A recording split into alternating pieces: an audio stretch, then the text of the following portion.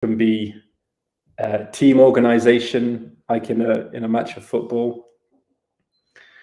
And once I understood that, I saw that through game design, you can mark off a small playground in the world, and you can design a specific set of interactions that allow people to practice something in specific, which will then improve their general capability to act in the world when they exit that playground.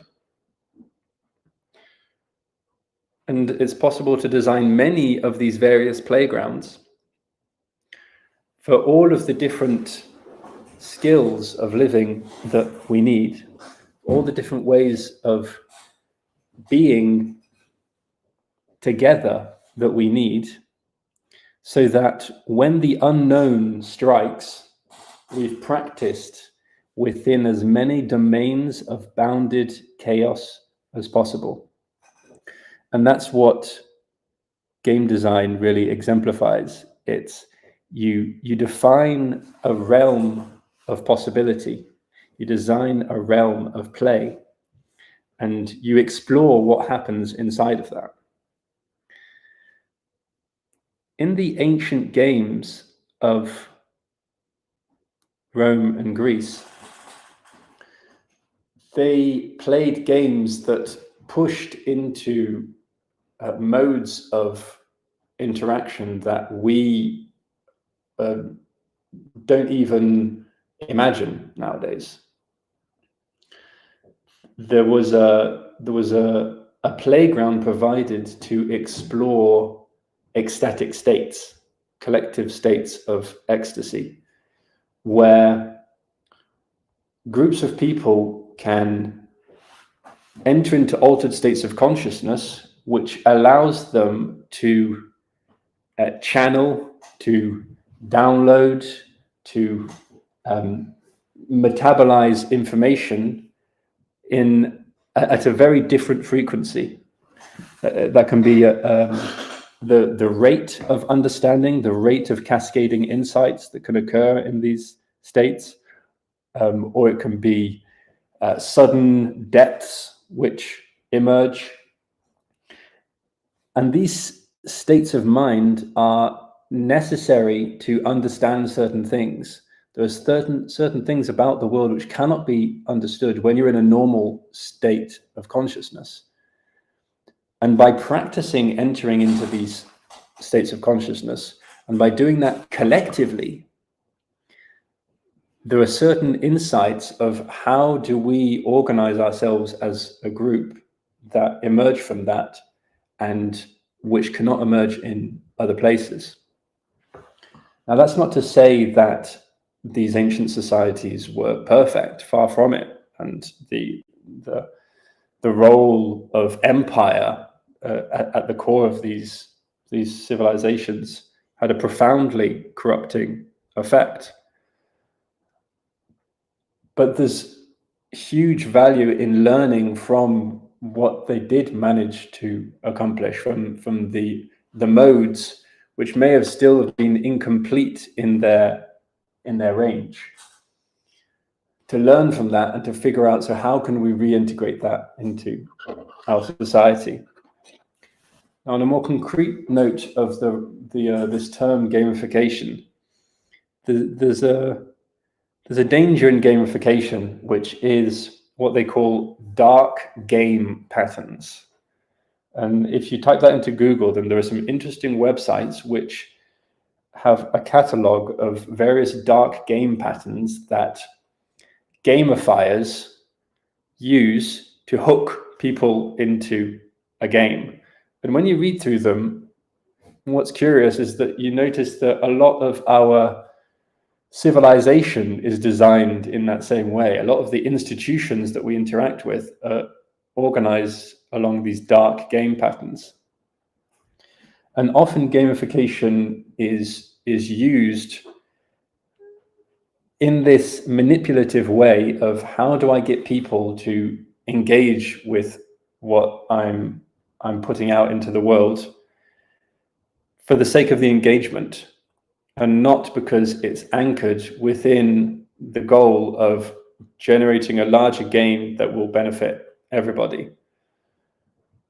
Which is why there's another term which I personally prefer, which is, rather than gamification, it's this idea of ludification.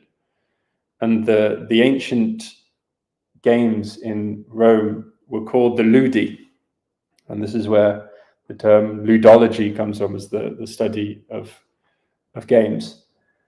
And with that term ludification, it aims to bring in this larger context of, yes, it's possible to play with hooks, with stickiness, with points, with all the various dynamics of game design, but doing it with this consciousness of what is the larger game that we're trying to serve.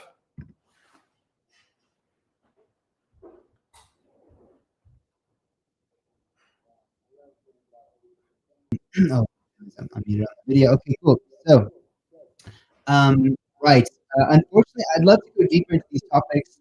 I'm sure, unfortunately, there's an overlap with my space there, but I would love to invite you back. I'm sure a lot of people have a lot of questions for you, particularly as it pertains down to this Renaissance Festival, right? With the region, much like how Burning Man is built by the attendees, this is built by the DeFi startup moving forward. And so I'd love to co-design this with me in terms of how you think we should structure this.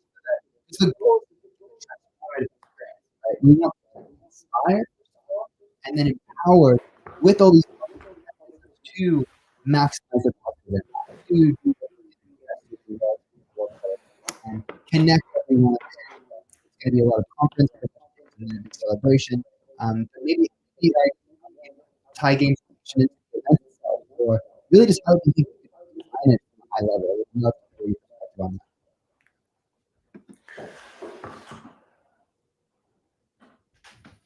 The value at the center for these regenerative games is the role of the gift. And that is the secret source of Burning Man. And anybody who goes to Burning Man and similar festivals and doesn't recognize that is missing the point. Because the point is that everybody brings what they can give freely to the festival. It's demonetized, and so the hierarchical principle of our world, which reigns everywhere else, is not allowed within that sacred space. And everybody brings what they can give, and nobody is turned away for any of their needs. And when you bring that to the center, it shifts the whole mode of interaction that everybody has with everybody, because you then have to think in that you have to start navigating your needs in a different way, where you can't just consume as much as you want according to how big your wallet is, but that you have to think that people have been bringing gifts into this space, and some of them may be abundant, but many of them will be scarce. And so is it up to you to accept that gift, or actually would it be better for somebody else to accept that gift? Interesting.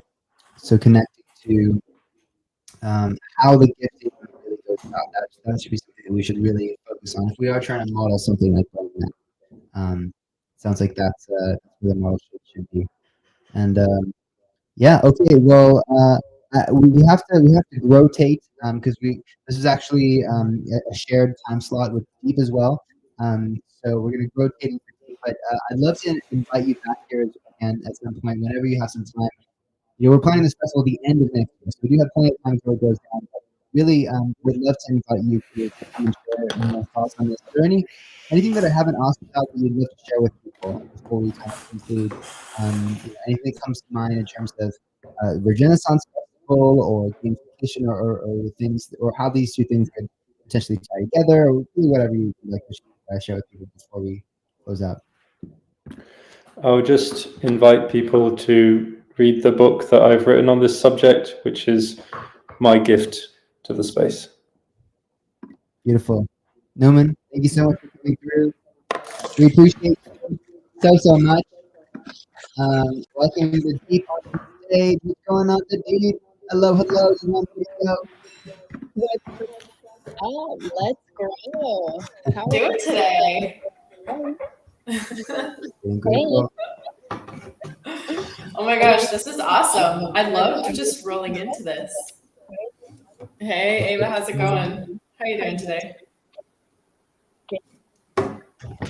Yep, I can hear you. Great. Can you hear me?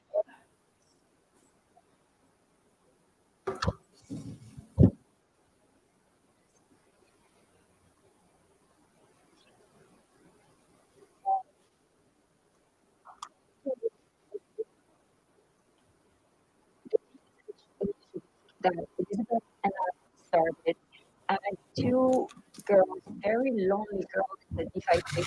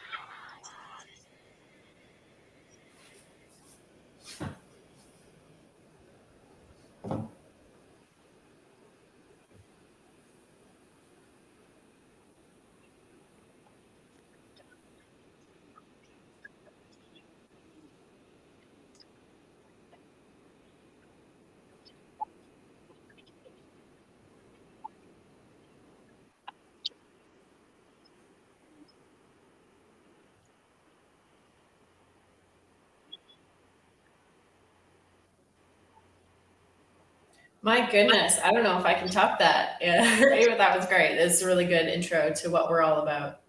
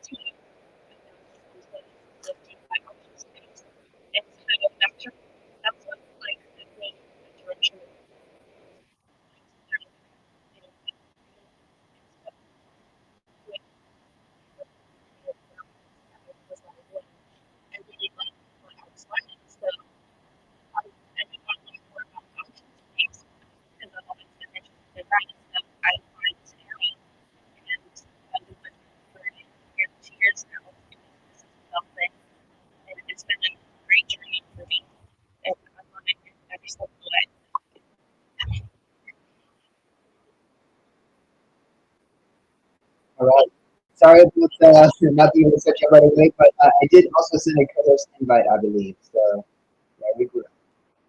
Mm.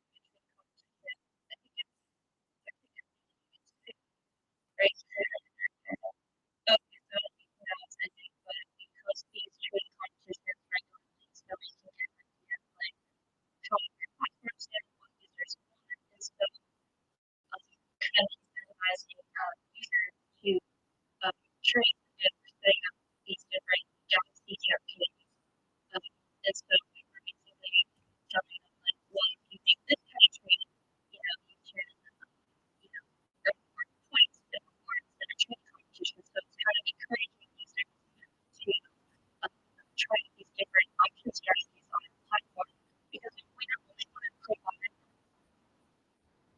but we also kind of want to encourage our users to learn about options. So doing like easy for them to learn more likely, but we also tell them like, well,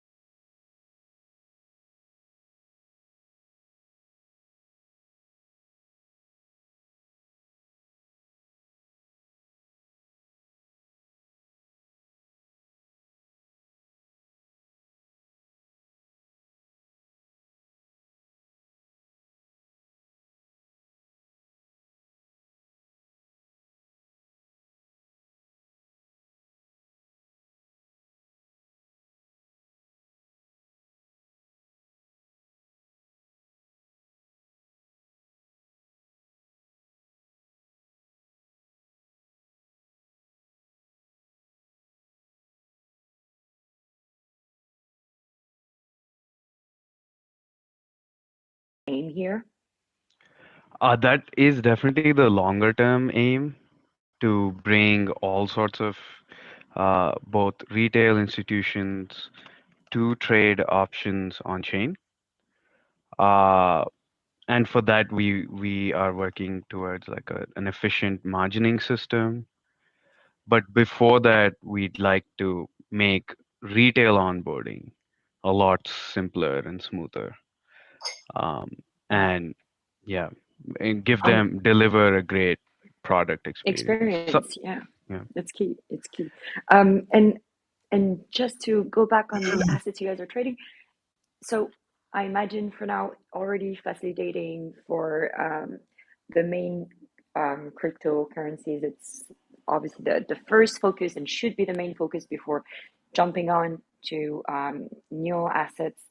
What is for you more the what would be the most difficult type of assets to onboard?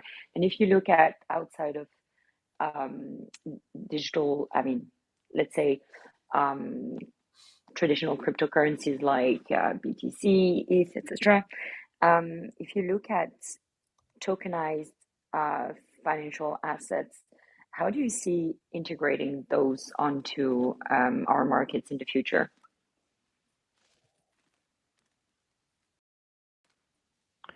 That's a really good question. Actually, That this is yeah, funny. sorry. Wait, I just want to say, we've actually thought about this and like how like I don't want to give out too much, but I'm already starting to think of ways we can maybe work with like other tokenized assets, like tokenized bonds, tokenized whatever. But like I've thought about this and I've talked with to our co-founder, one of our co-founders about it, and so I don't want to give too much away, but like we've already discussed this internally. Maybe not so much with Duraj yet, but I know for a fact I'm already thinking of ways. So I'll just let you guys know like we are thinking of like doing that, but I don't want to give too much. All right. That's Yeah, I mean, for me, that's really like the bigger play What's when it comes growing to on? Thank you for having me, Ben. Much options respect trading to all is the to people putting have these spaces together. And yes, Salty, blockchain excited for you powered to do your drag show on digital Let's natives Grow like live on cryptocurrencies, but video also across 50. Actually, no, digital we upped it to assets, 17 different social tokenized media enabled, platforms right now, secure simultaneously streaming blockchain, but like on the crazy traditional people. financial markets. And that would be Yeah, so when really this is interesting over, to have, guys, you have this 24/7. complete Whenever you find time, you can A come to through Z at Let's Grow solution DAO. where you Just could pinned just it. trade You about can come chill, you can everything tell stories, you can in connect, you terms can of collaborate, options. all of the wonderful things that this community is capable of providing. And Yeah, much love to all of that's you. the Quick little bit that's the about future, Tree Gens. The to reason I'm have so passionate, by the way, permissionless I've done a 60 plus options hour long listing space myself, which on wasn't decentralized, and broke all the tree sorts of planting record tokenized twice. products. Probably going to do it a third time. The reason I'm so I'd passionate is love because you in to, 2019, because I think watching we're the kind of forest like fires blinded by and billions of time, but animals I'd getting love burnt for alive, you it broke my to heart, and I have wanted the to do something chance about it. to And share something you're very excited currently the about, reality of our world is that our economy maybe values the the degeneration of achievement or nature something more than coming it in the values the future regeneration that of you like nature. to That's the share with reality. everyone here, That's like why we giving see us so much mass maybe some deforestation. alpha. And that's That what we would really be, want to I change think, great over at for Tree all of us Gens. here in the And so audience. what we're building is the most rewarding and Yeah, transparent tree planting programs, having tokenized we're mangrove trees through proof of plant. Now we're def gamifying tree currently planting with we're really leaderboards, focused on with education, a um, DSST, and we a really want to dynamic educate our semi-soulbound community token. So about this is an NFT trading that can options visually change according to how many trees and you plant or demystify it. fund. And Our yeah, UI it's UX is epic. We're already planning a structured Renaissance in festival, such a lots of way, great but things there's with a the regen lot movement because we're happening trying on to our unite and grow the Discord, movement together over at Let's and Grow DAO active and Tree community Gen. So much love members to all of you. Thank you so much. Up get a into lot of the top. attention, And and back will to get a you, lot of Ben. rewards for participating. There's already rewards right now, but um, we are just starting the on-chain like DeFi options trading revolution, and there's just a lot to come, both in terms of the product experience, if you're just interested in using a new product for your trading, but also if you're just interested in getting access to rewards and other incentives on our platform for being an early user. So yeah, join our competition, join our Discord, and yeah, be the first to access all these incentives. I will say, you know, some just being invited to this panel has made me think a lot more about what it would take for women to be onboarded onto Arrow and other similar projects. Uh, and there's definitely there's definitely the onboarding troubles of onboarding, let's say, women who may not be as familiar with the on-chain tooling and all of that, like wallets.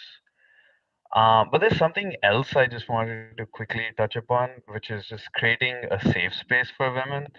And there's a big culture, maybe vestigial of like the 4chan and all of the early roots of crypto, which can be like slightly misogynistic or maybe sometimes heavily misogynistic. And uh, I was actually reviewing our Twitter, reviewing our Discord, and seeing how we fare on that.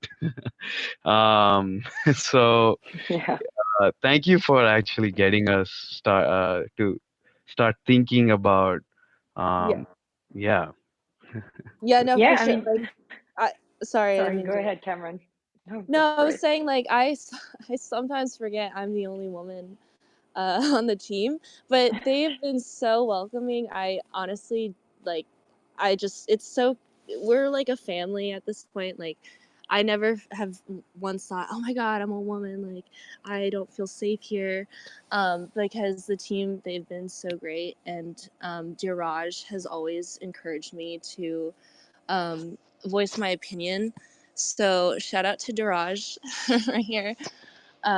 So yeah, I'm really excited that we're thinking about ways that we can also, um, include more women and get them into DeFi options as well. So I think we'll start thinking about that moving forward.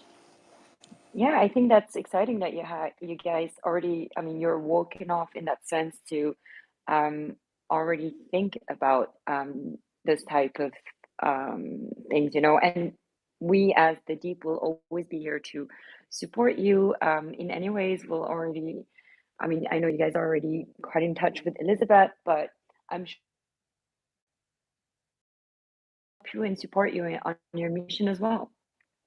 And that's something we're excited about. Yeah. Yeah, thank you. Wonderful. Thank you.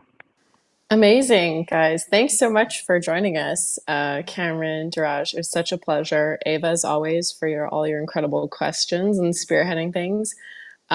This was a taste of the deep and what we are all about. We are part of Gitcoin's 19 round edition, as well as a part of the SheFi rounds as well, SheFi matching rounds. So we are continuing our mission to further advance different diverse voices and perspectives in the DeFi space, not only from an investing perspective, but also contributing perspective to the space as a whole, so that we have we're not repeating the same financial systems that are serving the same people over and over again. So this is what we are all about. And as always, it's such a pleasure, and we're so grateful to have this space and be able to share the space with so many incredible projects in the Gitcoin rounds.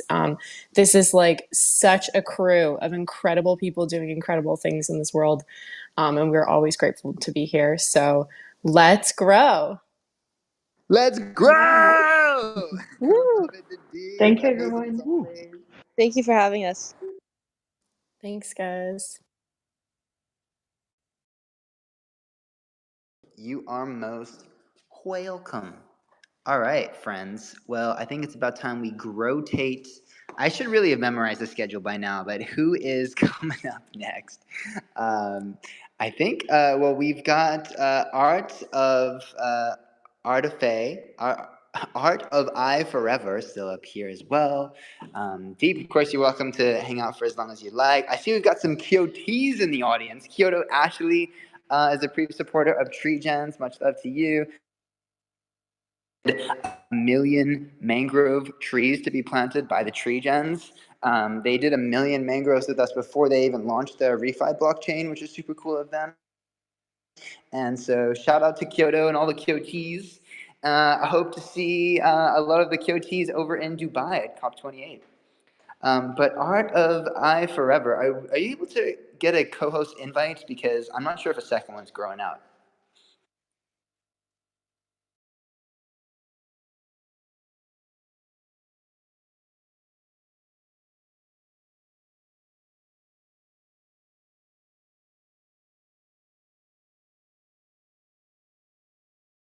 Art of I Forever.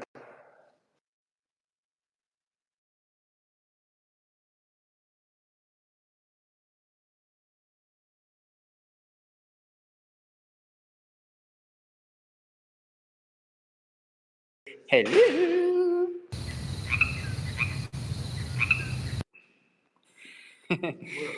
I know, right? Oh wait, you can click the light on over there. Okay, sorry guys, I'm just growing upstairs right now. Hopefully the reception isn't too bad. Give us 1 second.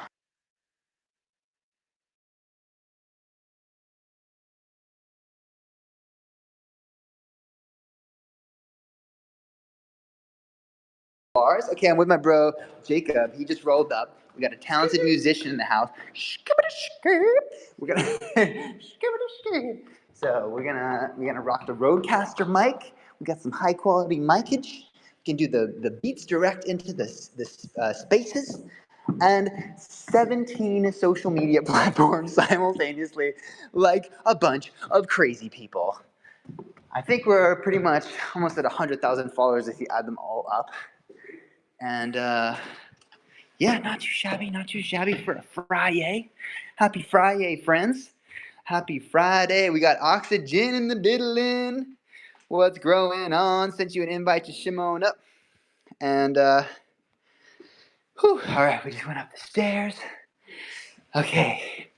You know what? I think a lot of people are multitasking. Oh, can you not hear me? Sad. Oh, you didn't get the invite. I got the hundo and the down thing. Well, you can come on over to the to the space. Okay, great. I'm in the video now. Bing, bom, boom. Let's go. I think it's time we put on a little mixy mix, okay? So y'all can listen to some music as people trickle in after the Gitcoin space. This is the Close the Envision mix. All right, I'm going to pop this on for you guys. And we'll resume chatting in maybe 5-10 minutes. All right. But Artave, I sent you the co-host invite. Oxygen, shimon up. Actually, you know what? Let's play that other one that she did. Super good.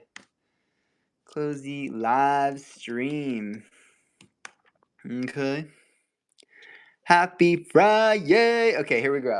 Emergence. Okay.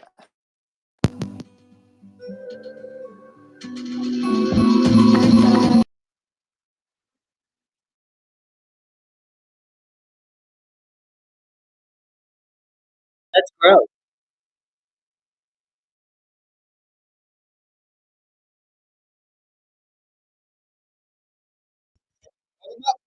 Welcome back, Oxygen.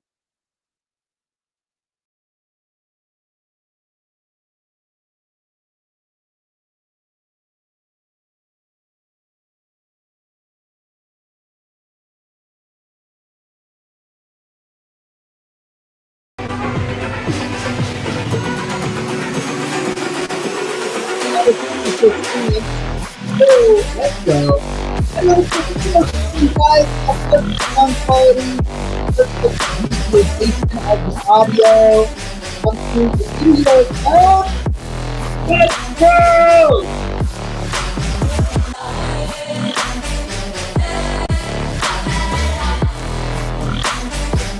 Woo!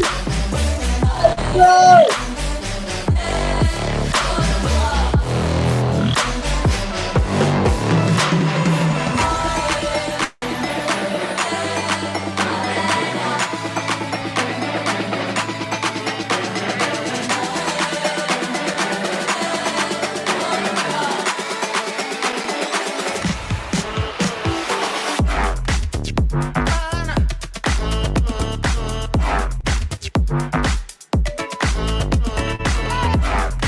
grow.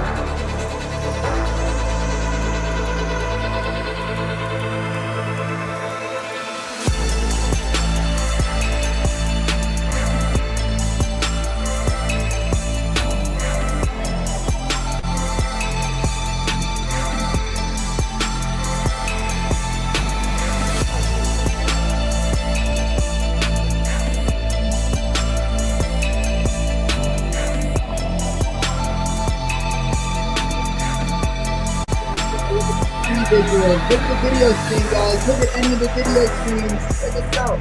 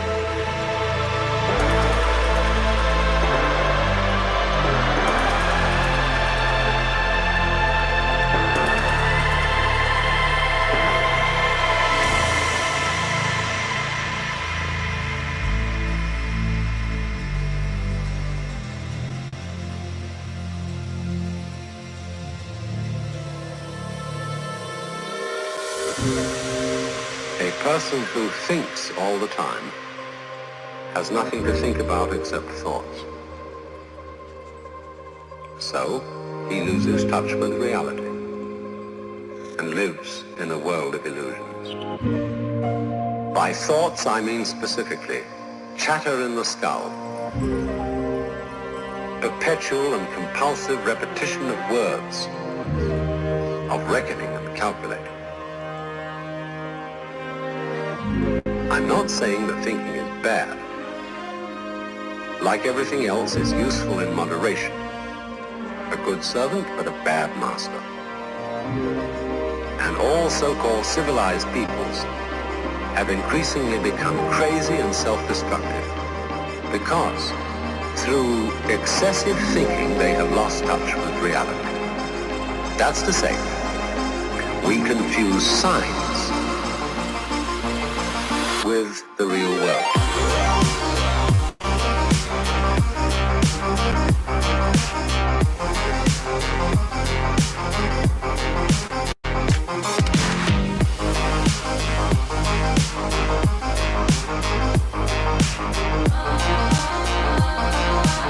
This is the beginning of meditation.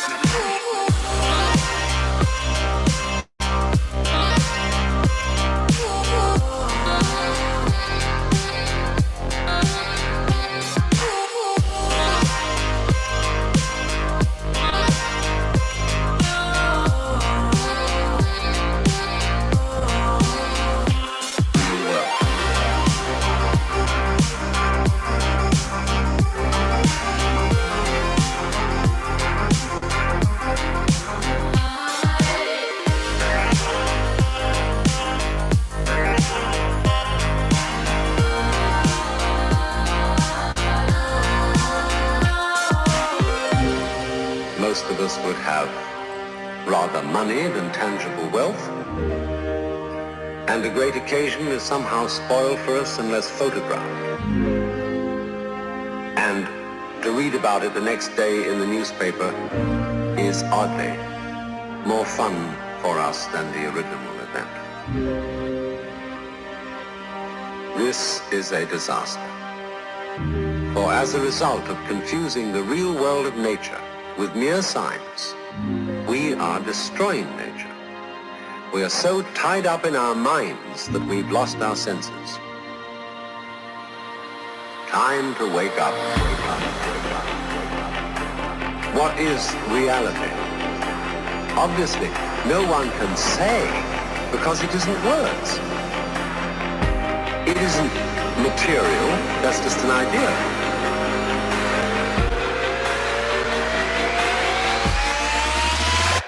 Reality is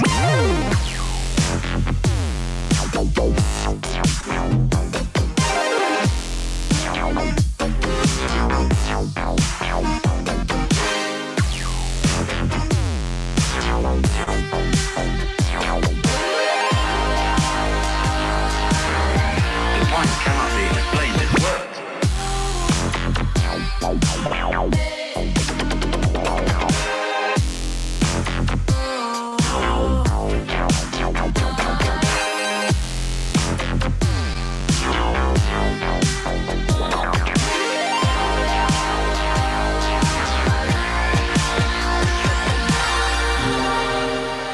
I'm not trying to put you down.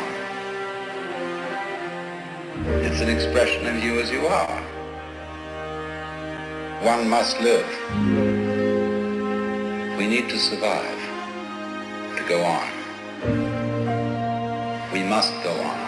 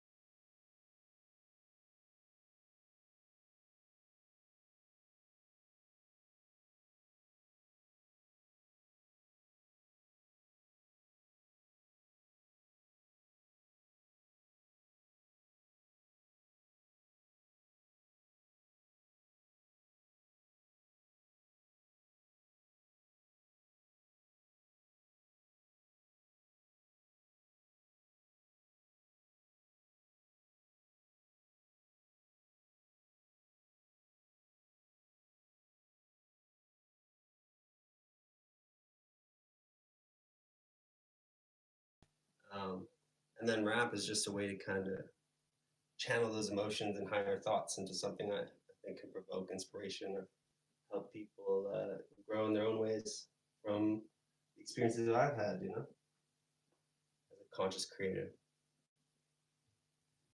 All right. Hell yeah. Hails to the years. So, do you have a beat that you want to load up here? You'll be able to hear the beat as we play it out. So I think you sent me some stuff on WhatsApp already, right? You've been sending me. Or no, we need just the beat, instrumental styles. Yeah. We didn't plan ahead. We're figuring this out on the fly. It's called Building in Public. Any beat, he says. Literally any beat. That's a lot of options. I think we just like a little bit more specific. Maybe. Did you say moon bag? Boom bap. Boom bap. Boom bap.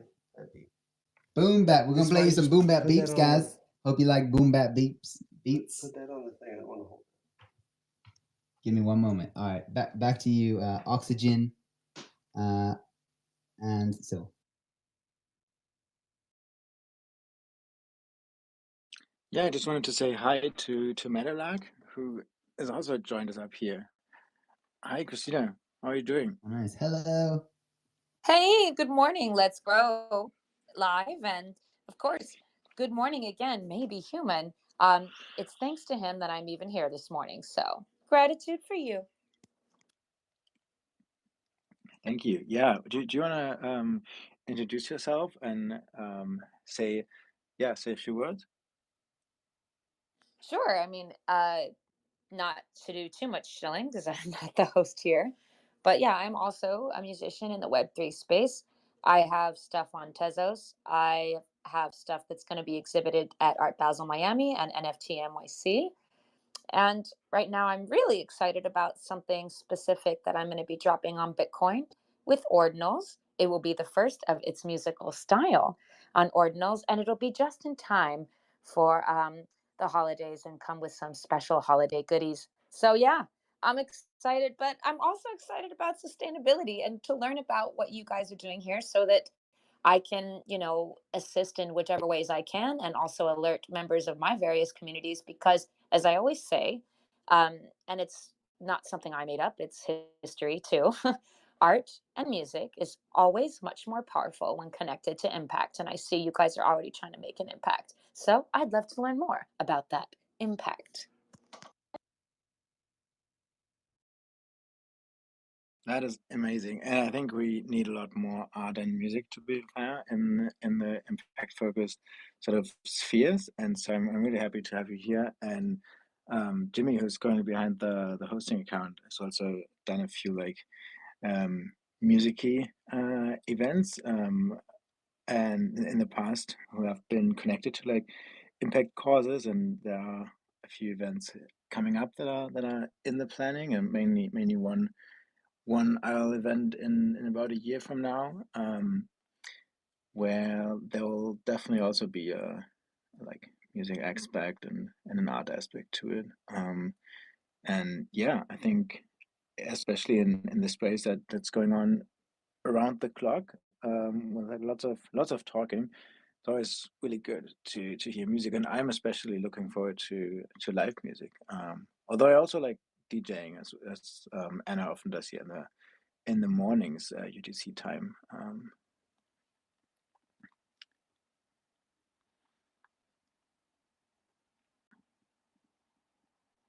How's the setting up going in? Or I'm sure that will chime in. There are any microphones that have been found by the beats.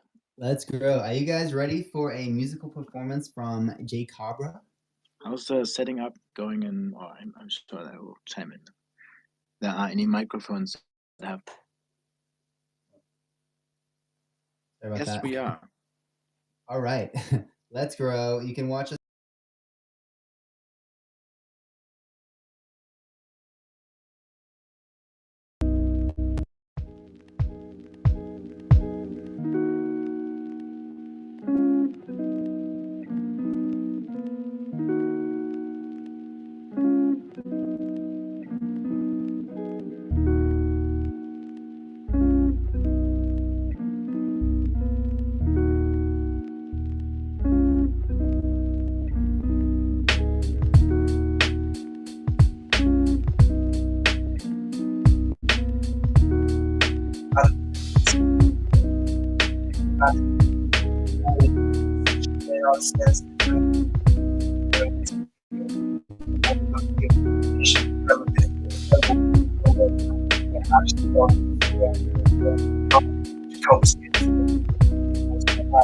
I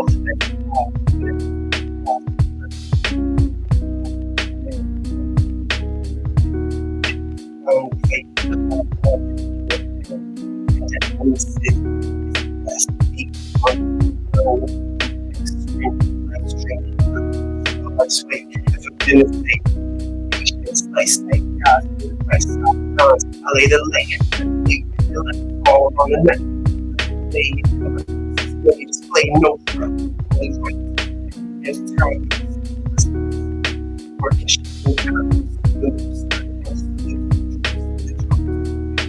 you fall.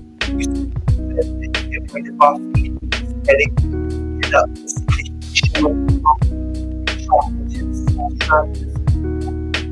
Seems to feel auto fact that growth the next those traits anatomy.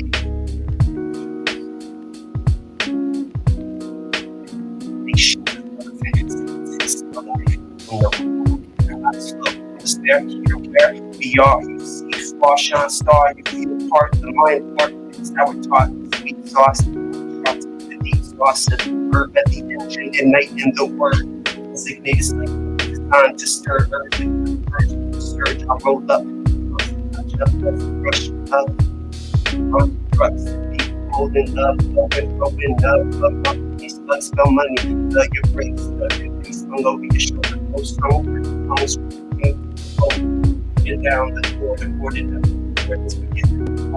They're betting on the odds, here's the energy, all we do, all the time, not in being, all my cheese,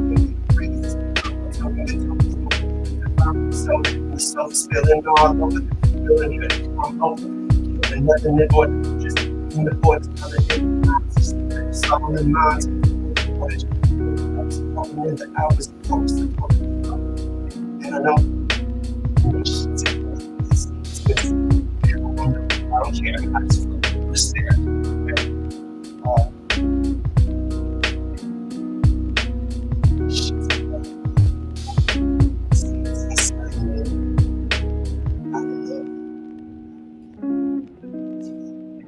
I'm just there.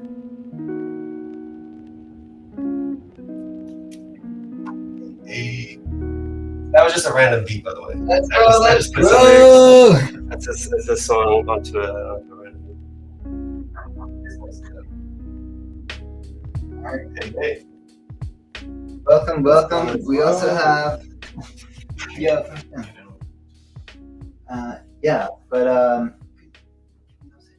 or after. Yeah, one more man. Yeah. Pause Wait, the come video.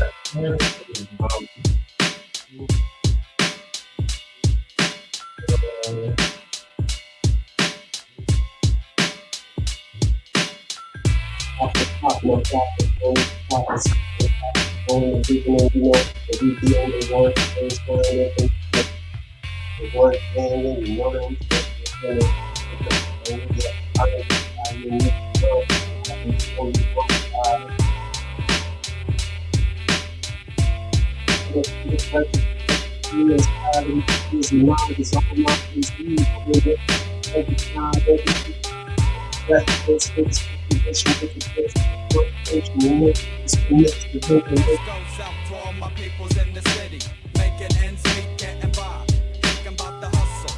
Everybody struggles for the answer. Confusion will attack in a cold-blooded manner. For cancer kills my society. No need to lie to me. Real people fighting always try to be correct with the mental and upright with the info.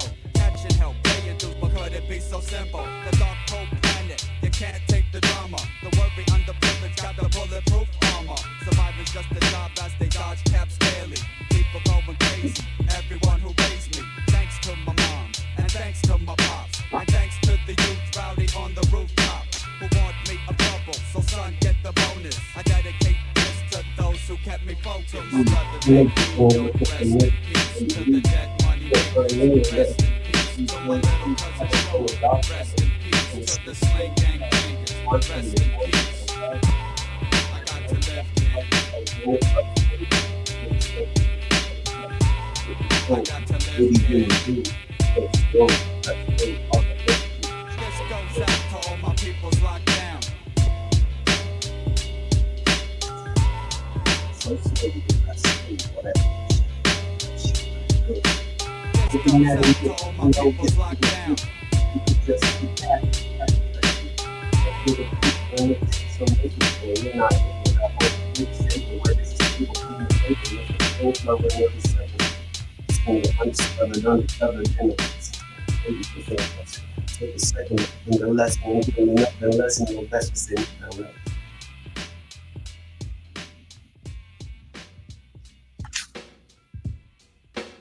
Alright. Alright. Push this. That's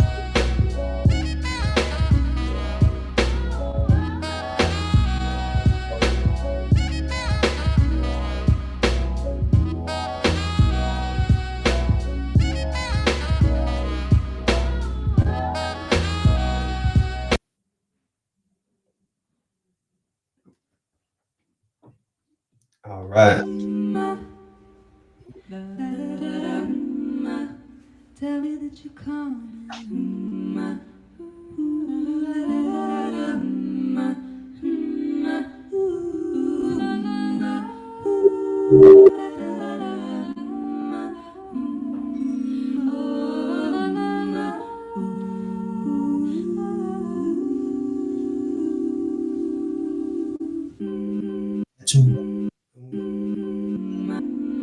That's all as water running back to what say just what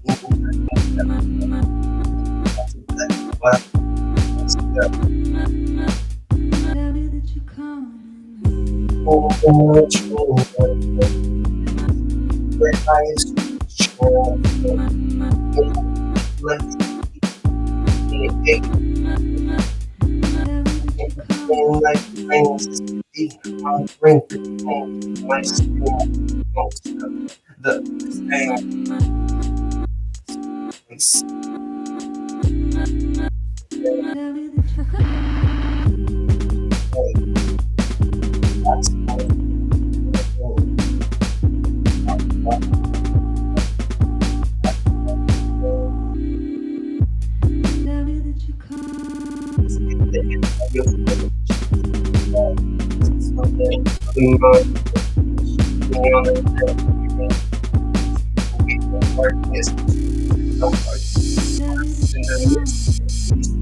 stars just charted in the stars. The world's star, where we carbonate and stones. What I would like this path running by the cash. I'm up in the past. Tap on the gas, leave them on the rack. I think I'm page holes on the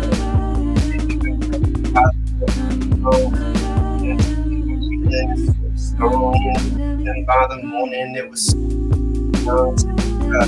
seated by a hug. Love for the eyes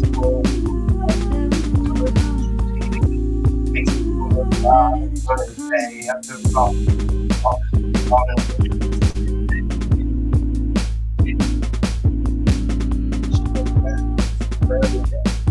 Feelings in each step, like consciousness and kept in check.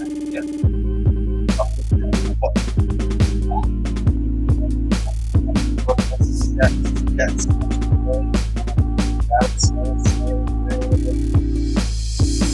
why we run it back. After all, we gonna stay. Thank you. Fire! Straight fire! My man's spitting straight fire. Yeah. Welcome, Sunny, Meso, Reef, Serene. All the time I spent on you. All the time I spent on you. But you keep me hanging on. Right. All day long. All the time I spent on you. All the time I spent on you.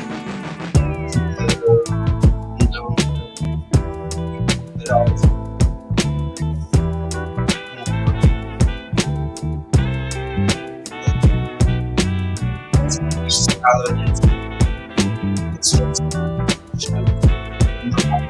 Because we know it's as it is, as it is.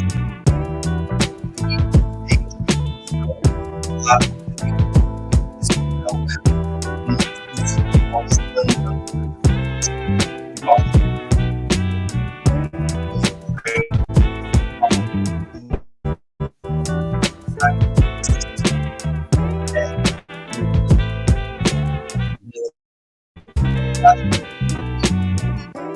All the time I spent on you, all the time I spent on you, but you keep me hanging on all day long. All the time I spent on you, all the time I spent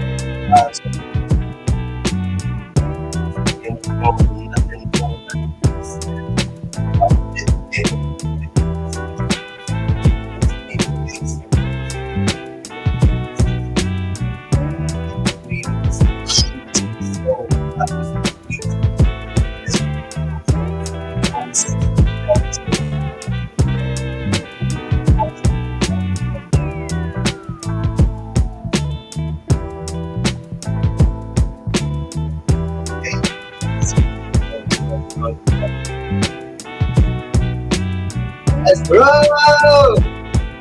Yeah, my God. What we can do this.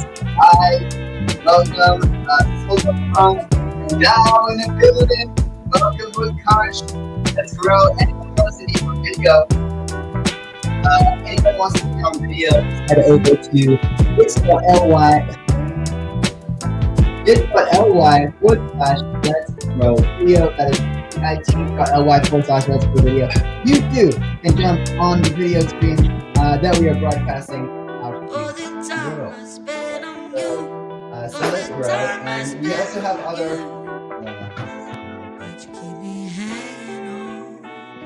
We have another musical set that is coming. It's growing very soon.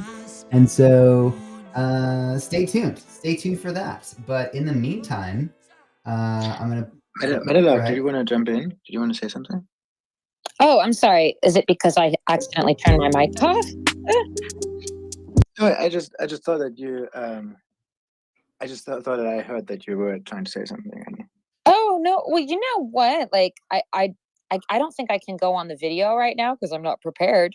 But like, of course, if he wants to hear any music, of course I have some. Yay! So many musical performances. I love it. This is such an amazing Friday. Let's grow. Amazing. Meta Luck. I just followed you back. Well, I'm very much looking forward to your musical performance. Thank you. I'm guessing you guys want everything live here this morning. No recordings. Am I wrong? Am I wrong? Did you say no recordings? We're definitely recording. Yeah, like recordings are okay. Okay, just making No, in terms of playing recordings. I think Metalog was asking like if the playing music from recordings or playing music live. I think did you mean that, Metalog? Yeah, because like I have my music from my NFTs. Obviously I can sing live as well, but I don't have everything all set up in order to do everything other than a cappella. If recordings was okay for you, I have recordings of some of my art and music NFTs if you want. Let's grow! Let's grow! I love it. So you said you can do a cappella now, and plus you can play the recordings of the NFTs that you're selling, right? I'm good with that. Whatever you want. I'm sorry, I interrupted. Maybe. Sorry. No, good. I'm good with a cappella. I'm not a cappella. Plus, you can play the recordings of the NFTs. You've got a preference. I'm good with Can we do the whatever you want. I'm sorry, I interrupted Maybe Human. Sorry. No, If all you guys good, all want, good, all but good. isn't there somebody I ahead of think me we'll play already? a cappella. Ahead? No, he's not in this room where we're recording. He's in the other room. I don't know. Maybe there's two Got a needs guitar preference. last time I was there. Can but, we do the acapella? no, the floor is yours. This is an open. If you guys want, Well, isn't there somebody don't ahead of me tempt me, already? Because I'm not shy. Ahead? No, he's not in this Great. room where we're recording. We will tempt you Two quite a needs lot, guitar, all of so us here. So, amazing. amazing. The floor is yours. This is an open. So you want to Well, hear shit. something now? Yes, yes. Because I'm not Yes, shy. yes. Okay. Great. Yes, yes. Or All right. we will tempt you quite I'm a gonna lot. do a cover today. Like I have plenty of amazing. originals out, but here's a cover for today. So you want to hear something now? Yes, yes. Yes, yes. Okay. Yes, yes. All right. Por Here we favor. go. I'm gonna do a Mi piaceva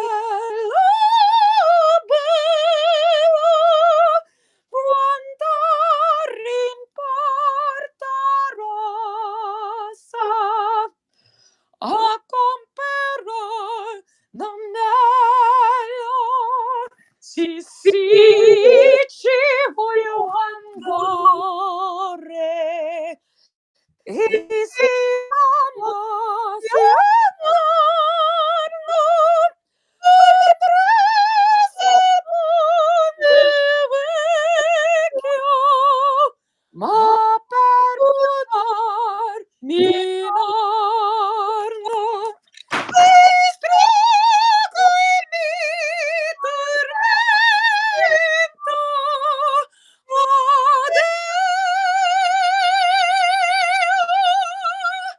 vorrei morir. Baba Pietà, Pietà,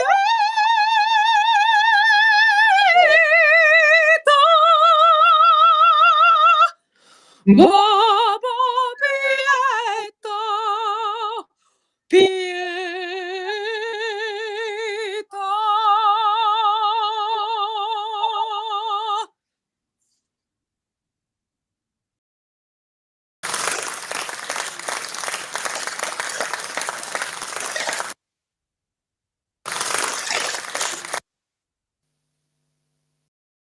You get a double applause. That was amazing.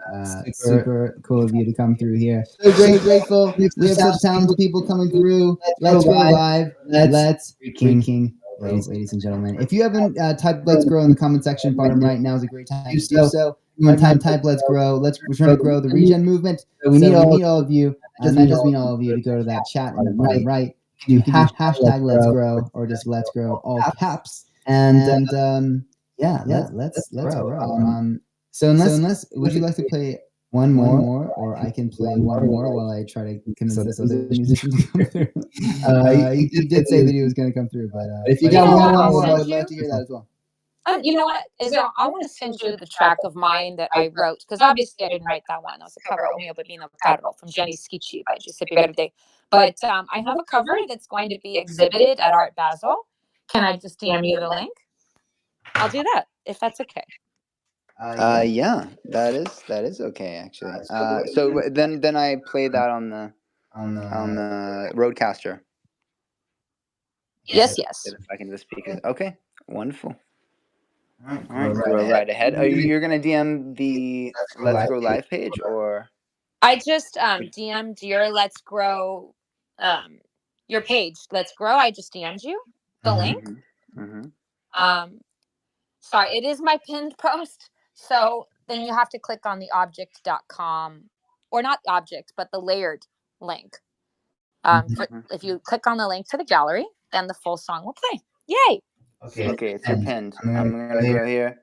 Follow you from Jimmy as well, and it's your pin. So I go right here. Listen to the rest at gallery.layer.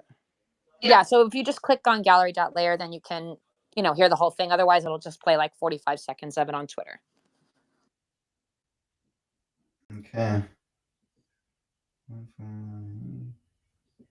Is there a preview, or you have to buy the NFT?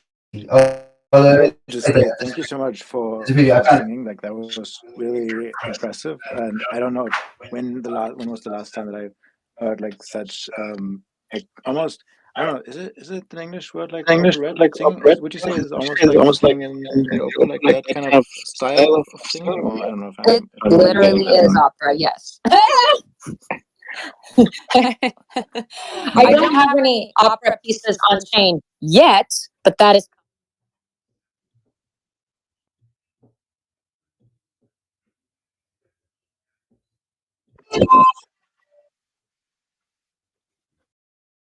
I've been singing professionally since I was 12. I started studying singing at 11, and now I'm quite a bit older. So, practice helps, but practice only makes consistency. So that's what I tell everybody about everything. So if you consistently practice something wrong over and over again, the harder it is to break the habit. Yeah. So how we practice is just as more important as is probably just as important, if not more important than consistency. And I think that goes, for everything, right? Yeah, maybe human. I wonder if Let's Grow is having trouble finding the link.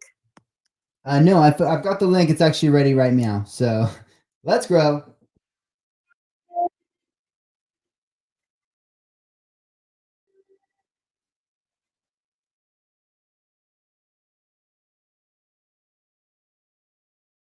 The light is pure as flowers growing in the sun. Your smile illuminates all of the skies. You're everywhere I look, my dearest one. In every bird, in every tree, in every breath I draw that moves through me. You're beautiful, you're beautiful, my butterfly that flutters on my cheek. You're beautiful, you're beautiful. I'm overwhelmed sometimes and I can't speak. You are the music of the sunrise. Your kisses turn champagne sweet on my lips. Oh, I visit worlds beyond this in your eyes. Together we walk through them in such bliss. The living dream you gave to me completes my brief, unique infinity. You're beautiful, you're beautiful, my butterfly that flutters on my cheek. You're beautiful, you're beautiful. I'm overwhelmed sometimes and I can't speak. My heart was lost in the forest, but then you took my hand and laid my heart back in my chest. Now I can feel again, I feel again.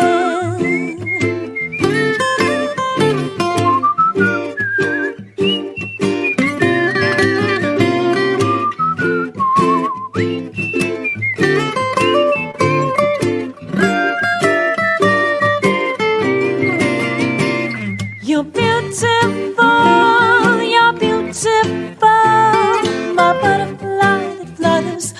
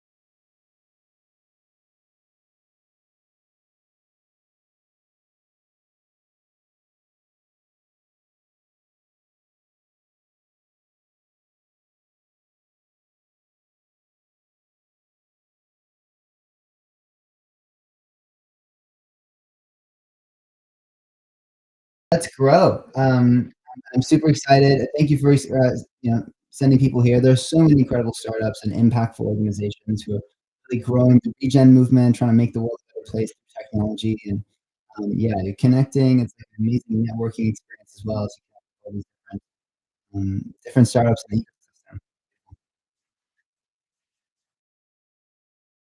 Yeah, I have a question. Do you guys ever do any work with any organizations that do hackathons, perhaps? Yeah, funny you should mention that. One of the hosts of this Let's Grow Live initiative does something called Hack Refi.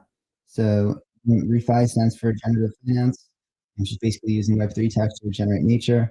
And basically, yeah, Hack Refi is also going to be collaborating with the Renaissance Festival. So Renaissance is a festival that we're organizing, which we think is going to become the biggest regen festival in the world, with not just a bunch of conference, and also a big musical celebration. This is in the islands of Thailand, and yeah, that's happening towards the end of next year. And during that event, we're also going to be having a hackathon. So it's a collaboration with Hackify, and you can say Let's Grow DAO is really a collection of many different refi builders, and we're all kind of co-building. So should I direct my friends to that site or should I direct them to you? I mean, I was going to send you their website because they have their in demo on day for the hackathon in February. That's when they're going to do it. Should you want me to just DM you their website or?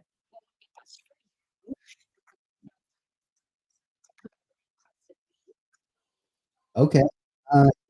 You can on Telegram at the Tree Gens, TH Tree Gens, on Telegram. But yeah, thank you. So tell me more.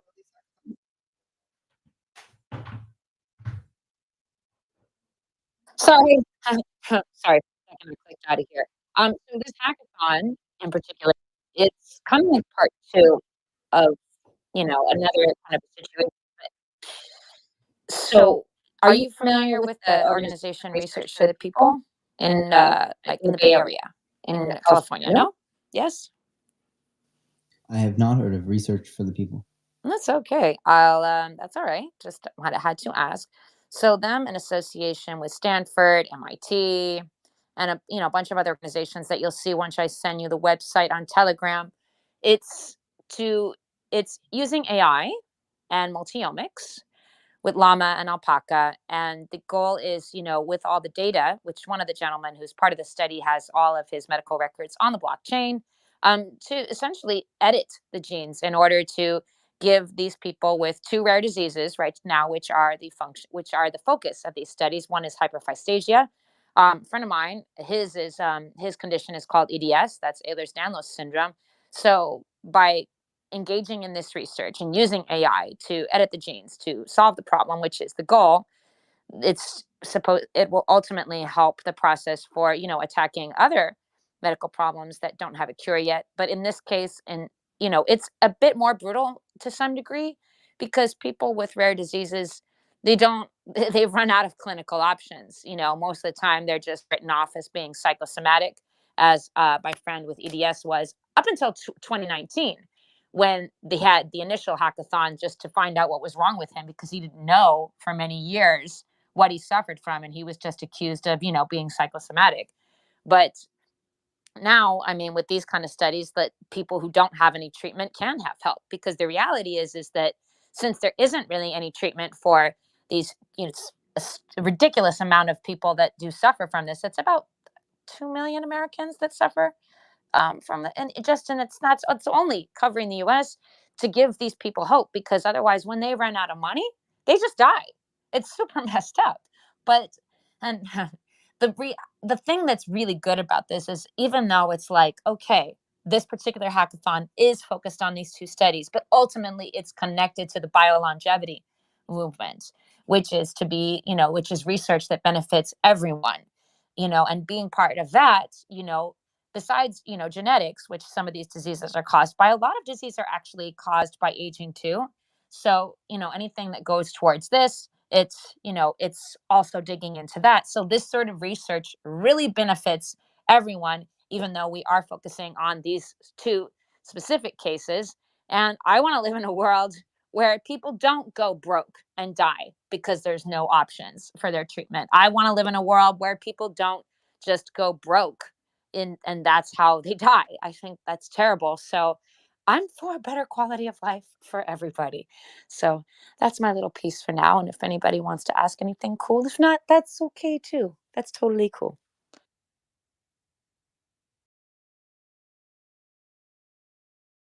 Wow, yeah, that sounds super interesting. I haven't really looked into how um, AI can be used to, I guess, modify genes. So is it am I understanding correctly that it's like basically it ends up being um, a surgery where the DNA is sort of I guess modified in a little bit in a sense? I don't know if I would refer to it as surgery per se. I mean, they're not referring it to surgery, but I guess that's like, you know, that's an interesting perspective. I mean, it could certainly when him if he would refer to it in that way, and if so, why? And if not so, then why not? Because we've got people from Stanford and all over the place working on this kind of thing. But like, it is really really cool. Um, one of the people in the study just had they went to San Francisco and with the telomere to telomere sequencing, which the first person to sequence the first human genome completely was Karen Miga, but he went over and he was able to get some more diagnostics for his condition over there. So that's included too. But like that portion of this was definitely not considered treatment or surgery of any kind. It was completely diagnostics. But the cool thing is now we are getting into the generation of AI and incorporating more AI into medicine. We're not just I can't talk. We're not just attacking things from a syndromic level, but more from a molecular level. And so to me, that's pretty freaking exciting and pretty amazing. Instead of just attacking like the cause, attacking like the root of the problem. And I just never thought I'd be alive, in a time to see something like this and to be part of it. I mean, to be alive during the time of this incredible research, if you would have told me that I would be alive during the time that people were doing research like this, like 10 years ago, I would have been like, oh, come on. Like, my life isn't a sci fi novel. Don't even say that. But it's like, that is sort of the thing about science fiction, it never really stays fiction.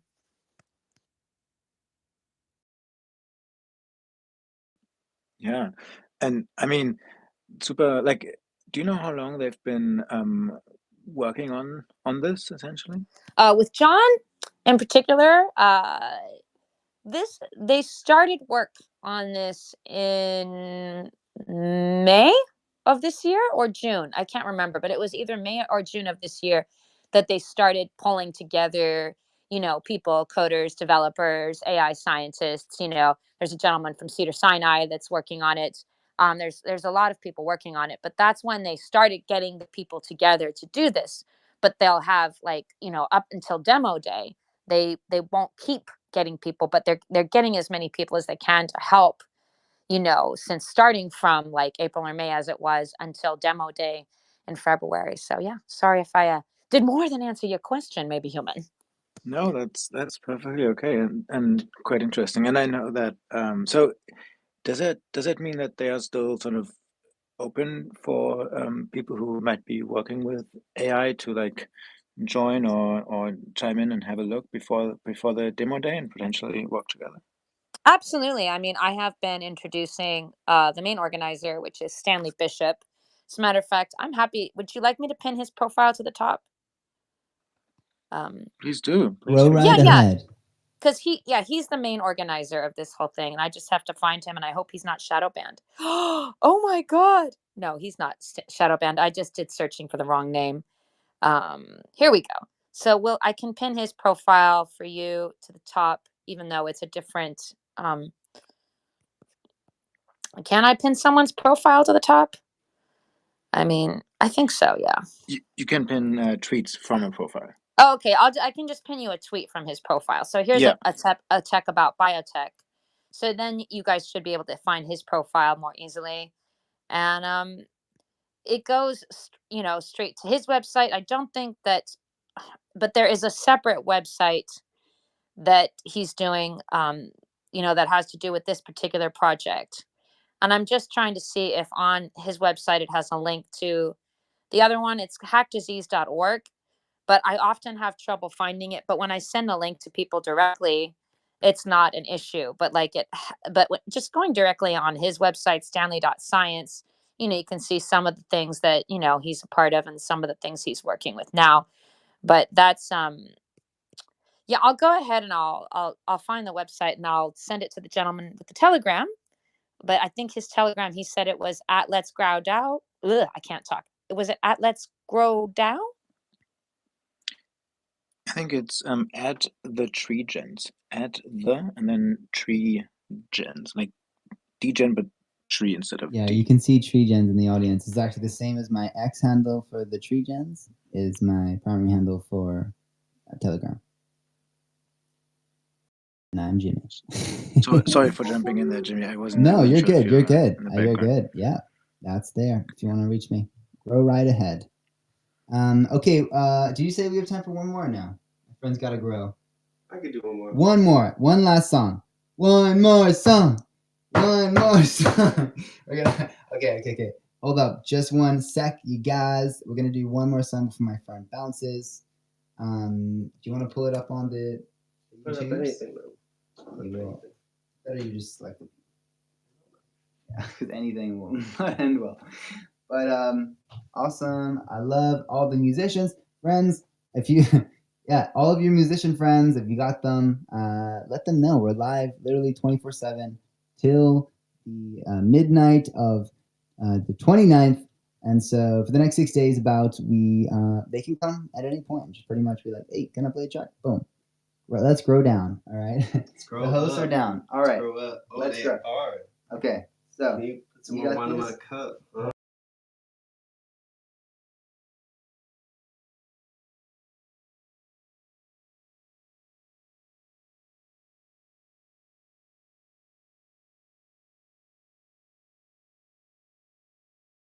Not a penny, not a dollar, just a stupid ass man acting fine.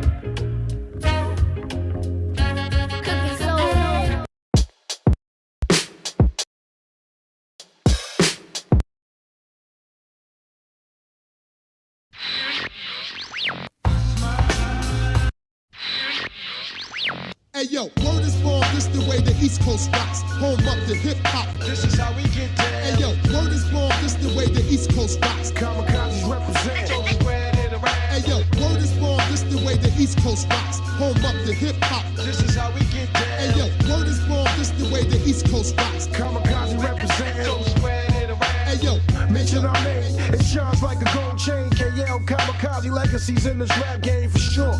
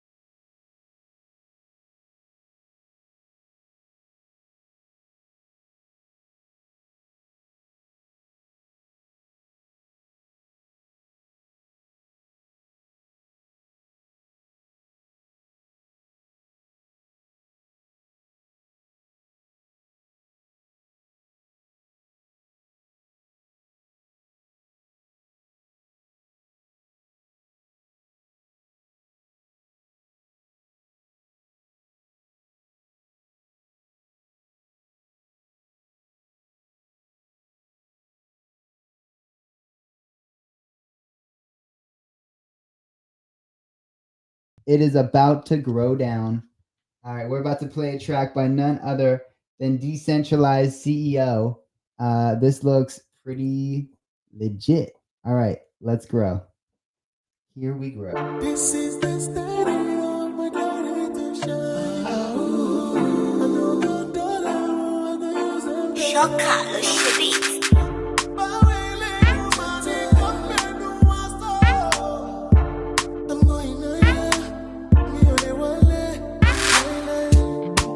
No time to check time, make you live story. Oh, la nibi kada give glory. Yeah. No time to check time, make you live story. If you ain't talking money, my loss on me. Yeah. No time to check time, make you leave story, no worry. If you enter the money, make you use get straight to no waste time, go grind. Busy body, make you hurry, get what you need, just a surgery. No be sorry, make you move, you know for lose, know the rules, don't snooze. Make you no dog, just ball, stack the money tall, break through the walls, the barrier, turn around your area, limit is mental, God supplemental, dreams come true when you're driving in a phantom. For better or for worse, when it comes, just disperse, make it multiply. Hustle to the day that I die. I know fit, let it pass and ask why. This is the starting of my glory to shine. I know God dollar, I go use them dada.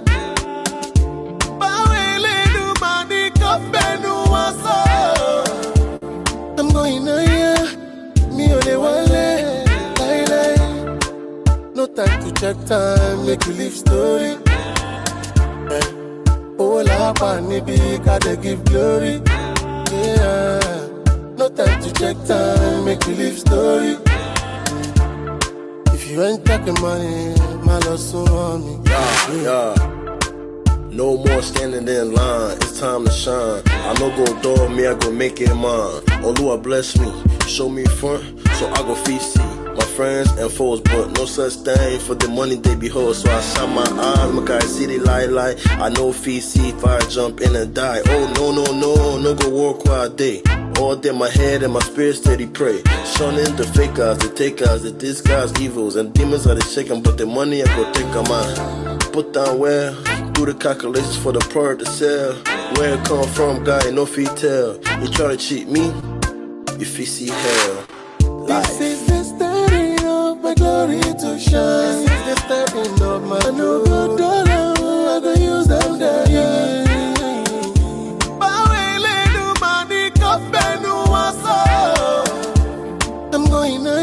I'm going higher,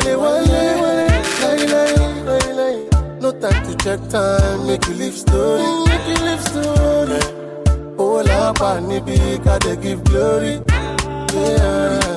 No time to check time, make you live story. If you ain't talking money, my loss on me. Chocolate Street. Mixing.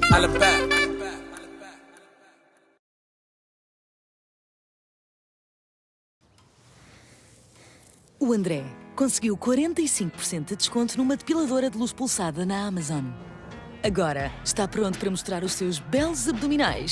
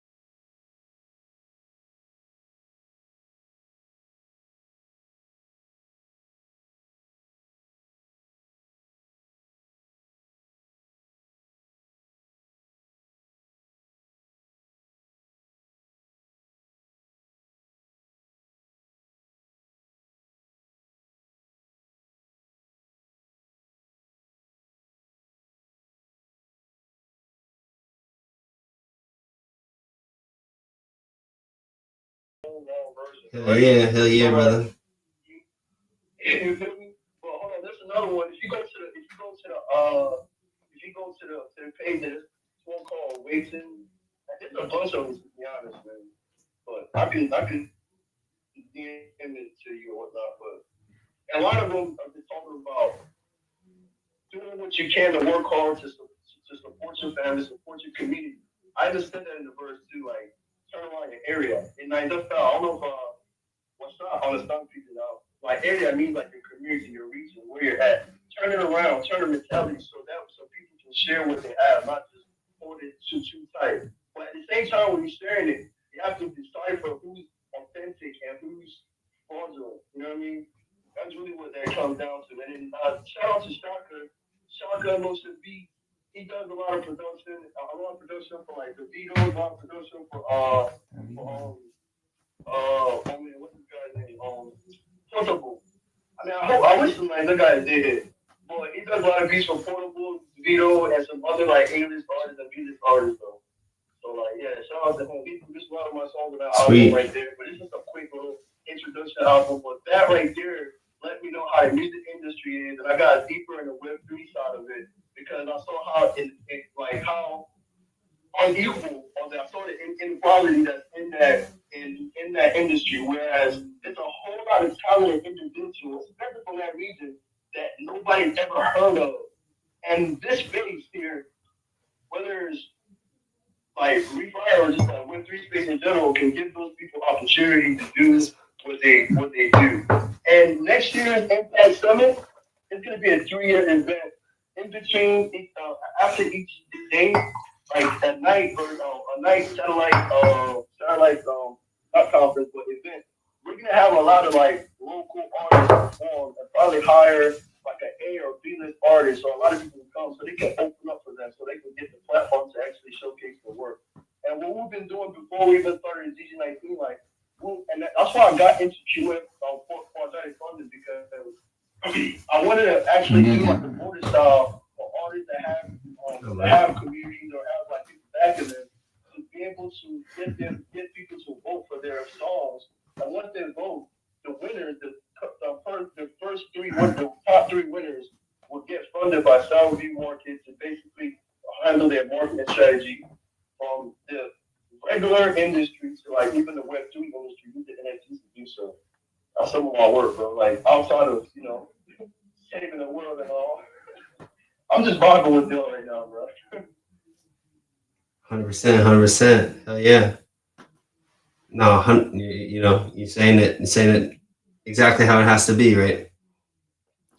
Keep with the true ones and build together, and together we can build a new ship that people can choose over the bullshit, so to speak. Straight up. Let's grow. So I'm gonna play something I got on Spotify. And do DM me as well. Decentralized. You want me to play another one? To the Tree Send the Gens. next. Oh wait, track Tree as well. Gens.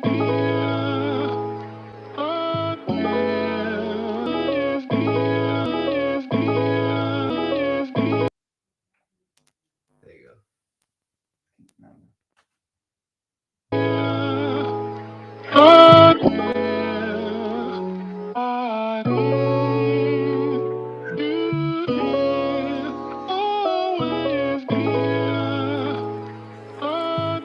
Cobra on the beat.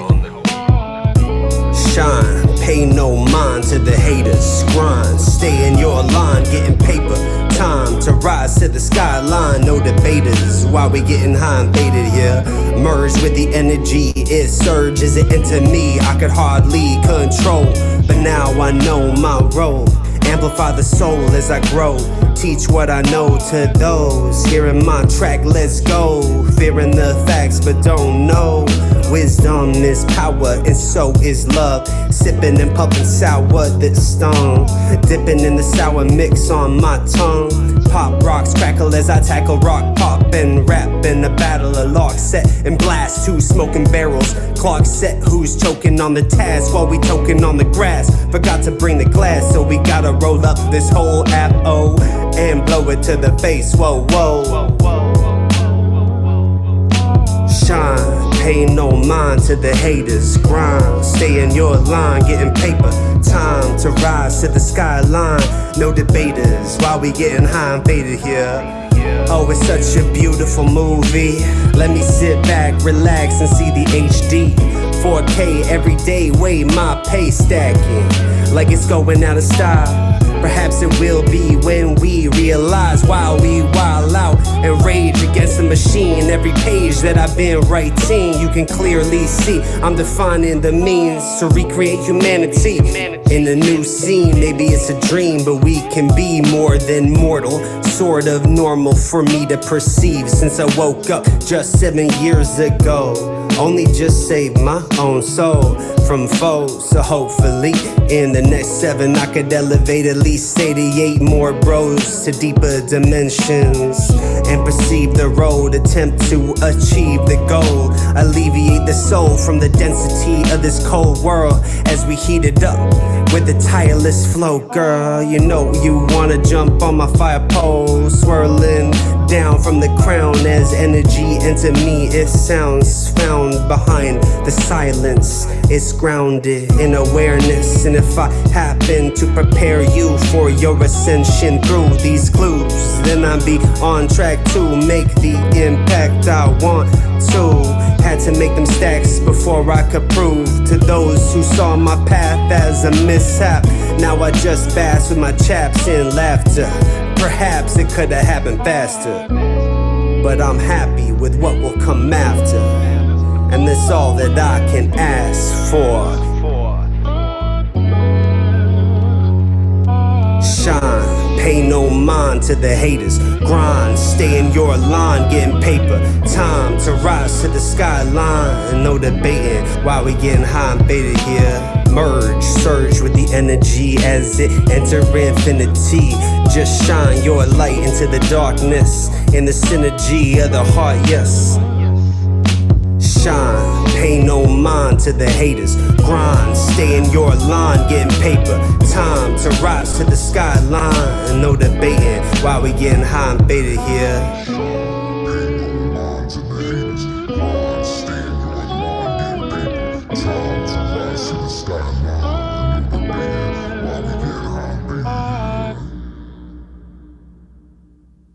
Partilha alegria nesta semana da Black Friday da Amazon e poupa até 45%.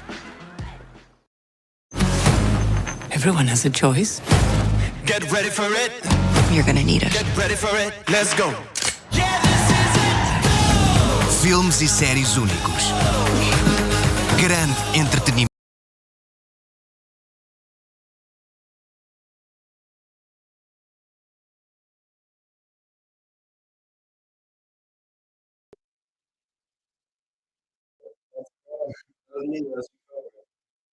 That was one of my tracks on Spotify.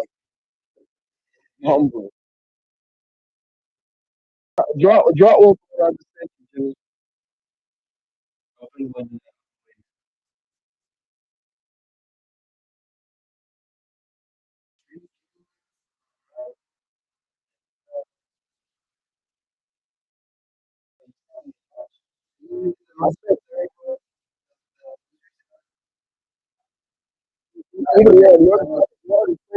You already played one of them. Like, the solo one is like a street player, bro.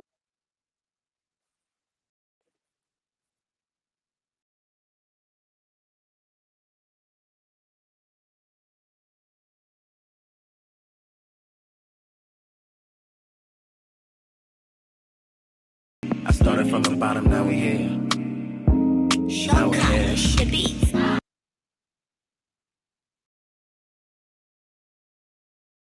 Yo, so sorry guys. We had 2 songs playing at the same time. My bad. I just got the headphones back. I started from the bottom.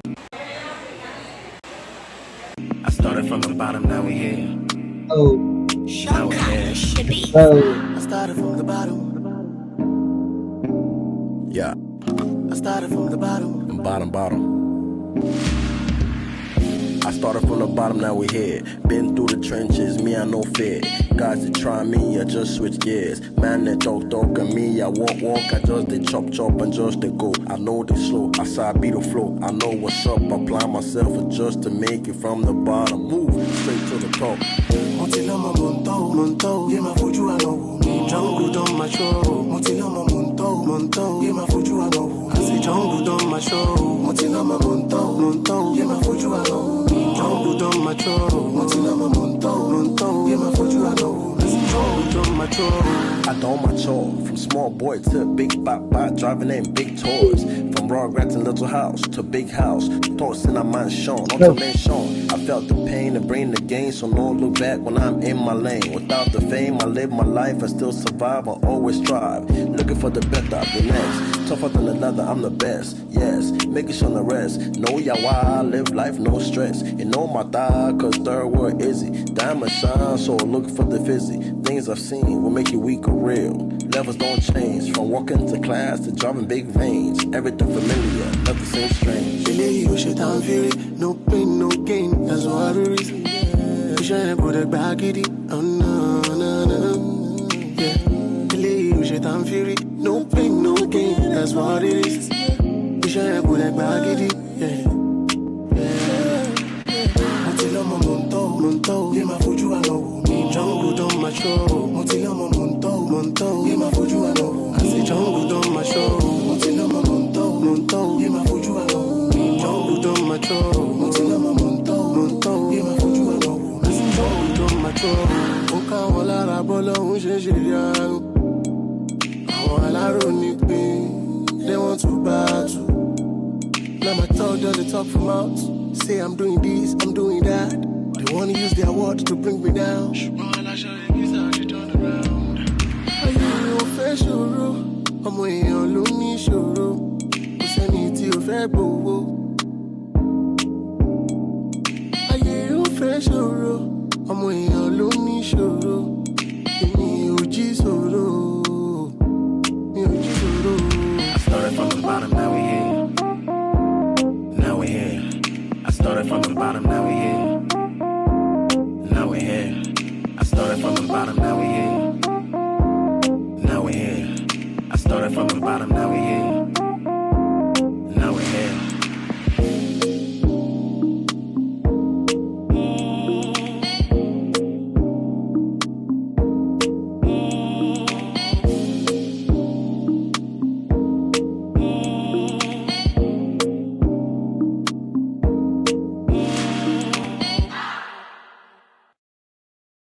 Started from the bottom, now we're here. You Let's feel me? go. Let's go. I should have Fire. said it now. I should have put the grow instead of go every time I say go. That's the next album, next Yes, songs I'm let's doing. grow. It Yeah, I will was kind be of grow. like, in the I was backup even thinking singer. about some things about some things when I'm driving. I'm talking about we're not talking Bitcoin, all about Gitcoin, no DeFi, straight up to the refi. Yo, So let's grow. That's what's up. Yo, we need more live performances. I know you guys like playing your tracks, which are dope and really coolly edited, and they sound amazing. But it'd also be sick if you got on the video and did a live performance. You know what I'm saying? It might be difficult with the music. You could screen share into here. Yeah, you know what? The music will be good if you just share screen on your computer into the video software, and then we'll just put that in the audio. So they have in the spaces, so they have something, but the high quality would still be coming from the computer. But it doesn't have to be right now. I'm just saying, like, let's do some live shiz, because this is Let's Grow live, right? It's not really Let's Grow record. yeah, no, you're right, We you're are right. No, recording. you're We right. are recording. Nah, you're right. I'm just outside right now, but Saturday I could probably do something. I'll do something Saturday. You're good, bro. I'll I'm probably do excited. something. All right, great stuff. Let's grow. What next? You actually sent me a couple tracks. Can we play one more? We do one more. Yeah, it's All two right. more there. Like you can just whichever one, take your pick. Take your Let's pick. grow. Oh, there's two more there. I thought we already did the first one. Oh, right, true. You just dropped another. Wait, no, we did that one. Okay, so let's do this one. Sorrow. Tell us about Sorrow. What inspired you to write this song, Sorrow? Sorrow is it's like sorrow. It's not like sorrow like crying. It's sorrow. it's like a Yeah. slang, but So, basically, bro. like if you hear it, like the whole thing is, it's like a hustler's prayer for more, for like to be it to achieve more and to be successful. It's like in a cultural version, it's basically like a s I say street, but I don't want you guys to get it confused. But street is kind of like ambiguous in my language. Like basically like a normal person that's hustling every day to try to do better, man, to try to get more. And the whole thing is basically a prayer to God or your higher power. Yeah. Wow. All right. Beautiful. Let's see. Let's grow. Hopefully, with Oh. That one, there's not a video. There's no video to that one though. Yeah. But This is yeah. spot. Here we go. Okay.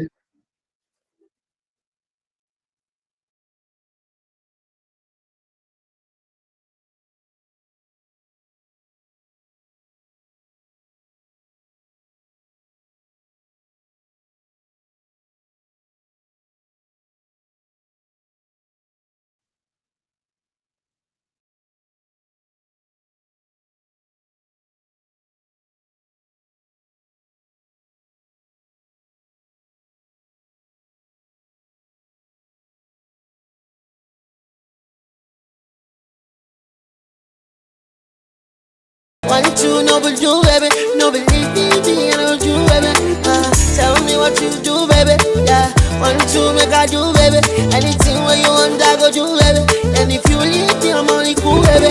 God, I wanna para for you. It's you, baby. Yeah, yeah, yeah, yeah. I just say my for you. It is you, baby.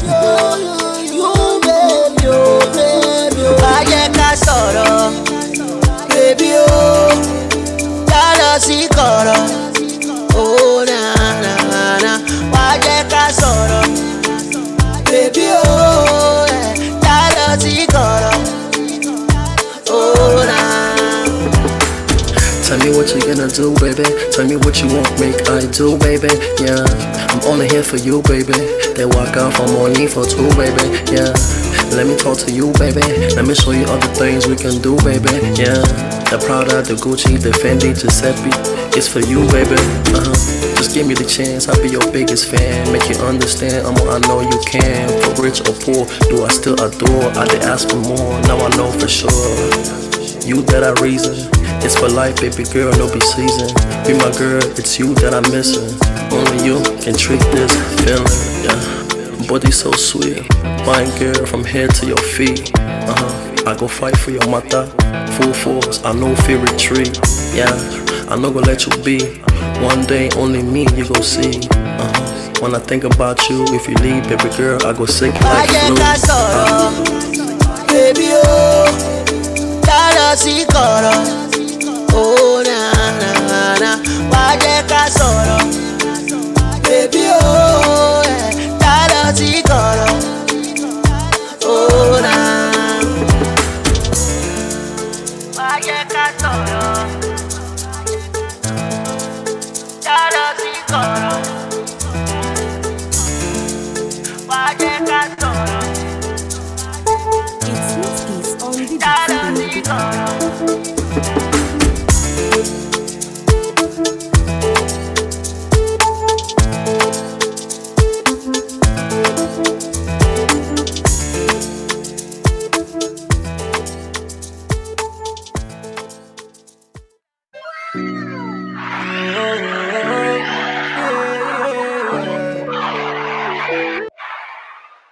Yo, I can't believe My bad. That's the wrong description, but that one enter too. The one that was yours, bro. I was I still talking can't about. believe that you made that song. That's Yeah, sounds like it's definitely mine. you hear on the radio. It's like it seemed like a jam, dude. Reminds me Yeah, of it is a music I jam. listened to a lot when I was in Kenya. But It But is. like a Afro beats couple are of them was played in like TV and radio stations in Nigeria. But like I yeah, saw dope. how the movement is, everything in Africa is all politics. You feel me? So Mm, like there's a lot of good ones, but I have a lot of ones that's like on the archive. I want to be on mm, ground so I can boss it up and really like do radio interviews, do some shows and stuff like yeah. that. And most of the money that's coming in, especially when I'm in the space, will be going to impact projects on God. Like it's just coming on in full circle for real. But yeah, but even if it's a good song, like industry has a way of doing things that like it's not about talent a lot of times. It's about the funds you it's have just for coming on in promotion, full and it's circle about for your real. network. The network is Yeah, there, but the talent is there, even if it's and a there's good people in song, my like camp have the talent too. industry It's has just a I have way to like of put doing everything things full that like circle and be on it's not about ground. talent That's a the lot of that's the times. that's the that's the It's difference. about To the be funds on you have. ground. Seriously. Yeah. Play one, like that last one real quick, and then I'll chill out. I'll chill out. I don't want to overdo the space, bro. Okay, so tell me what's the last song that you wanted to play? The name of it? It's the last one that was sent to you. Like the last one What's that was your? the last one on yeah, the Oh, last one you that was just sent me the one. I thought we already did you know. that. Wetin. What's in the mind they find? I wrote, produced all that one, and then Shaka helped me make it sound perfectly how I want to sound, how I wanted it to sound. And waiting is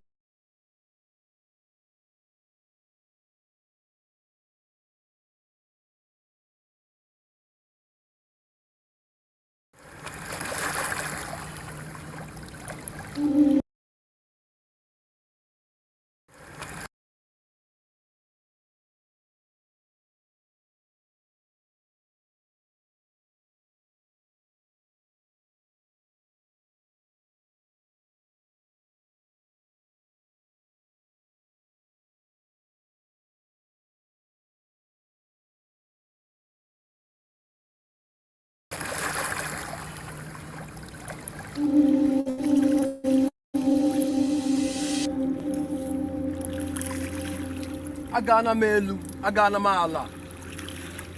Ahano me hojo, he homa. Achọ m amamihe nke ga-akpatara m ego ka m baara onwe m uru, baara ụmụ m uru. Mechionu, we've heard your cries. Look here, and your desires will appear.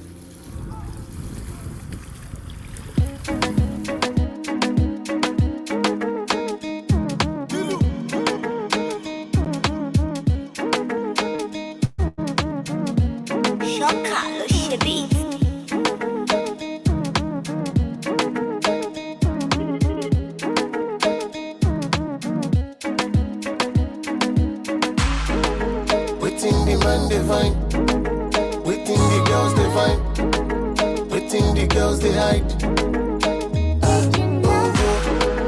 Waiting the man divine, waiting the girls divine. Now waiting the girls they scatter, scatter, scatter, scatter. Ego, Yeah, ego I define. Ego on my mind, so I stay on my grind. Mine shine, mine go hard in my prime. Mine hustle hard, gather up for the future of my fine. So I plan, call area boys, man, we young. Buy PC for the motor on the line. I'm pressed, tired of the government stress. No rest, if money no enter, we go vex. No play, walk up and down and find a way. Make rain come, but when I soul, we they pray. Pray, pray, poverty, make it no stay. Shout my hand well, if I do my way, they go toss and rebel and then put me for the cell. I know they do, our government no get clue. Do what I do, cause I do for more. I get shoved, you know, show, just ask, I'm like. waiting the man divine, waiting the girls divine, waiting the girls they hide. Waiting the man divine, waiting the girls divine. Now waiting the girls they scatter, scatter, scatter, scatter. Ego, Ego that they look for, ego that they thought that I'm motherfucking root for. Wait till you talk, I know sabi. I get money, I do it daily, so don't play me. All these niggas round tryna see what I'm about. I'm getting to the cash while you deep in a drought. Like, wake up, take up, swipe up, rake up, get your cake up. Get it up all the way to the top. Make it grind hard, cause you know go one drop. Come stop, cause you fear, no fear. Bitch, nigga, don't dare. Yeah, I do me, cause I get it to the limit. Best believe a nigga winning, so I'm really in it. No stopping, dropping, flopping, interrupting me, cause I do know what's in. waiting the man divine, waiting the girls divine, waiting the girls they hide. Waiting the man divine, waiting the girls divine. Now waiting the girls they scatter, scatter, scatter, scatter. Ego.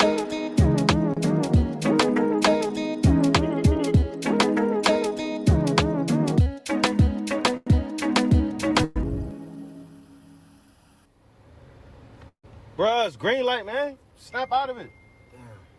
Damn, my bad, bro. I was over here talking to my ancestors. Focus.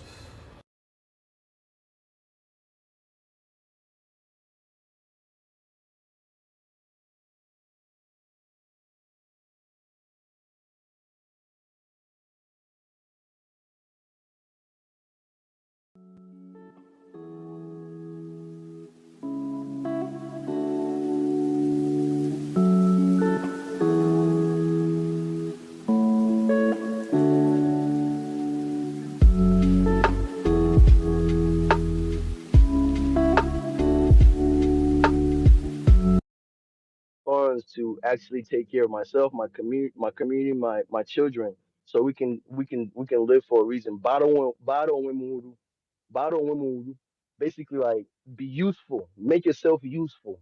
So we need funds to make ourselves useful, not to just abuse it. That was like the beginning intro there that you see. But yeah, thanks for letting me share, guys. That was kind of like I figured it's Friday, y'all jamming. I'm like, why not? You know what I mean? I can, it's been Yes, bro. my artist my artist name is basically Thorough Izzy, but then also decentralized CEO because I'm businessman first, and I really enjoy the music business. Yeah, I have talent. I rap on Afro beats, but at the same time, there's a lot of people in my camp that like can sing, act, they have a lot of talent that you guys haven't even heard of yet, and you will pretty soon. 2024, 2025. Let's grow.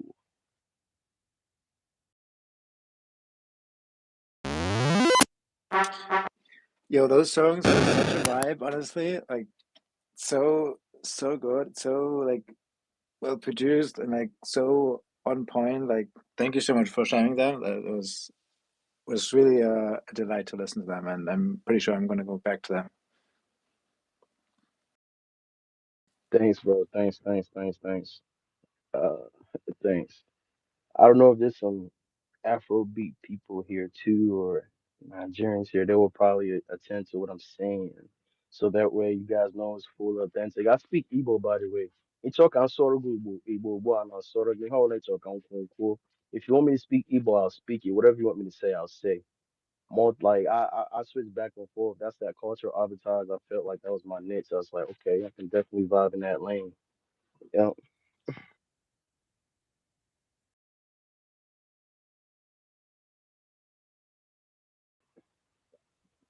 I would add as co-host, but I don't want to rug the space, Jimmy, because it's like I have like two Oh bars. shit, yep. Sunny, I've actually already sent you co-host a while ago. I think it might be a bug where it only sends it to one person. But just in case, maybe human also send you a co-host. I just sent one to you, decentralized CEO. Have you received? I have not. I don't see anything. I Okay, just yeah, rec- it's a I bug where just you just get received one mine. co-host. Yep.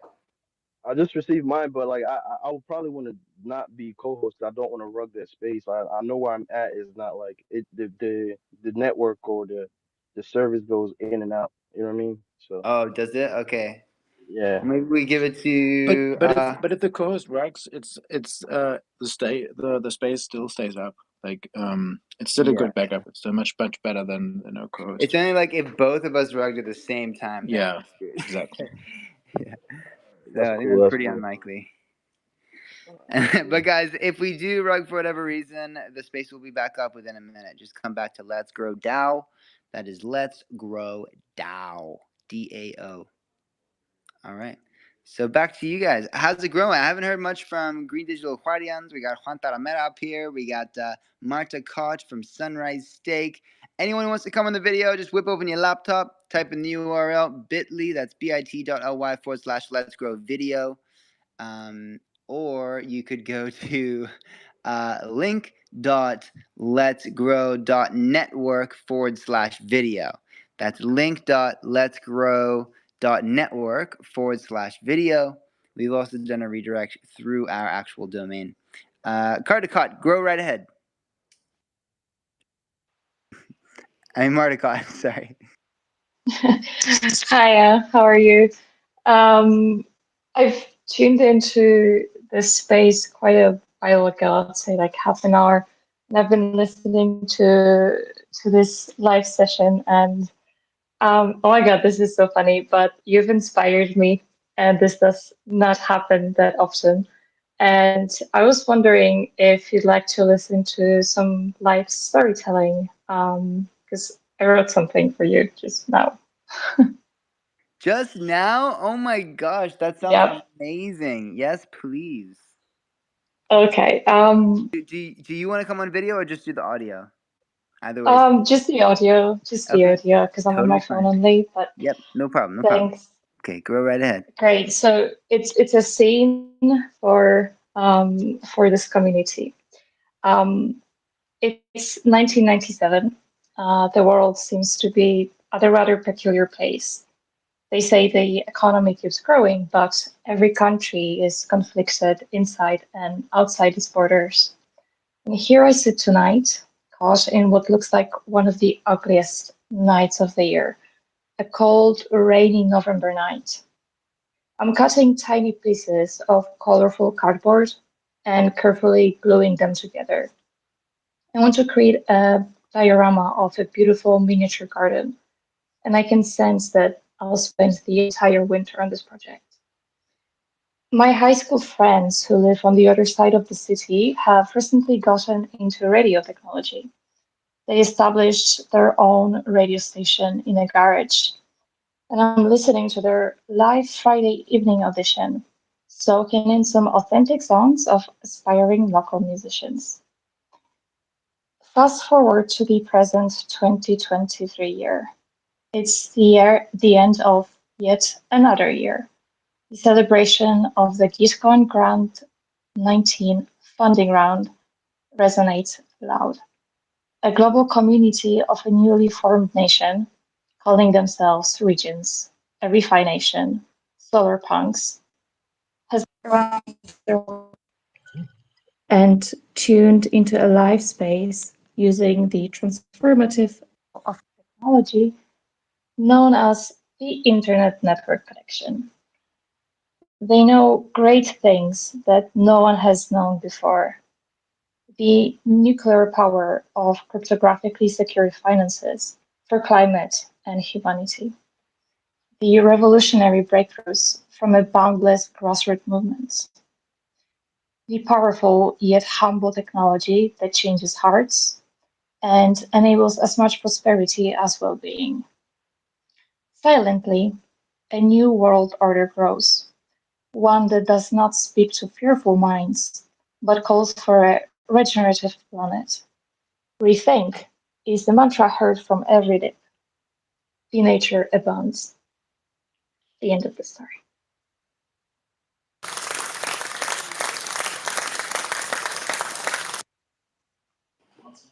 That was First of beautiful. all, first of all, Marta Cott, I want to say Chase, and I know what you know. I know you know what I meant by that, but I just want to say, hey, I Ah, was yeah.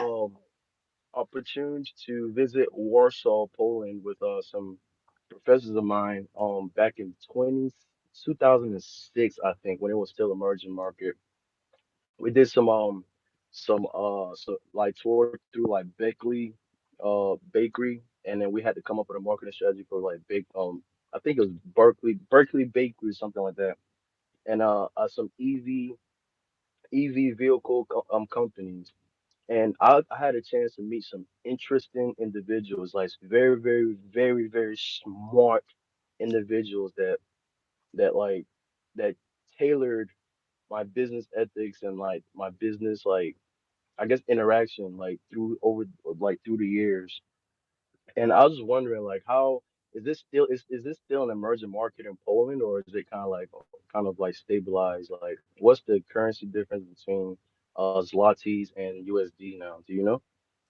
And I'm gonna follow you if you don't mind. Uh, sure. The last time I checked, I think yesterday, the US dollar was standing at like the fourth times four of one Polish zloty, which is not a good outlook. But where the Polish economy is at the moment, we're not so much of an emerging market. We're definitely not the first economy in Europe, but they call it the course of emerging markets or something like that, where we've become like too wealthy to be a manufacturing country and not yet at the level of other other countries that focus mainly on services, um, to have such a stable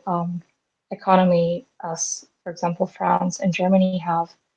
Um, but at the same time, I'd say the level of life and the quality of it is really good. And yeah. Nice. If anybody here is like into global business or like M&Es or anything like that, I think like even though you said it's like 4-1 now, it was actually like maybe like 3 or 3.5 to 1 way back then. But I really think like there's some trustworthy individuals in Poland and that like it's a great place to do some business if you're coming from USD or US because things are affordable, the quality is high, and the people there are very trustworthy. And if I have like maybe like 2 or 3 connections there, but if I have more, I would be interested in like seeing how I can leverage USD to purchase some things in Poland to be able to like use it in Nigeria, if that makes sense. That was a great story too. That's Thank you. Your idea also seems really interesting, and I do think that countries should cooperate way more. At the same time, not focus solely on the economic aspect of trading goods, because ultimately we would like to diminish the amount of international goods trade, at least where it generates extra emissions. Um, but cooperation in any other way, I'd say that we should foster. Nice. Let's grow. Let's grow. Thank you so much for that beautiful story. It's like when we're like quickly thinking about it, it's kind of like a past view of how of the state of the past view of state how things are, and then like kind of like to the present. And I wish you would continue with that story since it was kind of it's just you made it on the spot. What about the foreshadowing of like maybe 2030 of where this network state of what we call like you said we call it regenerative or regens where it would be in about 2030. You went from the past to the present. Now let's go to the future. You have a little bit in you to share with us? Mhm. Not to put you on spot. Yeah. Um, well, I can share some hopes for sure. Um, there would be people like us who have been blessed with the knowledge of what crypto can do for the planet and for people. We will continue to be interested in all of those topics at once as we are creating even more futuristic solutions. And at the same time, in many other aspects, I believe that we will go back to the roots, to like fundamental things that have enabled civilizations and societies centuries or even thousands of years ago, such as going back to the principles of indigenous economies, going back to being close to nature, having some interactions with the nature, and at the same time our growing ourselves as social people, as social creatures, because I believe that this is one of the pains of current societies, that we grow so much distant from one another, and we need things like stories, like songs, like culture and art and images, and we need to share it with each other and appreciate its beauty, appreciate it for what it wants to transmit. And this way we can grow internally. And as a result, we can care for other things like nature, like animals, like pollution, and improve them, because like we first need to regenerate ourselves to regenerate anything else. But I think that this will happen when we focus on all of those aspects at once. I'm positive. I don't think that we need to you know, scare each other with bad stories to force ourselves to do some action. We can do it in like ways like this one, like this live Twitter space where we gather not to sell each other things, not to do some hidden promotion. We are here in an open manner, promoting our projects and the things that we care about, and we care about them even more when others care about them, which is kind of the ethos of the quadratic funding mechanism. Yeah, it's awesome. Awesome. Nice, nice, nice. I love this space. Like seriously, I 100% agree with what you're saying. Like I also like I identify how you were saying like it will come like as a full circle back to the original foundation that we had back in I don't want to say primitive days, but back in the days where it wasn't so much about funds or money, but about happiness and growing, no pun intended, growing yourself from within. Because if you can grow yourself from within and find your own personal happiness, that energy within you can spread across to other individuals. And then it comes down to like not just money, but then resources and like things that you can bring to the table, or things that you can offer that it kind of almost like trade and battle. That's why I kind of like I really enjoy Jimmy's space, man. Even his personal energy, I think I think people here can attest to that. His energy spreads across like everybody on this space. You know what I mean? So yes, IRL is very important, but even if you have your own personal happiness or energy within yourself, like even with a passion in your voice, or like if and we can see how authentic or what you're saying that you mean it, that can spread to other individuals. For example, how you said just like hearing some of these songs and hearing some of the things that we're talking about inspired you to even get creative and write the story on spot. And by the way, you're a great storyteller. Like you should continue that. To be honest, you should continue that. You should continue that. I don't know if you do on a professional level, but even if it's a productive hobby, you should definitely continue that. Shout out to Marta.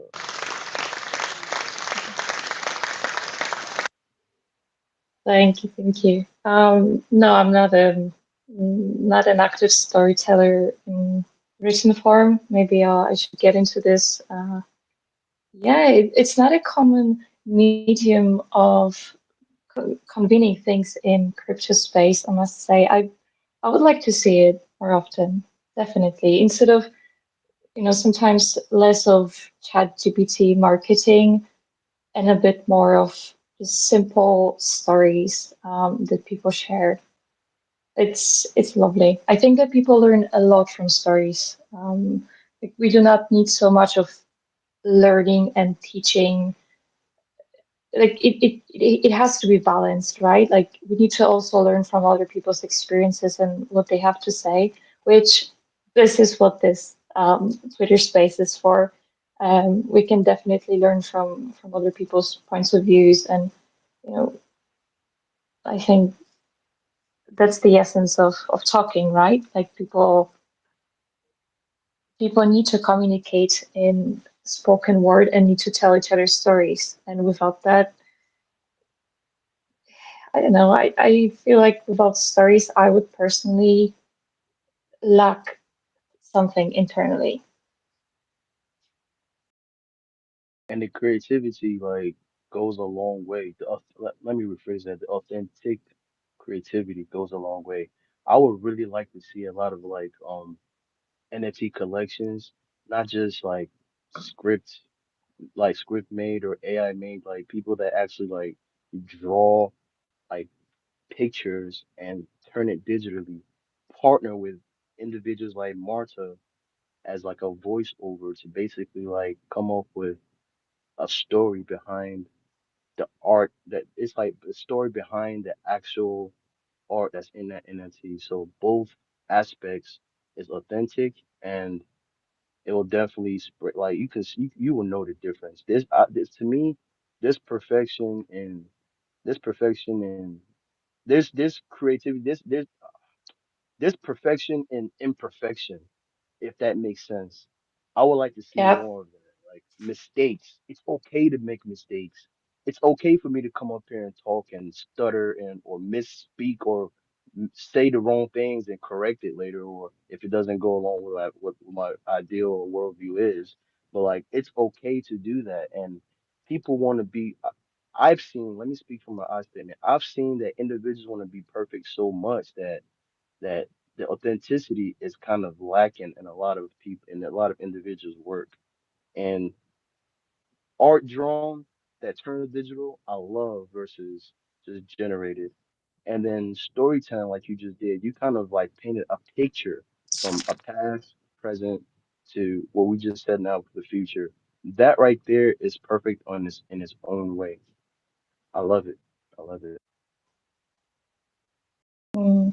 I like the way you put it. It really makes sense.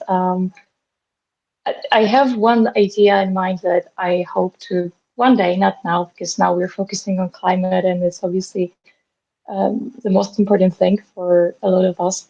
But one day I had this idea that there should be a marketplace, perhaps an NFT marketplace or a Web3 social medium where people could share their authentic cultural elements like songs and stories and poems and images that represent their cultures, their localities, their countries, their ethnicities, and share it with one another. Because in Web3, in Refi, we talk a lot about funding for climate, funding for some social aspects, for regeneration of people and nature. However, there are so many different forms of capital that we could leverage and heal. And one of them is the social capital, and another is the cultural capital, which are also foundations to us as communities. And our our own cultures, the places that we come from, I think that it's so tightly linked together that we shouldn't forget about them because they make us who we are. Like whether we come from international backgrounds, whether we've moved a lot, we kind of create our own version of cultures, and I would like people to share it, especially people whose ethnicities or whose nations might be in danger of going extinct, which can often happen when you know powerful global companies buy, like not even buy, but just mm, take over some very interesting aspects, and then they create they create films or some other forms of representing cultural aspects, and they sell them on with pure profit making vision in mind, and this kind of dilutes our cultural um, assets. And I would like to see Web3 helping with this. I know like we're talking mostly about climate, but maybe like now that we have weekend, we can talk about like some other aspects as well, Yeah, for just to sure. make a Like change. it makes perfect sense. Like me identifying with that, like for example, in my culture or my language, Igbo, like I was just speaking earlier, basically like there's a lot, and I mean a lot of individuals in the country that do not even speak my language because they're so stuck on, I mean, no, there's nothing wrong with America or English, but they're so stuck on trying to form themselves to be American or speak English that in their house or household, if a kid is trying to speak Igbo, they tell them like, oh no, that's too local, that's too timid or not timid, too local or too like village like. But they don't know that there's beauty inside our foundation, like inside our own culture. And that it really breaks my heart to see that. When go back home and speak freely to like other elders and like individuals that actually speak Igbo, my language, they were so surprised that I speak it how I speak it. And not only surprised, the older ones are actually like very happy that I do.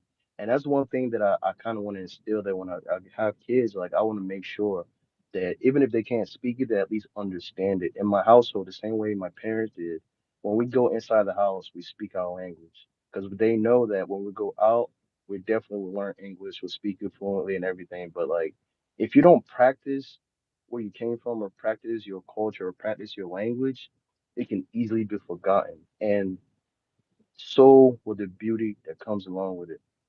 So, as in this international space I'm in, m ga-agwa unu eziokwu, I'm onye Igbo, anụma ife niile, I don't want for to be cool. Basically saying like in this space I'm in, I'm an Igbo man, and I'll tell you the truth. I'm not flying high like, oh, I'm so American, but like I'm a son of the soil. Like I'm of the land where I'm born from. Yeah, I definitely feel you, Marta. I wish I could speak Polish for real. I really do. No, that's beautiful. That's really beautiful. I completely agree that we should never let our culture die, because there is honestly no reason. I know that this might be somewhat of a curse for developing countries and growing economies where, um, like, we trade our cultural identity for prosperity.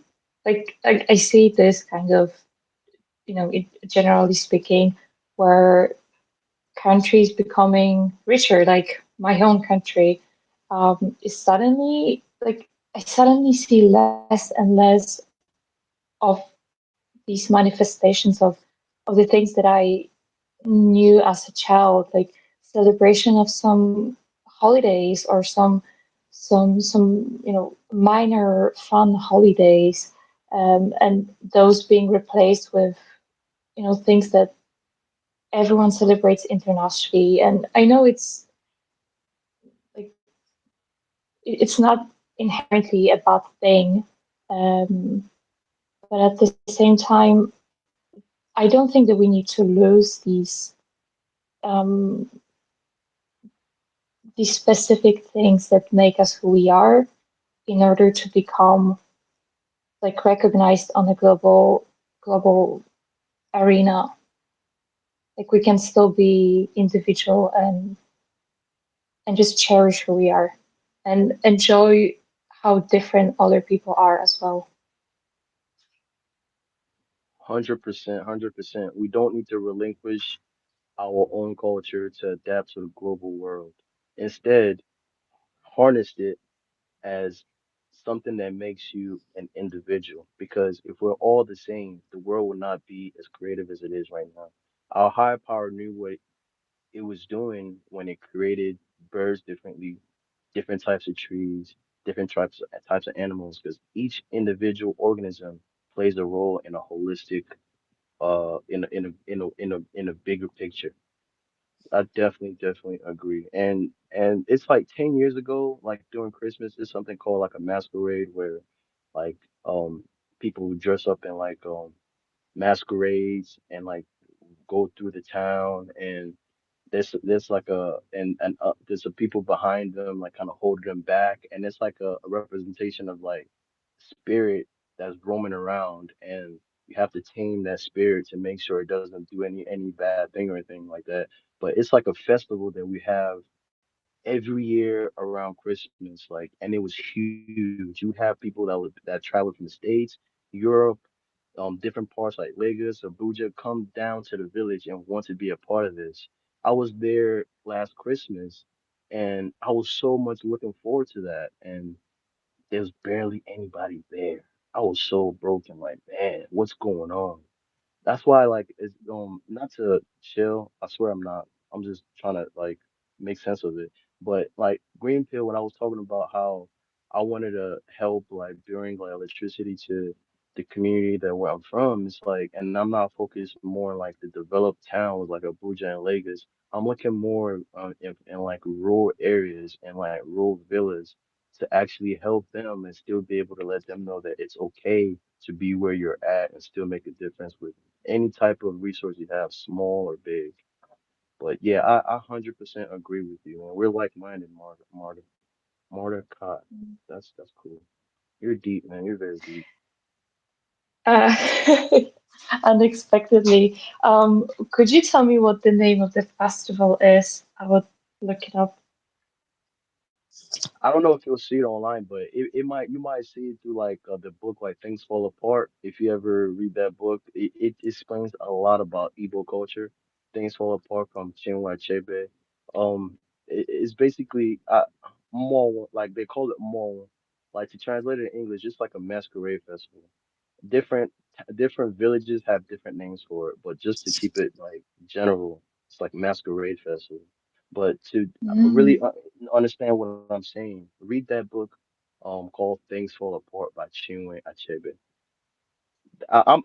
He was definitely. like he was like one of the first like Nigerian writers that got like a global recognition that even in some schools in the US in English schools, in literature schools, we actually read it, and I was so surprised when we were reading it, and it was one of my highlights in like literature school back in high school, a long time ago.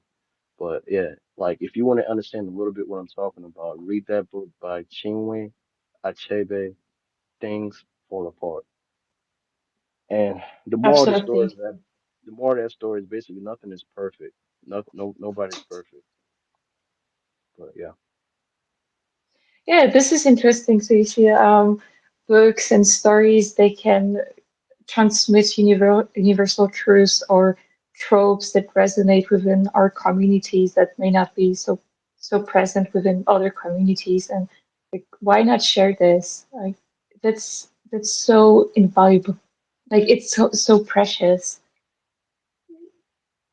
Uh, I wonder if you have any ideas of how Web3 can actually, help us preserve our cultural capital and make it, regenerate it, basically. Um, honestly, it go for I can't speak for all community, but like I can only speak for the ones I identify with. But like for my community or my culture, I think the best way to that Web3 can help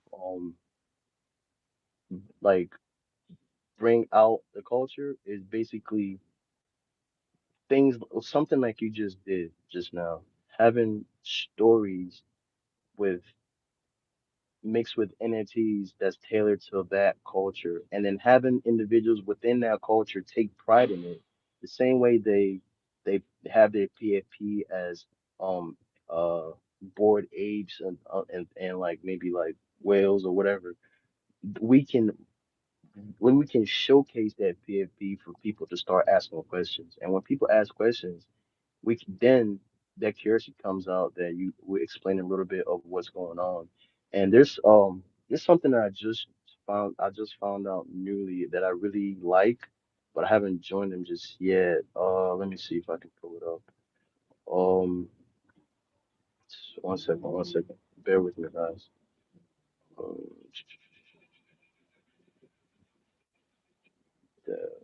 okay. It's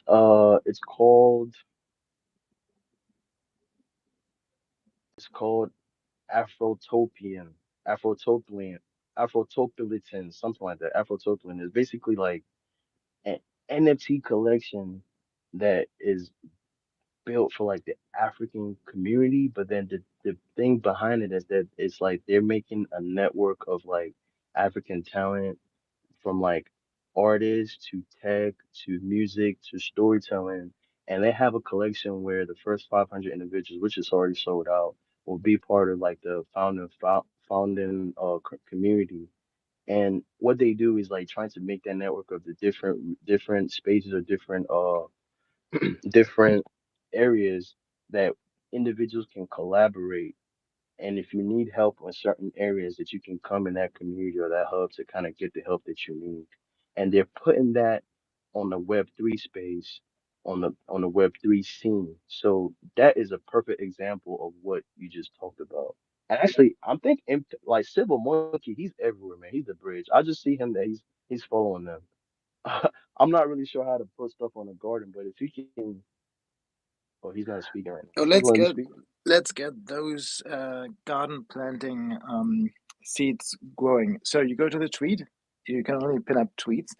Let's get the planting shovel out. Actually, it's funny, right? Because the sharing symbol actually looks a little like a shovel. So you go to the sharing button on the tweet, and as soon as you're a speaker, if you tap that sharing button on the very at the very top of the sharing menu, the name of the space should show up, should show up.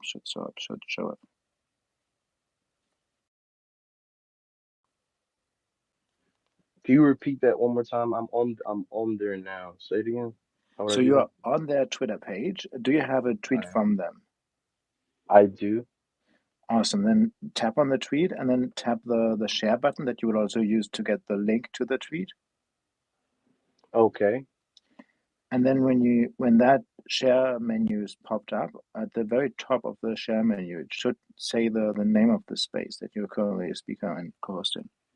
Okay. Yeah. And when you tap Boom. Okay. that, I it think should I just be did. planted. Afropolitan. That's this right here. This project here. I found out about this project honestly like about. I wish I found out a lot earlier, but I found out about this project like maybe 3 days ago, and I fell in love because it literally describes what you just asked about just now. The way the way they're doing their movement is literally how Web3 can help. Web3 can help like that culture particularly to get in a global scale without losing their foundation or losing our foundation of who we really are. Yeah, very interesting. Just check it out.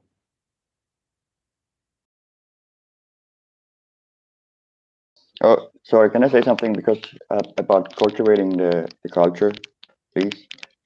Yeah, for Because sure, please. because I think if you actually bring the culture, all you have and all which is on paper and make it digital and bring it in the metaverse, and because the VR glasses will come definitely in the future, so everybody can experience, and you can actually build experiences. I mean, there are not a lot of elephants anymore, but all the animals who are not on the planet anymore, we can actually rebuild them, and people can watch them in the metaverse, yeah, in VR, and really experience everything pretty much. And also old cultures and all things that kids don't even know about anymore. You could show it there in videos or whatever you want to do. 100%.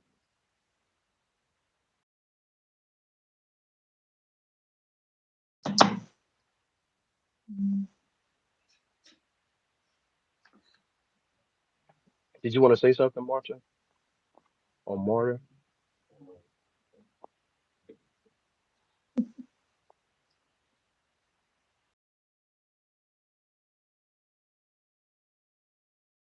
I hear you loud and clear. Now we can hear you. Yes.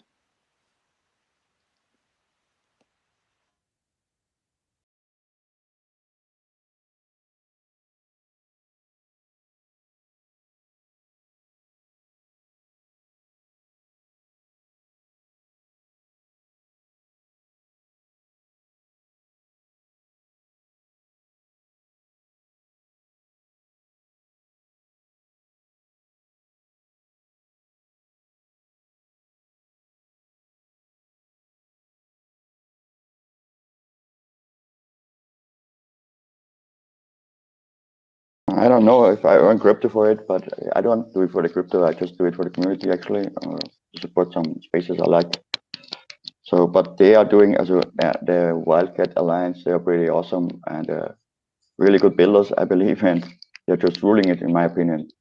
So I really enjoy it very much. And they're very nice people, very cool.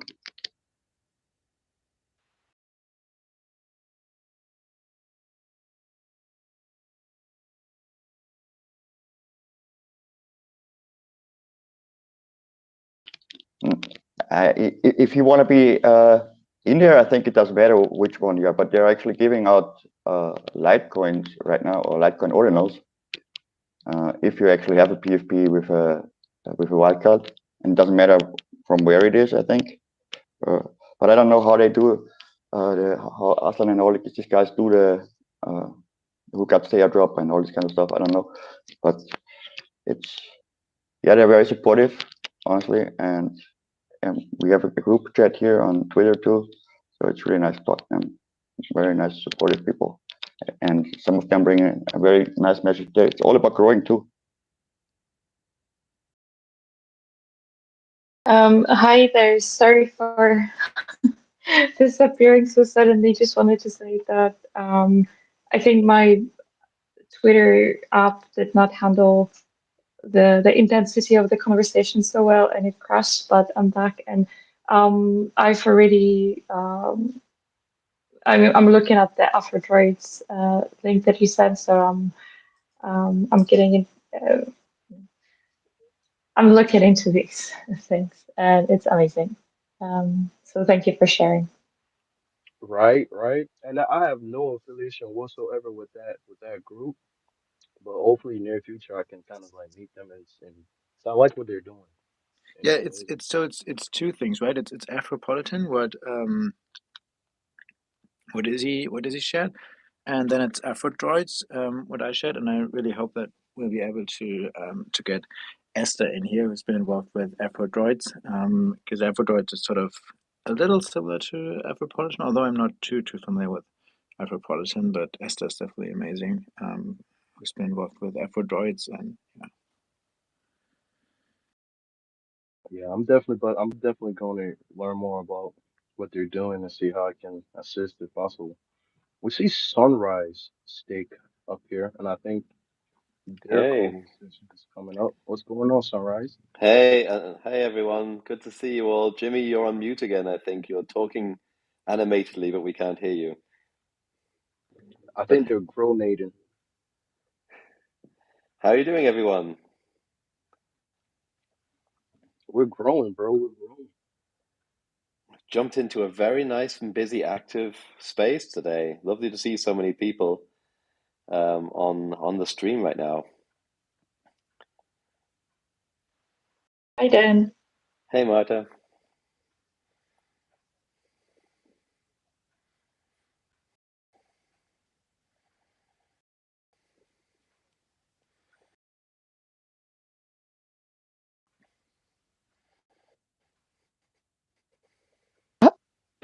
That's so cool.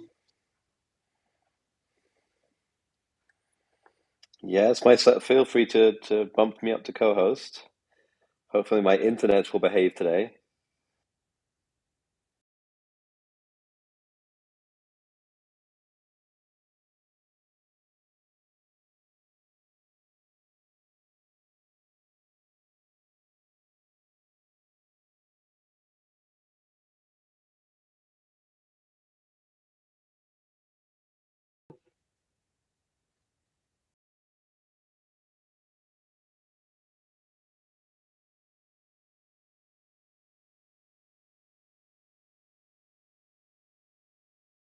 Yeah, how's it going? Good to see Marta here as well. How are you doing, Marta?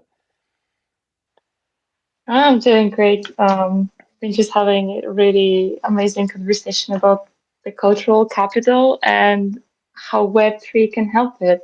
So we diverted a little bit from climate topics and talk about something different, I guess, because it's Friday and it's culture time. Awesome. It's really hard to. So Jimmy is on the video stream at the same time, just putting the fear of living God into me. I won't describe what he's doing because it's too traumatic, but it's hard to it's hard to concentrate. Actually, that's actually a good topic for a guest that I've brought along today, talking about kind of cultural capital. I've got a guest. I'm going to bring them up onto speaker as well. Actually, open source economy. Lorian from Open Source Economy. I'm just bringing you up onto the stage now. If there's space, I think there should be.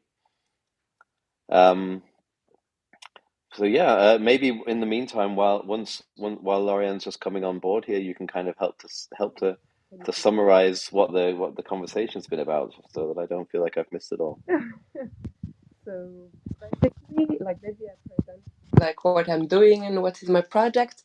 But so my name is Lorian, and basically what I'm trying to do is like to bring more funding into open source, because like open source is treated like as a common good, or should be treated as a common good, but like I think like a lot of people here probably have the same problem as we have in open source. This means that basically we don't have enough money to be like completely sustainable, and more like to be more competitive against like closed source for us, and I guess like against like people that are against our planet here. So yeah, so that is a common topic that I think we can have in common, how to bring money for our rights, I would say, without like the money being like a mean of corruption, you know, because like money is power. So as soon as you deal with lots of money, it could be that some people can see it as a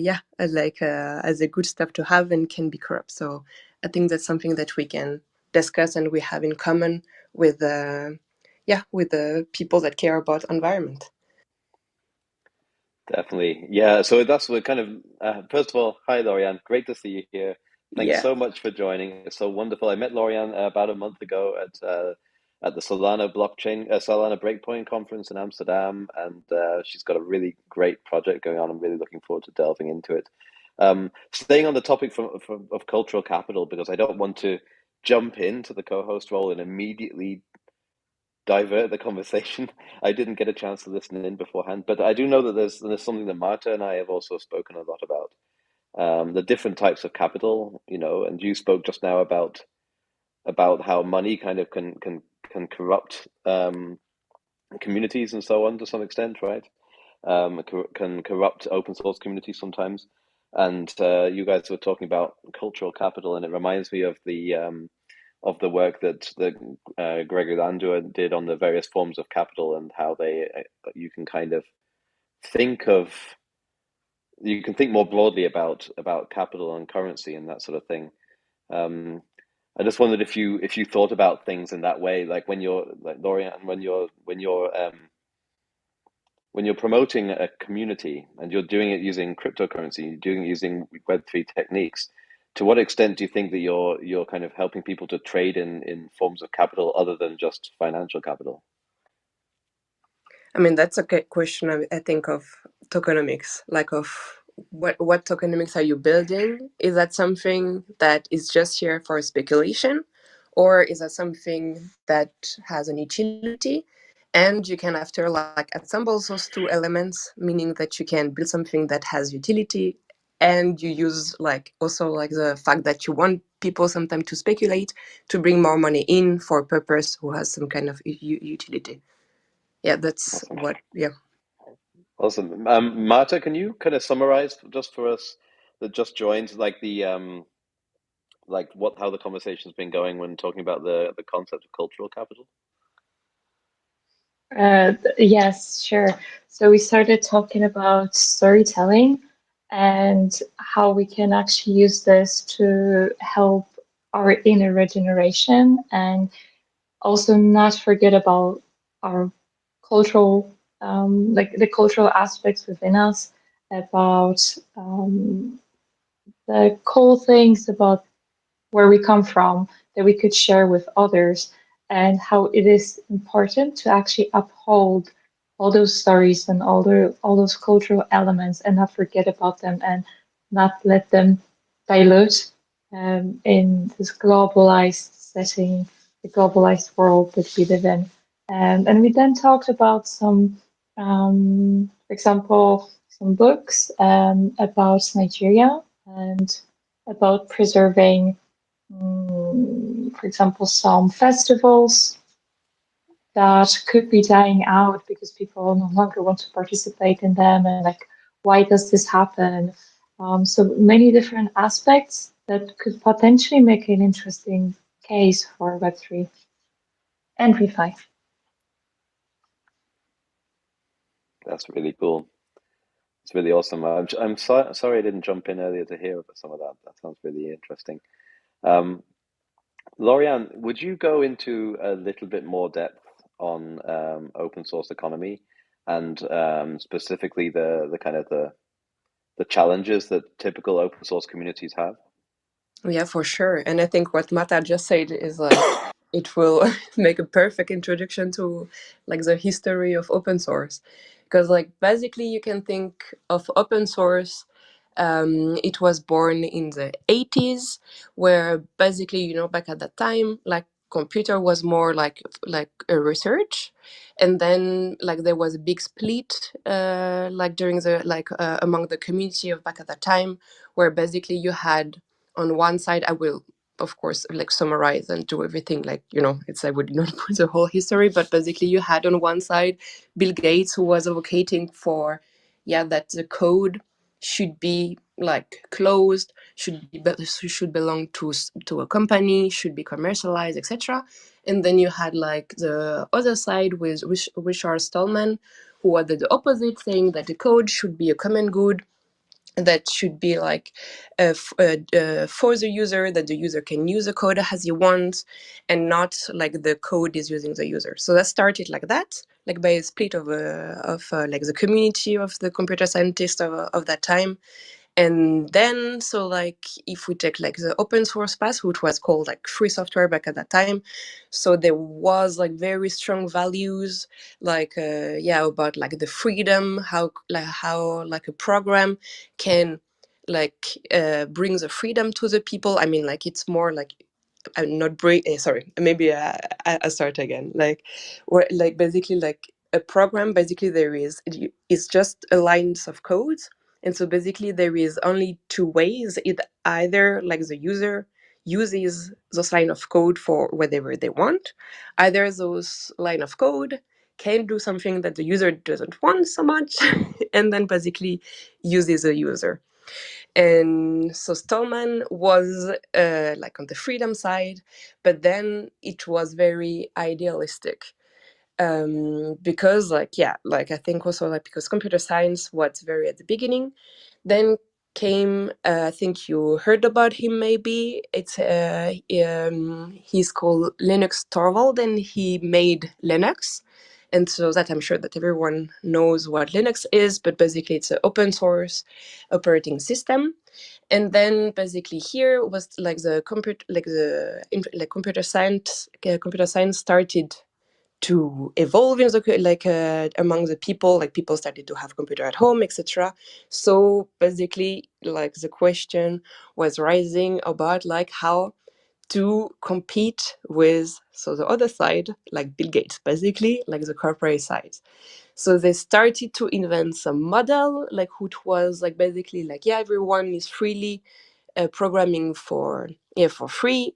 And then basically if you have enough knowledge, for example, if you're like a Linux programmer and you have enough knowledge, then there is a company who will want to install Linux, and then who will pay you to install Linux or to support or to provide whatever feature documentation or whatsoever. So that was like I will call it the business model of open source of the 90s. And so as Martha was saying, of like when it was like that, basically people of the open source community was very close to the values. The value was really at the center of the community, and then the money was just here to basically to make a living out of it. So it was really not a mean. Then came the 2000s. Basically here, big corporations started to see that, like, for example, Linux has a very great value. For example, Linux is all the servers, basically all like the computer that are not personal, they're running with Linux. So basically entire like Microsoft, Google, whatever, Amazon, they're all like running on Linux. So they started to see like a huge value like in the open source community, and started to basically corrupt. I would not say corrupt directly, but you know, they were starting to say, oh, okay, we like open source, so we will pay a lot of developers to make open source. And then basically, if like those developers, they are paid by corporations, then basically they obey to those corporations. And so basically, after open source go to the direction of those corporations, and so on and so forth. That slowly and slowly, like people of the open source community like started either to forget the value, or either to be very disappointed about the movement and just stop to believe in it. Yeah, sorry, you were asking me like for what is open source economy, but I did a little bit of context about what is open source. But basically, what's open source what open source economy is basically to keep like these values that was developed in the 80s and in the 90s, while bringing as much money as like the second vibe, like we said, like the corporation open source was bringing and having very successful stuff. So to have like a kind of like the best of both worlds. And so like it's why it is like coming back to what Marta was saying, is basically how you make like not people forget their values, but at the same time you can have enough so that you can like be as strong as like those big corporation who has billions. Yeah, so that is in short like the spirit of open source economy. That's a really nice summary of the history of a really important part of the 20th and 21st century economy. I think people underestimate how important open source movement in that time was to the way our economies and the way our entire lives work right now. As you say, like pretty much every computer that isn't in our hands or on our desks is running Linux, and that's just one example of the effects of open source. If people in the crowd, in the audience, I have a bunch of questions for you, Lorianne. But if people in the audience want to come step up and ask a question, just request. I see there's a couple of requests even coming up now, so I'll get to those in a second. And if anyone that's speaking wants to ask Lorianne a question, then just unmute and I'll step aside as well. Just quickly while I'm going through the requests, Lorianne, how does like Web3 and cryptocurrency change the rules when it comes to open source communities? So basically it changed the rules because like so in the past open source communities, as soon as they were starting to try to make a living out of it, so like not just volunteering on the weekend and have money just to make a living out of their contribution to open source, then comes the question, but who will control this money, right? Because like if you have fiat, you have to have a bank account, and then if you have a bank account, someone or a company has to have it. And so that introduced centralization, and as soon as you have centralization, well, you have people who wants to take the power over those, like the money that are possibly in the bank account. And that's why we saw like a lot of projects that was in open source, very community led at the beginning, who didn't, let's say, put the legal setup so that like to prevent that, and after basically they grow big.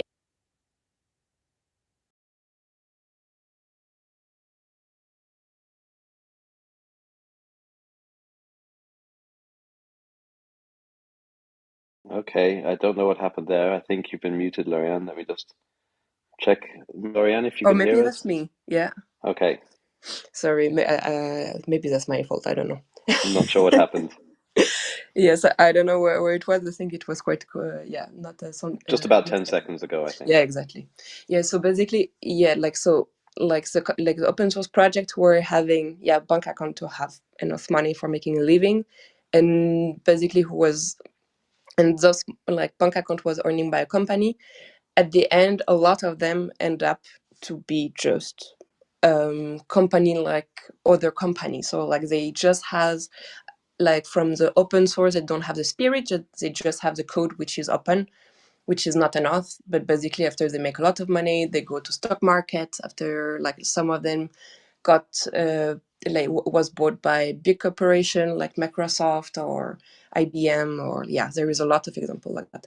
And so basically, like by the nature of the cryptocurrency, so that the fact that cryptocurrency is decentralized by nature, and we can the bank account is decentralized, then basically we can build like a system where, I will not say impossible, but very hard, for for people to take power. And so the whole game is how to design something which is really community led, and if there is malicious people who wants to take over because like code is very important, then how we prevent that. And that's why cryptocurrencies and Web3, especially DAOs, for example, it's very important to mitigate this risk of malicious people who wants to take over a project. So I think that a fundamental change now is just it's okay, how to program something with the least chance of being taken over, while before it was very hard to have the tools even to prevent that. So I think that was the biggest change that introduced Web3. That's super interesting, and you're basically building that framework with open source economy, right? Yeah. You're striking a nerve with the audience, Lorianne, because we've got lots of hands up. I'm going to go through a couple of speakers now. I'm just going to take these in the order I have them here. Laszlo, you're up with your question. No, I don't have a question. Because you said that it's very hard for the open source community to actually fund new projects and stuff like that. And I read about Zeta Chain. What they actually are trying to do is they take some stuff from the gas fees to fund new projects and stuff like this, which makes the open source community actually then pretty much there's no need for funding or stuff like that. If the community decides and the DAO votes for it and money goes there where it should go, isn't that a good solution that Zeta actually brings up? Yeah, but that's only Web3. And that, the stuff is when I say it's hard, it's mean that there is no common way. If tomorrow you want to make a company, I would say normal company who, who has closed source, who is doing businesses or whatsoever, business model has been explored for centuries, and now is the same for computer science, by a big corporation. We know all the business model possible. But if you want to do an open source project, it is not straightforward what is your business model, and there is a lot of possibilities, from the one that you said is one of them. But if you are not Web3, for example, you cannot have it. So what do you do then? And then there was a lot of try in the open source community. There was trying to survive through donation, which is a little bit hard sometimes because you cannot rely on donation. Sometimes your project is not visible just to get donations. After there was as I was saying, with in the 90s, there was trying to do open source and project, and then making there was becoming consultant for it. But again, if you want to build, I don't know, the concurrence of Facebook open source, then you cannot do that. No one will come to you and say, oh, you're very knowledgeable about Facebook, and I would like you to install Facebook, and I will pay you for that. That works only for certain circumstances. And so I will not go through all the possibilities that there are, but basically, every time you want to do an open source project, you have to figure out this business model. And sometimes, as you were mentioning, it works, but a lot of times you struggle, and you struggle a lot. And and in the not open source community, but just computer scientist community, I would say, we see project who started to be open source, and then after just a while just stop, just because they didn't find this business model. And that's very sad, because there is no straightforward business model for them to survive. And how is it if they actually decide to become a DAO and not be a business, to be owned by the community and for the community? And if they build the community, which would also be their client somehow, isn't that the best solution in all these problems? Because then you actually, I mean, legal here and corporations and laws and whatever they want. But if the company doesn't have, let's say, some kind of place where they are, or then there's nobody that actually can find them or do anything. And if it's a DAO and it's owned by the community, and everybody owns a piece of the community, so doesn't that work? So Yeah, that's what I'm doing basically.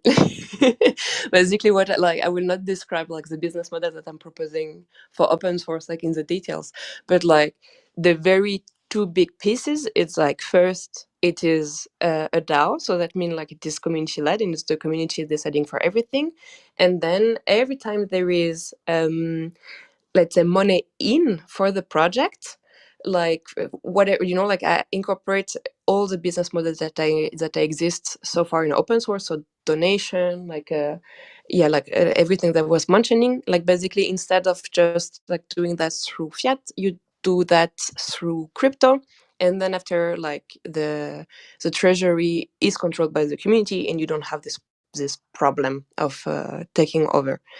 And yeah, so that is the two pieces. And the third pieces that I'm trying to build is basically like sometimes, even like a donation, like a fee that you can take or whatever, like that you can take in open source is not enough. And then I'm trying to bring the third person, which is here normally in like normal businesses, which is investment people, like because like without VCs, like Amazon would never exist, like Google probably would have never existed, stuff like that.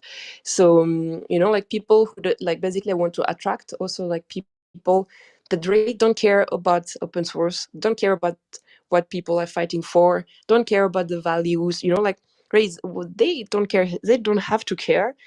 But what they want, like what they want is like they want the money to have some return on it. And so basically I'm doing like a tokenomics, so that every time there is a real value, like a real revenue, like through donation, whatever, like there is a lot of possibility to have real revenue in open source. Basically, like so this payment is done like in a token, and then every time there is a payment, we burn a part of this token, so that the price is going up more there is demand in the open source community, and more the price is going up, more like those investment people want to jump in, buy the token, and the funding that they put in fund the open source project. And after but the DAO is not a token DAO, so they don't have, it's not because they buy a token then basically like they buy the right to govern like the project. So that's how like I make the difference between like I want to bring more money to open source, but this money like has to be at the service of open source values. yeah, and you don't tokenize that investments, wouldn't Yeah, that be? we do. Yeah, Of course, yeah, yeah. It's I suppose. let's say it's one like token per project. It's like, for example, Linux has a one token, Wikipedia has a one token, like etc. etc. No, that was Really? not what I meant. Oh, sorry, go ahead. No, carry on, Leslie. Sorry. No, I'm good. Thank you very much. Really, I'm good. I actually know. Yeah, thank you very much. Okay, great comment and question, Laszlo. Yeah. A couple of other speakers have been waiting very patiently. The Hill, you're up. Actually, maybe Human was first down there. So Oh, that's I'll let very go generous ahead. of you. Bye. Yeah, All right, no, he was first for sure. good to see you on the stream again, maybe Human. How are you doing? Hi. Yeah, always good to see you. So what I was wondering, and I guess you sort of went into answering it in a way. I was wondering, what is the first sort of financing or funding sort of in the history of open source that has existed? Like, yeah, maybe with an example or anecdote, because I've no idea how it got started. Yeah. So I don't have the number in my head, so will not like say which one is on the top, but I have two winners, let's say. The first one was like to provide services, and so it was done like through Red Hat. And then basically Red Hat, they do a bunch of open source program, and then basically companies, they pay for their developers to help them to install the programs, to debug whatever need they have. And I know that Red Hat has been acquired by IBM, and that is like one of the like of the sub company of IBM that is like the most profitable compared to the money invested it. So after, I don't know, like if they started to like this like this profitability comes from the fact that they was acquired by IBM, and then IBM put a lot of money, and then they're very successful, etc. Or it was coming from before. But what is sure, it's like that's like the money in open source is basically through VCs right now, and it's very sad because like as I was telling, like VCs, they don't care about values of open source, and so for them it's just like a way to say, oh yeah, we are open source because we know that if we are going to be open source, basically a lot of developers will jump like on the project and and develop that with us or for us. And that's problematic. And if you see the statistics, really like the money in open source was really like skyrocketing since 2000, but since 2000 also, like the values of open source has been slowly forgotten for has been for more, like, we not say forgotten, because there is a lot of people who still strong believe in it, but like it's fading out basically. That's But like every blockchain is actually public good, and everybody should actually always notice in Web3, and especially when they're doing flipping money and things like that, that actually there are people behind it who put their time and effort. I mean, for me, all the coders in open source are actually the builders of the future, and I have so much respect for them. But like when I speak about open source, I don't speak, like basically Web3 is included in open source, but like open source is so big. Like for example, like just to give you an idea, like 75% of all the code base of the world, like is open source. So if you use whatever program, 75% of it is coming from the open source. So blockchain is open source. I don't know like what is the statistic of like what percentage blockchain is in open source, but it's just for blockchain basically there is way less problem because there is like a crypto money who has a value, and so there is way less problem of funding. But just to clarify, when I speak about open source, I speak about like Web 2, Web 3, like every open source program. Yeah, I think it's also interesting that you talk about the history of open source. When I think of the biggest open source projects now, I think about things like React, which is owned by Facebook, right, or Meta. Yeah. Kubernetes is owned by Google. Like I Yeah. think a Visual Studio Code is owned by Microsoft. That sort of thing. So it feels like you mentioned earlier that open source projects that are fostered by employees of a certain company are one type of open source project that's better than nothing. But it's definitely not the same as the original open source projects or the free open source software movement of Stallman and Co. from back in the 80s. Yeah, exactly. Because like like if I don't know, like we say like tomorrow we want like Kubernetes to do whatever A, and then like the corporation is not agreeing with the choice of the community, then the community will never win. And so basically is why like for me like and for other programmers, like the values of open source are fading, because like the community doesn't have like any more power in the decision. Like before, like if you like also see, for example, like when like the development of Linux, like there was a lot of fights between like people of the community and stuff like that. Now those fights still exist, but at the end, it's not the community who will decide. So like people try to push in the direction where like that they want, but at the end they never win. So like when you are in this kind of situation, at the end of the day, like you start to be a little bit disappointed by the system and you start to quit, basically. Yeah, right. The Hill, you've been super patient. Thanks for keeping your hand up in the air for so long. Over to you, man. All good, man. All good. So, a couple things. One, I love your PFP. It's great and hilarious. But secondarily, and more importantly, is that when we do talk about open source and building for the future, not just in Web3 but in Web2, because in our project and in business, we really have sort of spanned the gamut, like not just stick to Web3 and pigeonhole ourselves, or not just stick to Web2 and pigeonhole ourselves, but really bridge across the board, right? So being able, you were discussing how the need for funding, right? And VC is obviously one of those, and the problem with VC is obviously they want those returns. So I was listening to what you're saying about how you are burning and diminishing token size for value increase and valuation preparedness, right? For VC, for angel investors and things of this nature, which I think is great.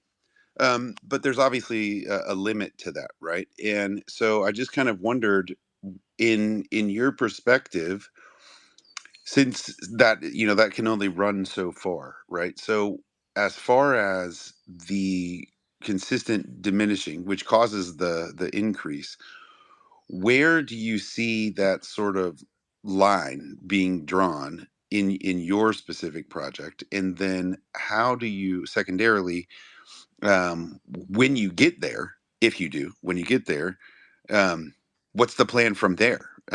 Because and I'll just give you some context. You know what I mean?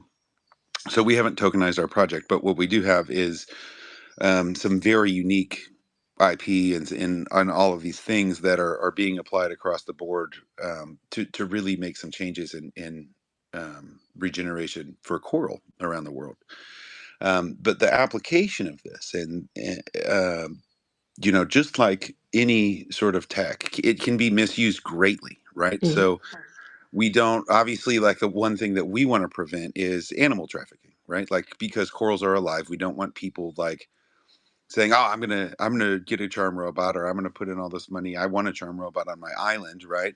But then, for them to be selling off these corals, because corals are obviously a very expensive object, and um, but like, it's alive, right? So the way that we've prevented that is to put a mechanism in place where everything is sort of remotely controlled, and we can actually, within all the contractual agreements and everything of that nature, that we can actually just turn it off. And if they don't complete their word, like if they don't follow the guidelines of the vision of this project, then they are eventually just removed from it. Like, they're disallowed their allocation applications and all of their functions because they've misused the project. So for you, there's, just to reiterate, there's three questions in there. What's the plan? Where's the line for the burning mechanism and the increase of that value? What's the plan after that? And then, generally, with the tech that you're building, what kind of sort of backstops or preventative measures do you have in place for misuse or things of that nature? Yeah, so it would be a long answer for a long question, but I think what you ask is very interesting. So I will start just by saying something like, like we were mentioning that this is a want return, and yes, I agree. But they want also something else, is power. And so, like, I think your underlying question is how you prevent them to have power. So, like, That's so to exactly it. Because yeah, you don't want your thing hijacked by somebody that really has no interest in what you're doing at all. They're just actually greedy. You know exactly. what I mean? And yeah, because we have to sort of really navigate that well, every single day. Yeah. So I just wondered how someone else does that. That's all, Yeah, really. yeah. So, like so first I think there is no answer to this question. Like there is no, like mathematical proof that you can, like, unfold that. But like the question is how you try to do it, like as much as you can. And so first, like, so in the, like, there is several elements. So the first, like I was mentioning token burn. But like we usually, like when project they have token burn to make the price go up, they combine that with fixed token supply, or at least like inflation, which is lower than the burned.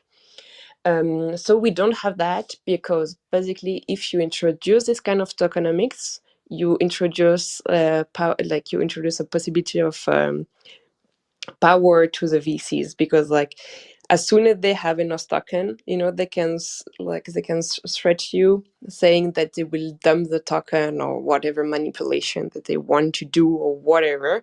And it has happened a lot, like in the crypto industry, like when people, they don't obey, like after they're dumped off, and then the token is go to zero, the community is so disappointed, everyone is leaving, and then the project is not working anymore. So instead of having like a fixed token supply, we have a so-called augmenting burning curve. So ABC in short. So that is a little bit hard to explain like orally, because it's a little bit complex. But in short, it's like how do I say that? I think like the best is really like you go through. I don't want to make advertisement, but like very, if the subject is like very interesting for you, like the best is like you go through the, like in my website I have an article about it to explain it properly. But just for like now, like basically it's like there is a treasury that is held by the project, and then whenever like someone wants to have a token, basically they have to go through the treasury, put some USDC or whatever, and then get get the token. And then basically like the price is predetermined, like and so like everyone knows where the price is going to go. And when you want to sell it, like because the project has a treasury, they can also say, okay, like at any time, like we have this amount of treasury, so like if you want to sell your token, we guarantee you a price of blah blah blah. And then basically, of course, like when people, they want to buy the token, or and after sell the token, like the price is not the same. And the difference of price is here to fund the project, like go directly to the project funding. So that turns like manipulation of the price of the token, just as not as bad as like when there is like a fixed token supply, because like basically every time there is some manipulation, like project is just earning more money, so not as bad, so they have less power. After, there is a second mechanism which is called with this burning curve. It's like more there is token burn, like more we burn the token, basically more we can say, okay, like, so the reserves, the treasury that the project has, like, we know how much it is, we know how much token supply there is, so we just guarantee a minimum floor price for everyone ever. And by doing that, also, like, you prevent the VC to dump to zero, and then the project to be disappointed, and sorry, the people of the project to be disappointed and go away. So that is our first step to prevent like VCs to have like price manipulation. And after, like, for the second stuff that we put it in place, is basically you cannot vote with the token. It's like the token is just like here for funding means, and for VCs to make some earnings, but no power associated with it. And the only one who has power, like, is basically like the people who contributed directly to the project. So in open source, that's a little bit easy, because like there is already some platform that already exist where people, they just contribute, everyone see what is this contribution, etc. And so basically we give them some power through that. Yeah, so that is like and I had a third point, but I just forgot what is the third. Yeah, no, and the third point is like basically that is like just because it is in open source, but maybe you can take this idea and apply it for yourself. But basically in open source right now there is already like some kind of governance with roles. So basically there is like normal let's say programmers who just write some codes. Then on top of that there is like a so-called maintainer who are here to be sure that the code of others, you know, is a good code, that is they can be like the code can be integrated, etc. And then after you have even like higher level who, you know, like basically you have like a hierarchy. And usually like this hierarchy, it's very closely binded to the amount that you contributed to this project. So it's quite fair, like in my opinion. And so basically like, you know, like you can never have like, you know, like someone who is like, imagine like you are Google and you say, okay, I want absolutely this project to go to this direction, so I will pay like someone to do what I want. But then you have to convince the guy of the hierarchy upper, you know, like yeah, to because if they don't accept, they don't accept. Yeah, and so that is the Yeah, three so steps I that we think have. that sorry. So yeah, I think that your ability here to basically, only use tokenization for funding and not as a voting structure, right? Or a not only as voting but as power, right? As we discussed, I think that's very unique. And honestly, that's not necessarily the first time I've ever seen that. But it is definitely, I think, a very unusual approach as far as like the commonality of things that's going on throughout Web3 and Web2.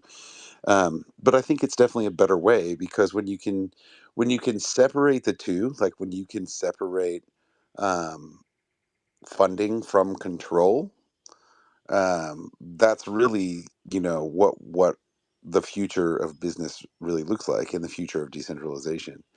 But yeah, unfortunately, like we said, a lot of VCs and a lot of people do manipulate said market, said project, said token, whatever. But I think this is probably, I think you're really onto something and probably have the best approach toward it that I've heard in quite some time. So just appreciate your information today and knowledge on the subject. So well done. Thanks, but it's not. I will not say well done because there is still a lot of problem with this approach. Like, you know, because like basically they cannot corrupt with money, but they can still you know, like I was saying that basically like the one who contributes has a power, but then basically you can corrupt with that, you know, like you can say, okay, I will pay a guy like to contribute for 2 years in this project, and then I will, you know, like maybe just not one guy but maybe, you know, like 100 guys. And then, you know, like because the projects have 50 guys at the beginning, basically we will be the majority at the end, and then basically afterwards like we take the control of it. So of course it's like way more complicated, you know, and you have to be way more knowledgeable and Yeah, contribute way more to the project, but still it exists. And it has been done a lot in computer science, like not only in open 100. source. Yeah. Yeah, 100%. There's always like yeah, that's the thing about it, right? Is no matter how good or amazing what you're trying to build is, there's always this angle that people try to come in and control it. And I'm not saying that this is like a negative thing, like, but this is just, I mean, it's just reality, right? Like this is something that we all deal with in business and development. But yeah, I mean, there's it's not like there's one real answer to that because people are people, right? And they're going to do what they're going to do and they're going to be them, and in our sort of business and in the way we move about in the world, a lot of the sort of solution oriented situation or conversation, I would say, to that is really being able to begin like a more educative process, and so it really is like from person to person, like the one-on-one connections, you know what I mean? So we build out the community like one at a time in reality. And as we make the larger connections, you know, then we have the capability to sort of maintain this vision, even though it occurs at a slower rate. The consistency that's provided by that engagement allows for a more specified direction with less people sort of vying for control of that direction. So it really is very helpful as far as project direction and longevity. You know what I mean? Yeah. No, but I think my way of thinking, I think is coming from my background. Like, I mean, if I'm doing something for open source, like you all guess that I'm a computer science engineer. But basically, you know, like when you are an engineer, you never have to think positively. You every time to think negatively. You know, like you're building something and you're like, what can get wrong? And then, like, basically, when we're building a system, like not with like lines of code, but like yeah, with people, you know, like we are setting rules so that those people they can have some rights, some duty, like, you know, I would still call that, I don't have a better word, but like yeah, a kind of system. Like for example, DAO is a system. So for me, I see that every time like that, I see that okay, like it there like some power like that someone malicious could want it, like, you know, it doesn't have to be like a lot of people, you know, it could be like 100 people are like fully in with the values, and you know, like here really for the common good, working extremely well together. But then it's one guy is come and then make his way to steal everything, everything is broken. So like, you know, like, so it's every time like you cannot prevent that. You cannot say like never, I like, you know, like I built the system where like these malicious people they will never do any harm. But it's more about like how much energy do they have to give so that they can take over this power. And basically, you hope that the energy that they have to give is higher than the result, the potential result that they can get. So basically, they will not have it, but they will not, yeah, tempt it, basically. And designing something, you know, like a DAO or like for people, like it's very, very complicated because, like, you know, like people they are so different from each other that I think, you know, like if you design something with some rule for people, what you imagine what people are, yeah, you miss I don't know how Yeah. many billion we are, but you know, you miss probably like 99% of the humanity, you know, like how they will behave and stuff like that. So it's very, very hard to design something, and you just can try your best. And also, like something that I do a lot, like for designing this, that is like, you know, I go through history a lot because in history there is a lot of attempt, like by a lot of people, either to do something like very great but was destroyed because like people wanted the power or whatever, or at the opposite, people who took those power and did very malicious stuff. Or again, like people who were like at the beginning was having very good attention, but because this was setting up a system who was completely not aligned with the reality of the world, and it ended up like yeah, completely or in horrible stuff. So basically, like yeah, to design, like to try to have like a good, yeah, like the best system ever to keep up with those value. What I do might like, yeah, I don't know, yeah, I do like I read history a lot. There is like a lot of learnings in history. Yeah, that's true. That's a really good answer, Oriana. And definitely defensive programming in a decentralized system, or building a resilient decentralized system, basically, as you said, involves you can't stop bad behavior, but what you can do is make the value you can get from destructive behavior not worth the effort that's put in, right? Mm-hmm. Things like Sybil resistance, you're not blocking Sybils or blocking bots or so on. All you're doing really is making it more expensive to spin up Sybil accounts and Mm-hmm. making it no longer worth it. But Actually, on that, Hmm. Sorry, but why not use soulbound tokens and NFTs for voting and power, and use that problem actually with a soulbound token, so everybody has one soulbound token, one vote So yeah, there. I can speak a little bit to that just very briefly. Yes, obviously it's a tool, but any one of these tools needs to work in a lot of other association with a lot of other tools. So for soulbound tokens, you need to have a reliable way to disambiguate between symbols, right? You need to make sure that somebody can't create multiple wallets. It's pitifully cheap to create multiple wallets.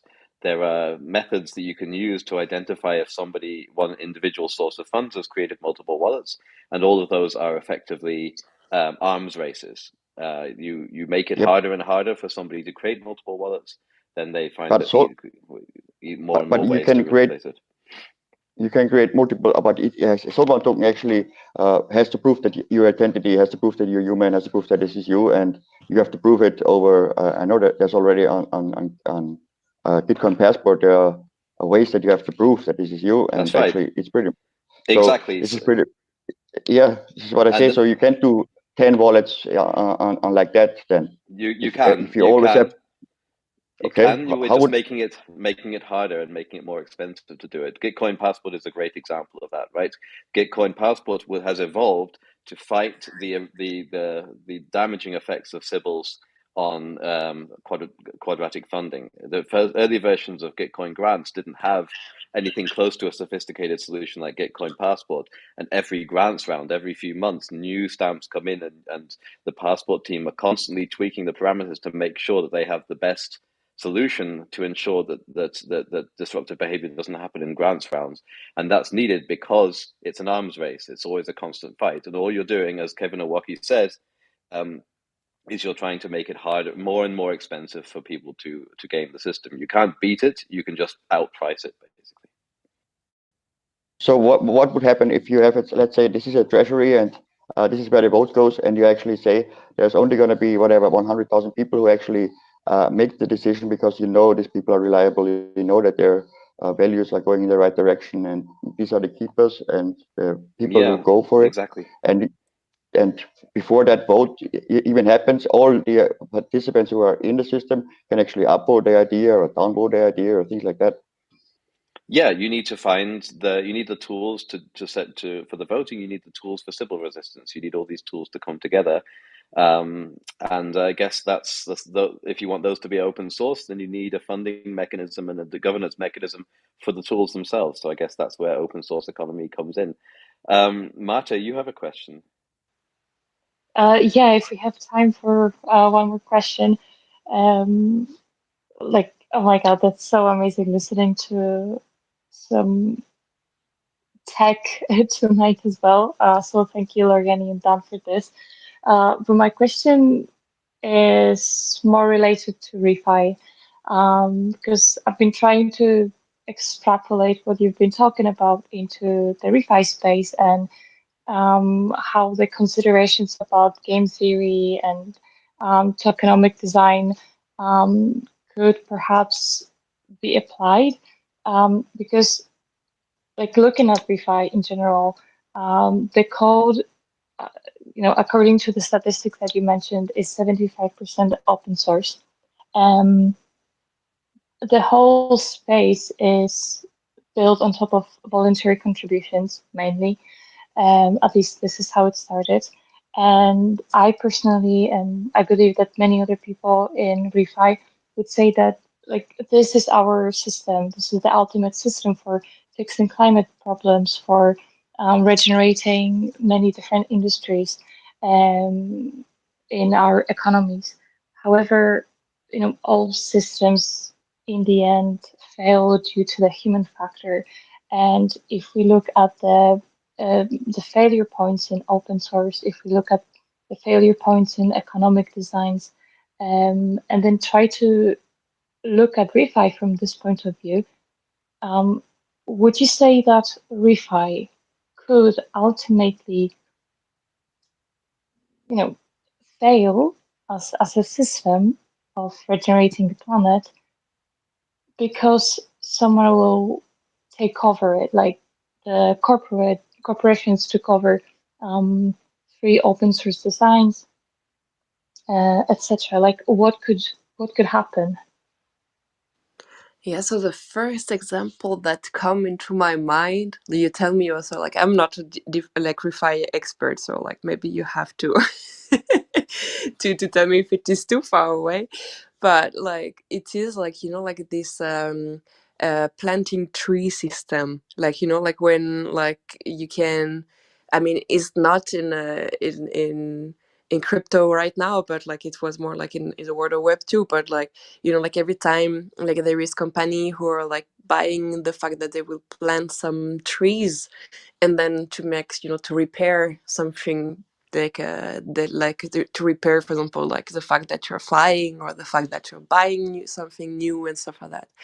And you know, like in the idea is, you know, like to try, yeah, like every time you do something that costs something to the planet, you compensate back something else. You know, like on the paper it could totally work. But then after, you know, like after like basically like the interests of those people who are like managing this money is basically, they don't care so much about like if what they're doing are very like compensating like the pollution of what they created. Like they really don't care about that, because they don't have any incentive like of caring about that.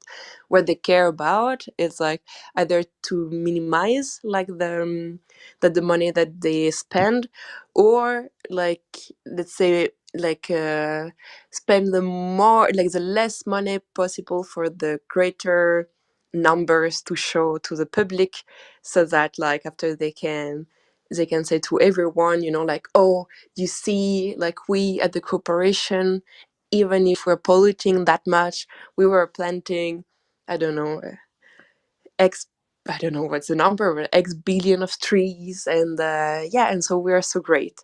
And how they basically they game the stuff is like basically like all the tree that, yeah, they maybe really plant the trees, but like first they plant the first species everywhere. Like, so there makes no sense, like, you know, like on the biology.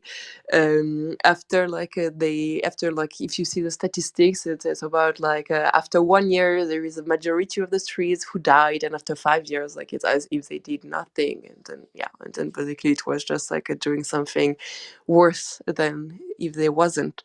So yeah, I think so. Yeah, you interrupt me, right, if this example is too far away of what you were asking. But I have the impression that, yeah, like it can be like completely gamed. And so, for example, like for this tree example, like myself at the beginning, every time I was buying something, or I was traveling, or whatever I was doing, and I was saying, oh yeah, I can compensate by buying a tree, I was doing that. And then I saw documentaries, documentaries, and then I was like, okay, I'm not doing that anymore, you know, because like they're just doing that for showing up like a number of their website to the good. And so after the question is like, yeah, but like at the beginning there was like, it was great idea, so how like can we ensure that it stay great ideas? Yeah, and that is a very very hard question.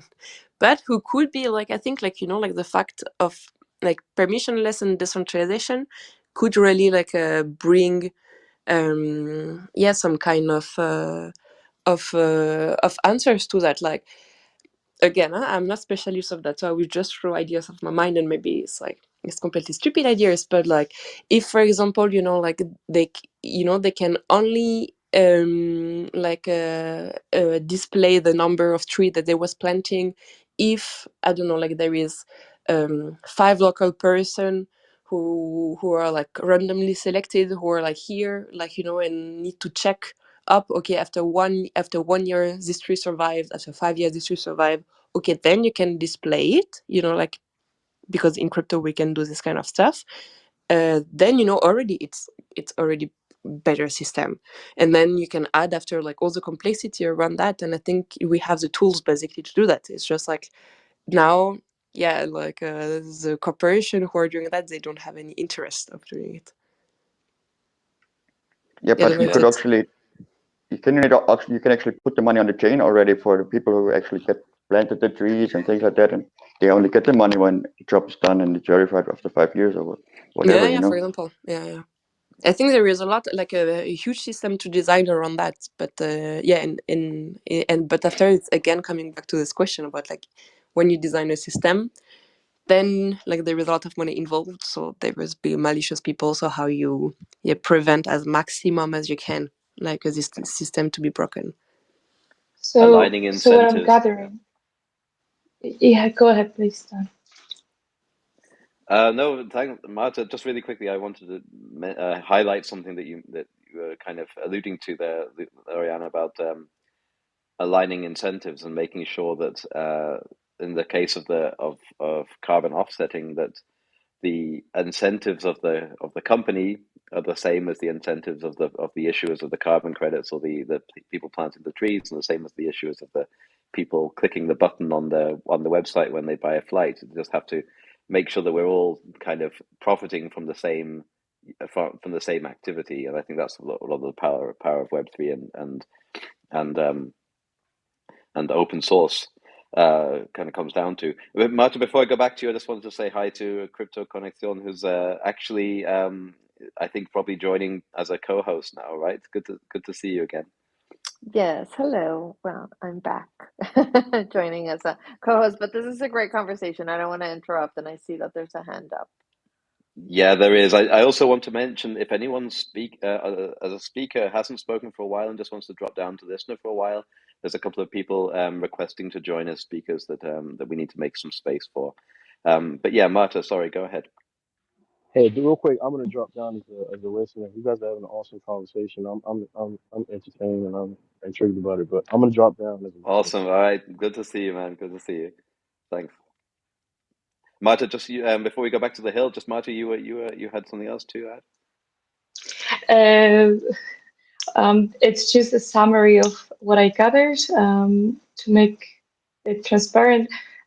So what could help refi, based on the knowledge from open source, is that we need to make the whole space transparent, radically transparent, design the right incentives, make sure that co-benefits are achieved, and then a kind of, I'm not sure if I understood this correctly, but I gathered that the gratification for the main benefactor should be delayed, and that then the incentives that we design should be the same for each participant, and there should actually be equal in value. So the offsetting company should have the same uh, sort of reward for offsetting as a person who buys the extra option for flying to offset their emissions. Shouldn't that be done with a smart contract, that it is definitely a rule and that's it?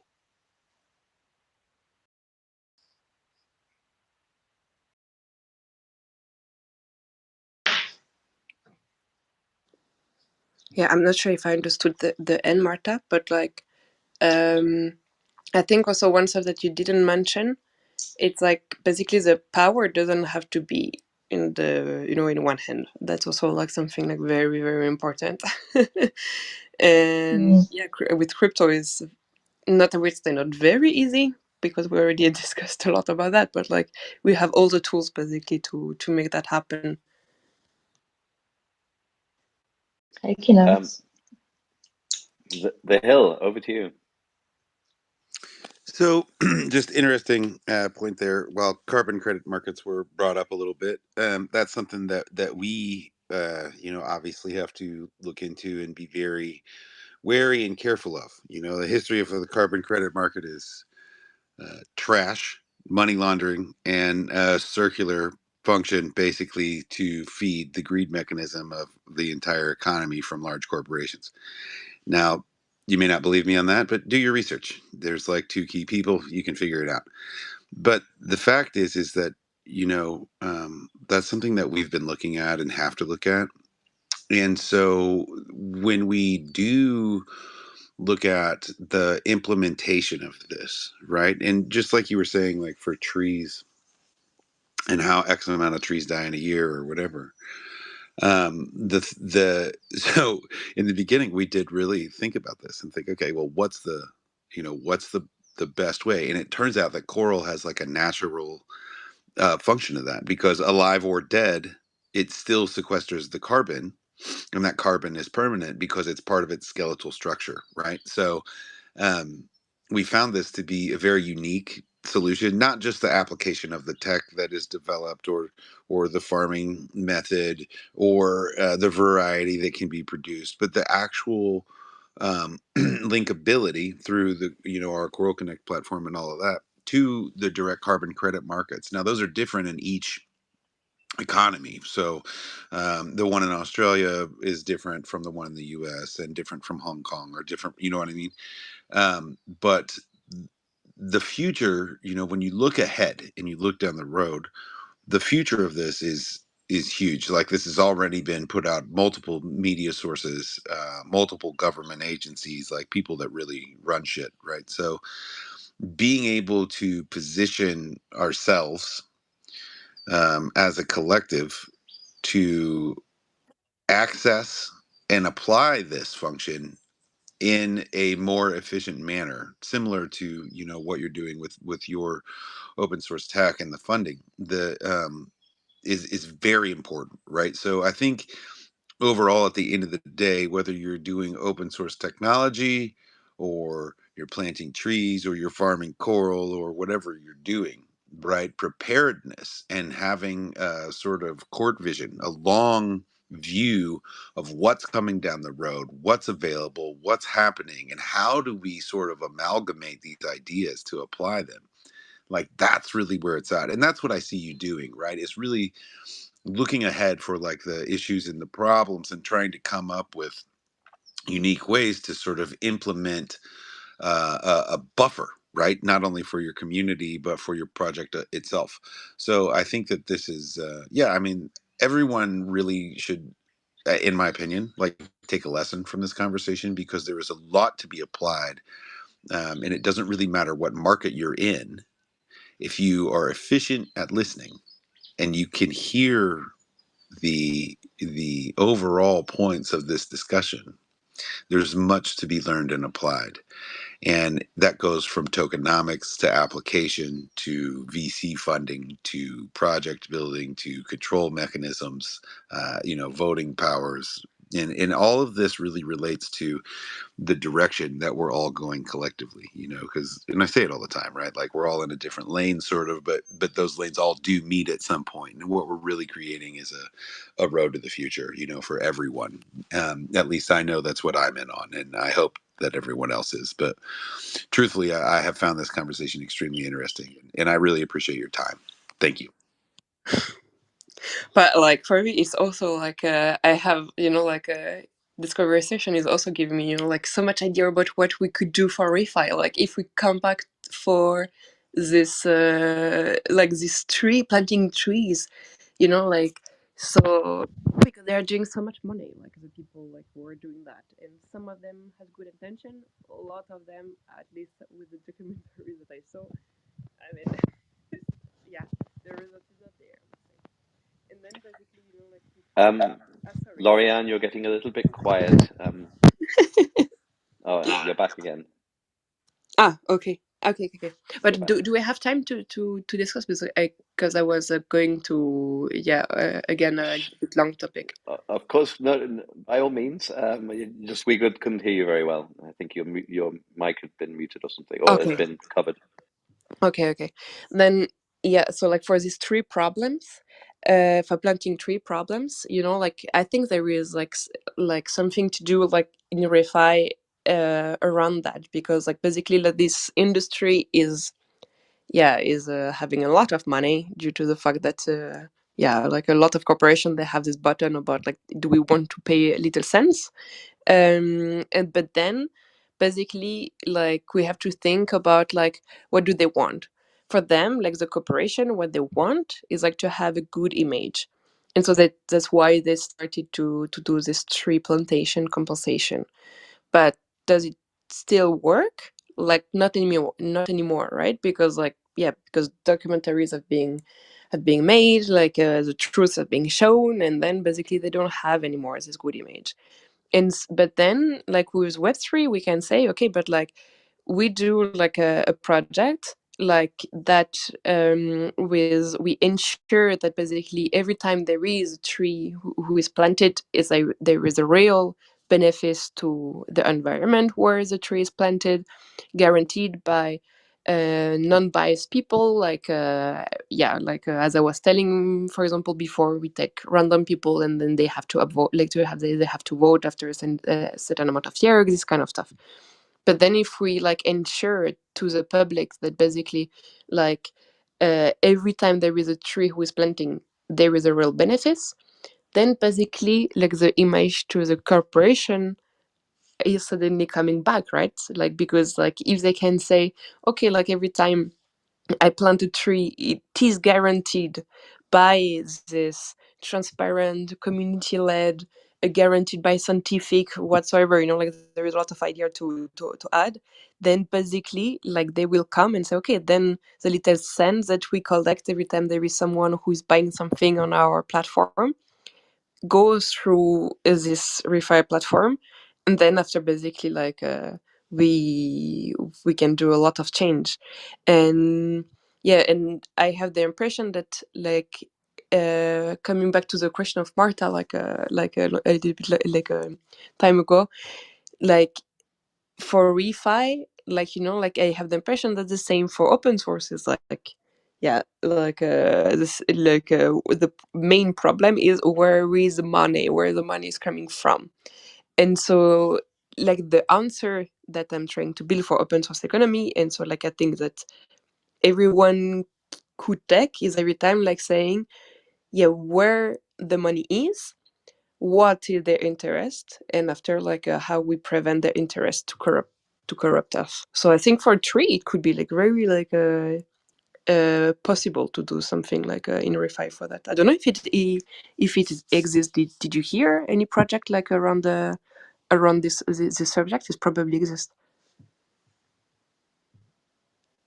Almost certainly, because there's so many different types of projects around carbon credits and carbon offsets now, and there's too many to count. It's a very exciting space, and obviously we've got Jimmy and TreeGens in the chat who at least de facto, if not de jure, world record holders in tree planting, and doing some incredible work with planting. Actually, on this subject, it's probably a good time for me to quickly mention Sunrise Stake, which is a staking platform where the fund, the yields on earned through staking on blockchains on Solana right now is what we're on, are sent towards carbon credit retirement. So it's a way of kind of having a passive positive impact by staking. We're coming up. Well, we're well past the end of my hour, so I thought I'd just have a chance to put that in. And we're also on in this Gitcoin round, so please come and donate to us if your shopping cart still has some space on it. Lorianne, I don't think open source economy is actually in the round this time, right? But I feel No, like you we're should not. be in the next one. Exactly. Yeah. We would Yeah, prefer to go on the next one. We will be yeah. more ready. You're keeping your powder dry.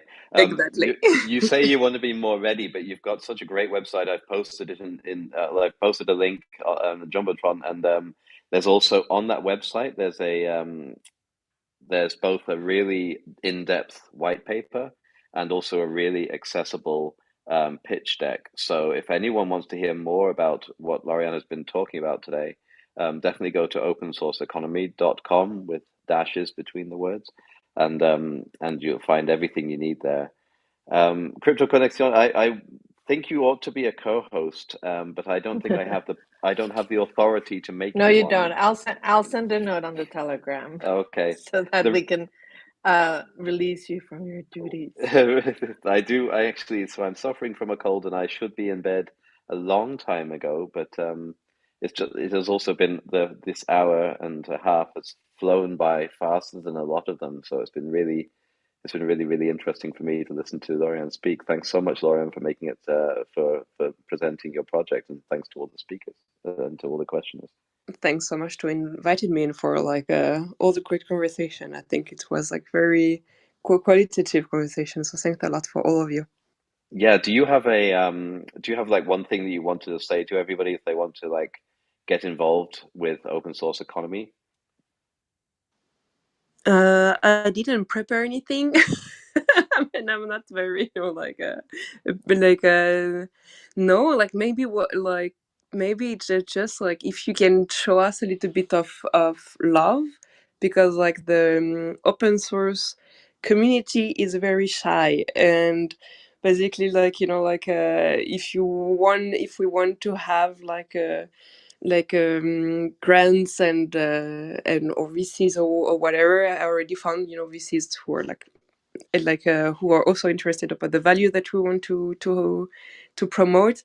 Then they also looks at our metrics and yeah. So if you like maybe just that, but only if you want. Like I don't want to say something else than that. And just because the community, like the computer scientists in general, are very shy.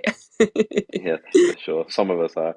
What's the best place to kind of get in touch with and become part of your community? Is it Discord? Is it Telegram? Or is it Twitter? Or Yeah, we have a Discord. We have we have Twitter and LinkedIn. So like you choose whatever you want, and we're pick your like poison? basically yeah exactly. So if you prefer something a little bit more corporate LinkedIn, more chill Twitter, and then if you're not ready to discuss in depth like that, that's happening in Discord. Awesome, really awesome, Lauren. Thanks so much. Crypto Connexion, I'm going to unofficially, if not officially, hand over the hosting role to you now, so that I Yes. can start to get to sleep. I think we're having the same issue that there can only be one co-host. So I'll Wasabi's drop gonna down. try to bring you down. Yeah, maybe I drop can down bring and he can myself add down. me. Okay. All right. And hopefully we Cool. won't lose Can the I? space. The open source community is also using Slack, right? Is that the same open source community like Twitter and Discord?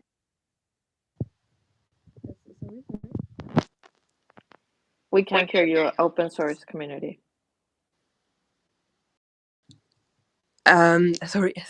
I'm very sorry. Well, like I still didn't hear it. Can you repeat a third time? I'm very sorry. I said you also have a channel in Slack, right? I mean, it's the same logo at least. Yeah. Like we have Discord, we have like a Twitter and LinkedIn, and all that is like you can find all of that like in the website, which is opensourceeconomy.com with dashes like between the words. Basically, it's all like on the website. Thank you very much. Okay, so I'm officially the co-host. This is Monica with Crypto Conexion. Happy Friday to everybody. I said happy Monday on Monday and everybody kind of laughed. So now I think hopefully everybody is having a happy Friday. I wasn't here yesterday because of the US holiday, Thanksgiving, but I did talk a lot with my family about being grateful for the wonderful Gitcoin community and the great work we're doing. So thank you everybody for joining us again tonight. I do warn that we do make this a bilingual space. So if you want to jump in English or Spanish, please do.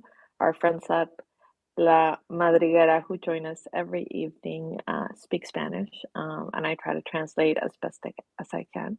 Hola, buenas noches, La Madriguera. No sé si me oiga. I mean, he may be doing like 3 spaces at the same time. Let me see who else. I see there was a couple of other people joining, so hopefully they'll be able to make it. I know there's been a couple of spaces. I was in an earlier Giveth space that was English for an hour, Spanish for the second hour, and it was great to be able to connect with a number of projects. I'm trying to. If you're not going to be speaking, do you mind stepping down? I think we have too many speakers. Yeah, I'm happy to go away. So I'm telling you bye-bye. No, And I'm going thank to you so much. It was really interesting hearing your conversation. I'm going to follow your project, and you should Bye-bye. apply next time because you'll also build a great community and learn about other projects you can partner with. Yeah, for sure. Thanks a lot. Bye-bye. Bye. Yeah, I Bye, can stop. Miss. I can step down too. I have no problem. I, I no think problem for you're me. fine. I'll let you know if we need if you want to stay on. But I see I raised hands, Miss DG. Hello, hello. Thank you so much for giving me a moment to speak. So many wonderful people here, and I've been listening. Really great, just really great to learn about y'all and what y'all are doing, and how all these speakers here are really helping to promote such wonderful projects. I'm actually here because of um, the wonderful Silver Monkey letting me know about this event that y'all are hosting. And um, I was told that this was a good time a good place to come in and to share about my project. Well, not really a project, but my company. And so, I raised my hand because I wasn't sure if now was the time to like make the request to do that or not, or if you have like a certain order that you're going in. um I definitely want to follow the rules of the space. So with that, I guess I'll await your answer. Yes. No, no, that's fine. You were the first one to raise your hand, so you are more than welcome to speak. Just to clarify, do you have a Gitcoin project, just so people know that if to donate, or it's a startup thing or a company that you want to share about? I don't have a Gitcoin project. I happened to find out about the Gitcoin grants and everything from listening to the space, but no, I don't have a project set up. I wasn't aware of all of these or the grants that happen and whatnot. So it's just getting on my No worries. radar. Yeah, no, that's wonderful. So, no, please tell us about the work you're doing, and if you see this as an opportunity for the next round to apply, you'll be able to know where to find the wonderful community that supports each other. So, yes, please go ahead. Yes, most definitely. Well, I wanted to share that I'm actually uh, I'm building. Well, the goal for me is truly in my heart to bring Web3 to the radio. And what I mean by that is, as a person who worked um, within the realm of journalism, new media, and radio, my background uh, has really shown me a lot about the way that media portrays emerging technology. And they always tend to focus on the stories that are doom and gloom and, um, well, even FOMO based. And I think that it's time for things to be framed in a new light for people about things such as Web3, blockchain, um, even artificial intelligence and extended reality, et cetera, et cetera. There are so many wonderful emerging technologies that are changing industries, that are changing communities, society, and our world. But people have to find out about these technologies from where they are. And what I mean by that is a lot of times people don't find it easy to find people with good intentions and caring hearts for the future, sharing information that matters. Um, so, this is why I'm focused on my radio station, Banner, BANR, Blockchain Adventures Network Radio. We're the only independent online radio station focused on emerging technology, future of work, and creator economy talk. So the goal is to actually connect with lovely space hosts such as yourself, and I'm sure many others listening in, podcast hosts, people who are audio content creators who speak on emerging tech, creator economy, and future work topics with the right kind of heart and intent with what they're doing, because it shouldn't all the focus should not be on doom and gloom and the worst case scenarios. We need to show and tell people the good that's going on out there, highlighting, such as what y'all are actually doing within these 24-hour spaces, highlighting people, businesses, projects that are utilizing the technology in good ways. So Banner is actually focused on being show and tell radio and highlighting, for example, artists, musicians, businesses, etc., who are utilizing technology and showing the world the good that is being done and ways in which people can take their skills, their talents, their interests, their inner genius, and utilize technology in their lives to help improve um, how they're living and their better their family, their community, um, their basically your world. So I'm just here to speak about building with Banner, and I'm actually looking again, as I said, to connect with um, space hosts here on Twitter to see if we can get people with um, the right intent. Not looking to make a bag off of people, but those who truly want to better our future and better our world, to expand and highlight voices uh, of the right folks and bring it to people on the radio, reaching into actually 212 countries, because when it comes to internet radio, it's really like it's like a jailbreak, like how people jailbreak their phones or devices. It allows you to reach people, not just located or locked into one section of this of this world, of this planet. So that's the importance behind um, going the internet radio station route.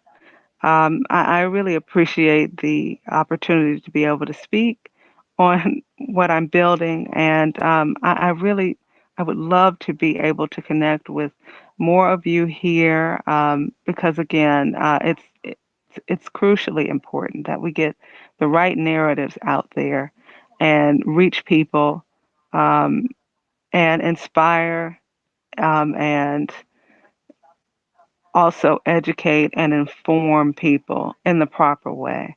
Much love. Thank you so much for giving me an opportunity to speak. Oh, and can I post something about my station in the nest or in the comments? I'm not sure how Yeah, y'all do it. if you could put them in the comments, that would be great. And I actually invited Kingfisher's Media up to on stage to speak as well, because I think he has uh, a shared interest on the media side, and I completely agree. So one part of the work we do at Crypto Conexión is amplify the work of builders, which is one of the reasons we love being on Gitcoin, because we get exposure to a lot of great projects and great people and people doing great work that we try to then share on our platform. But I'll Kingfisher Media share some thoughts. Hi, Ms. DG. How are you doing? Hi, doing good. How are you? I'm great. Yeah, we met the other day. Yeah, it's a great thing that you're doing there. Go ahead, Hill. Hey, Miss Digi. I was just thinking here that, like, really, you should really consider getting in Gitcoin, because I'll be honest with you, this is my first round in Gitcoin, even though obviously I've been around doing things like this for a long time. But um, this is my first round in Gitcoin, and the exposure um, and the community building aspect of it. I didn't really expect a dollar. To, that's honestly, I didn't expect anything. But the community building aspect of it is huge. And there were actually a ton of donations, which I did not expect. So I think that when you really look at what you're doing, if you sort of do it as a public good, which you really are, that's just your honest heart about things, and that's what I appreciate about you. But if you do put it in the public good sector, like for real, there's the capability not only for you to gain traction, but to gather funding to do exactly what you need to do. So I would really look at it, sis, man, and get it done for real. Like hop in the next round and jam it out. I was thinking it was too late for me to try to get in now. I just found out like I think the day before Thanksgiving. So, and I know isn't it ending like on the 29th or something like that of this month. So Yeah, you know I what would need though? more I mean, time. there's a couple days left, right? And honestly, if you can get it done and get it in, boom, you've started your track record on it, right? You have visibility, and that way, even if you don't get a lot of funding or exposure this time, there's already the track record, and it just makes the process that much easier for you next time. So I Plus, you'll would go ahead and do already, it. yeah. I was gonna say, plus you'll have the project. You can use the same project in the next round. Remember, this is every quarter. I don't know if there's date yet for when the next one will be. I think Kingfisher, we already had that conversation. I don't think there is, but it's every quarter, and having the project up, like the Hill said, helps you one have it up there, but also you learn the process. You can then also set up your passport and start to build community. So I would encourage you, if you can, to still do it. Okay, I'll look at more into it this evening then, because I'll have more time then. Thanks So, y'all for the yeah. encouragement. So, Ms. DG, one thing, do you already have a wallet, like a browser extension wallet, like MetaMask or something like that? Yes, I do. Okay, because that's going to be critically important to it. So, and I can also share some videos with you that we produced right before this round started. It's definitely not too late, like Crypto Connexion said. They actually accept, they're still accepting applications and they're still approving applications on a first come, first served basis. So, I mean, the chances of getting approved in the next 5 days may be slim, but like Crypto Connexion said, and like the Hill said, at least you already have it in the hopper, and then you'll be well prepared next time. But we produced some videos right before this that kind of steps you through the entire process of what you need to do to get that grant submitted, at least to the review stage. So I can share that with you on your DMs, and then you can Please take a look do. at it. Yeah, it's going to be Please less than do. an hour. Yeah, it's going to be less than an hour. So yeah, we'll make that happen for you. And like just so you know, like I I've been really busy, so I'd actually submitted mine late. Like the round had already started. I submitted mine, and it was only like a day, and it got approved. So yeah, don't get in your brain and think, oh, I can't do this or whatever. You can do it. You clearly have the skills to do it. It is not as complex as you may think. So just really encourage you, sis, to just go get them, because the more you learn and the more you grow, the easier it is to move in the world, right? And the more you can accomplish with your vision and direction of choice, right? So I know you can do it. I'm proud of you. Go get some. Let's Thank grow. you. Let's Love, love, grow. love you. Let's grow. And yeah, Love y'all. they even said earlier today on the community space that pretty much the last 3 days of this process, leading up to the close of this event, are typically the heaviest days with activity. So get it submitted tonight. It would behoove you to do that. Once you've got it submitted, it might take a day to review it. Say it gets, you get the approval tomorrow. Um, and then you've got Sunday, Monday, Tuesday to come in here and get visibility on what you're doing and get people to support and get behind what you're doing. It's more about the number of participants than the actual dollar amounts raised in most cases. So Okay, I'll definitely look at it this evening because I will have time to kind of go into all of that. Thank y'all so much. It's very kind of y'all to try to encourage me to do this. I wasn't coming in here thinking like I'm trying to get a grant or anything. I really just want to connect with genuine people and put them on the radio so that way we can actually push this space forward because it's high time for the technology to be framed in a proper way for our future to actually have the benefit that all humanity needs. Um, so, I mean, really, that's why I'm here.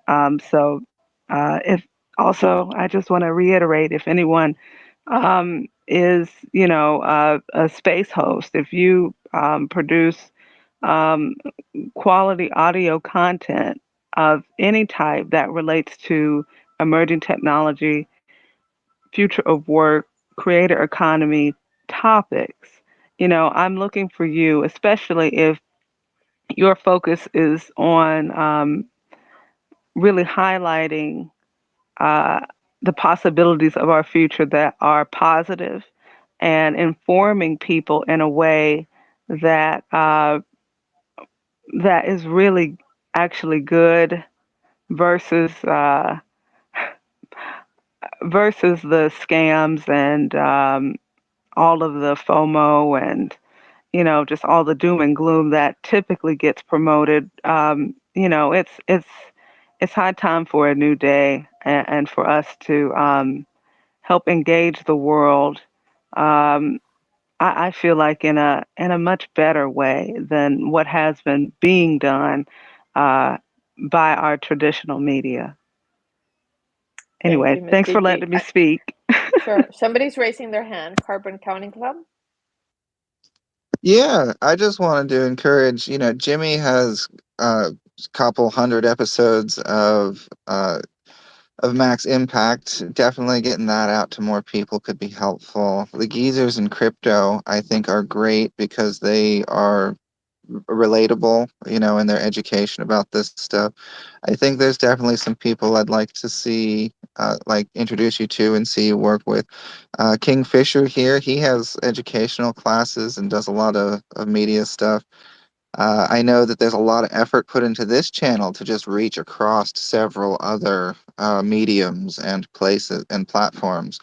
So I definitely think that there's interest from the crowd here. So thank you for bringing it here. And like they said, Gitcoin is great. As far as like my project is just a small charity. We didn't really expect a lot of support, but we've got over 100 donations, which is great. I don't know how many fundraisers I've done on other platforms and other ways that we put in a lot of time and effort and we don't get any donations. So if you do need funding, this is a great way to find it, especially if you're experienced and you know what you're doing. If you want to promote the stuff, Gitcoin likes to seem they like to support the community, and they also need awareness.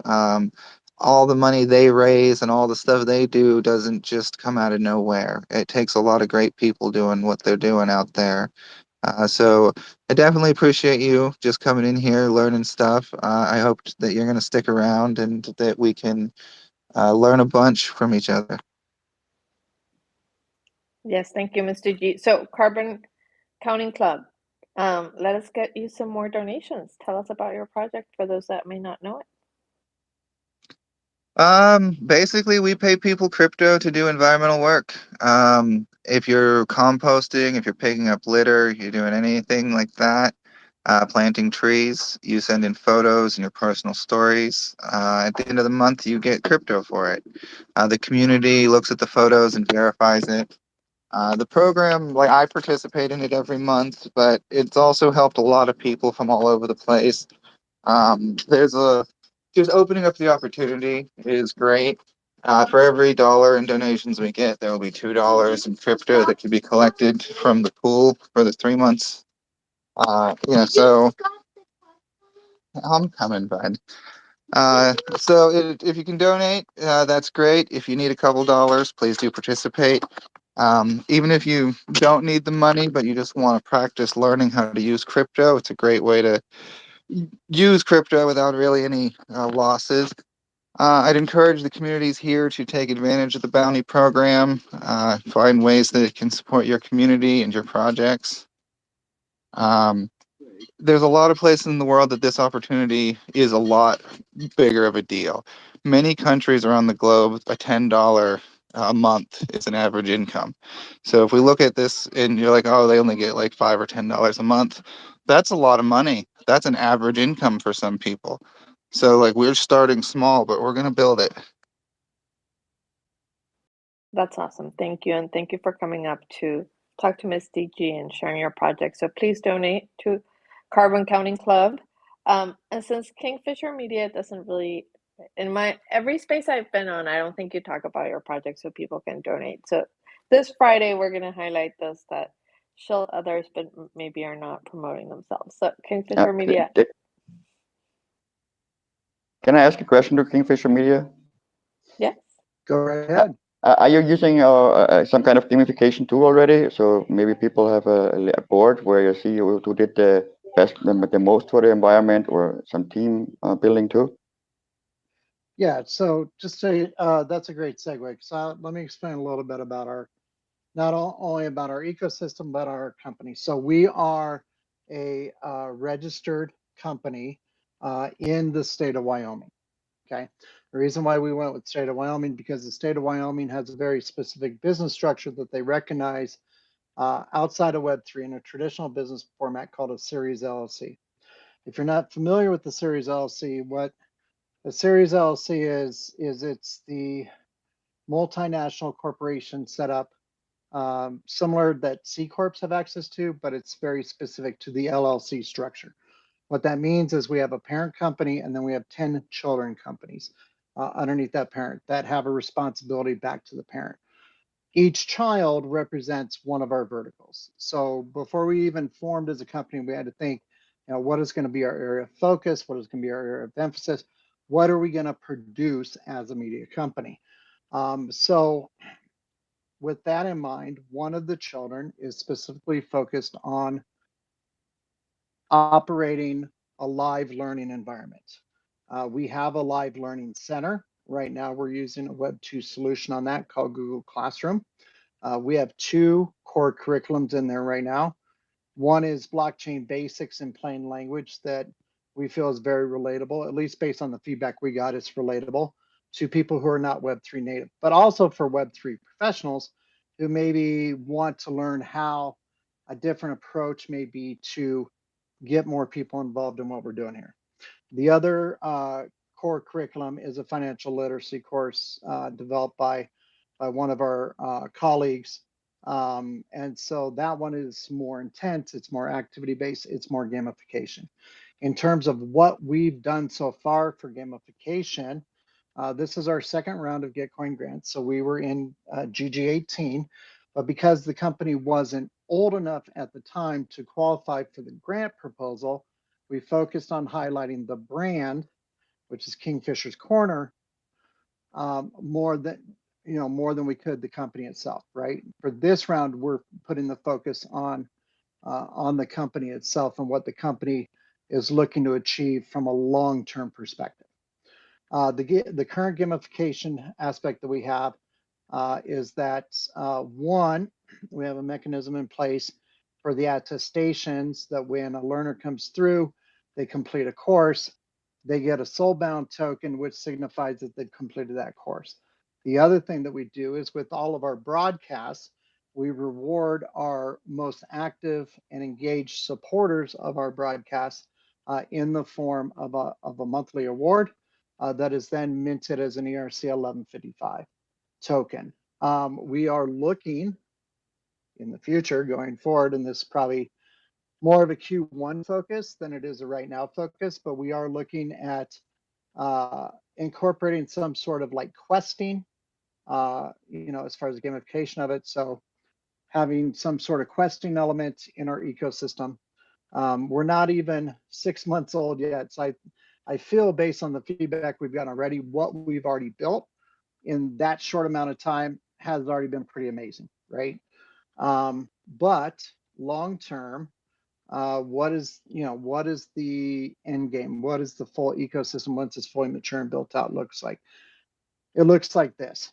You want to come learn something, you get into our ecosystem. Right now it's token gated. That's not necessarily always going to be the case, right? But right now it is, because we understand the value of maintaining some exclusivity, kind of like a beta test group, so we can refine as we go. Additionally, we're incrementally and strategically building our learner base so that it doesn't outgrow the infrastructure, so that we can be in a regular position to support that user base, right? fully built out. A learner comes to us. They want to learn what we have to offer. They come in, they select the courses they want. Okay. Base level. We'll have a Web3 build behind it. More advanced topics kind of takes it to the next level. But for us, the important thing is getting them familiar with Web3 and other emerging technologies first so that they understand what their participation means, right? And what role they play in the ecosystem. Then we can graduate them to more advanced topics. Once we get them to a certain point where they feel comfortable that they can navigate safely and securely, we identify what their passions are, and then we connect them with other mentors in the space that have already kind of carved out that pathway, right? So this is our career pathing strategy. We connect them with the mentors. They go learn from the mentor based on their passions, and then they're able to be fully functional, produce an income, and have a new career path in this digitized world. I know that was a lengthy way to answer your question, but I felt being fully comprehensive to highlight what we're doing was also relevant as well. So hopefully that's helpful. Laszlo. Yeah, that was super helpful. Thank you very much. Awesome. Thank you. I'm going to check that out. Thank you. I have a question. I don't know who is co-hosting the next hour, but if you're co-hosting, raise your hand because we can continue to talk Oh, I forever. can tell you. I can tell you who's on the schedule. I can't tell you who's going to show up, but I can tell you who's on the schedule. Okay. The other day somebody was like, I think I was supposed to be co-hosting, and we went on and on without realizing a co-host was on. Yeah, So next up is either going to be Wild Friends or Ethereum Bolivia is what I have on the schedule. Okay, we'll see if they show And up. I'm getting ready to hop in the studio to take over my steward shift as well. So I'll be back because I need to change devices. I definitely don't want to host on a device that has a mobile connection and then the connection get interrupted by a phone call. Completely understand. Thank you. Thank you. No worries. Hey, family. Oh, sorry, real Yes. quick. Kingfisher, good to see you, brother. Jimmy, good to see you, man. Everybody, love you guys. But I actually have to run. I've got some documents I've got to send over to Palau and all of that into the Middle East. So I just wanted to just tell you guys thanks for being around, man. Thanks for doing what you do. And, you know, I love you all. So keep it up. And I'll catch back up later when I get some tasks checked off this list because it's pretty massive today. So, yep. So I'll see you guys soon, man. Love y'all. Just keep it up, eh? Thank you. Have a good time. Bye-bye. Hello, hello. Hello, La Madriguera, ¿cómo estás? Déjame, Jimmy me está pidiendo el micrófono. Jimmy, I need to decline the request and then I'm going to invite you up because it's not working for me right. I was told that should work better, so let's see. I'm hoping you got the invite. ¿Cómo estás, La Madriguera? Ah, there you are, Jimmy. Hola. Hola, hola, how are It you? worked. Hallelujah. Where I'm is he? I learning don't the see him. tricks. Somebody told me the other day that they were going to give me we all need the tutorials for hosting, so I think that was for me. But I'm learning every day. Oh, you're crushing it. You're doing such a great job. Thank you. I think La Madriguera was saying buenas noches. We haven't talked in Spanish all hour. So, ¿cómo estás, La Madriguera? Bien, bien. Aquí con ganas de empezar el espacio más chingón de Git con Riley. Acuérdate que es 1 hora antes, ya va terminando, no te creas. Ah, no, vine, pero estaban hablando inglés, entonces me retaché a mi cueva. No, estamos bien. So he's saying he's excited to be at the best hour of Let's Grow Live. Hey, less an hour. Let's grow. Let's go. Let's sleep. No digo let's grow. No nos vamos a ir. ¿A qué hora se empieza? Pues a la... No, ya, tú continúa. ¿Cómo te ha ido? Bien, ahí. Haciendo un poquito de todo. Vamos a hacer un poquito de promoción de tu proyecto. ¿Qué les contamos para que lo traduzca yo? Que estamos regalando arbolitos. So if you guys don't know, La Madriguera is a great project out of Guatemala. He is my buddy every evening when I host. He joins me and we have a lot of fun speaking in English and Spanish. But one of the things he's doing is he's planting trees for different people that are supporting the project. So if you want to learn more about the project in Guatemala, it's a great initiative. And what they do is they use the opportunity when they plant to also educate people about Web3, about blockchain. And so I think he's already planted a tree for Jimmy. Ya hiciste uno para Jimmy, ¿no? No, todavía no lo he sembrado, lo voy a sembrar. He hasn't planted the tree yet, Jimmy, but he is gonna plant a tree under your name.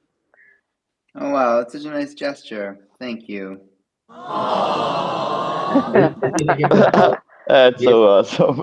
Y es manglar ese nombre de La Madriguera. He said now you have to do a manglar with La Madriguera's name. Yeah, 100%. Guaranteed. I actually plant a mangrove tree for every follower, not just on this account, but also Tree Gens and also on 4 Trees Club. So if you follow all 3 of those, that's actually 3 trees in your name. ¿Ya ves? Vas a tener 3 árboles si sigues las 3 cuentas de Jimmy. Sí. Me gusta. Esa es la idea. He likes that idea. Hey, Jimmy, so I have a question for you. I thought about it today when I was looking at it. If you're open to answering questions. So this Let's Grow Live account, what is it going to be? Okay. Before you go down that thought track, did you hear what happened earlier to La Madriguera? No. So he was in the main Gitcoin community space, and Lucius actually translated for him. That's awesome. Thank you, Alexis. No, nunca digo bien tu nombre. Lo quiero decir en español y me sale mal. That's awesome. Sí, tiene razón. Aluxes me hizo un gran paro ahí en el space de Gitcoin. Subí con todas las porque había hecho un pop y ya se estaba acabando el tiempo también. Y subí y casualmente él subió después de mí, pero por un error de ex me sacó para una verificación y cuando regresé le habían dado la palabra a él. Volví a pedir subir y justo él se había quedado. Y pregunté, ¿quién habla inglés, español? Yo, me dice. Y él me hizo el favor de ser mi traductor ahí. Muchas gracias a Lux de nuevo. Y yo de churro me salí a ver pues mis mensajes y notificaciones y vi tu mensaje de, hey, no hablo español, güey, ¿me puedes echar la mano? Si no, no me hubiera ni enterado, cabrón. Pues gracias porque él me había dicho, vas a poder estar, y yo no podía estar. So I'm glad that, this is a great Bitcoin support. We all support each other regardless of what language we speak. That's awesome. Thank you. Now, what was your question? I was going to ask about this Let's Grow account because it's going to be focused on the DAO, right? So is part of it trying to grow this account in addition to grow our the different Grow nations? Did I say that right? Are we trying to get more people to follow and become a part of the DAO at some point? Yeah, of course. I mean, we're broadcasting in a decentralized way, right, to all of the platforms, and I think all the channel partners will get a bit of extra reach from having extra content basically being posted and streamed live. And also being boosted in like the preview of the X thing. So I encourage everyone, and I do mean everyone who's hosting, to connect their social media accounts to the thing. I want to push the limit and see how far we can grow. Like, I don't think there is a limit in terms of what the software will allow. So it's really about like the computer that's being used. But if we start a new space, usually that gets rid of the lagging and stuff like that. So yeah, let's see if we can get up to like 40, 50 different platforms.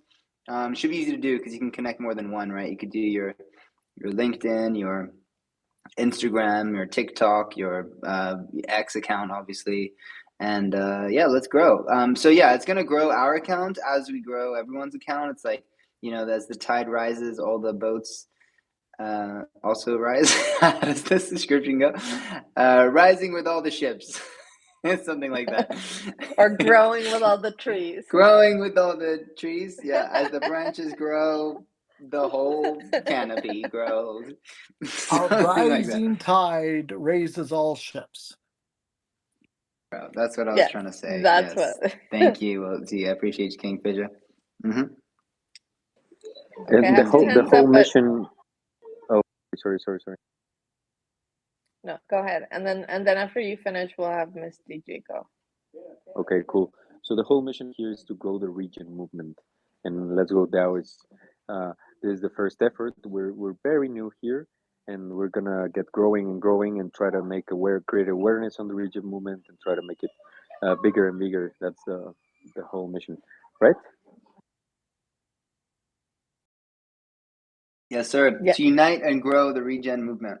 And we're doing it through these different public goods ecosystems. That's great. Miss DJ.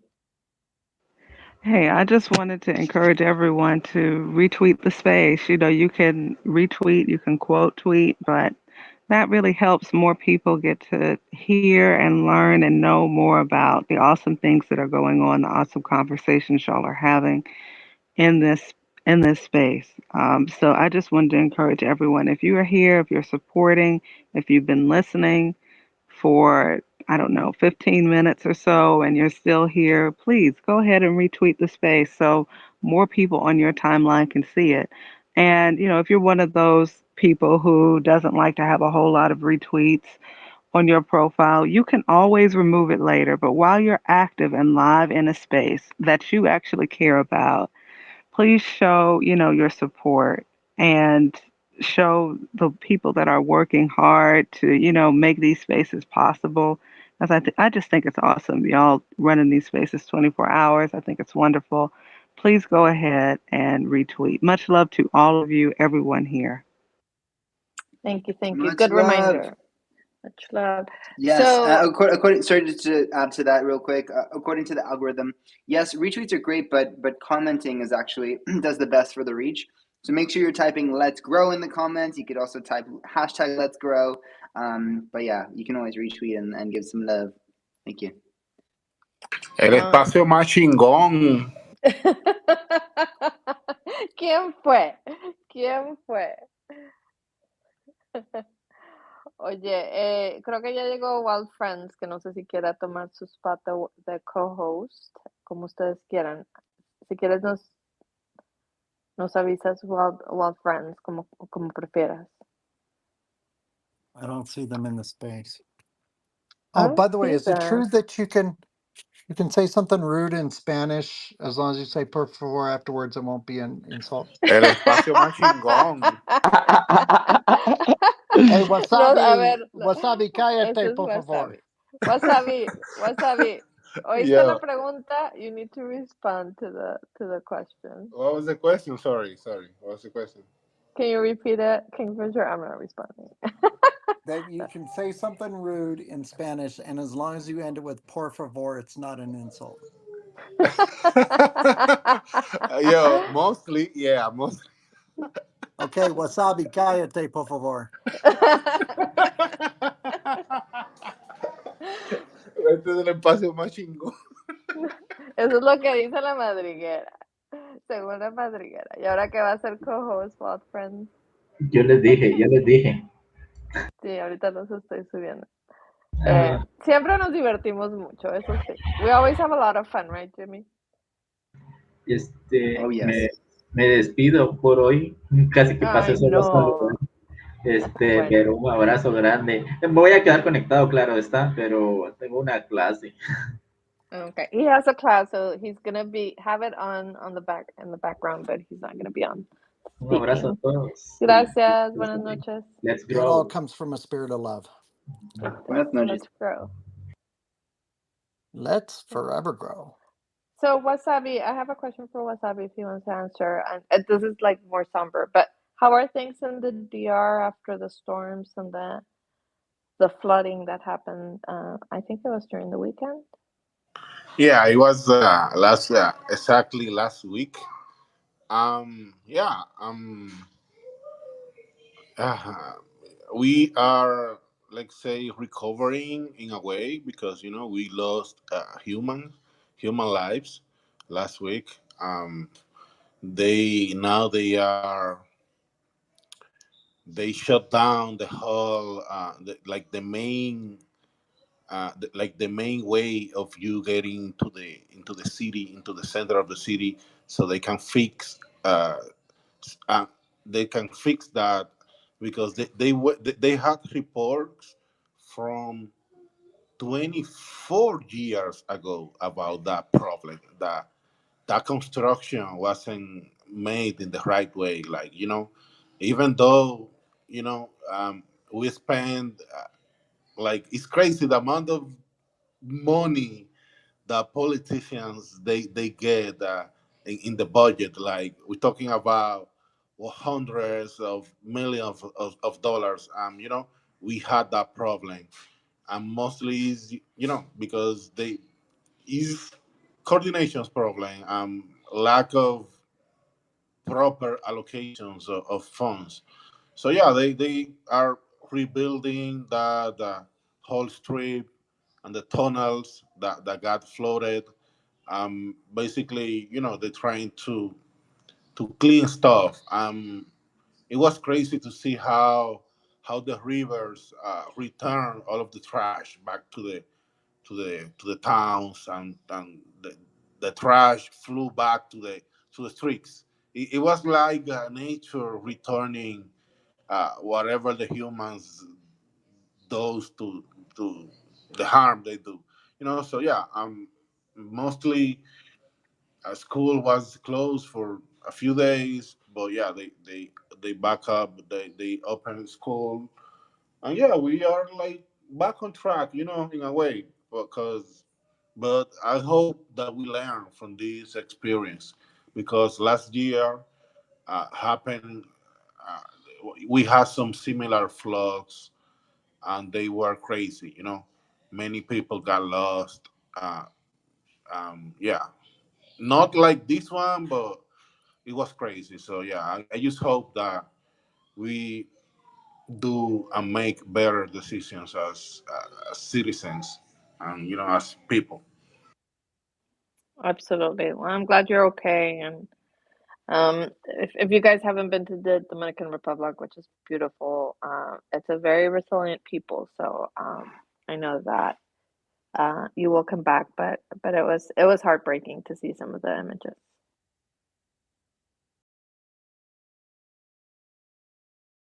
What can be done as citizens to protect it? Um, yeah, like what can I say? Like we need to show people like the power of unity. What we're doing right now, like coming together, building these spaces. This is how we create change. Because sometimes um, the citizens, or let's say the people, they don't know the power that they have. Because the community has the power to elect the presidents. That's like the the ultimate um, let's say authority in a democratic country. So I believe, in my own opinion, I think that in the same way that we come together and we elect presidents, we can come together and create that change that we want to see in the world. Because community is the ultimate power. Like, 'cause if community has the power to make and presidents, to make any normal citizen, and give that citizen the power to make these critical decisions. I believe that we, in the same way, we can come together and we can use the rule of law and create change. That's how I see it. That's why I'm very happy with the work that we're doing at Coconut, because we are basically doing this. Like we are empowering a whole town to have a seat at the table when it comes to the trade of agricultural products.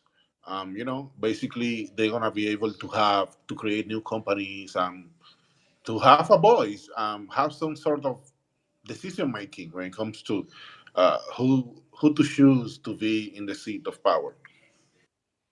Wasabi, share about your project so people can support it, so they can know the important work you're doing.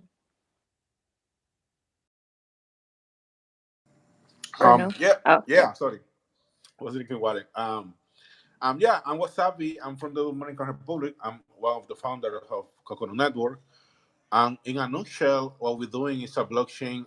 What we're building is a blockchain-based co-op that, with the aim of becoming a perpetual ecosystem of value. And how are we building this ecosystem? Like, we have been building and developing several like pieces of the ecosystem.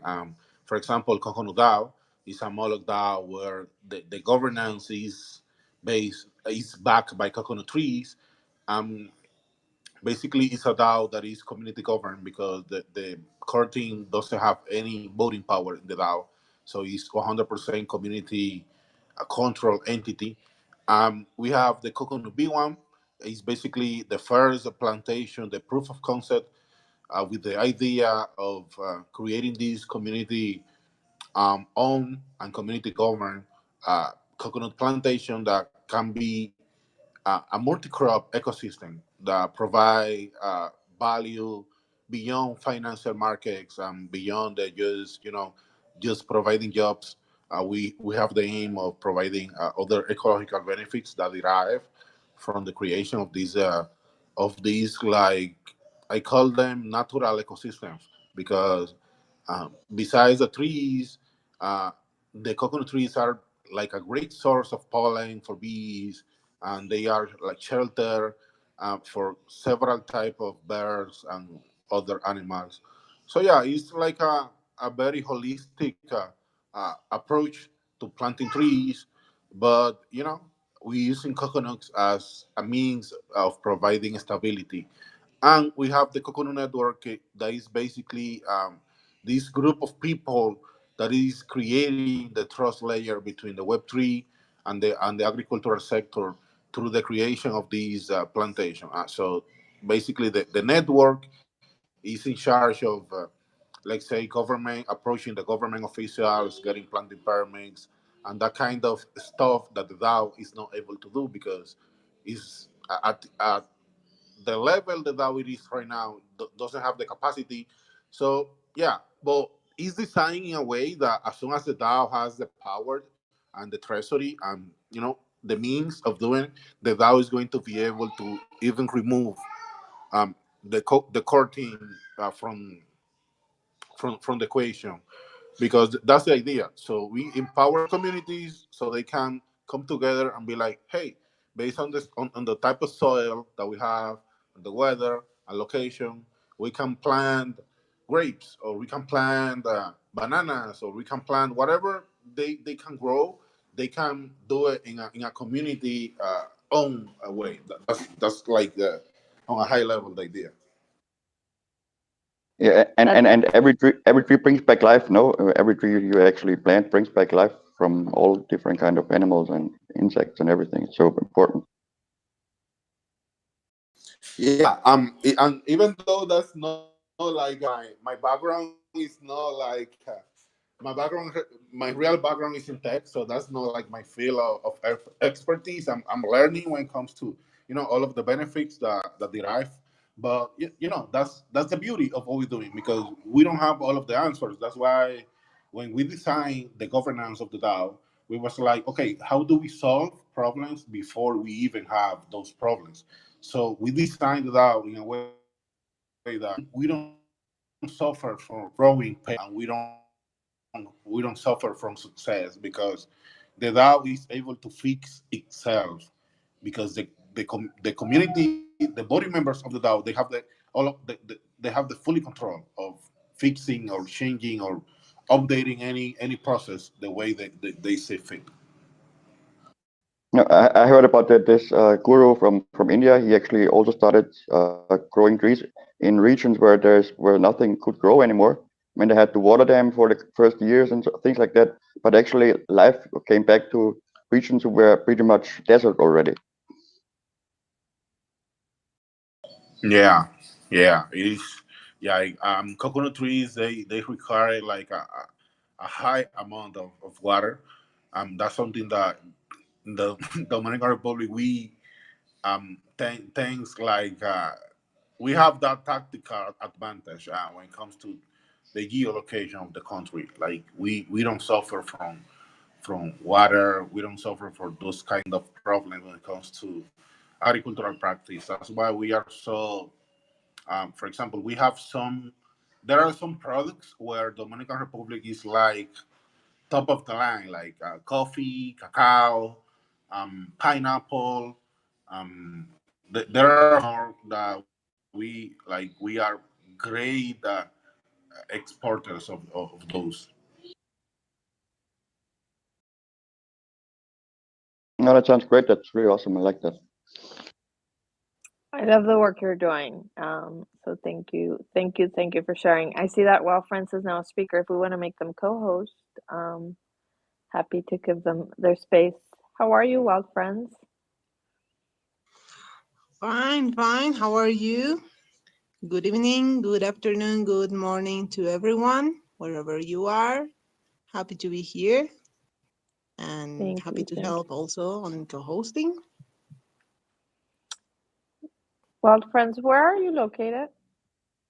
I am in La Paz, Bolivia.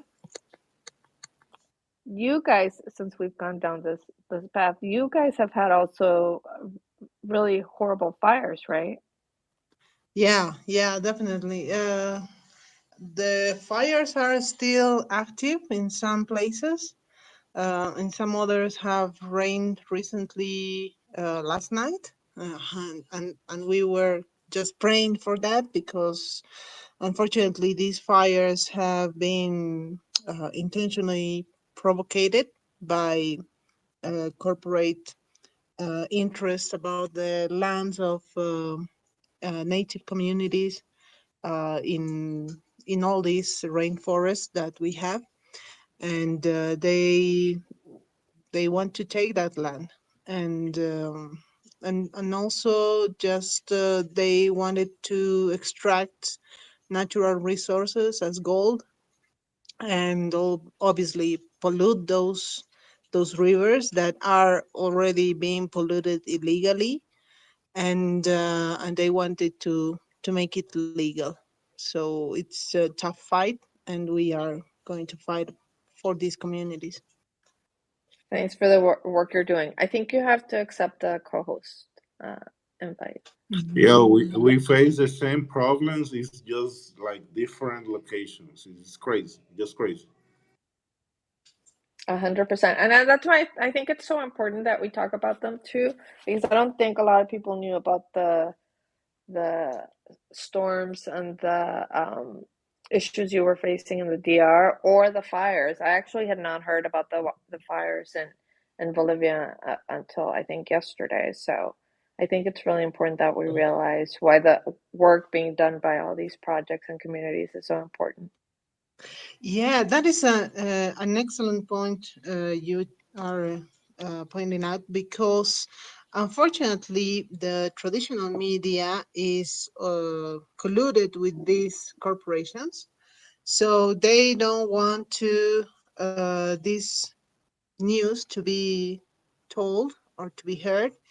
So that is something that we are trying to fight, because recently, just yesterday, the day before yesterday, just the BBC just posted one news, really short, about what is happening, but also not explaining the whole situation, not explaining how many animals' lives have been taken, not explaining how many communities had to be evacuated and also that are in danger because of the fires that are still active.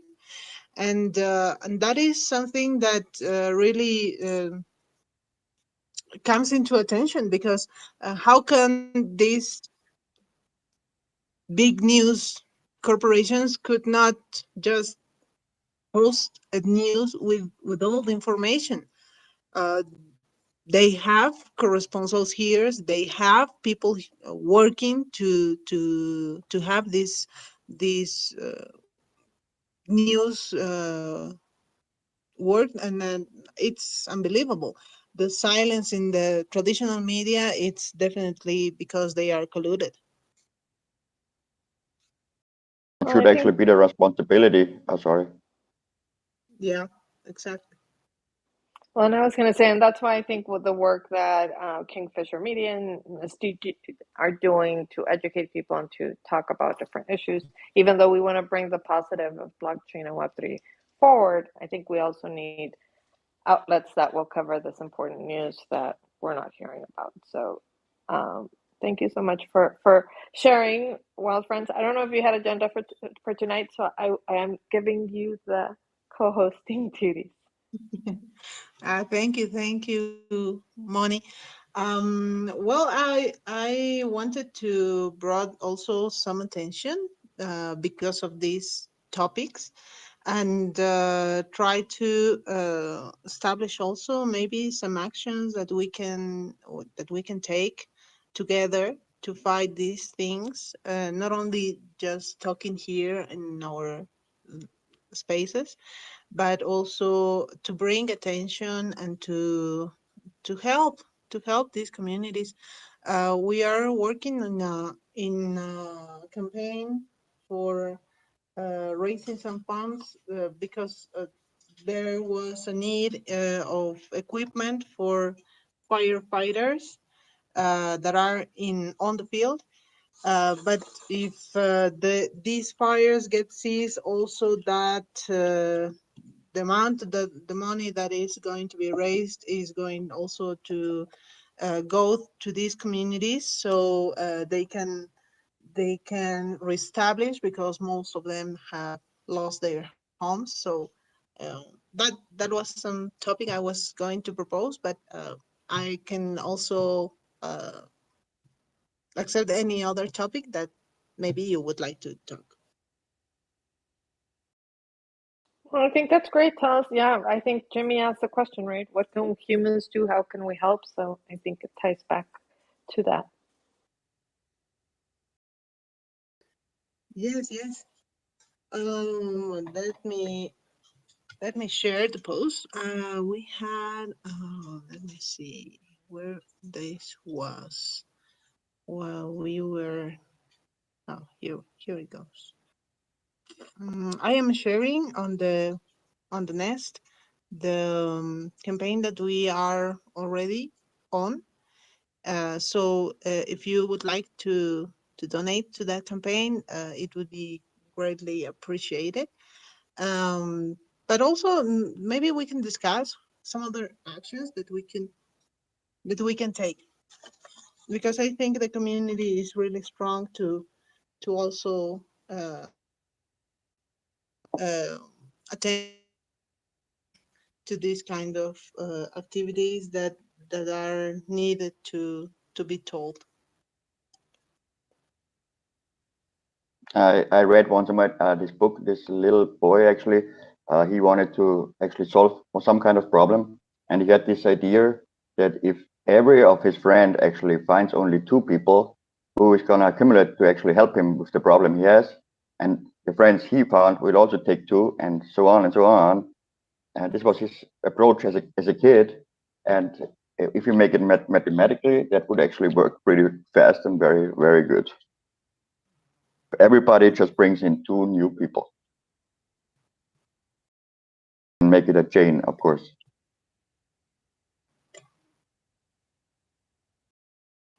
Yeah, I like it. I like it. So let's grow also. No, I just remembered me today, and it was very. I read it as a doctor. I don't know where, but it was a very nice story, and it was super simple. And it was the kid actually who came up with this idea, so I liked it a lot. I think we learn much more from our kids than we can learn from politicians or whatever. Yeah. Or I actually learned much more from my son than from anybody else.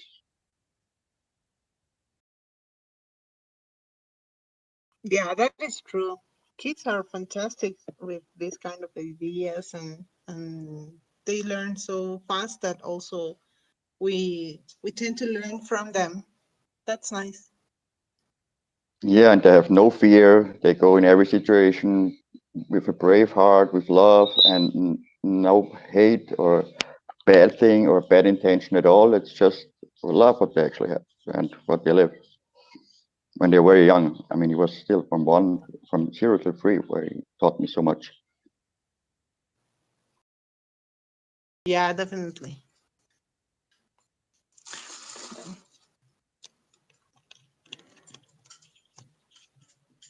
So what are some things? Wasabi, Oh, you were talking about. Oh, sorry. Go ahead, Moni. no. Go ahead. Throw the question to us up. Yes, I was asking Wasabi, how are these disasters of wildfires going on your field? Is are they active already or or no? How's the situation?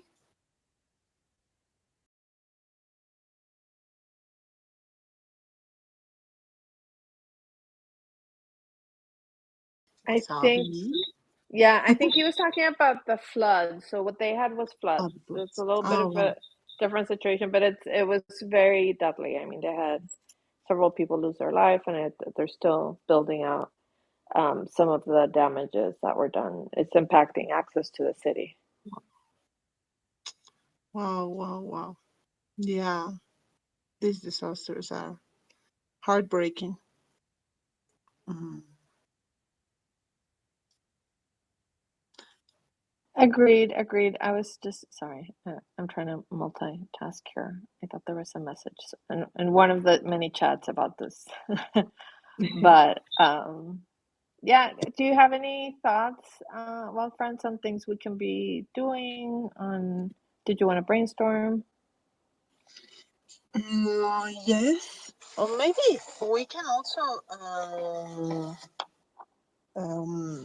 like work on an NFT maybe to raise funds. So maybe these funds could go to the establishment of those communities. That could be maybe a campaign also that we can take along, and because waiting for a quadratic founding would be too too much time maybe for the people to wait, and the needs I think that are greater and needs also faster actions, but that would be an option. What do you think? Yeah, I haven't been too involved. I've seen some initiatives that have used NFTs to raise funds. I haven't been too involved in them, but I think those may take time too, right? Because you have to create minted. But maybe I'm thinking um, differently about it. But yes, I've seen there's been some very successful initiatives using NFTs to raise funds. Yes, I think if you don't have to build a community for some special thing, if it's really, I would make an open audition for something like that. If it's for a cause or something like that, or for raise funds to help people right away in a fast way, then it would not be that big of a artwork to do, and or would not take so much time at least. Yeah, 100%. That would be amazing because also it would be very related with what the community does, and it's related also to AI And and blockchain. and there is it's called Send. It's a pretty awesome platform, Send.io. Yeah, I think it's Send.io. There you can actually everybody can actually buy NFTs there with their credit card if they want to. So the funds Mhm. it's our Shopify store, and it's on Polygon network, and everything is super easy to onboard new people. So it's a really cool platform for things like that, I believe. Nice, nice. Yeah, yeah. What do you think about Sora? Have anybody has had experience with Sora?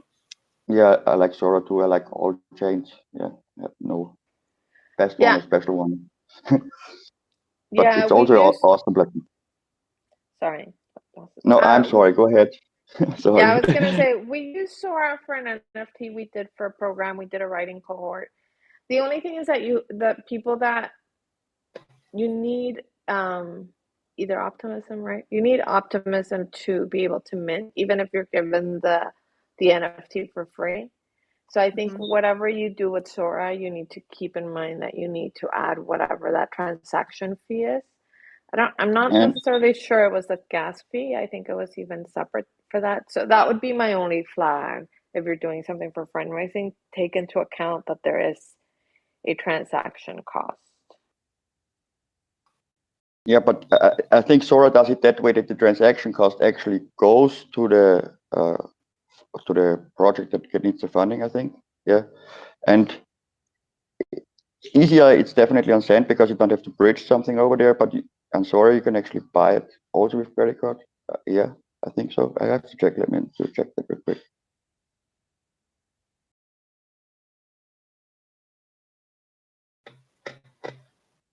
Yeah.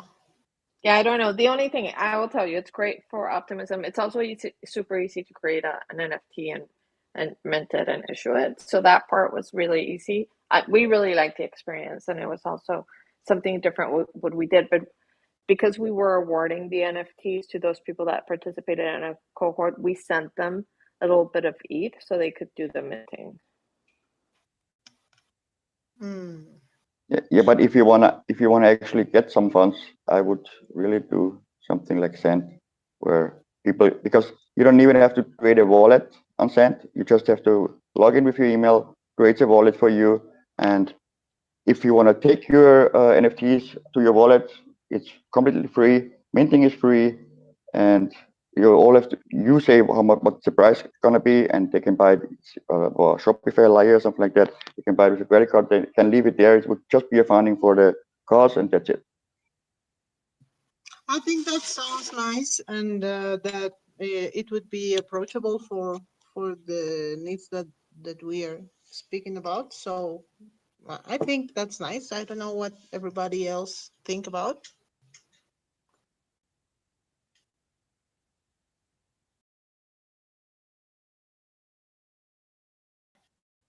It sounds like a good option. I don't know it, so I don't want to.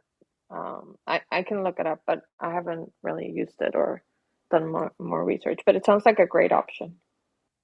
Yeah, I think so too. You don't know that the collect button? Never heard about the collect button?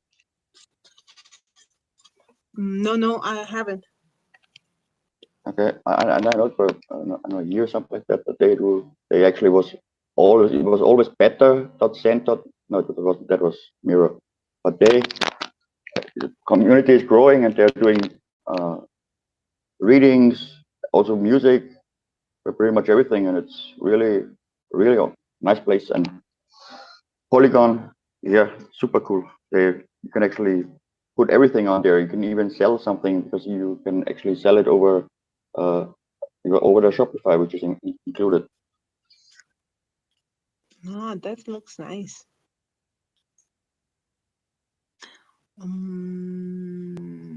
I think Wasabi was And trying to play some music, by the way, but I don't know if he left. He may have left. He may have switched.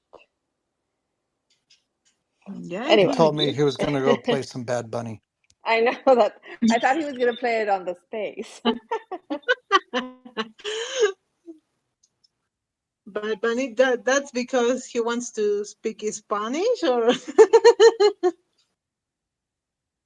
No, I think his turn, right? His slot ended, so now we have Yeah, his Kingfisher Media, stewardship right? ended 36 minutes ago.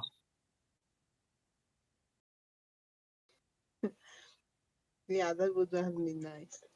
Kingfisher Media. I don't know if you were hearing the conversation. Do you have any thoughts on fundraising, on using NFTs to do fundraising, and what platforms to leverage? Yeah, I do have some thoughts on that. So I know at least Earlier this summer, maybe spring timeframe, there was outside of the regen community, right? So let me frame this appropriately.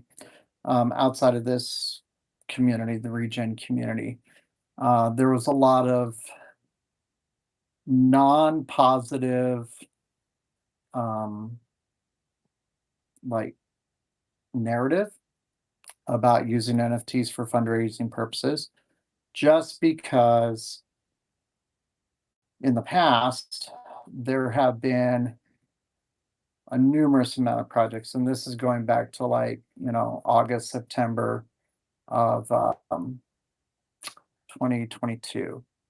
No, 2021. Sorry, trying to get my years right. So going back to like August, September, October, November of 2021, there were a fair amount of projects that were launching. And granted, there were up to 100 projects launching every day, right? Back then.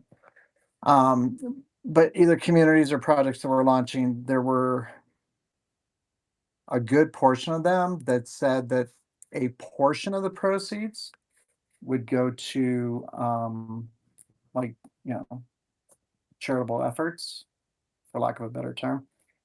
And the founders on a lot of those never really followed through on those commitments, right? So that's kind of left a bad taste in a lot of people's mouth. I feel that, if it's done by a nonprofit, if it's done by a registered 501(c), I don't see any problem with it, right? Where it gets twisted a little bit is where a community or a project will come and say, okay, we're going to give a portion of the proceeds, and then they don't follow through on that commitment. So that's my take on it. Also, I heard you guys talking about Zora, so I had to go back to my DMs a little bit. But there was, I'm not sure if it's still available or not, I'd have to check. But there is a free mint through Zora on PGN for a collection called Moonshot Bots. Vinny, you guys aware of that? No, I don't have the gas fee right now.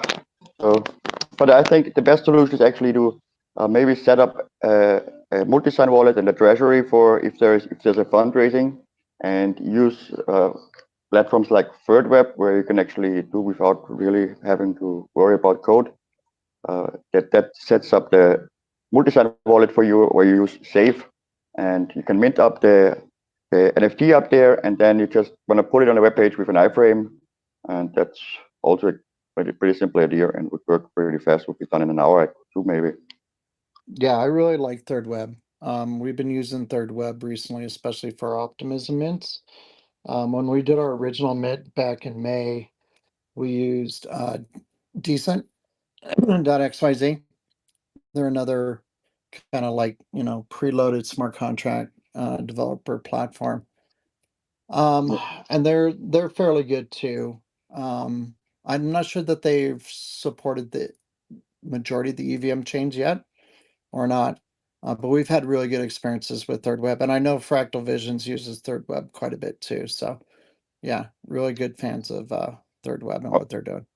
ThirdWeb actually already has core chain in there. They are really very, very advanced and very forward thinking. Mm-hmm. Yeah, well, with Decent, our project is working with Decent, and our smart contracts are from Polygon. So the problem there it was that the gas fees, So if we would like to approach non Web3, then that is some kind of a problem. But also, Decent has recently well, not decent. I think Bonfire has recently released the purchase of NFT with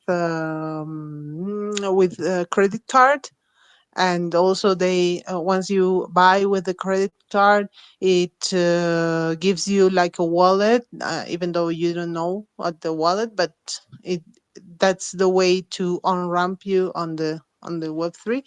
But I think it would be better the way that Laszlo was proposing. It is cent.co, not io. It's co, like Caesar and O. That's it. And it's also a DAO, I think, or something like that. Definitely very good project. Yeah, and our experience in Decent, so we met them at East Denver, and that's why we decided to use them for original mint, because we intended to do a multi-chain simultaneous mint, right, to make it equitable for everybody involved. The one challenge we ran into when we were setting up the smart contracts was that there was no way to um, set a different entry point into the thing between the private sale and the public sale, right? So that's one thing to be aware of in with Decent, and I don't know if they've changed that or not because I haven't gone back and revisited it. But if you're doing a private versus a public, and you want to give, like your allow list, a different entry point than your public, then you're going to have multiple same contracts across the same essential tokens, right? So at the end of the day, what ended up is we ended up with, I think, 5 different smart contracts to accomplish the same effort. Now with Third Web, as kind of a compare and contrast, we did our second mint cycle. With them, we did it solely on Polygon. We weren't doing a multiple mint. But we were able to kind of control more the flow of like what people were able to mint, right? So there was more control with Third Web. We also use Third Web, and Laszlo, I see you're on Lens, so I want to ask you a question about that ecosystem here in a minute. But we also are using Third Web for our monthly awards for our supporters that come to our shows, that participate in our shows, and we're doing those in ERC 1155s, and we're doing those as an airdrop. So there is that benefit too. I feel there's more flexibility with the options that are available in Third Web than any other no-code solution I've seen out there. Yeah, but to make it easy, I was not talking about Decent. I mean cent.co, cent, just cent, like the Yeah, cent. no, No, I not understand. Decent, not Decent, cent.co. That's I Yeah, think you mean a different platform because there is only one smart contract you can actually do, and that's it. And you can actually claim a page there if you want to make a fundraising and put as much NFTs up there you want. You don't need any gas fees, nothing. Yeah, it's completely paid by Polygon or something like that. I don't know who is actually behind it because I sold the NFT up there. I never paid any gas fees there, never. Yeah, even when I let the NFTs which I get collect there sent to my wallet, I don't have to pay anything. I don't know why, but the money I got paid was was in my bank account. Yeah, without not even saying a word. very cool. No, the only reason why I was talking about Decent is because Wild Friends had brought them into the conversation. But Ms. DG, go ahead. You have your hand raised. Oh, yes. I just wanted to, I hate to get off the stage without saying goodbye. And I just wanted to kind of encourage you all before I leave. I really love the refi community. And I, I don't know. I'm so moved and encouraged by all of your hard work and what you're striving to achieve. I just, I just want to encourage each and every one of you to keep going, keep moving forward, keep your head up, and know that what you're laboring in is it's not in vain. I think that together there is a brighter day, a brighter future coming. But the key word there is through togetherness. So I just want to say much love to all of you, and I'm so happy and pleased, and I feel blessed to have met all of you. I hope that you have a great rest of your day, and I will be looking at the grants and everything like I said I would as soon as I finish having my dinner. Y'all really encouraged me today, and I don't know. I thank y'all so much. Much love to y'all, and have a great night, evening, wherever you are in the world, because I know we're some of everywhere. Much love to all of you. Hi, Miss Digi. Thank you, thank you, thank you, Yeah, and thank you. Much love to you. much love to you also. I'm also bowing out tonight, but I will see you guys tomorrow. Thank you so much for a great conversation, and thank you for sharing so much, Wild Friends, about what's happening in Bolivia. I think it's so important for us all to know. Thank you, Moni. See you tomorrow. Have a Bye. good rest. Bye bye. You're gonna miss your friend.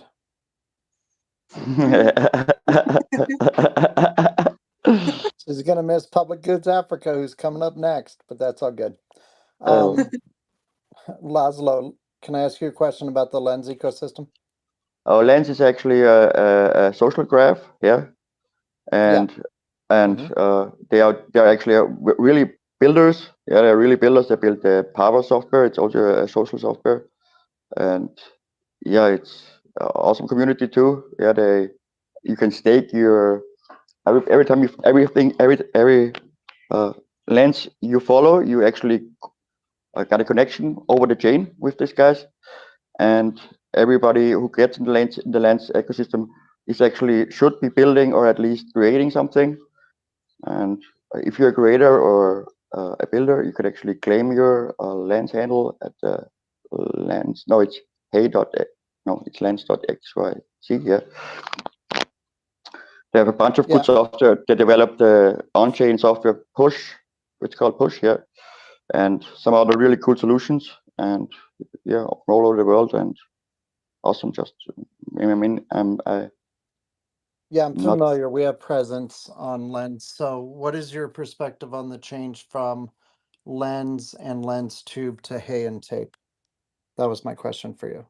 Oh, I'm in so many social media platforms that for time reasons, I said because I'm using Yoop most of the time, so I can post at 3 social media platforms at the same time, which is pretty awesome. And I prefer Dbox a little bit more, even if it's pretty Chinese. A lot of Chinese people there over there, but the solution they offer for DAOs is pretty awesome, I guess. And how they put the gamification in place right now. If you buy a box or if you want to stay up, make a project and have a couple of like-minded people and you have 100, you can actually create a DAO right away. It's a pretty awesome solution for me, and I love the Club X social media platform also, because there you also have you can talk to your people from which are in your NFT gang, and you can actually write to everybody else. And what else? Yeah, that's pretty much what I use. And I'm not using Facebook anymore because they deleted me a couple of years ago. So I said, okay, fuck that, I don't need that.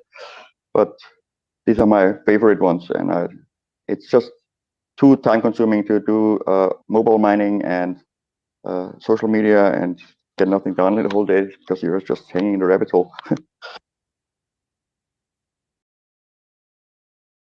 Okay, so you don't really have a take on the name change, or? No, I know the name change, yeah, but I have no take on it, or it didn't really bother me because No worries. it was always called Lenster first. Yeah, Lenster and Friendster. Yeah. But they're I think the much better product they have is their YouTube or video platform. Gotcha. And you know how it is when you actually pretty new to a platform and you have to build your followers. And so on YouTube, which is also built by Lensters, I guess you actually have your feed there, and I like that I like that solution a lot. YouTube is really good, cool, and it's actually connected to Hey, and yeah. Can you DM that to me? Because I'm not familiar with that particular one. I'm just familiar with Hay and Tape. Yeah, of course. Appreciate you. You're very welcome. So, Wild Friends, what time zone are you in? Are you in Central? I am at -4 UTC. I'm sorry, say that again.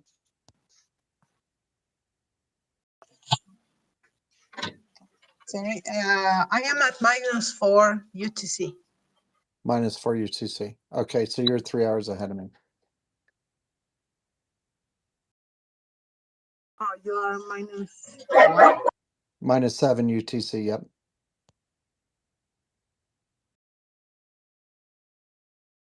Oh, wow. Mm, So, um,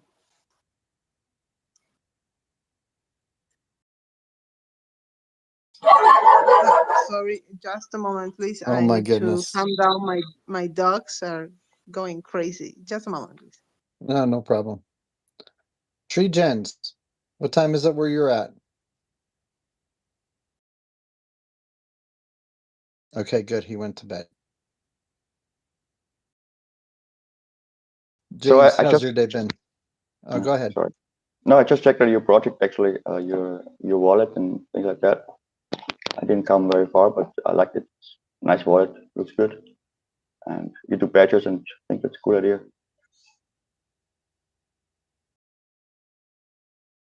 Which wallet are you talking about? I thought it was you have a wallet, no, from your Bitcoin grant. Well, I mean which wallet? Because we have our. It's Nuvosphere. It's called NFT Oh yeah, NFTopia. Nuvosphere. Yeah, Yeah, Nuvosphere. I That's where thought we that's a do our learn. soulbound tokens at. I thought that's the learning curve, no, over there, right? Say that again. That's where you start the learning, the classes and things like that, right? Well, our learning environment is using Google Classroom and it's token gated right now for anybody who holds our token. But the Nuvosphere is our soulbound token certification program.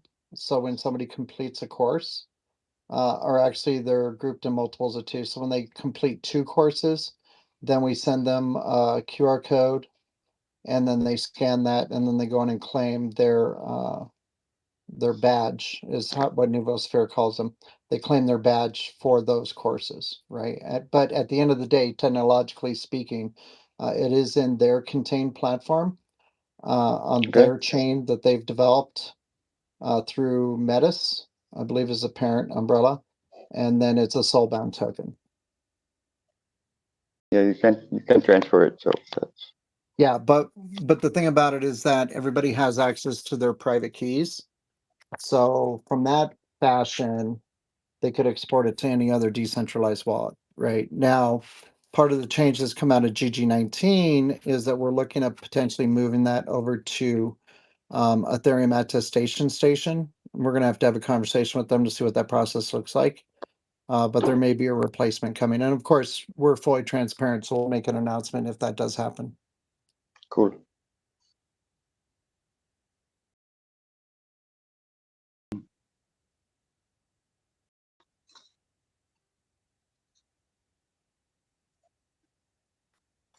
Um,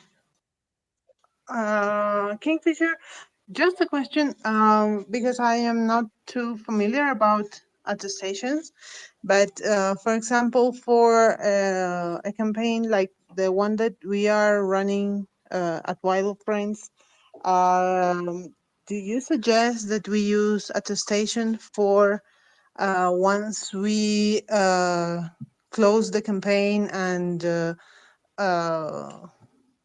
give all the money to the foundation that we are supporting this for this campaign, so they can also get the equipment for the firefighters? How do you see implementing this for that kind of activity? What I would do, rather than maybe Ethereum attestation station, would be to submit it and create it on HyperCerts, right? Because HyperCerts is designed to measure impact. So if you're creating measurable impact, then I feel that HyperCerts are more appropriate for that. Plus, everybody who would be eligible to collect a fraction of that HyperCert, right? They feel, from their perspective, at least psychologically, that they would have ownership in that effort. All right. Oh, thanks. Yeah, I will propose that to the team. no problem. Yeah. HyperCerts is a great way to measure things that have a measurable impact, right? With education itself and course curriculum completion, it's a little bit more difficult to quantify what the actual impact is, other than we have this many learners in our ecosystem, this many learners have completed the courses, and they've been awarded their certifications as a result, right? To me, that's really the only way that we can measure the impact that we're having quantifiably. Okay. Super. Thank you. Jimmy, I thought you went to bed. Why would you think that? No. Because I called on the tree gens and you didn't respond. You call out the tree gens? Oh no, that's on my computer to share the audio into the video stream. I am not listening to that at all, so sorry. Unless Jimmy's in No here, worries. I can't hear you. No worries. So what time is it where you're at? It's about 1 a.m. Okay. Almost 1 a.m. Okay. Yeah, relatively early for me. It's a few things I still want to do before I sleep. I was gonna go out, but it's gonna postpone that and try to get a few things done instead. And then celebrate when I get to COP28. COP28, celebrate. I feel like there's a there's a song in there somewhere. But That was good. yeah, we had a lot of musicians in here, hey? A lot of musicians. Yeah, I heard some earlier while I was cooking. They just keep coming. I love it. Friends, if you know musicians, tell them we're live 24/7 until midnight UTC on the 29th of November. They can come through anytime. Other than that, request the host if they can drop a track. 99.99% sure they'll say yes. All right. Cool. So what did I miss? Oh, we're just Love it. having it. Oh, go ahead, Wild Friends. Oh, sorry. Yes, we were talking about some situations that were going uh, on Wasabi's territory, and we wanted to. We were discussing if we could do something to help them, and there was an idea about an NFT to be dropped, to be minted, and like a fundraise for the cause. And we were just discussing that, like a brainstorm ideas.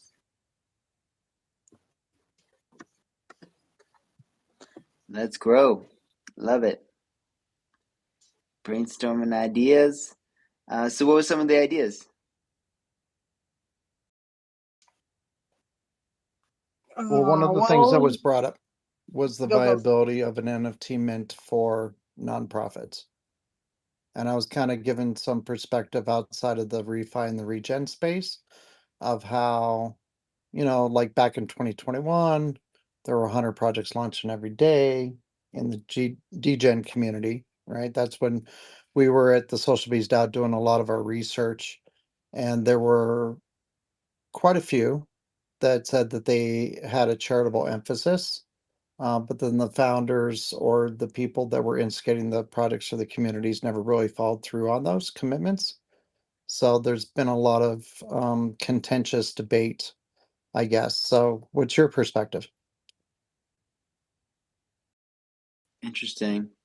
Yeah, I don't know. I definitely know some people during that time who have done some positive impact. Then again, I spoke with a lot who were like early stages and like hadn't made the impact, and they always planned to in the future. And some of them I just never heard from again. So I don't know if they just like didn't do well, or maybe they did do well, and I don't know. Like there's definitely a lot of people that left during the bear market, right? A lot of people left, and you know, I don't really know how they're doing, what impact they made, but So let me reframe it. Based on the current state of our ecosystem, right? Do you think that it's a good idea? And do you think that it would get a lot of support if a true registered nonprofit minted NFTs as a form of fundraising? I mean, It could. Your question is if it's viable. I mean, it could be. It really depends on their approach, right? I think that, well, first of all, NFTs are definitely starting to get more traction again, which is interesting in terms of the market, and people are expecting a potential bull, but that might take a bit longer than people think. Who knows?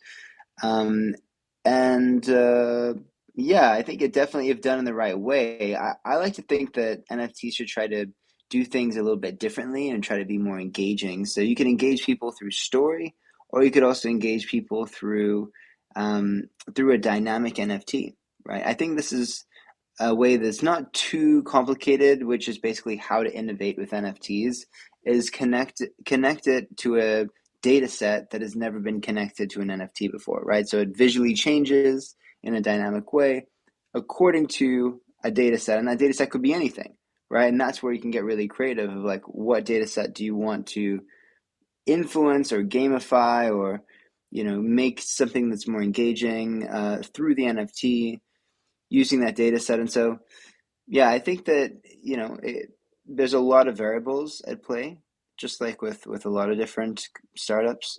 There's definitely a lot of variables, the artistic variables, the community. I think it takes a lot of work to build a community and to have one that really can feel like their family. Um, that takes and actually mean it.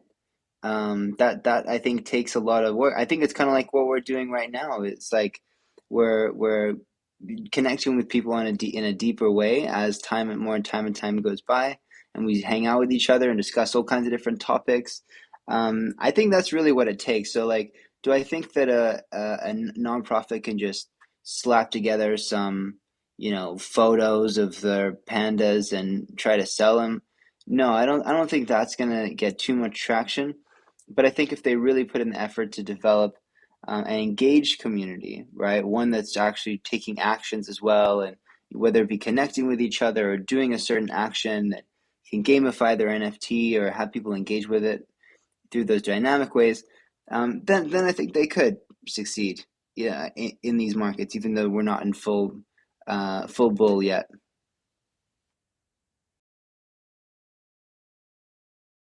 Okay, I want to say Thank you something for to your this. perspective.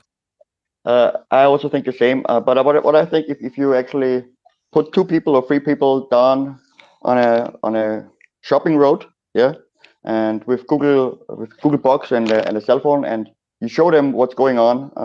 Let's say how it was burning over there. You make a 360-degree videos first. See how many people are actually disappearing or living without on the streets, and show them how it is. That you actually open their pockets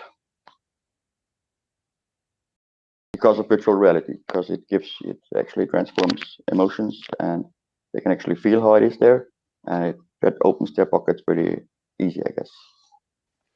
Yeah, people can connect emotionally. We were just talking about this before about how Charity Water used VR and was able to raise millions of dollars in a gala. And yeah, that's definitely an interesting medium to create in. And I think that mixed reality and virtual reality AR, it's gonna have like its iPhone moment next quarter potentially. I mean, Apple might drop the ball, but they are launching their hardware, which of course is going to be a ripoff for most people. But just like how the iPhone is a premium product, and then now smartphones you can get for like 50, $100, which have a lot of the same features.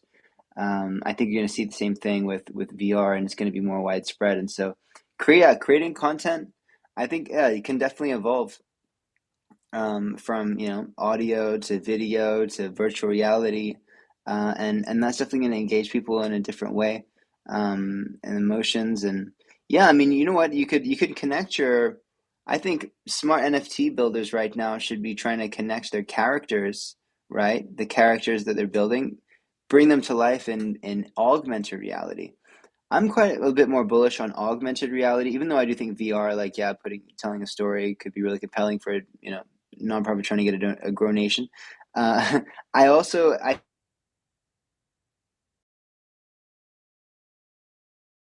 Oh no, you robbed. Yeah, Jimmy, I think we lost you. Oh no. And he's back. Reconnecting. Yeah, reconnecting. There you go. Let me check. Here you go. You approve. Well, I'm back. No, no, no, no, no, no, no, no, no. There you go. Hey. Okay, I was just saying, augmented reality, I'm very bullish on that, even more so than virtual reality, because it's not taking you away from this world, it's adding to it. And going back to what should the NFT builders of you want to make an impact really, I think, try to do, I think it would make sense to try to build an AR or maybe even collaborate with an AR app such that you can bring your characters to life as augmented reality and mixed reality start to become more of a thing in the first quarter of next year. So that's not even like written on our roadmap, but it is something that we're looking very closely at with TreeGens, beta alpha 4, and we want to integrate that into different experiences. And we are having a bunch of conversations with, with different AR, VR kind of creative like platforms. And so, yeah, but we have a lot of other things to focus on before we get there. We need to nail the basics first. And we're launching mGrow tentatively in mid-January, which is our tokenized mangrove token. And before we get there, we're launching our, that's the day where they're launching TGN. And then shortly after that, we're launching mGrow. And then shortly after that, we're launching the DSST, the NFT that changes. Pardon me, I'm going to see. Whew! Oh, I just sneezed, my bad. I managed to mute myself for most of it. So yeah, lots in the pipeline. I think between now and GG20, TreeGens will hopefully have a bunch of cool tech live, and I'm really pumped for it. This has been amazing community support, and it's making me really excited for what's to come. Yeah, me too. The only thing I like augmented reality, but which really is going to have an impact will be virtual reality. Not because it only adds to the world, because it builds a whole new world.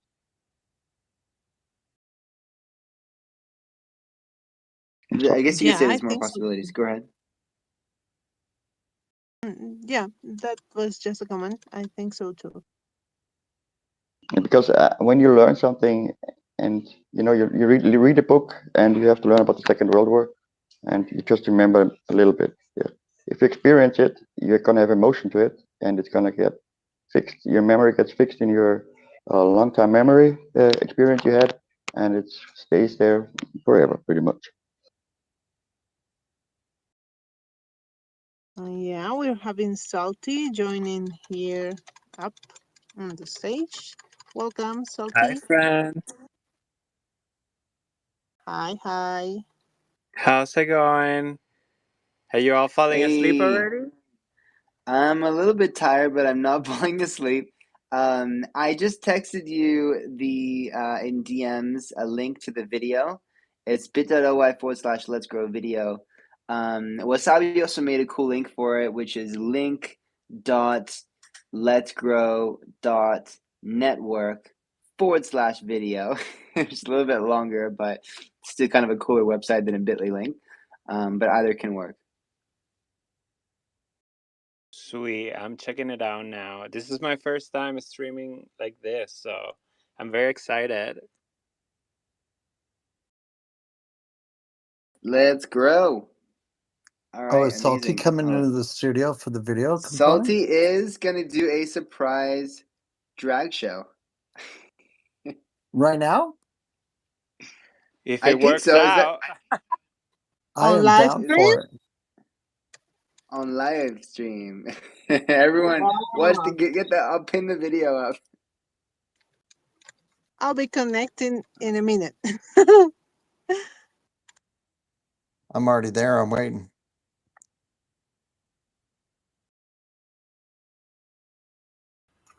Is this working? And you're on stream. Yeah. Hey. So the audio is coming in through the. Oh wait, you have to unmute here on Spaces, because Okay, we're feeding the audio in through Spaces. Yeah. and I'm gonna quiet my computer. Yep. Yeah. Your computer volume off.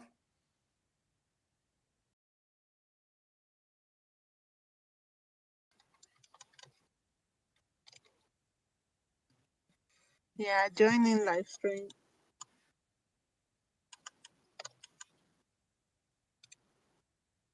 There we go. There we go. You got to turn the volume off the computer still, I think.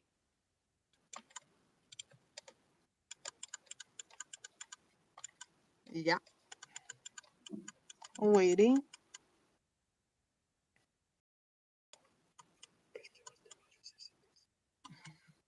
Hmm? Oh, we can't hear you. You have to unmute on the spaces. We're just listening to spaces. Yeah, the sound comes. Salty, you're muted on the video. You got to do audio through the spaces and video on the computer. Okay. Thumbs it up. Hey, we got Ceci there from Wild France.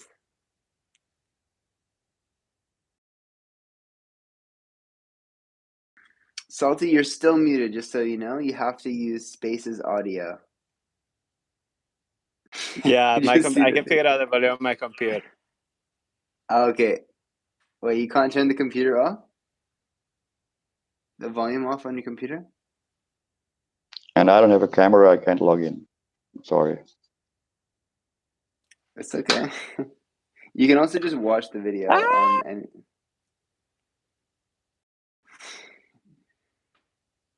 All right. It's Are you still something with having my troubles? monitor. It was something with my monitor. I think you Like, nailed You're it. good now. You fixed it. Yeah. yeah, now I don't see myself though. One sec. You don't see Um, yourself? Just click back to I the see no, you. because talk I was studio using my dot streamlabs. monitor. But just give me 1 sec. I'll figure it out. You're good. Okay, okay. Do you need me to play any music, or if you have any requests, let me know and I can put it through the roadcaster. That would be amazing. I got you. What kind of music do you want, Salty?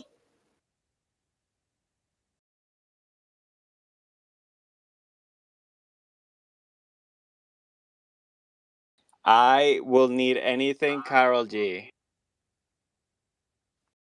Carol, Carol, and then the letter G.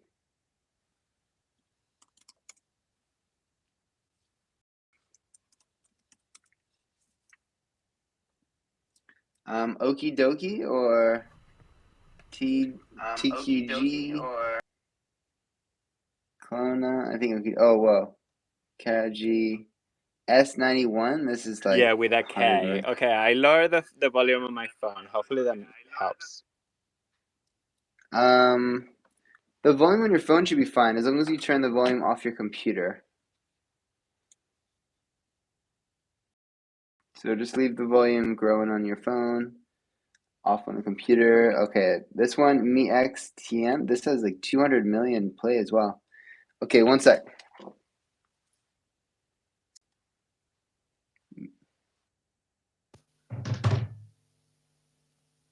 Yeah, I think I figured it out. Sounds good to me. Sounds good to me. Sounds good to me.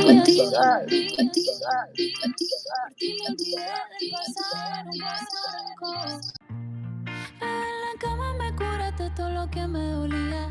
Me pusiste a latir donde ya no me latía. A ti sí te creo cuando me dices mi amor. Mi ex tenía razón. Dijo que no iba a encontrar uno como él. Y me llegó uno mejor, que me trata mejor. Mi ex tenía razón cuando dijo que nadie me lo hará como él. ¿Pa' qué le digo que no? Si me lo hace mejor. Todo me gusta al lado de ti. En la fila no me tratan como en Fendi. Soy un maquinón pero me tenían en ti. Me sentía fea como Betty y ahora estoy pretty. En la disco dándome la botella, amor. Directo pa' la cama pa' que me lo hagan como es. De verdad no sé por qué carajo fue que lloré. Si ahora me doy cuenta que fui yo la que coroné. Contigo, mi amor,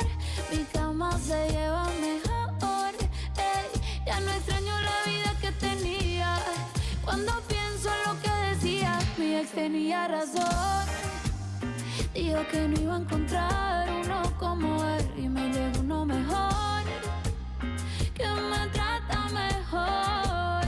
Mi ex tenía razón cuando dijo que nadie me lo hará como él, pa' que le digo que no, si me lo hace mejor.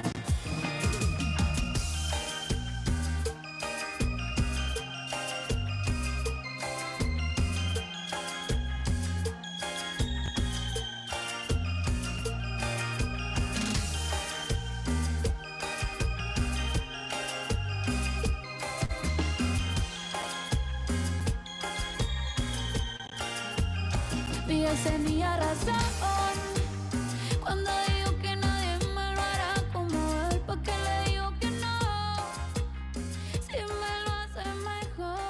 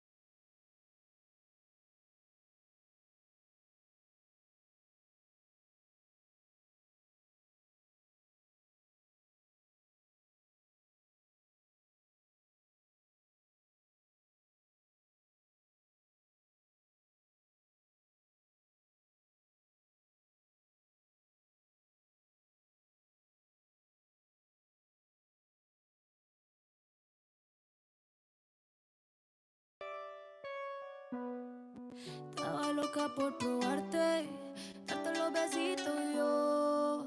Ojalá pueda quedarte, porque así me quedo yo. Estaba loca por casarte, hacerte lo rico yo. Ojalá pueda quedarte, porque aquí me quedo yo. Porque aquí me quedo yo.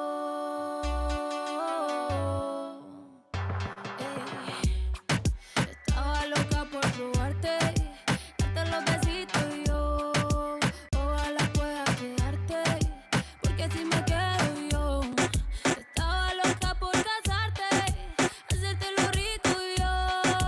Ojalá pueda quedarte. Ay, papi, yo no ando con nadie, pero me tienen vela. Estoy elevada, me siento a tu vela. Estoy uno puesto porque yo no estoy quita. Y ese huerfanito necesita una mamá. Ay, qué rico, como me pone el panty heladito. Ay, qué rico, ese besito dámelo bajito.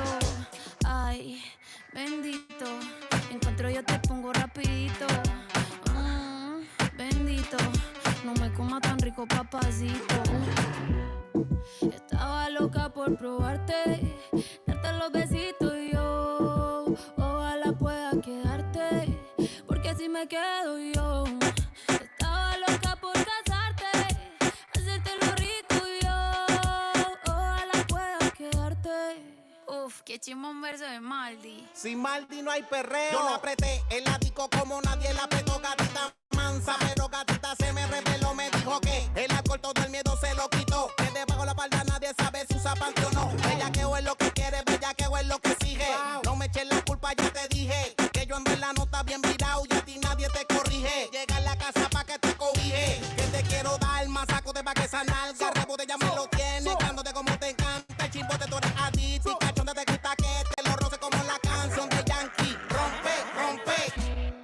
Estaba loca por probarte, darte los besitos yo. Ojalá pueda quedarte, porque si me quedo yo.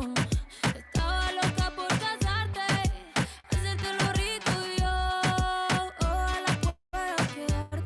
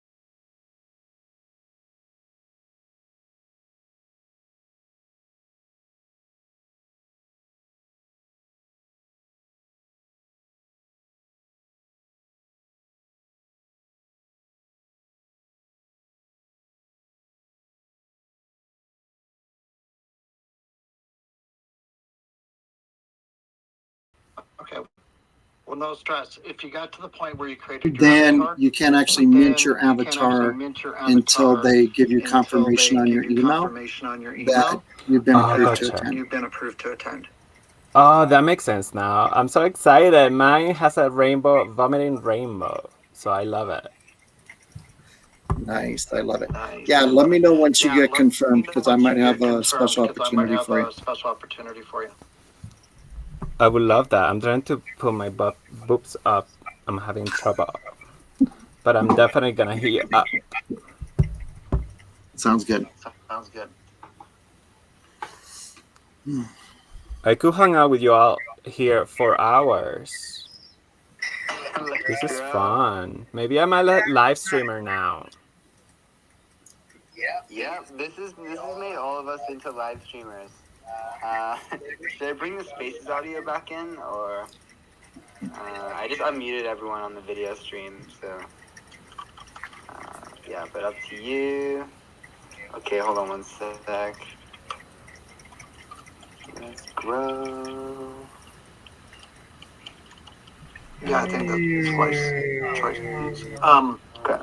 And my daughter's having a Friendsgiving downstairs with her friends, so I'm Nice. upstairs in my temporary studio. I think you mean thanks, friends growing.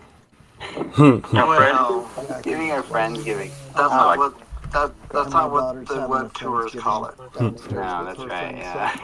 so But I'm upstairs in my that's temporary studio. that's the Let's Grow family. I think you mean thanks celebration. Friends growing? Yes, for us it would Well, be Thanksgiving or Friendsgiving? Friends that's not what the web What's tours call friends it. growing?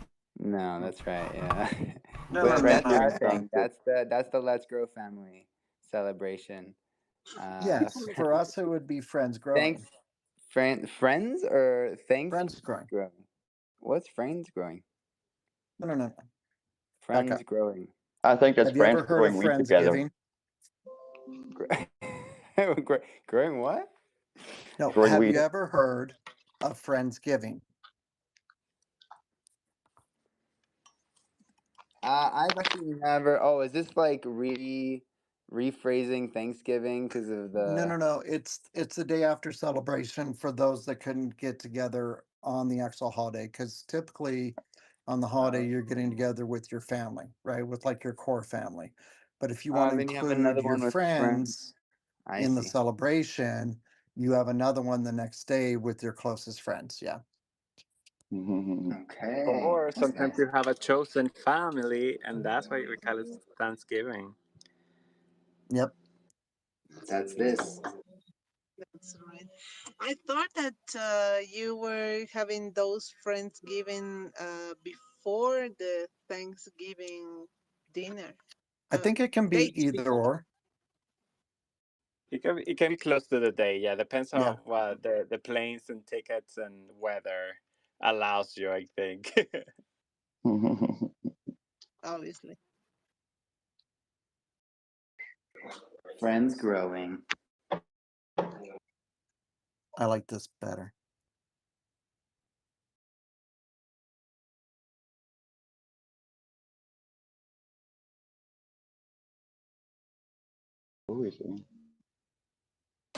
So what's growing up? Well, our scheduled hosts are not here. I put a call out in the green room, but I still don't see them in the space, but that's okay. We can Who have a is good it? conversation. Who? Who is it? Either Meso Reef or Public Goods Africa. Okay, everyone tag Meso Reef and Public East Africa in the comments. Hey, shh. Tag them in the But comments and hey, let them know. the show in here on the video was amazing. So let's get more of that growing.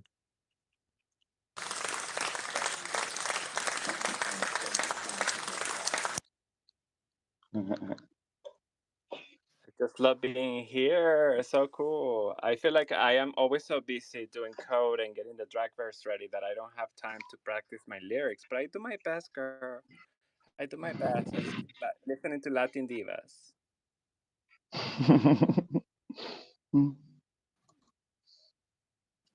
What other Latin divas do you like, Santi? Oh, I love right now. They both Carol G and Kali Uchis just released a song. I don't know it by heart yet, but if you can play me Kali Uchis, let's see, we can do either Telepatia or Moonlight. I love Moonlight. Okay, sorry. Could you please text text me that? I'll be right back. Okay. Yes. You set that intention. Okay, just send it to Jimmy Cohen, So and that's what's growing. Hi, I'm Jimmy Cohen. How's it growing? I love a grower. What are we growing at? I think I that. Okay. You've texted me, right? Checking my inbox. Checking it twice. Gonna see if who. this Oh yeah, we got it. conversation goes. I just wanna get high on my lover, pero una muñeca.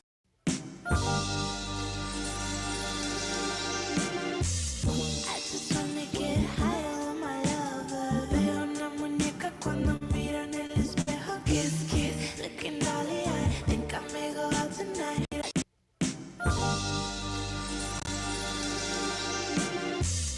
I just wanna get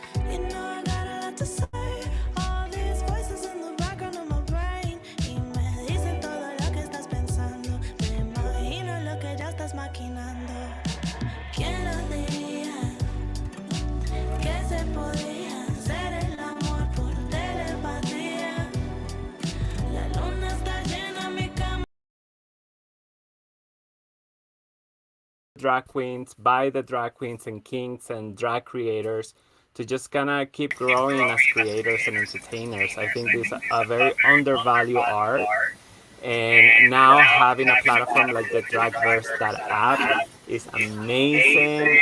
Right now we're building with the code from tape.xyz, which we're very grateful for that team. And now it's just kind of continue getting in front of the camera. I think drag is also really hard. It took me like 4 or 5 hours to look this fabulous.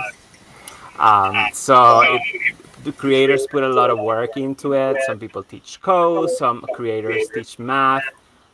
So they deserve a place in this space to grow, and I'm very excited. Let's grow. Yes. All right. And when it comes to the metaverse, we normally have done shows. Last year, we did two balls in the Centerland. So we'll be continuing experimenting to see what is the best fit metaverse wise for our community, at least right now. We have been connecting and working with the Bueno team for the Buenoverse, and I'm really loving that myself as an user. So let's see how it goes, honey, and implement that metaverse aspect and match it with drag.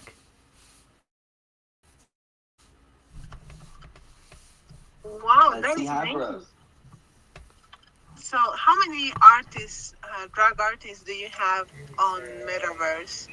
That's a good question. So we have the Hall of Fame. So we have at least, I would say, 6 queens that performed last year. And just now, thanks to GG18 and everybody that donated, we were able to support a drag show in Venezuela, in Caracas, where I'm from. And that has been one of the most amazing things. And not only that, but as a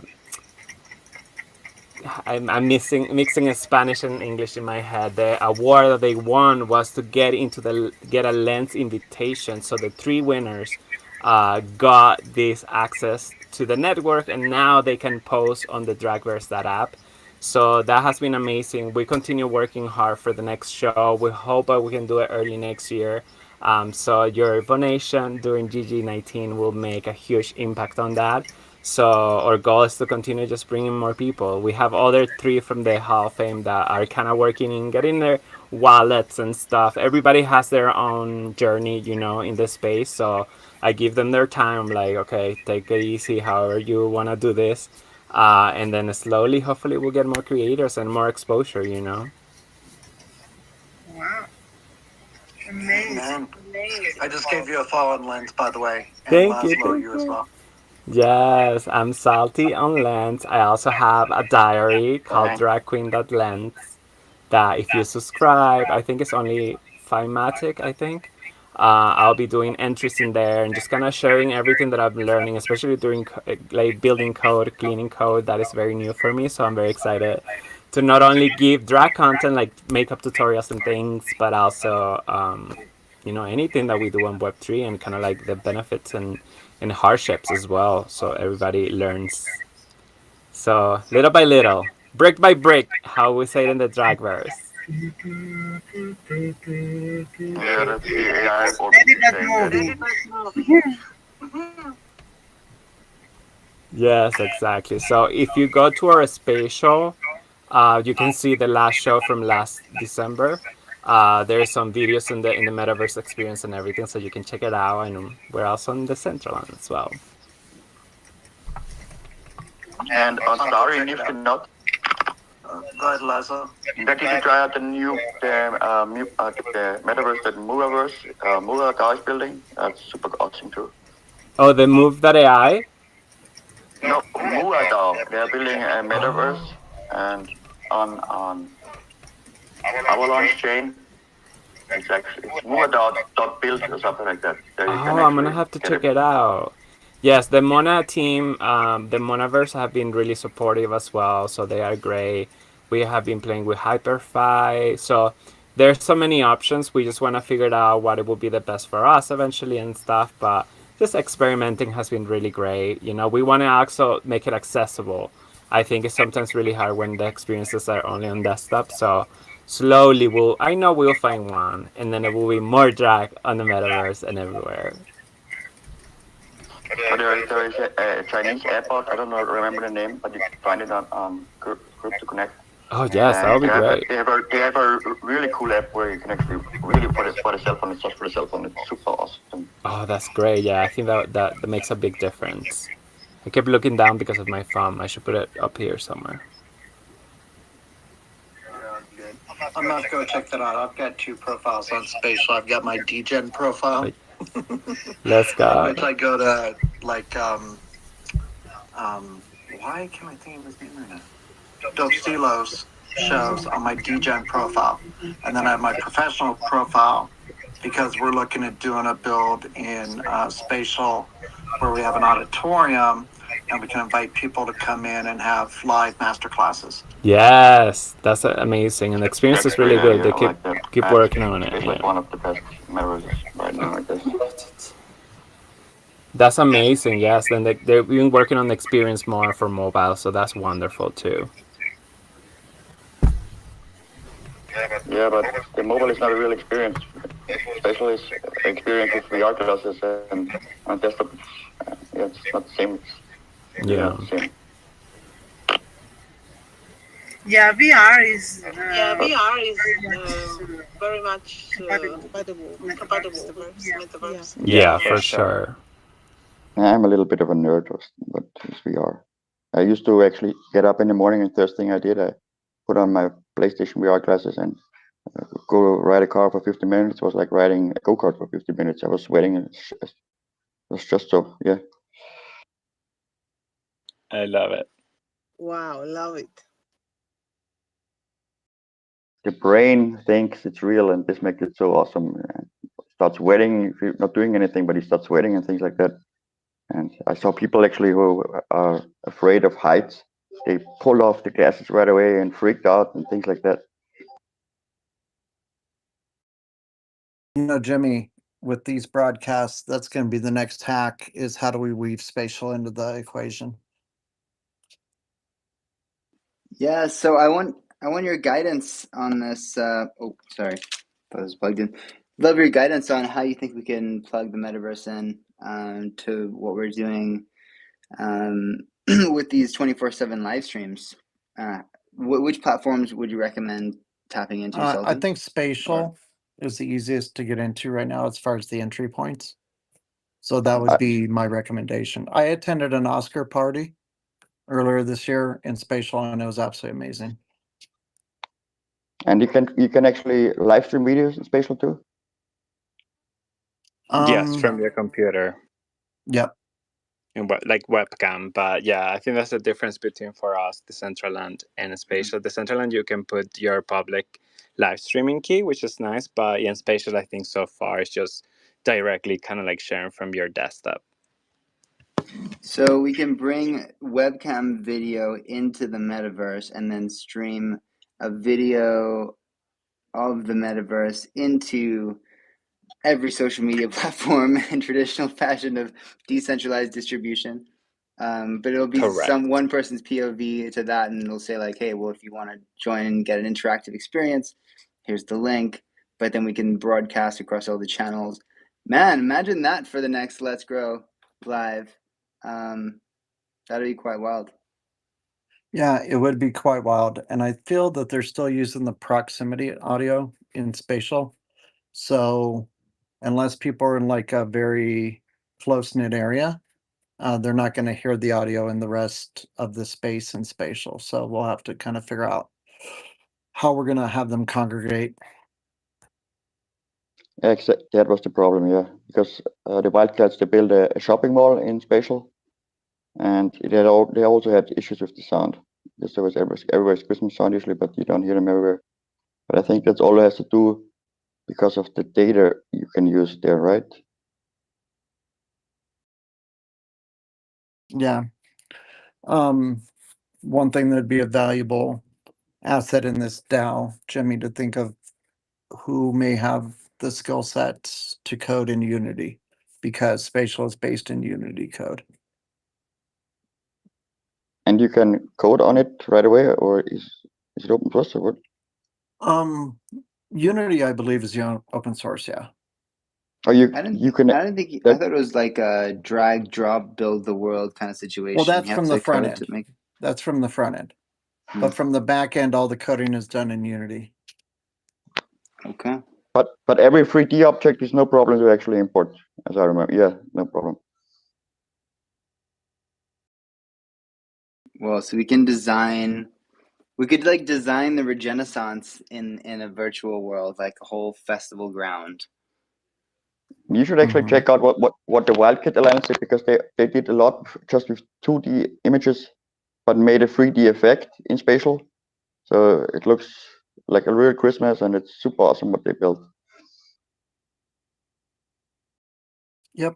And I've got a connection to Aslan, so we'll just need to get something set up to figure out how we can brainstorm that.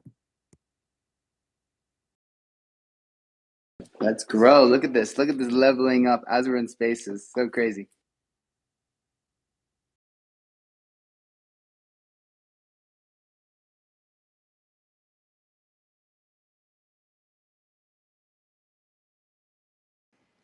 I don't know if my video stopped working. My computer froze.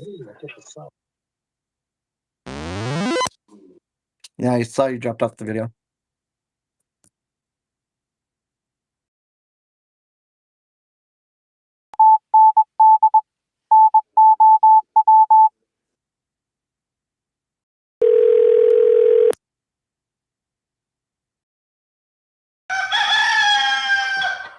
Pick up the phone, man. Never. Just kidding. I am having troubles with my battery, so I may need to drop off because Okay, well, You're let's good. grow I got you. Tate. plugins are Is a Wasabi little there? far. Who's or is it Will T behind Let's Grow? It's Kingfisher's Media that's behind Let's Grow. We're stewarding right Okay, now. sorry. Kingfisher's Media is behind Let's Grow. So you can grow Tate, steward I can out. You could either rotate. put yourself in there or whoever. Yeah, for about 12 minutes until we have our next host come in. Aha, yes. Then you can grow Tate again. So many rotations.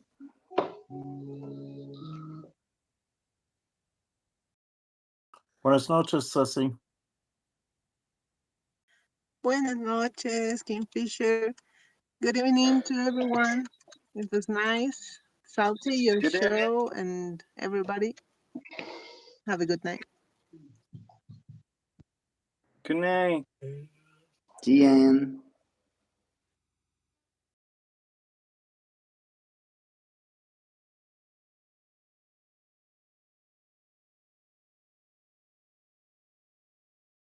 All right, well, would y'all like me to play anything? Are you feeling like a mix from a musician? Are you feeling like a meditation, just chill vibes?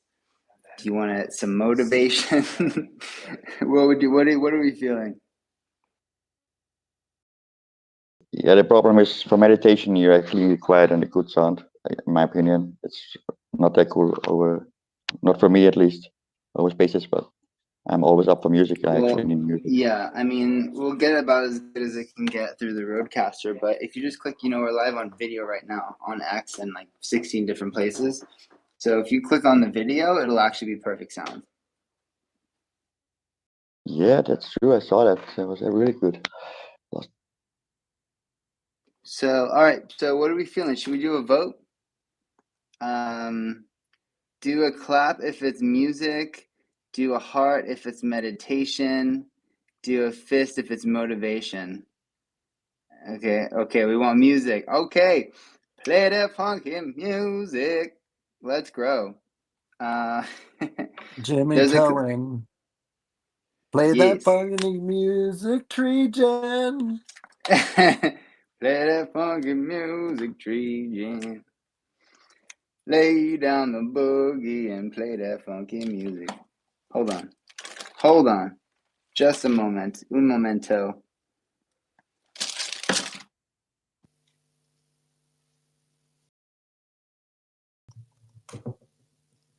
Right.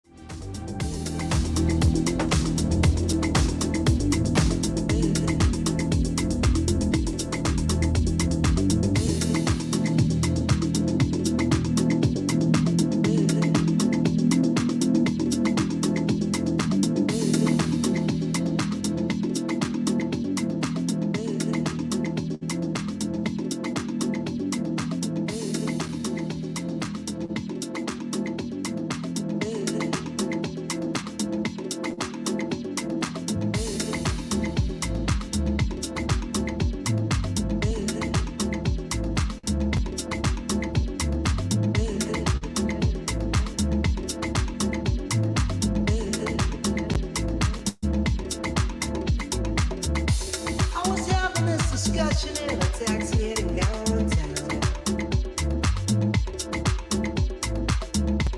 Rearranging my position on this friend of mine who had a sort of a breakdown.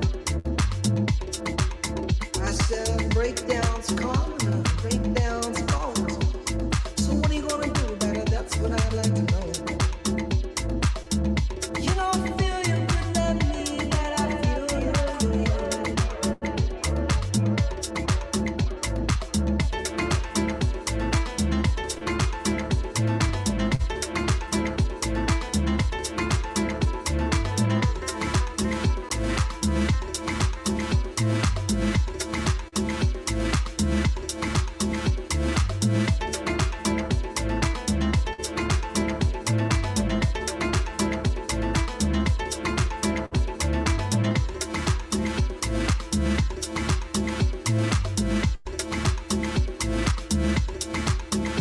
It was in the early morning hours when I fell into a phone call. Believing I had supernatural powers, I slammed into a brick wall. I said, is this my problem? Is this my fault? If that's the way it's gonna be, we'll call the whole thing to a halt. You don't feel you can love me, but I feel you could.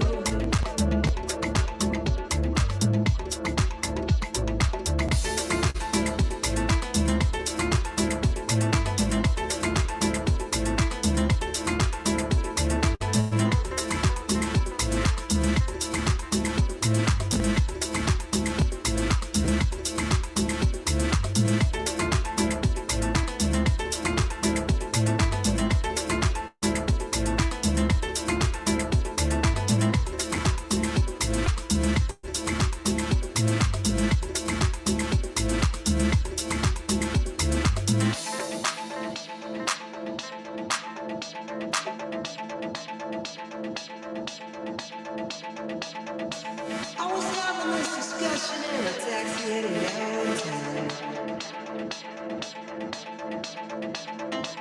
Rearranging. One must live. We need to survive, to go on.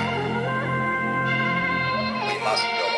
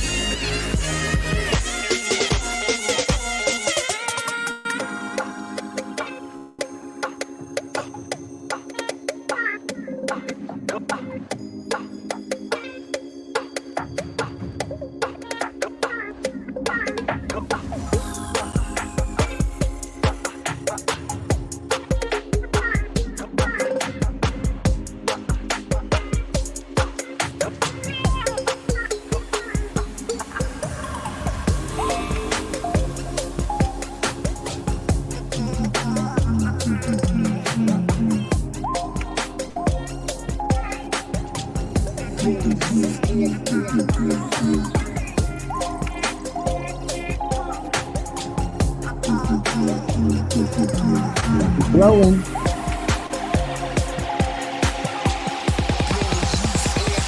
Let's go.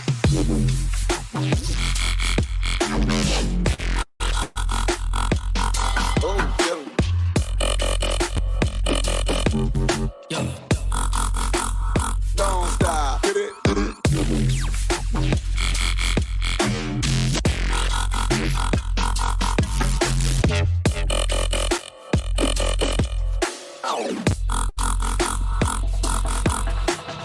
Boom, think it's boom.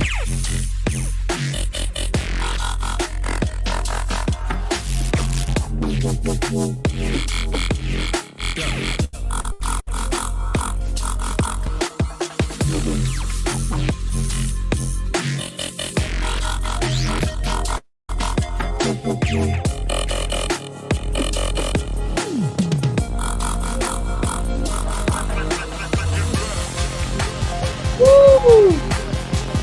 Team is great.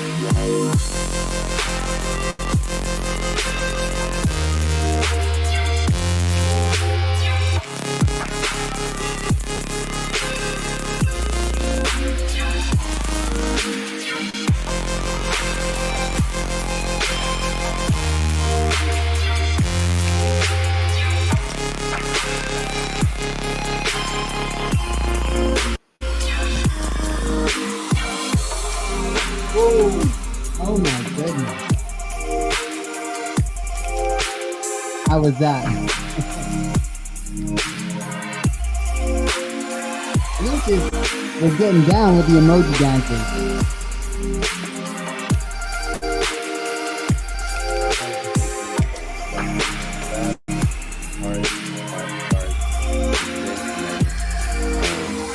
Right space, left, right space. And when the drop is coming, hold right space, and drop it. Do whatever you want.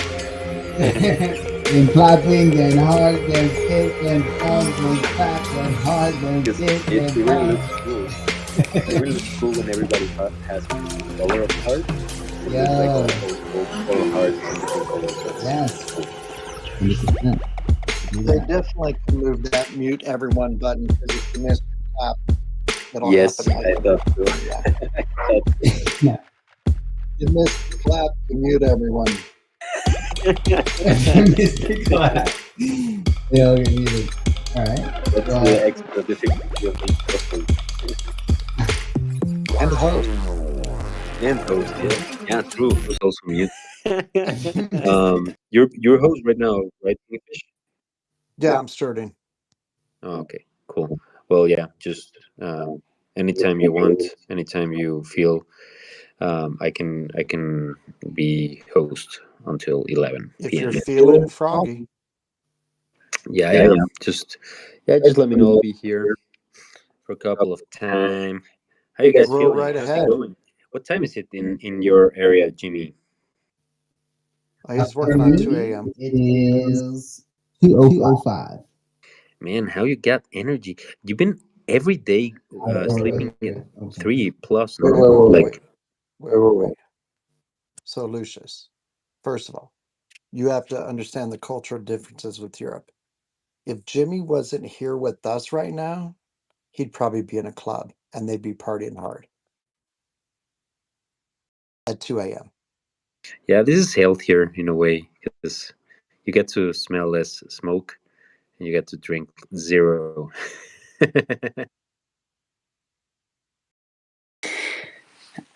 I mean, it doesn't have to be zero here, but Yeah, well, true, no, true. no, but, Yeah, I agree, but, agree. but no, it's definitely far more healthy to do this. And honestly, yeah, I got a recommendation of an event that was happening, but and I considered it, but I was like, you know what? I have all these different ideas of things I want to do. I only got like 5 more days of GG19. I'm gonna come back, spend some time with my Spaces fam, and yeah, just try to do some things before I crash. And then yeah, celebrate at COP28. Gonna celebrate at COP28. When is that? Is that like in a couple weeks? That is actually from the 30th of November, like the day after after Oh, GG19. geez. Yeah, and it goes for like 12 days. So Is it in Portugal? You're in Portugal, correct? I am, but this UN event is in Dubai. And where are you staying in Portugal? Like in Airbnb I'm, or John, John Ellison, the guy who started Refi Podcast and Refi Down. No, I don't know. You don't know John Ellison? Well, okay, well, you've never listened to Refi Podcast? Bro, it's like No, I listen to very little. The only podcast I listen 24/7 is Let's Grow Live. Have you heard? Have you heard of it? it's a 24/7 podcast. You don't have time for anything else. Yeah. But anyway, yeah, he's a guy who started Refi DAO, and he is currently in the UK. And so after Refi Week, since he's renting 2 places, I offered to rent his place. And yeah, it's kind of perfect. I got a standing desk, a plug-in internet. I was sold on those 2 things. Cool. And you set your office there and everything, right? It's like you're very well prepared. Pretty You serious you setup. travel with Yeah, all that I gear? got the green screen. I got the Dang. I mean, yeah, the green screen is actually just like clips. Like I had to clip it to the wall. It's not like I have like a stand or anything. So it actually kind of worked Okay. out perfectly that the wall has this like thing I could clip into above. But yeah, no, I don't have that much luggage, so I got to figure out how I'm gonna fit everything. Yeah, but yeah, I mean, in the video stream when you're over there, it looks like very clean, like very well. So yeah, that's when the green screen is in the behind, right? Because, for example, Utkash has no green screen. You can tell sometimes, and also Guru has no green screen. You can tell like Yeah, yeah. sometimes Because like it goes. leading up to this 24/7 stream, I did a lot of streams with video, right? Yeah. And I realized a few things like that, and I'm like, no, this is gonna make a difference. We did get to do some tests beforehand. Granted, not as many tests as we could have done if we did more stewarding trainings. A lot of the time, I'm running the stewarding, and then my computer gets really slow, and then I can't get certain stuff done. But I think you guys starting to get the hang of it, right? The video stewarding. Yeah, I got it. Oh, yeah. I'm watching it. I mean, it's I And cool. just wanted you to, guys can put stuff up there. You could put memes. You could put content about your impact. Like you just make it your backdrop, and you can not be there. Or actually, I don't know if you can. Yeah, if you click the green screen option, I don't know if you even need to be on it. But then just that's how I I like to make myself really disappear. I really tried yesterday to put the screen of my iPad, and it worked when you left. Um, but I was the only one that could see it. But I signed in from Syntropic and hit into the Let's Grow Live, and I could see my iPad. But then I tried today and not anymore. So there's something going on. I think it's or you or me. I think that's the problem here. And I want all today. I was all day in YouTube trying to research how to literally like put the green like my screen share in iPad, and it was impossible. There was always like as a host, but never as an invited as a guest. So I don't. I really don't know how can it be so difficult. I think Eagly is in the same situation. Yesterday we both tried, and nope, no, not even in the browser version. So that's something I think we need to solve. Maybe because that once then that thing is unlocked, oof, I will be very happy working live. Yeah, no doubt. One other thing you kind of missed a little bit, we're brainstorming about a little bit ago, is how do we weave spatial into all this? We weave space. Sorry, again. Spatial, spatial.io. Oh, I don't know what's that. It's a virtual environment that can be token gated, but you can also set up a profile based on your email. It's pretty cool. It's pretty cool. So I we just need to find somebody who can code in Unity because that's going to be the best way. Because I know how to 3D model, and I could design like a 3D space, but I don't know how to extract the code from that 3D model. Is that what you're meaning? Like we can be on a something like that, or is nothing to? Mm, I don't know what you're thinking of for that. We'll brainstorm it Maybe after we this have is done. different Yeah, perception of space. yeah. Did you hop in the host account? No, Well, I whenever haven't. you're ready. Okay. I thought you were asking. Yeah, I can do it right now if you want. Yeah, let me hop. Sounds good.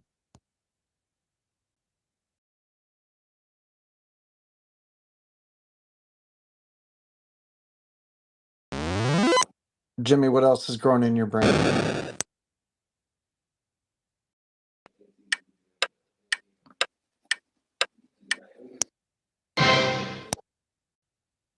You're having too much fun with the space soundboard. I'm trying to buy myself time because I'm actually brushing my teeth right now. Oh, How long can okay. I You're delay good. my You're good. response? What's going on? Teeth brush. That's what's going on. Sorry. So, Salty, how did you like your experience tonight with your show?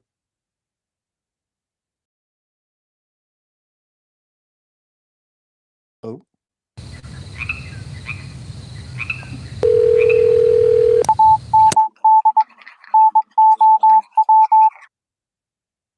Salty. Probably, anyways, yeah. Lucius, you missed that as well. The space from Salty. Mm-hmm. The show She on video. I she was a did a video drag show. show. I thought it was like a live show in real life, but it was video. Oh, Mm-hmm. yeah. I had today like a very familiar, like family came to visit, so I was like kind of off and on, and I'm getting sick. This is crazy. Are you guys sick? I've heard that many So people many, are. yeah. My nose has been blocked for ages. Same Dang, with Jerry. Jerry too. Ooh. Okay, I'll jump into the Let's Grow That. Okay, see you soon. Okay. Okay, ciao for now. Ciao for now.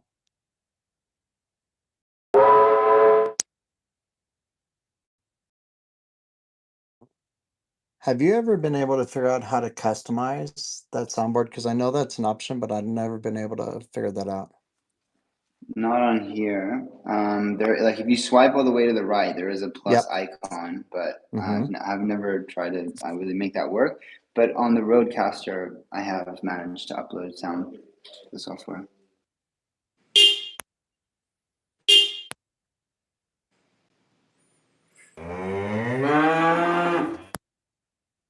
Yo, you try to use an AI voice to say things like Oh, you're talking about the voice changer?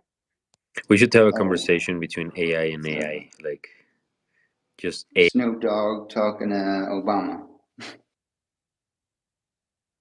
Yeah. I mean, Snoop Dogg actually signed up for Speechify, so I've paid for Speechify. Can have Snoop Dogg literally say anything.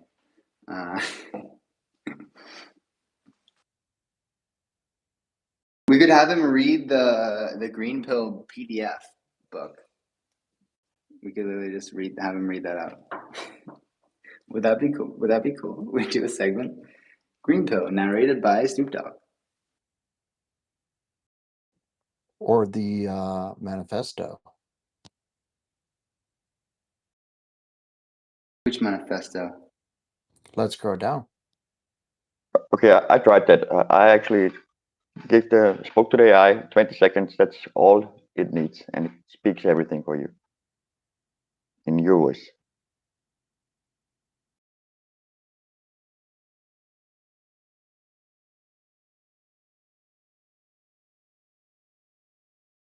Say again? I said only what the AI needs are 20 seconds of your voice, and then it can speak like you. Okay, are you gonna start recording now? No, I already did that 2 weeks ago, something like that. For my son, I made a little bot for Oh, Telegram. would you do it for my voice or no? Or No, I was doing it with my voice. oh, And okay, all, okay. Well, send me the link in the DM, and I might train it out too. That'd be great. it's just in Telegram. You can actually check him out. Speak to him, talk to him. He makes a joke every time he says Drop it something on to you. Telegram. Yeah, a bot in Telegram. Oh, it's a bot. It's a bot with ChatGPT in the background. Okay, can you send that to me in the DMs, please? Of course. Wait a second. Thanks, bro. Yo, that makes Telegram seem really fun. You can even like have a bot that makes memes by like prompting it. It like uses AI to generate a meme. Can you hear Yeah, me? BRB. Back to you, Kingfisher. Yeah, no, you're good. You're good. So, what's going on? Well, Can you hear me from the host? yes, I can, and it's unmuting my mic. So to avoid an echo, I muted it back. I can hear you too. Very good. Okay. Boy, So what a can I day. speak or not yet? I need to wait, right? Yeah, just wait about 2 more minutes. And then you can speak from the host account. Oh, I did so much cooking today. So the person who usually hosts our holiday dinners yesterday did not want to cook a big meal. So we all decided as a family that they could cook something very simple yesterday, and then today we would have a more traditional meal for the holiday that just passed here in the United States. So I spent a good 2 hours solid continuously while I'm listening to Let's Grow Live cooking, and it was really good. But at the same respect, because my grandchildren's parents were out shopping, I was managing them. So that was even more of an experience listening to the show, cooking, and managing my grandchildren. So that was my day after I left this morning. Anybody else want to share some stories? Laszlo, how was your day?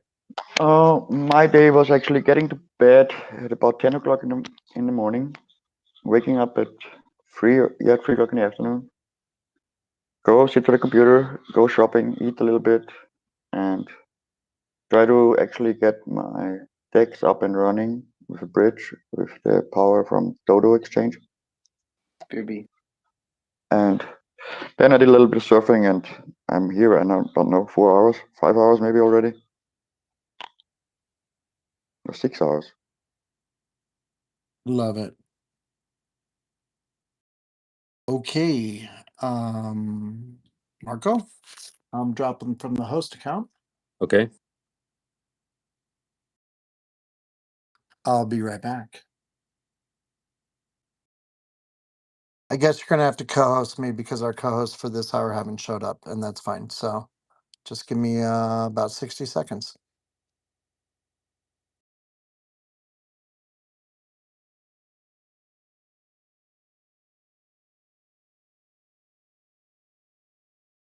What? For real?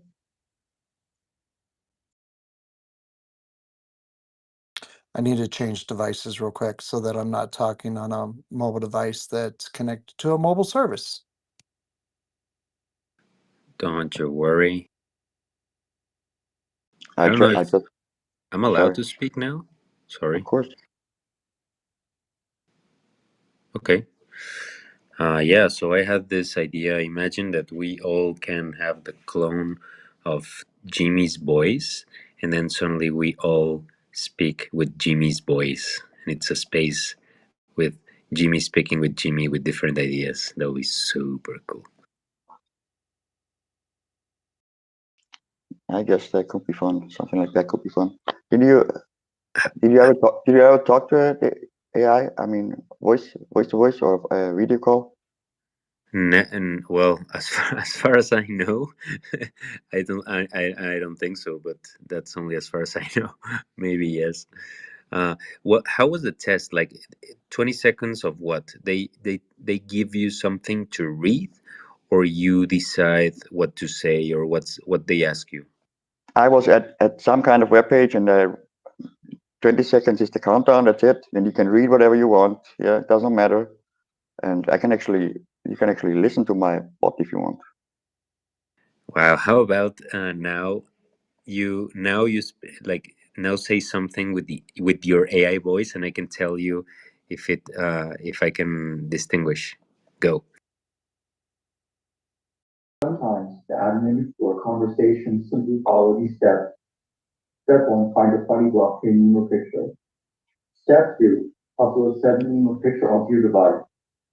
Step 3, type /ad image into the chat box and follow the prompt. And voila, you've added a hilarious image to our conversation. But remember, folks, even though laughter is great medicine in this volatile crypto market, it's important to stay informed and make wise investment decisions. And if that doesn't work out for you, well, at least you'll have some good news to share with your friends. Man, I think the pitch and the tone of the voice is good, but the pace still looks robotic. Yeah, Like very. I made him actually talk a little slow, not that fast as it usually talks, because it is for my son, so he can actually talk to him and he will get something back. Okay. So he can use it in WhatsApp and things like that. It's pretty funny. Wow. Man, that's so crazy. Yes, Roast me. I think it will be interesting to just put some AI to have discussions among us, and maybe we can just go to party, and then the Let's Go Live is just AI feeding itself. Then nobody would notice. But I think you can. I totally could catch the. Maybe try with the zero pace, like a normal pace, and see if it has a rhythm or not. Let me check. There are already, and I don't know how many, but about 50 bots online. And some of them you can actually call and have a video chat with them. But that's super awesome. And, And your face moves and stuff. yeah, and That's crazy. I don't know if you know Product Hunt, the webpage. You should actually check it out because there are the latest developments in AI and they're very much the hottest product on the market, I guess. Whoa, no, haven't seen that. I have a question about 11 Labs because that's what you used, right? Yes. Can you like upload a script to it and then it'll produce an output? Yes, literally that's what I did. It gives you a text. I think it's maximum 10,000 words for the free version, which is pretty fair. And yeah, you just write whatever you want, and it speaks, and you can even test like fast play, and it tells you like, hello, my name is Amanda, and then hello, my name is Deb, and then hello, and then you just click whoever you think it fits better, and then Oh, generate, and you're set. It's super easy, super nice, and really, really creepy good.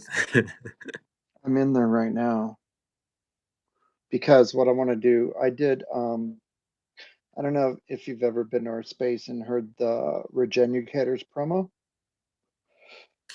but No. yeah, I recorded that myself, but with like a much deeper, like stronger voice. Um, well, I can play it for you guys here in a minute. But anyways, Yeah, do it. so I did it, but like like a Dark Lord overtone, like an ominous type voice, right? So I recorded with that, and then I used what is the Microsoft app there, the video editing app, um, Clipchamp. Yeah, I use Clipchamp because they have some like preset audio recordings in there, so I wove that in the background. and produced it that way. But I'm looking to change it up a little bit. Um, so yeah, I'm just looking for stuff that tools that I can do that. I have the script written for it. I actually have. So let me give you a little bit of background here. So Regenucators is an output from GG18 because the conversations we had about the way that we look at our ecosystem, um, it gave us different perspective. We'll just put it like that, right? On how we look at what we're doing and the work that we're doing with Kingfisher's Media.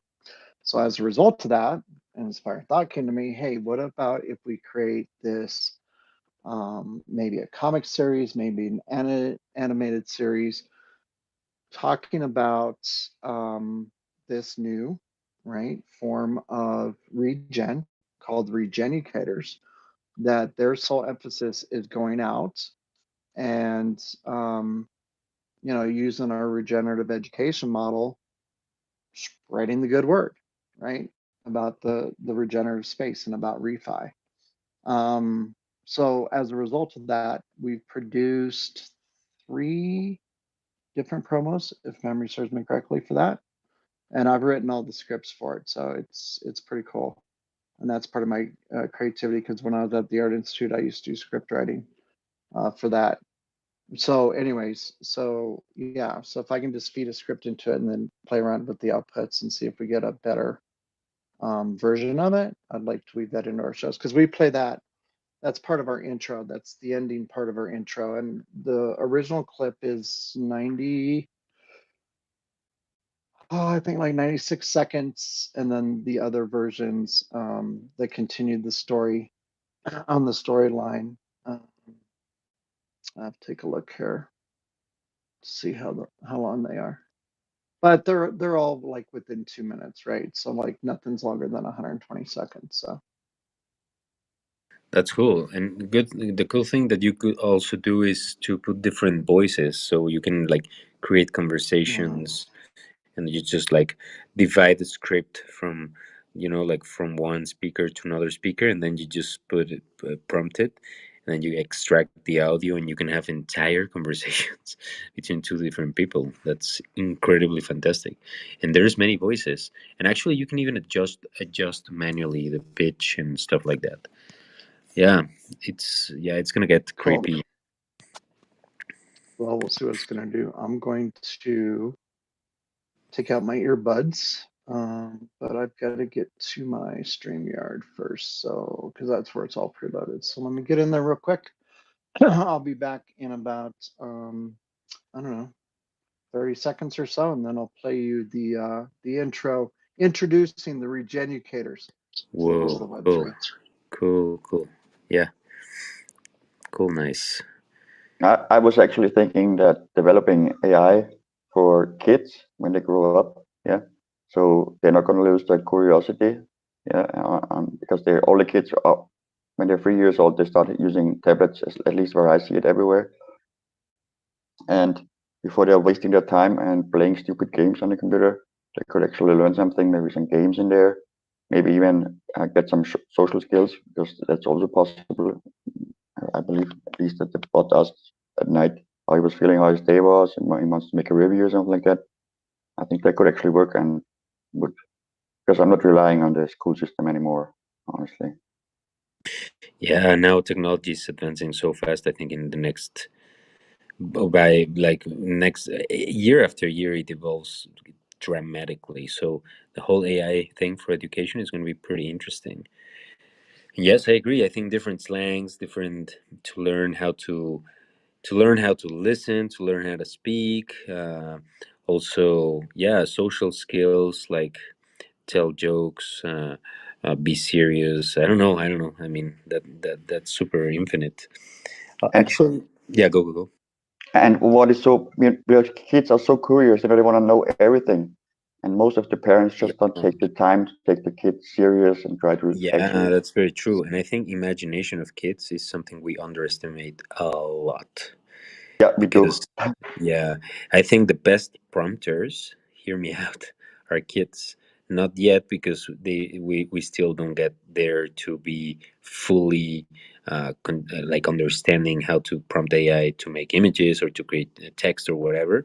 But I think in a few years, when this is normalized in the education system, I'm going to be surprised on how kids are going to be creating, yeah, very tough, fantastic things that because yeah, as you grow up, you lose a little bit this connection to your essence of creativity, and kids are super connected. They just need a tool.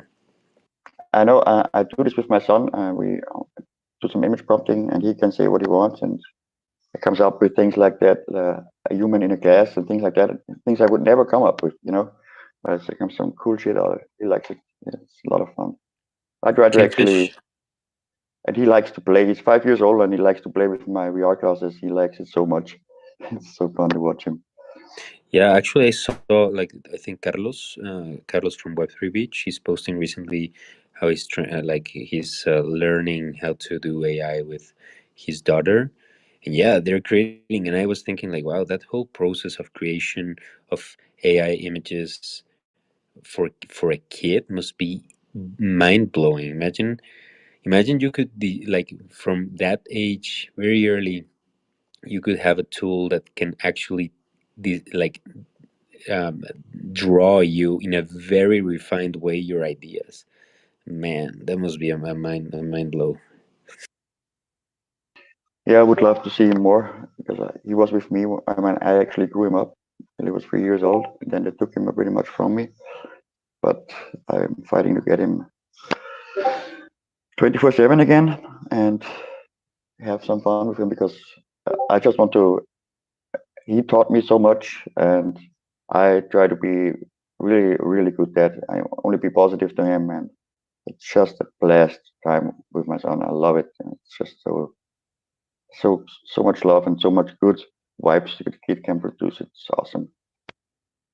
Yes, I agree. Well, I'm sad to hear that, my friend. But yeah, just it's about quality time, right? And many like as long as it's a very qualitative time, doesn't matter if it's for a long time or for a short period. As long as you both enjoy it, it's gonna last for longer stances. Having just both on the phone or something like that. So yeah, just focus on quality time, and it's gonna be fine. I think Kingfish, your hands up.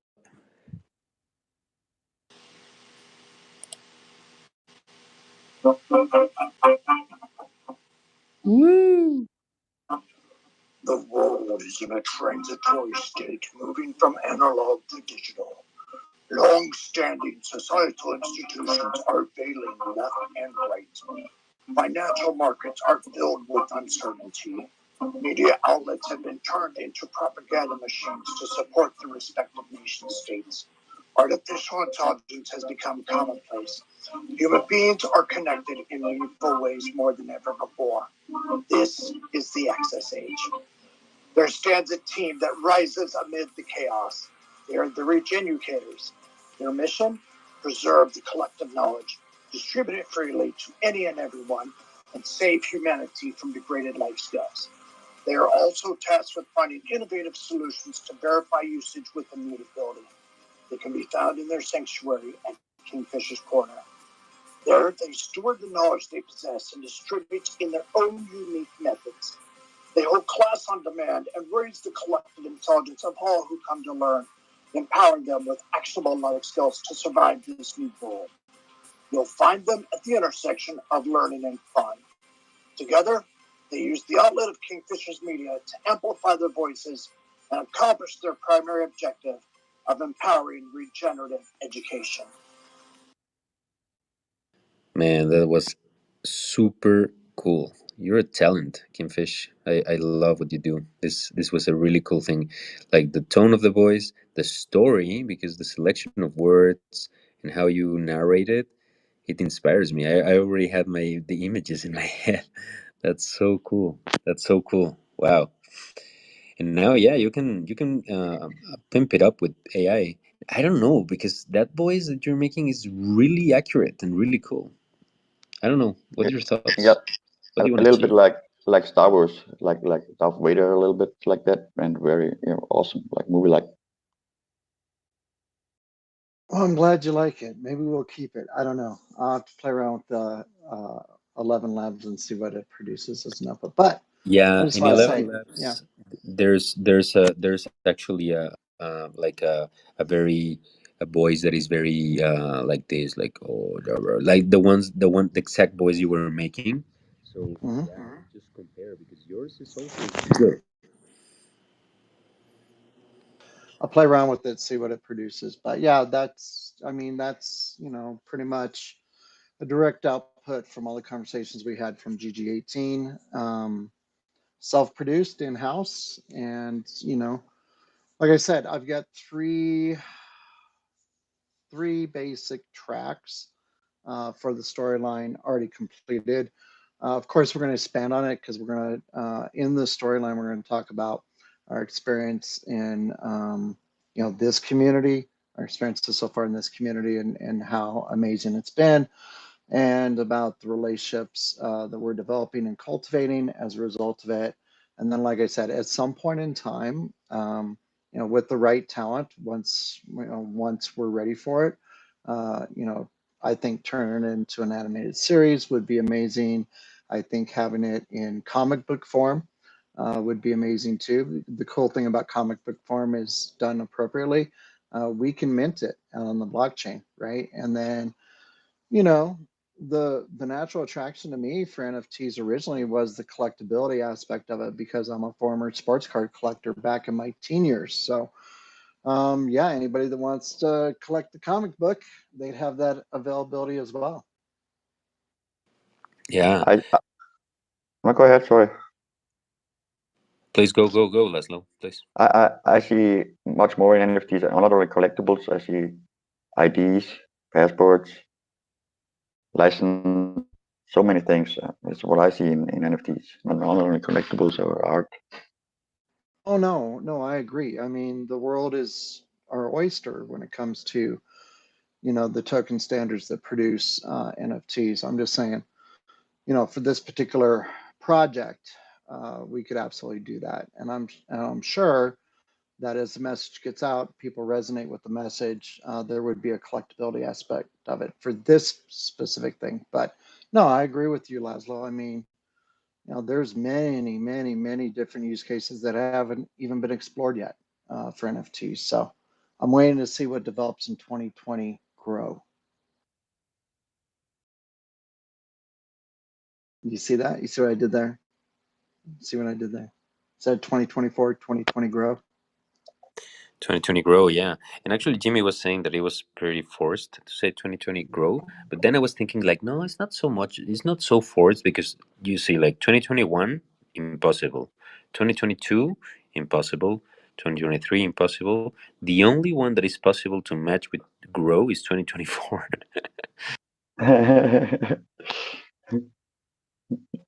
So yeah, it's actually it's meant to be 2020 grow.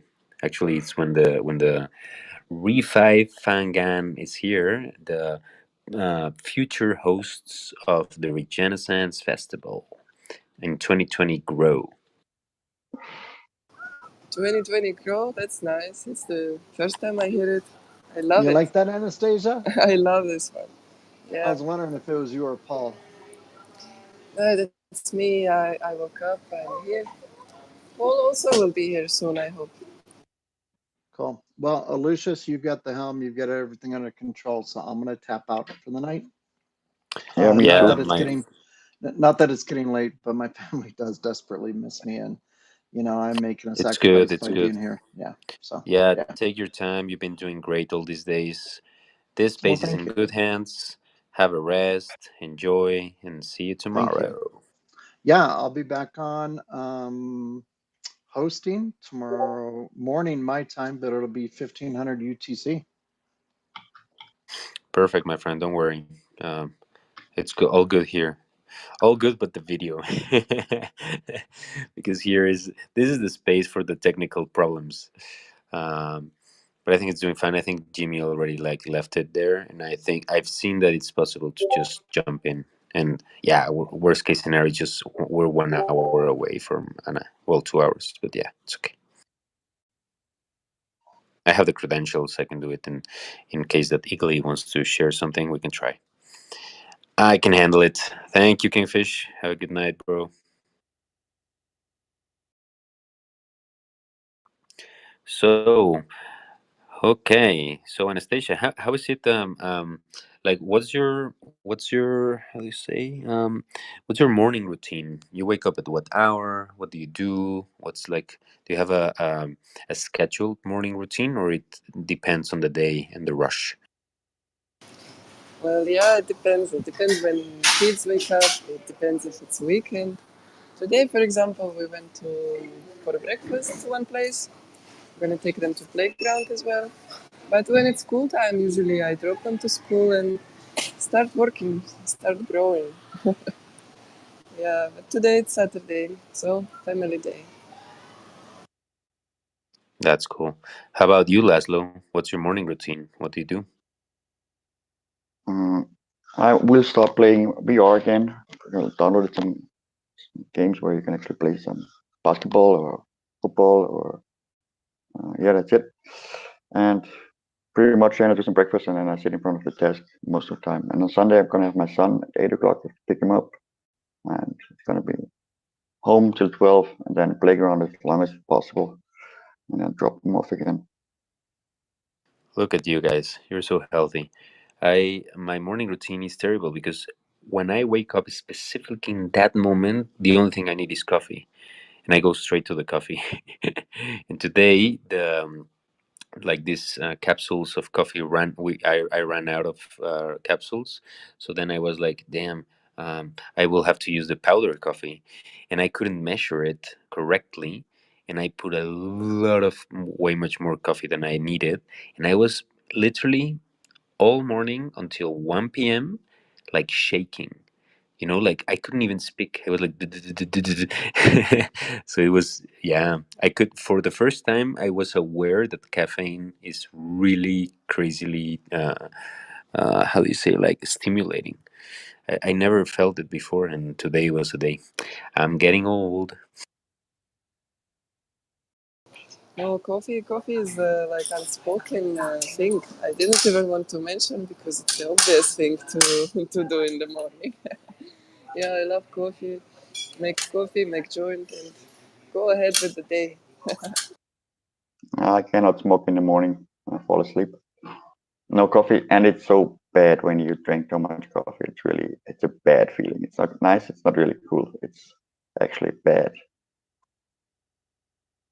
So speaking about coffee, did you know, yeah, there's like most ancient coffee, like where apparently coffee comes from, is from Ethiopia. Um, I know. I think Ethiopian coffee is the most like uh, recognized air place where coffee was born. There's two kinds of coffee, Robusta and Arabica. Rifai Fangan, please go. No, no, continue, please. You didn't finish. Two kinds of coffee, and then what? Oh, sorry. Yeah, when I see a hand, I just love to just give the voice right away, because maybe it's because when I raise my hand, it's because I raise it in the moment when I needed to say something, and I just like, okay, now. Yeah, there's two kinds of coffee. It's Arabica and Robusta. Depends on the altitude. Robusta is near the sea level, and Arabica is way more. I think it's 800 meters, from 800 meters up, and the Robusta is 800 meters down. Um, the one that has more concentrated flavor is Arabica, the one from Heights. In Mexico, there's a lot of production of coffee. There's two main regions. One is Veracruz. Veracruz has, in overall, Robusta coffee because Veracruz is coastline. They also have mountains, and they also produce Arabica as well. But there's a lot of Robusta. And there's also in the heights of Chiapas. Chiapas is a state that is next to Guatemala, and they have a lot of mountains there, and it's like full of farms that they produce very, very, very refined coffee, and very nice farms as well, like there's a lot of culture surrounding coffee. And yes, that's what is happening in Mexico, of course. In Central America, there's a lot of coffee production. But I was amazed to listen to the story about the coffee that is produced in Bali, and it's this animal that eats a fruit. Sorry, eats the coffee fruit, poos it, and then you drink, and you like you do the whole process, and then you drink it. I mean, isn't that symbiosis? And that's the expensive coffee out there, right? Yes, exactly. That's crazy. I think it's a process, and it's like there's no price for that process, right? That you can't just hire these animals to just. I think they do it, but I don't know how efficient it is. You can't mess with nature in a straight line of production. I think you can just have a certain amount of coffee a year by that, but like, like with that process. So yeah, but go Rifafangan. Yeah, just speaking of the Indonesian coffee, I tried it while I was in Malaysia. And I remember the small shot, even smaller than espresso shot, was about $10. It was way over expensive back then. And speaking of Ethiopia, I actually went there because of the coffee. I wanted to go and travel in Ethiopia. Actually, I was picking between Morocco and Egypt and something else back then. It was easy ways with the visa. But eventually I picked Ethiopia. I went to Morocco as well later on, but in those years I remember it was a lot of fun. I went to the village called Shashamen, where all the like reggae movement Rasta. and Rasta, yeah, and I stayed there for a bit. I stayed in Addis Ababa, but it was a bit creepy. The village side I enjoyed very much, and the coffee is unbelievable.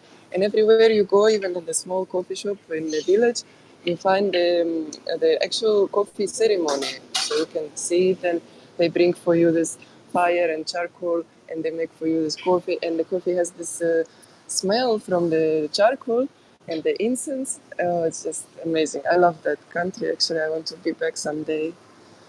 Yeah. Wow, that's such a cool thing. I traveled also for a month to Ethiopia, and yeah, I actually wanted to tell some stories about my trip because it was one of the most surreal trips I ever had in my life.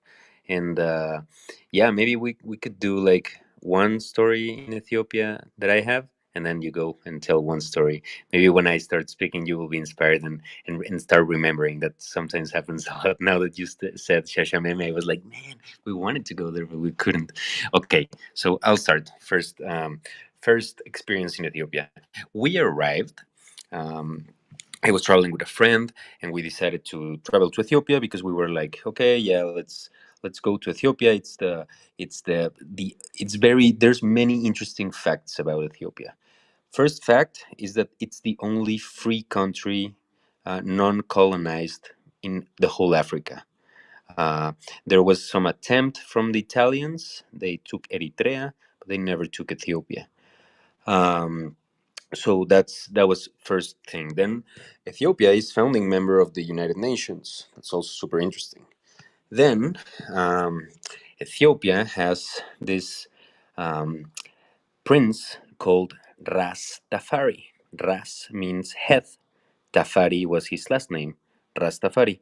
He was the reincarnation of Jah, God, and then Rastafari died, and the next reincarnation of Jah and Rastafari was Haile Selassie. Haile Selassie was this very famous president from Ethiopia, and there was he became really famous in the whole connection between Ethiopia and Jamaica.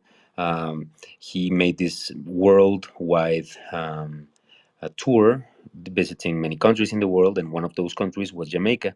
And he gave a very nice, beautiful speech about the connection between the roots of Africa and Jamaica and blah blah blah, the whole culture. And by then in Jamaica there had been like a very long drought. I think when there's no rain, like for many months, or I think even years.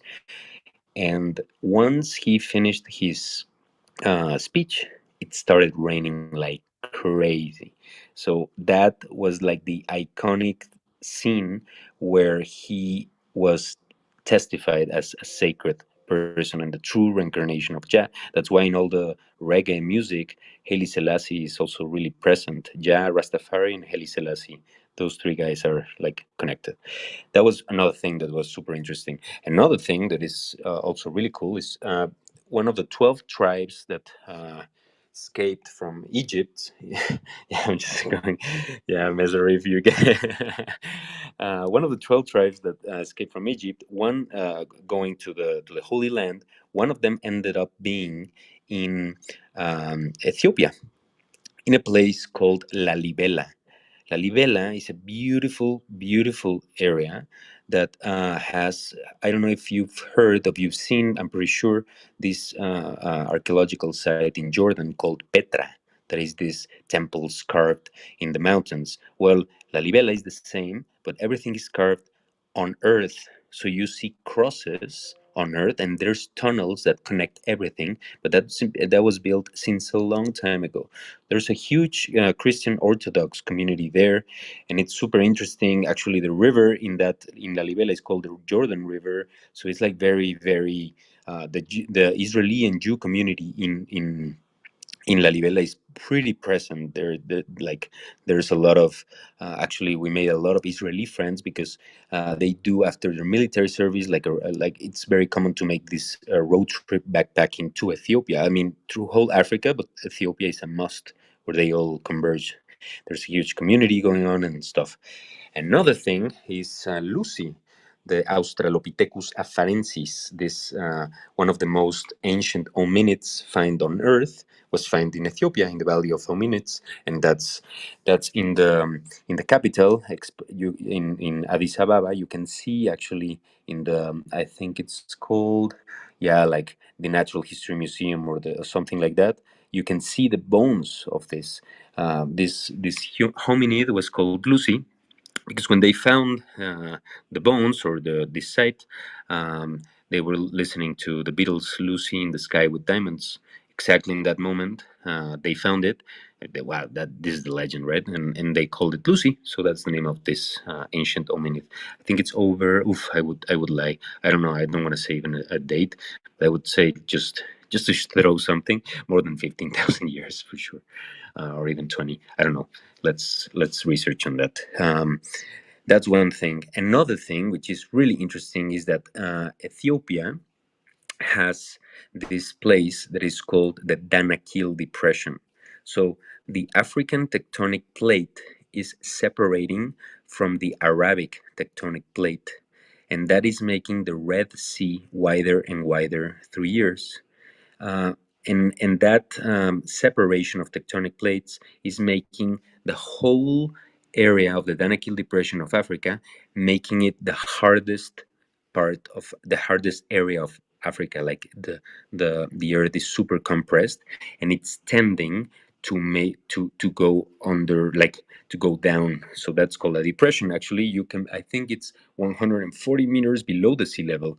It's a very, very uh, how do you say, like a very tough desert, and you can see like many interesting landscapes. One of them is like this fountains of sulfur, and you could see like like it's like coral but totally, of course, it's not coral, it's not alive. It's just like this chemicals, natural chemicals, tinting the or painting this soil, and like it's full of colors. You can go from blues to reds.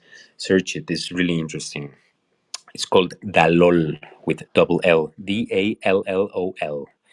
And then there's another place called Harar, which is a Muslim city in Ethiopia. And Harar, it's very famous. Also, Google that; you will go crazy. It's like a walled town where you in the outside there's a migration, an active migration of hyenas going on. So what these guys did through years to attract tourism, and I think that's the main reason, um, they started giving food to the hyenas, but to the point that they give food to the hyenas with the head, like with the mouth. And a hyena is like, the head can be the size of your, like, of your whole upper body. It's a very big animal. And yeah, watch the pictures in Google, you will really go crazy. It's super interesting. um, and yeah, amongst another very interesting fact about Ethiopia is, there was a civilization back in the days. Well, Ethiopia before was called Abyssinia. Okay, so Abyssinia, don't remember what was the meaning of Abyssinia, but the locals are called themselves Abeshas, and that's like they are descendants from Abyssinians. That's like the whole, like how they call themselves, right? As me, Marco, I say myself I'm Mexican. They say I'm Abesha, right? So it's like very local way of saying I'm from here. There's the Abyssinian lion, which is the lion that appears in all the reggae covers, right? The Abyssinian lion is pretty unique. It's the only lion in the planet that has a black hair, so it's super beautiful. There's two natural parks in Ethiopia that still have Abyssinian lion, and you can see it.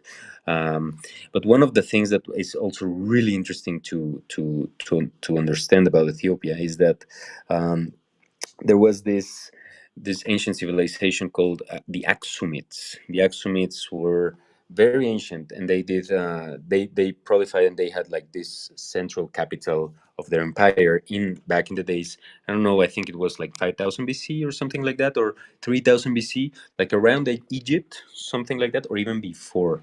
Um, it's something I researched a long time ago, and I still don't. I got lost in timeline, but they're a very very ancient culture, the Aksumites. And you can visit a place called Aksum, and Aksum is this city where the Aksumites were.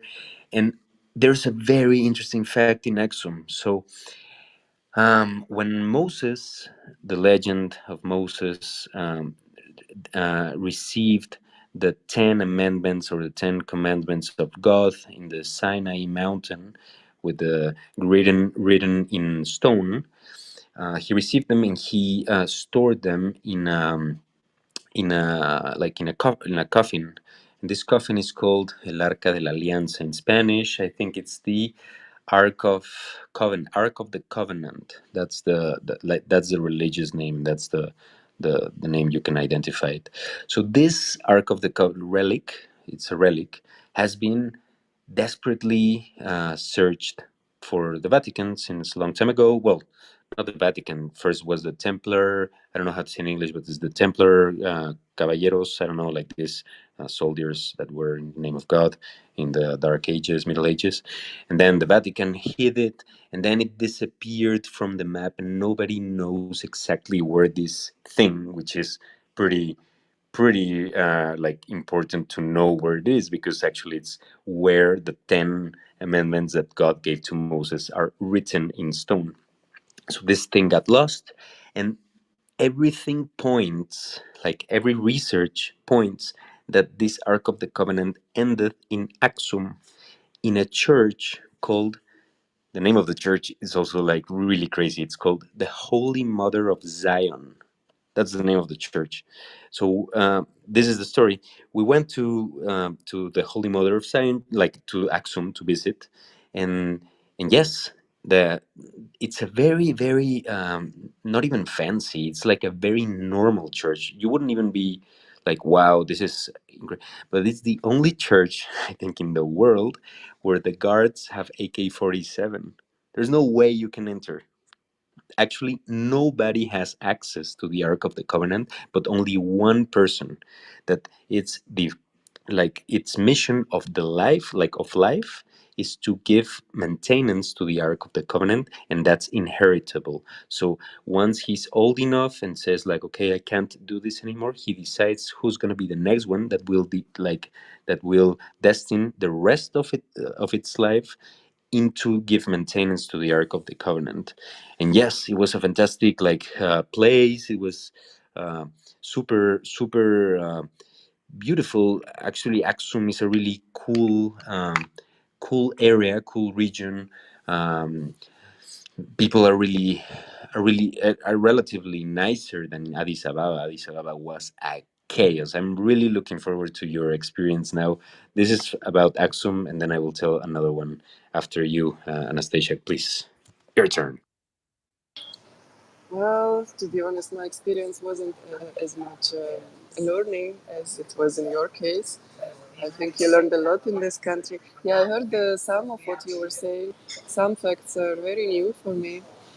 And I actually know, I think I know of this church. I don't think that we went. I can't remember, but I remember the story about the guns and the security and all this. I remember I was told that the church is guarded in this way and there is no other place like this. And I also remember that the guide was telling us that it's a very old church, actually. It's dated around 4th century or no. Like I'm not sure, but it's quite old church. That's what I remember. And yeah, I stayed some time in Shashaman, where I don't know. I just actually smoked and learned about the culture, and I learned a lot also about the dancing culture. I saw how the beautiful are the dancers, and the girls and the boys. They dance with the guys actually looking like they are roosters. It was a little bit funny, but I enjoyed the dance performance. There is a big culture behind it as well. Yeah, I don't know. I want to be back to that place one day when I'm a little bit um, more experienced in life, let's say, and ready to learn more. Because I see that you. Oh, sorry, kids coming. I see that you actually gained a lot of information from being there, and yeah, I just appreciate your what's this word um, when you are craving to know more. I don't know what's this quality in person. Yeah. So I since maybe 10 years, I've had this thing of saying like before going to a place, I need to read at least whatever about it, and I got kind of obsessed with it because I had these bad experiences that I went to places, and then for example Egypt I only been once, and it's been a long time. I think I was 14 or 15 or something, and by then my mind was some other place, right? And now I'm everything I know about Egypt now, I would be like, wow, I should have known all this before. And that's like we're lucky enough that that's one click away. You really can just uh, in Mexico we say el interés tiene pies, like interest has feet. So if you're interested in something, you just research and try to do it. So I think there was more the feeling of going to a place and actually being like, I really wanna experience this place as something magical and something uh, like outstanding. And the only way, well, at least in my experience, the only way to achieve it is by researching before. So then I can just kind of trip before, and I'm like, okay, like I'm in this archaeologic site. This was happening here before, and like try to merge a little bit with the whole place that you're visiting. And yeah, that was pretty much that has been pretty much my mindset since then. And yeah, I want to share another story about Ethiopia. Ethiopia for me was very difficult as well because not even for one day I was in peace. I was constantly surviving to the harsh environment. I was um, not even in the hotel, because the hostels where I stayed there were very like difficult to survive. I mean, there's a lot of people, but you can't really trust anybody. Something that I was really impressed is that I stayed there for 1 month. I couldn't, I proved that I couldn't trust any male, any man. Every man like everywhere, in the end, wanted something related to sell you something. Like there was nothing genuinely nice Everything was like, yeah, come here, come here. And then in the end, you're like, oh my god, how I ended up here, and they're just asking me for money, like I didn't do it, like, like everything, every time. The first time I went to the mercato, the market of Addis Ababa was a very um, shocking experience. I saw extreme poverty, like very extreme, very sad as well, um, and lots of insecurity. Even in Lonely Planet, because I took my Lonely Planet to read it. They tell you, if you go to the market, don't bring anything. They will pickpocket you, yes or yes. There's no way they won't. And I was like, man, I'm Mexican. I can handle it. It will be fine. And no, actually, it was really tough. Like when I went to the mercado, I got pickpocketed maybe 20 to 30 times. And it was crazy because, of course, the police is really harsh to the local people that like harassed tourists, because Ethiopia earns a lot from tourism. So, and actually, a very interesting thing is the Ethiopian Airlines represents like over 50% of the GDP of Ethiopia. That's super interesting. I mean, I don't remember the exact number, but it was above 50%. So yeah, it's highly depending on tourism and yeah, because yeah, Ethiopia is a must go, to be honest. So they're very harsh to the local population that goes against tourism. So they don't do it right away in front of you. It's not like this crime where you feel super insecure because they're literally taking things from you. They're sneaky. So you suddenly feel a hand, like, tick, tick, tick, and like, whoa, you just look around and whoa, they put a hand in my pocket. They really, and it was constant. The only people that I could trust, the only people that were telling the truth, because we got told so many lies, like we want to go to this street, and they took us to another street, because in the end we ended up somewhere to be or pickpocketed, or they wanted to sell us like something. And we were like, man, we just want to arrive here. It's super difficult. Amharic is their language, and it was super difficult. um, in my experience, the only people I could trust were women. That was something that really changed my mind forever. I was like, how pure, and yeah, the future has to be female. Like, has to, because males were so fucked up. I mean, in different situations, right? Of course, I don't want to say this in general, because this is not true. It's not. I'm not trying to generalize the whole country based on only my experience, because then later after the trip I was like, yeah man, well, Ethiopia for me was really tough, and other person that had been there were like, no, it was really cool, it was really super nice. And I was like, man, I totally did another trip then. Because yeah, we really felt the power of insecurity, deep. And yeah, that was the mercato experience was incredible. Yeah, I back then I was a photographer, so I took my camera and I could take pictures. We kind of arrived to a deal with a person to make this trip around, like deep inside the mercato. We told him like, bro, take us inside, like the most inside you can. He was like, are you sure? Yeah, let's go. So I have like incredible photos of that area. Like there's no way you enter without the person that knows. There's no way you come out with your camera, for example. So yeah, that was a very crazy experience. um and yeah, I think in overall, Ethiopia is a place you have to visit. It's super rich in culture.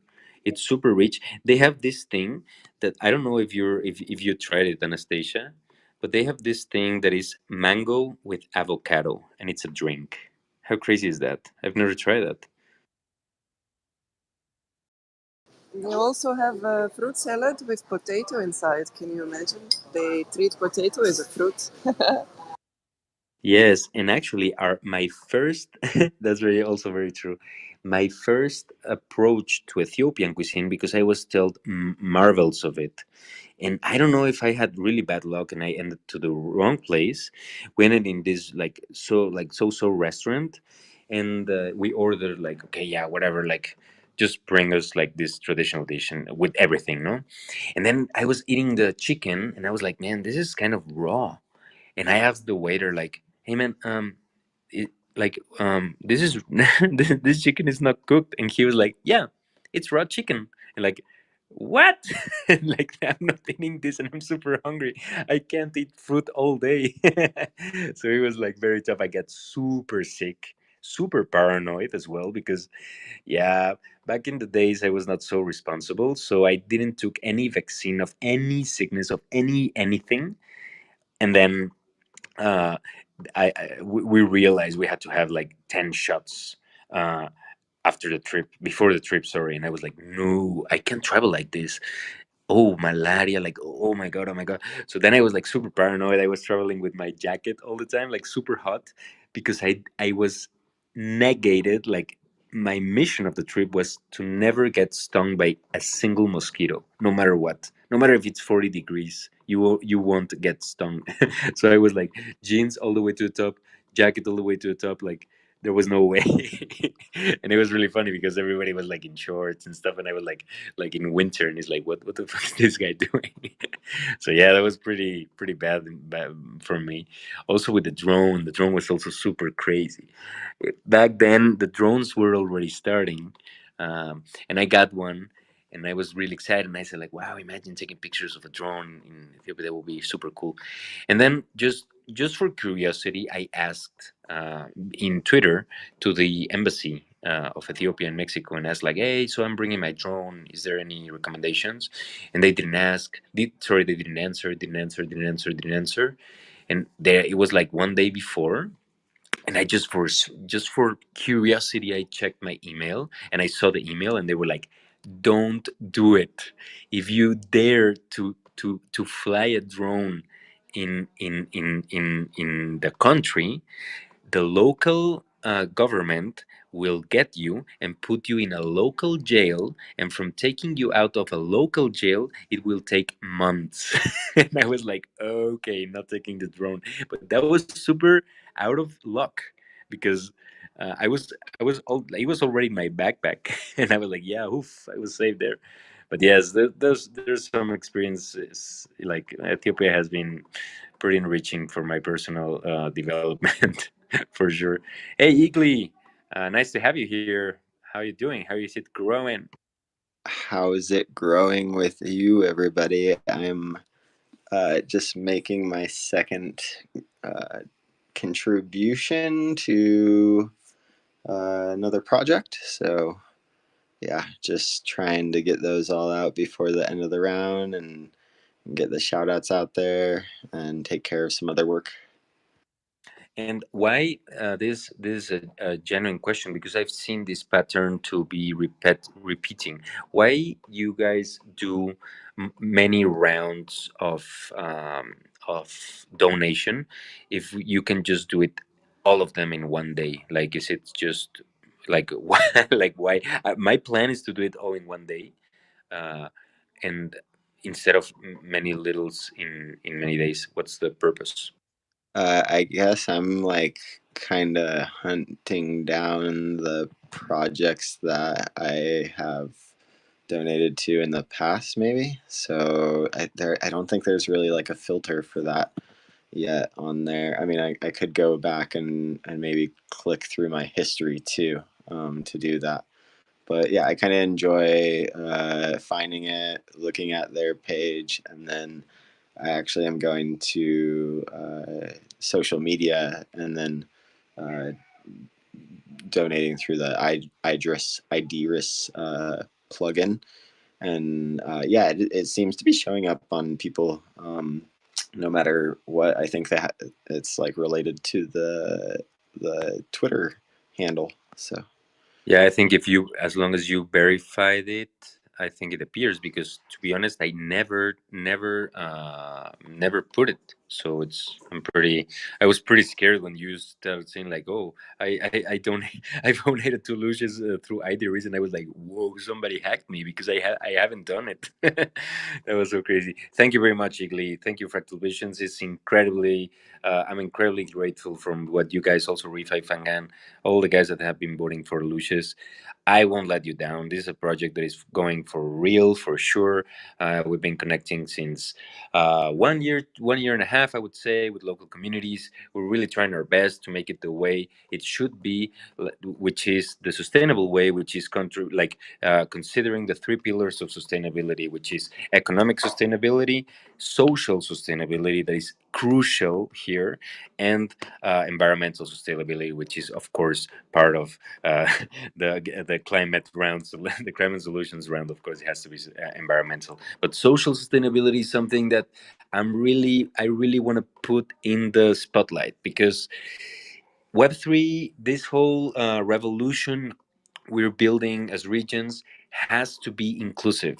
We really have to include every human that has the potential to change this world. There's no way we can continue in this huge gap that we've been building for years as humanity. It's a huge gap, and it's super sad to see that the people that have the most needs are the most responsible from the natural areas. This can't be. We really have to be together in this, and this is the one of the main axis of the project. We really want to make it socially responsible. Of course, and economically responsible as well, non-extractive, super oriented to conservation and regeneration. So you guys, I'm very grateful for your donations, Bone Nations, Grow Nations, and yes, I'll keep this will keep growing at the pace it will need to as well, because I don't want to rush it. Things need to manifest as well. Of course, I won't stop. That's another thing, and yeah, we'll just keep growing at the pace it needs to, and it's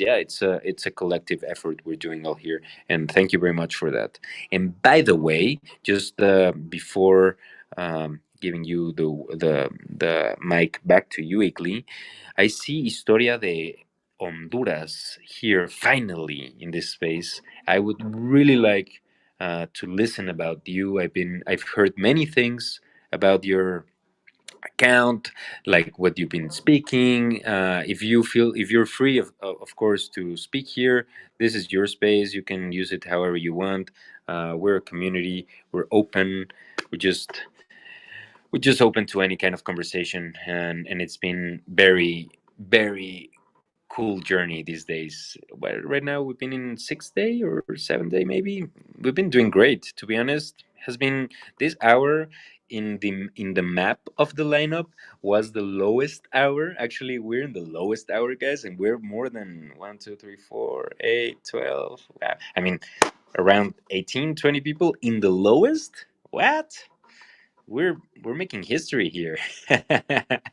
So yeah, feel free to join. Oh, history Honduras went, but anyway, he will come back. I hope so. Igli, another question: could you manage the iPad thing, or you're exactly as lost as I am? Oh, well, I was just talking about that with my partner. Do you want to make me a co-host here? Can you send me a co-host invite, or would that help? I sent you already. Check it out. Oh no. Now you just have to wait a second. Sometimes it delays a bit.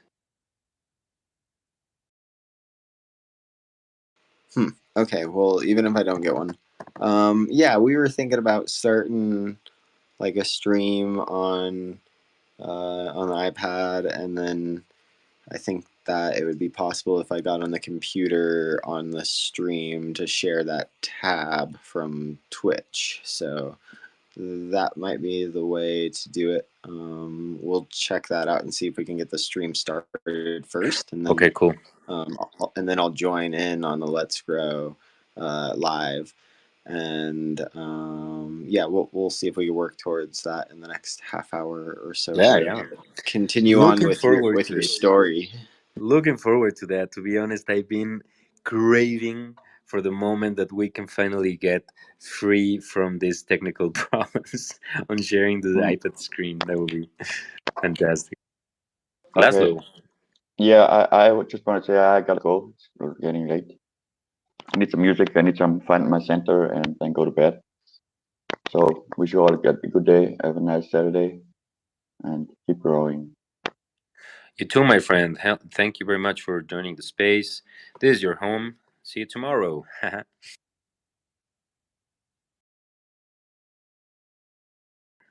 So, Igli, could you manage the like? Do you have the credentials of Jimmy to enter to to the Streamlabs, or how do you enter? Because if then you enter like that, you can be the host of the Streamlabs, correct? Yeah, I think I have the login. I don't know where to like log into the main account and a few other technical things once I get in there. So we'll see. I could try to log in. I know some other people have access, but you're not on there currently, right? No, I'm not under, but I will really try to do it because yeah, I'm positive that today is going to be a different day than tomorrow. Okay, yeah. Let me see if I can get in there. I'm not getting a co-host, but maybe if you want to swap out your page to listeners and then send me the co-host, that might work. I think we're down Okay, to one I'll co-host. I'll put you down, or maybe let me try once more. Invite co-host. Wait a second. I think I got it. Strange. Hey, shall I kick you out and then jump in, or maybe you can just leave the No, space? I was saying your page here. I see your Aluxis page is the co-host, right? By that, oh shit. By that, what do you mean? Like, shall I do the streaming or Oh, again? well, I was just saying you could swap me out for the co-host with your page Ah, okay. Sorry. if Yes, now I that's get on it. Now, another I get it. device. Yes. No, no, no. It's on the same device. I will remove myself from co-host here, and you'll be the next co-host. And we're having bugs again. We can co-host two people at the same time again. Yeah, it seems like that, but now I can at least send some invites out and stuff. I think Cool. I should be getting. Oh yeah, I got the role. Okay, cool. That worked. Yeah, you got it. You're there. Hi, Okay, Historia de great. Honduras. Again, you're here. Join. I I will s- send you an invite. yeah, I sent invites. Everybody's getting double invites or something. Everybody's getting double invites. That's cool. Yeah, it's important. We need to keep this conversation going. Yeah, let me see what's going on with you other than that. How is your grant round going or growing? Well, it's been really interesting. Today was the first time I do the presentation in the Gitcoin space, and to be honest, I was really nervous. Today I have like a very strong overdose of coffee because I think I said before that I'm used to this uh, like very like very measured coffee amount in the morning, which is one capsule, and the capsules ran out in my house, so I had to use this powder coffee, and I had like this. I was shaking all the morning, and in the meantime, I was requesting, and when I got accepted, I was in the peak of the coffee shock. So I was like, oof, like it was really, really tough, but for me to really keep the string and keep concentrated because I was kind of getting like super cold and like shaking out of nowhere, so I was really trying to control myself in order not to shake while I speak, because then I would be like, whoa, what's happening with this guy? But anyway, it went well. To be honest, I need to practice in the elevator pitch. It's only three Well, times. I mean, to be honest, you were like on the tail end of the whole 2 hours, weren't you? You were the like last one, second to last one. Yeah, I was actually the second last one. The last one was La Madriguera. True. Yeah, yeah, it was really tough, and for a moment I was thinking like, wow, maybe I'm saved, and I will chill maybe tomorrow or in 2 days, and then when I was thinking like, yes, I'm saying I will just give it 2 more minutes and I will leave the space, and then I just got accepted, and I was like, no. No, that's good. It's sometimes better to be under pressure. To be honest with you, you did just fine. What's up, Rifa? Yeah, I want to say that you did a great job. Me myself, I can't appear in that space this round because it's just so late. And yeah, of course, I understand the stress. I also felt the same. I was shaking so bad when I was speaking there. And of course, I forgot all the 69 seconds speech. Suddenly, I started to speak a lot, and they're like, oh, but we don't have time. I said, okay, I will do it quick. Yes, that usually happens, and that's one of my biggest fears, to start speaking and to non-stop speaking, and then it's like when somebody has to interrupt you because you're taking a lot of time, it really hits you, right? It's like, damn, I should have been more conscious about it. But yes, that's what nervousness brings. And but yeah, anyway, it was a good experience. I think I've said it since the beginning. Whatever happens, I mean, in donations, to be honest, I'm doing pretty well. Uh, Considering all the emergencies I've been having, like all the absence I've been having on space as well, like my child's problem in the hospital, the whole phone problem, like everything that has been happening has been like against me. Now I'm sick, it's like the cherry on the top. But like amongst all that things, I'm pretty positive to say like, yes, it's been cool, and that's all thanks to you guys. I mean, this is a fantastic community. You've been so supportive. I haven't shielded more than 4 times or five, maybe, yeah, no more than 4 times, and the word keeps spreading, and it's really like, you guys are fantastic. I really love the appreciation and support you're giving. And yes, um that's something that pulls me up in order to say like, okay, next grant I'll be a pro, I promise. I had even a content plan to create like animations based on the project, like try to give some details, and just post things, and I haven't posted one thing. I only retweet the things because I don't even have time, and I've been like here and there and here and there, and I'm like, shit. So next time, I promise, guys, I'll be a super pro grantee, following the steps from the pro grantees in this room. Because yeah, I mean, I'm backed by giants, I would say. I see Oxygen's coming up here. What's up, Anastasia? Yep. Just saying that, I don't know, I forgot what I was saying. Uh, Yeah, I also got a lot from this Gitcoin grant. Paul told me this time that I'm gonna be present here by myself and speak by myself from Refi Vanguard, and I was a little bit stressed. But now, since I heard the RefiDAO way, let's say, and how they're growing, I also got the idea where to grow. And next Refi Pangan 2.0 will be a little bit different, and excited already about the next Gitcoin round, although this one is not finished. But yeah, I think I also learned a lot from this round. There's always something to learn. Oxygen, welcome stage. What's growing on? Hey, let's grow, let's grow. I'm driving right now. I'll be back at my desk, but I might drop off. I'm not sure if I'll keep reception. I usually don't. And it's snowing, so lower part of Colorado. Um, so I'll be listening, but I'm gonna keep my fingers and hands on the wheel. I'm about to pull out of the driveway now, so hopefully I'll be around. If not, I'll drop off and come back in when I'm at my desk. So, uh, but I love everything we're doing. This is great. The season too, right? Thankful for everything. Let's grow. Nothing's really grown out here though in the frozen ground, but us. Love you guys. Talk soon.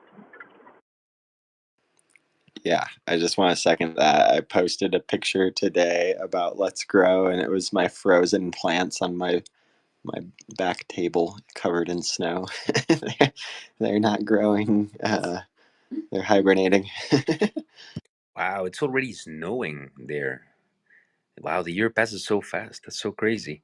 Well, here in Mexico, now today's chilly, but it's been really hot these days. Yeah, it's totally messed up. I think climate change this year is really present. It's crazy, and I can't dimension that some other place it's snowing. So yeah, the people that want snow don't have the snow, and the people that want warm weather don't have the warm weather.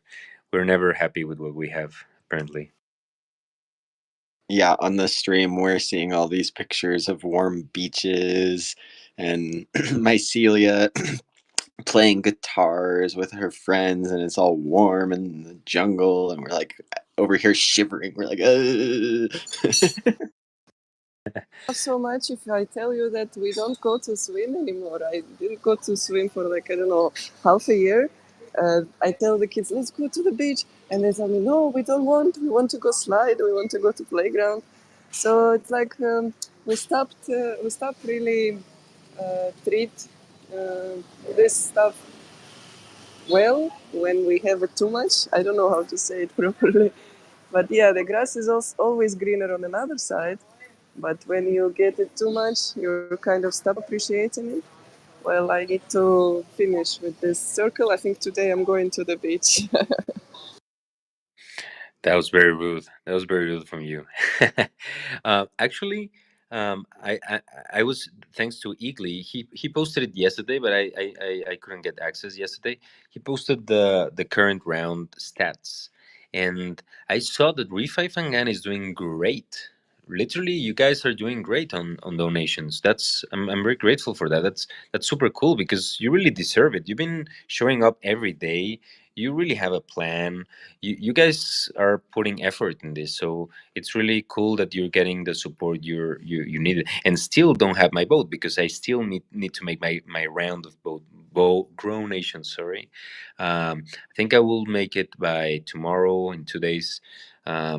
Because I need to have like I really want to read everything, and I want to take the time to do it. I just don't want to rush and vote and whatever. I just want to take the time. And by the way, also Igli, Fractal Visions is in the Web3 and education, or what round are you at? Okay, yes, cool, yeah, cool. yeah. We're in the Web3 community round, um, and we're doing really, really well. So happy to be in that round. We also are going through like the retro PGF voting cycle, which it doesn't involve much participation because it's retroactive work. But now we're working towards the next cycle of retroactive rewards on Optimism too. But that's really actually, it's very motivating to see that we have some votes in that too. There's something like 600 or so projects, all competing against each other in that one. So Anastasia, please. Yeah, I would like to maybe Glee can clear something on pairwise.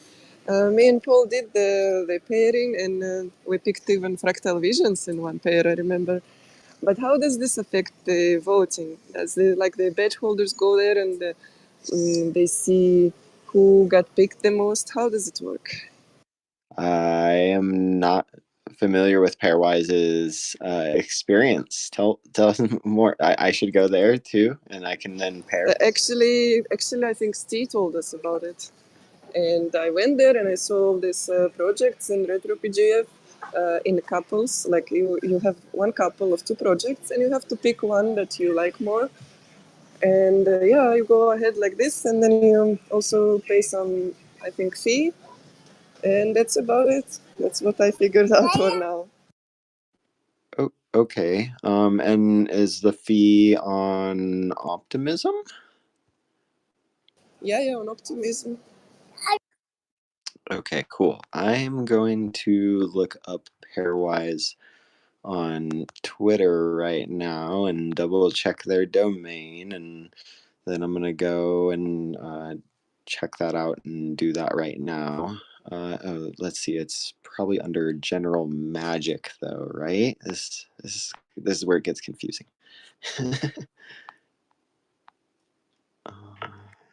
Yeah, Steve's everywhere. General Magic, Pairwise, and Giveth. I mean, how can he split his soul in three accounts and speak from each account? He's a I beast. won't. Actually, he's a I won't great be community manager. surprised.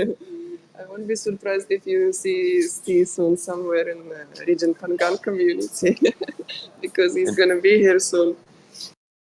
yeah, yeah, and it's really cool because sometimes he logs in from all the accounts he has, and then he starts speaking sometimes with Yves, sometimes with Steve, sometimes with General Magic, and you're like, "What? This guy's controlling the whole space? Oh my god, he's half of the of the quorum." He's a great guy. Actually, the first time I met Steve, he contacted me after Max Impact episode on Aluches in with Jimmy, and he offered his services as a Twitter consultant. And he was like, "Yes, I can give you 1 hour just to just for you to see what how I can help you." And he was really nice, and he gave me a lot of cool tips. One of them was to open my personal accounts in Tropic Region, which has been like a super success thanks to him, because actually I was not even planning to do it. And uh, and he was like, "Yeah, you should do it. It gives you validation. It gives you like more trust from the community that there's a personal account from it, and stuff like that." But he really gave cool tips. He has like a very well prepared Notion. Like a Notion document where you can ask the right questions and it throws exactly what you need. And it's been a journey with Steve. He's a really, like, if you sometimes you feel that you're getting lost in Twitter, or you feel that your community management could be done better, don't hesitate and ask him. He really is good at it. He's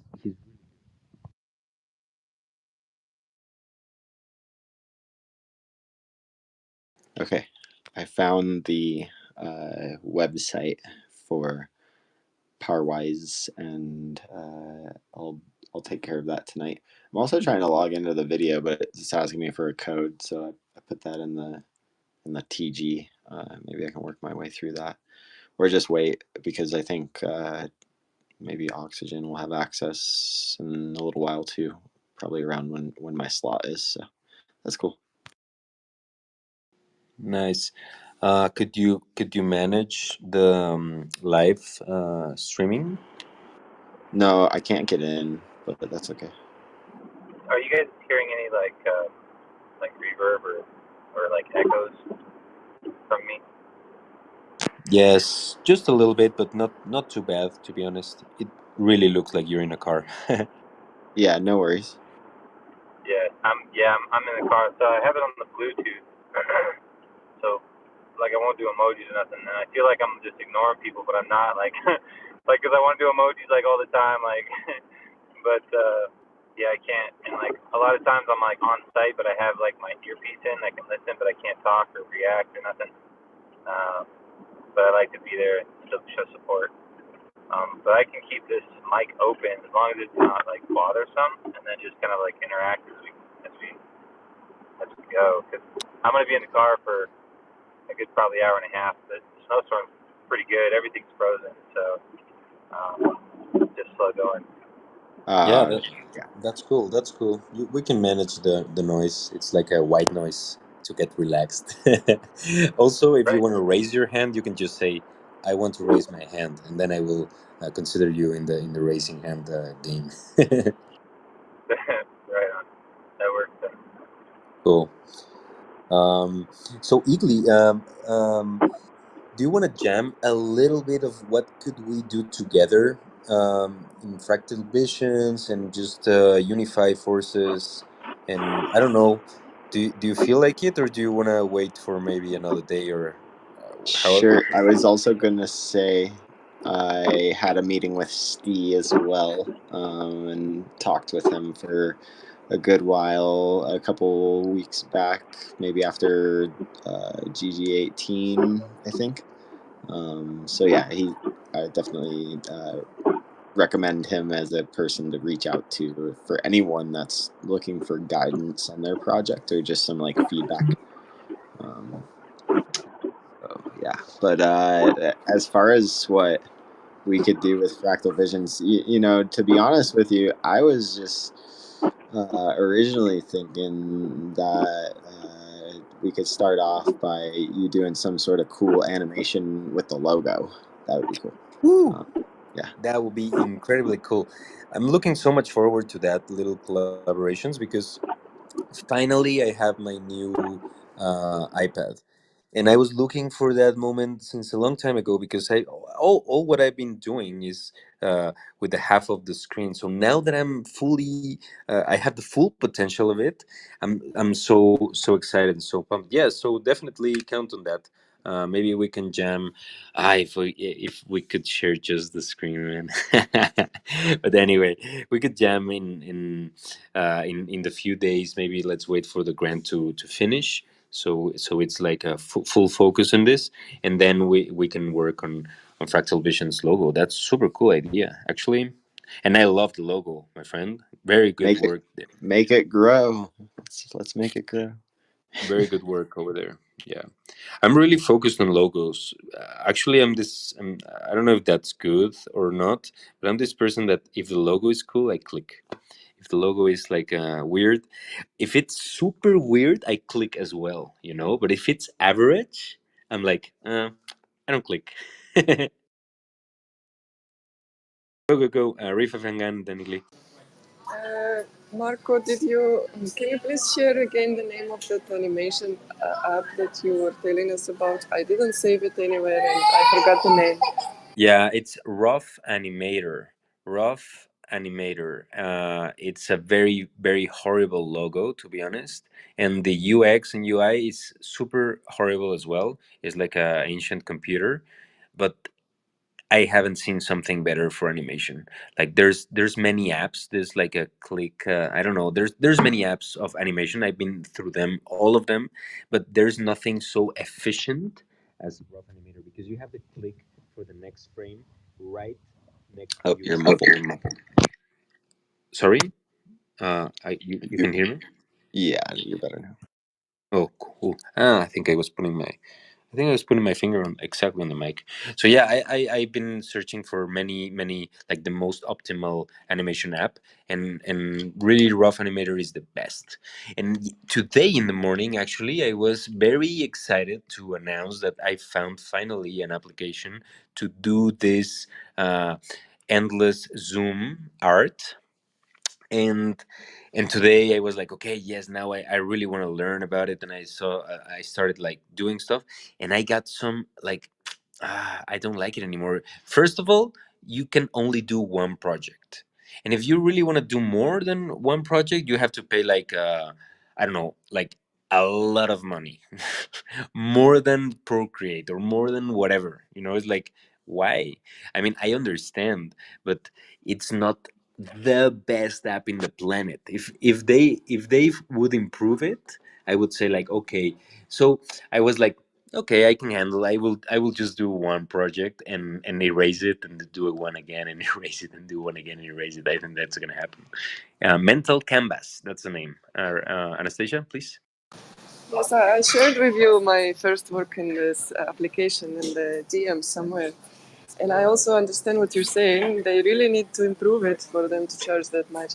And the fact that only one project can exist at the same time and then you have to raise it, that makes it a little bit difficult to use. But also the stylus doesn't work there very well, if I'm not mistaken, or not working at all. I forgot. But it's not the same feeling as Procreate, definitely. But in the end, it can accomplish some interesting ideas over there, or even make the text notes, the endless text notes that go in forever. It was beneficial when I was figuring my trades for the NFT collection, because my notes were just chaotic, and this was the only application that could handle them. So in this case, also you can use them very well. Yes, to be honest, there's no app in this digital world that is better in brushes than Procreate. I've seen some like lately because I'm now very much into like artist apps and try to find like the best apps for everything. But Procreate has the most well-defined brushes. You can really do whatever you want. And rough animator brushes are, if you think mental canvas is terrible, rough animator you will be like, literally this is it. Like you only have two brushes, and it's not even brush, both are circles. One is solid and the other one is with opacity, with a blurry edge. That's the only thing you get. And then you can just play with the size. Like it's super super basic. So you have two options: or to do your background and your main character in Procreate and just animate like the tiny details, or you just go all the way rough, which is actually what I did in Syntropic Region. That's why my animations are like in this style of looking like not so cool, and it's not on purpose. It's because this is it. Like this is all the tools I have to create in Rough Animator. It's like the fill bucket is terrible. Like if it feels, like it's not well pixeled, it's not like well defined, so you have to just adjust it. It's crazy. Oh, Oxygen, crazy that you're raising your hand. Go please. So yeah, I was able to hit the mic button. So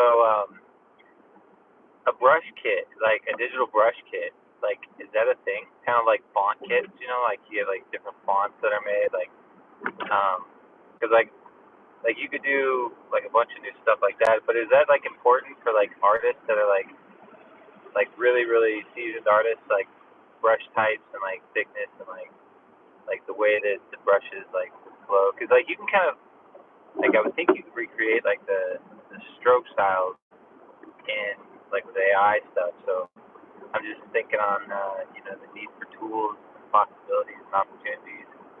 So is that like a thing though? Like is that like what I'm talking about? Is that like brush kit for art tools?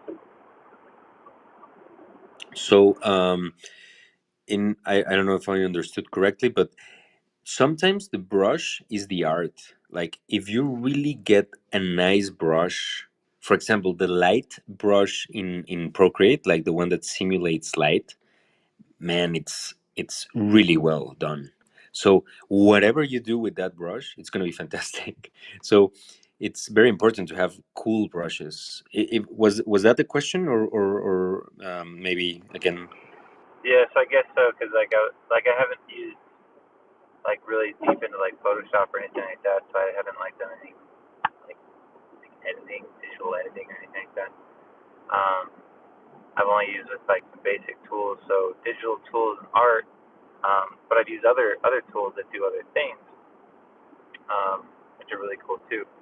But I was just asking because like some of the tools that I use don't have like those types of options, and now I'm trying to like think of, well, if there were different brush kits, if there are like brush kits, that would be cool to like apply to some of the tools that I'm using. Maybe I could, you know, um, help grow some ideas, grow these tools that we're using by relaying some of that insight and feedback.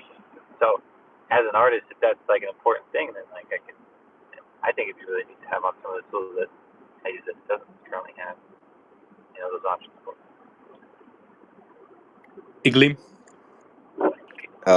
Yeah, I'll answer Oxygen. I know of two different programs that allow you to use AI for a sort of brush application, and one of them is more like you choose the source image of your desire, and then that becomes your brush basically, and then uh, it's more of like a 2D version, and then the other one is actually for 3D. So you could put like a 3D model into the program, and then you could paint the 3D model with a brush of your choice, which is that is important because you can download uh, custom brush kits for Procreate for your iPad, or you could even make a custom brush kit on your own, and you could sell like a kit of custom brushes on the iPad too. True, and yeah, brushes are super important. Depends on the kind of art you do, right? If you're based on like drawing manually, it's very important to have cool brushes and to really have at least the spectrum of brushes that you can have access to, because that really influences on the vibe of what you're drawing. Like a background like a very harsh background with some mountains and stuff. Well, you would, in my opinion, I would say, like, I would take some hard brushes that have like this texture to make, like, sometimes wet mix between colors, and it looks like oil art in a way. And then the more detail you want to get, sometimes with the pressure of the pen you can get more thickness or less thickness, and that you can totally have control on that in Procreate. So it's really cool how you, like, if you really train yourself to the like to the optimal um, performance of brushes, you can really do a lot with very little effort. Like, if you really know how which brush to select, like, very, instead of just trying to do whatever you want in with whatever you have, which is also valid. But I've been all my life I've been trying to be this artist that knows exactly which brush to select. I'm still in the struggle. It's very difficult, to be honest, because there's so many options that you get lost. To be honest, I get lost. I have three favorite brushes, and to be honest, I have two favorite brushes, which is, no, yeah, it's three. The normal round brush, then the calligraphy brush, which gives you like this opportunity of changing the size, and then the airbrush, which is like yeah, for shadowing and stuff like that. And it depends on the software. In Photoshop, it's not so much about, like, it's about brushes, yes, but not so much about brushes, because most of the art in Photoshop, unless you're using a tablet, it's based on clicks and selections, and like, more into the coding of the layers, rather than using like, your manual skills in order to yeah, success or fulfill something that you want to do. But yeah, um which and speaking about, yeah, and I really want to bring back mental canvas has a lot of potential, but I was really disappointed today in really, yeah, they could have done better. But this thing they have, that you can put layers of your drawings in a 3D space, is it's enough for the app to be worthy. Like, I haven't seen something like this before, and you can really achieve really cool stuff um, with very little effort in this app. So yeah, try to use it. Also, you, Igli. I think we will explore in the Fractal Visions logo with the mental Canva. I'm starting. I'm even moving the phone and looking at the Fractal Visions logo, and I can see it move already. Is Mental Canva posted? Can we post it, or is that not okay? I think they have an X Or account. I will comment? search it and put it on the jumbo. Yeah. Oh, perfect. Thank you.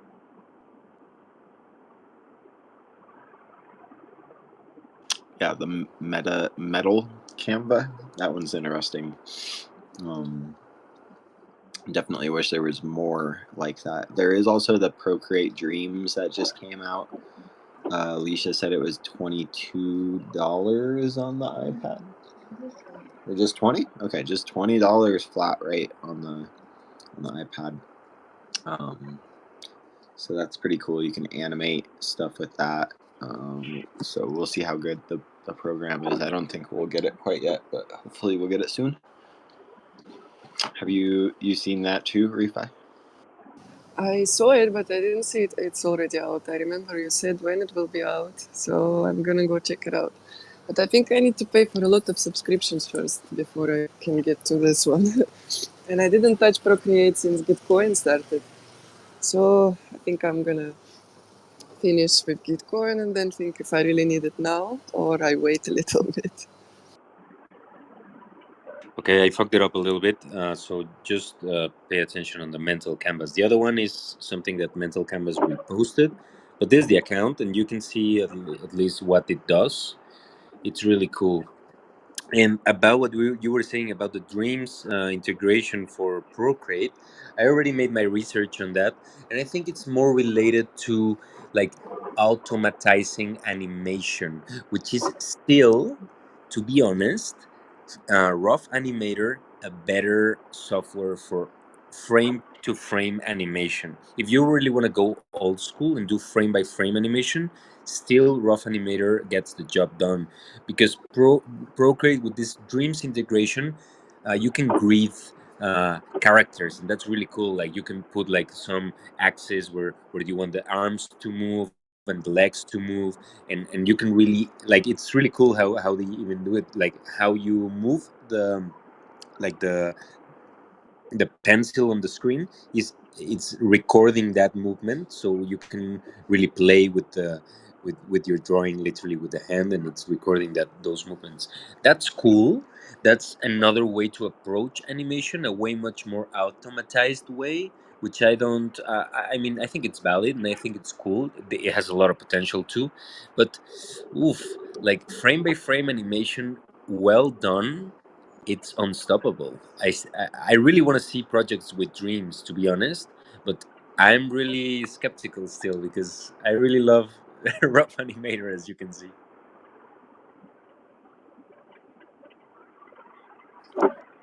Very cool. Yeah, I'm watching the last one with the tigers here on You the. see, everything is in different planes, and it's really interesting because you can just upload one image, like one drawing made on Procreate, like with your brushes, whatever, and then you can select the parts of the image you want to bring more into the first plane, into the last plane. So it gives another dimension. It's super cool, So like, super super super. so it like identifies like different pieces of the picture that you upload. So you could like draw something of your own art, and like pull it apart in pieces, and then like so this also then you could kind of work the other way and like create little objects to put onto a picture in different layers, right? So then Uh maybe huh. like you're Uh huh. saying, like building characters or even character items in like different environments or like trees, building, 3D Uh huh. element. So then you can start even like then drawing and creating your own item caches or your item, artists can start, drawing out and collecting their own object-based um, pieces to use in their artwork as they go. Does that make But sense? yeah, it makes sense. It's. I don't know if you're familiar with this 3D paintings. Sometimes you can see in VR software. Like you put your VR and you get the brushes and you start painting in your space, right? And you make like an like whatever scribble, and then you walk around your scribble and you see it in 2D, but in a 3D space. I don't know if that makes sense. Yeah, I've That's seen some of that. exactly mental canvas. Yeah, It's exactly that.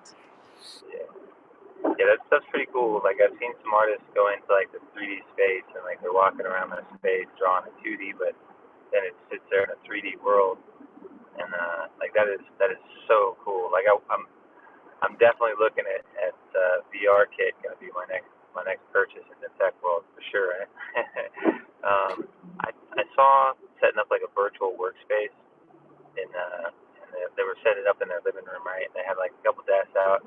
It was an open workspace, but then you could add overlaid three-dimensional screens in that in the overlay. So then you can have like your work computer on the wall and you're standing there, like it's or like floating around you kind of on the left or right.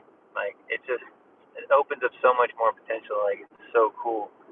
And like it takes that whole getting out of the desk to a whole other level. Like you can set up this floating workspace that just floats with you in like VR, and you just put on the helmet and like work from there. It's crazy to think about the potential that's coming very very quickly.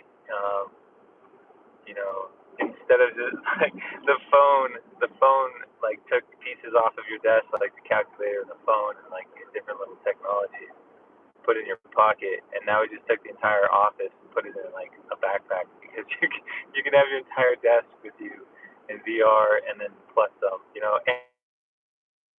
your entertainment, like everything is just all wrapped up into like your backpack. Yeah, So we're not so far it away is from that. so We're not so far away um, from that. I think maybe how cool would it be to have these spaces in VR? It would just be like sitting down in a room, all of us like painting together, doing like physical activities. Like, okay, let's grab these brushes and let's all paint a drawing all together. That would be super super amazing, and that's possible, to be honest. so I think it's just about coordination. so I think that's happening. It's Yeah, happening. Maybe the Refi Fest, maybe Anna the whole Anna Refi Fest that is gonna be in VR. that would be so. Yeah, we'll have both a VR overlay and then um, digital stages and presence, and then the real life experience. What I really want. Really cool. So back in the days, I think it was like 3 years ago or something.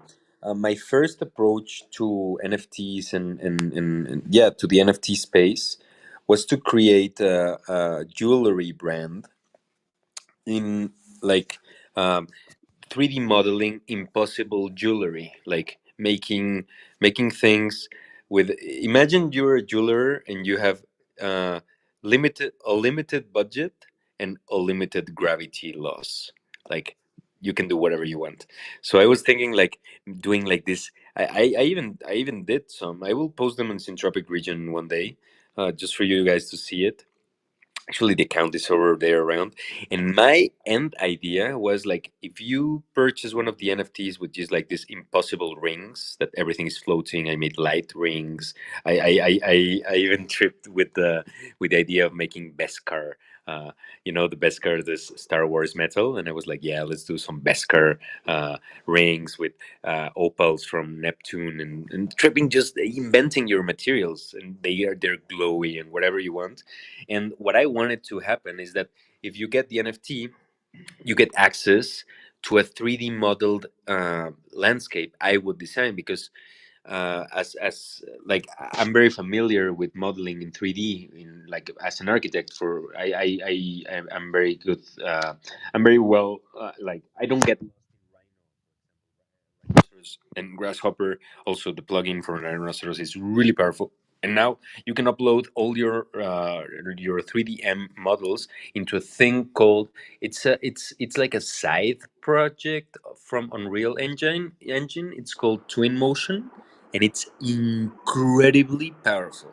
And you can really get materials that are like out of this world. You see it right away, and it's real. It's incredibly powerful, like how these guys made it super fast and super well defined. So the whole idea was, when you get the NFT, you can have access in VR to this 3D modeled world.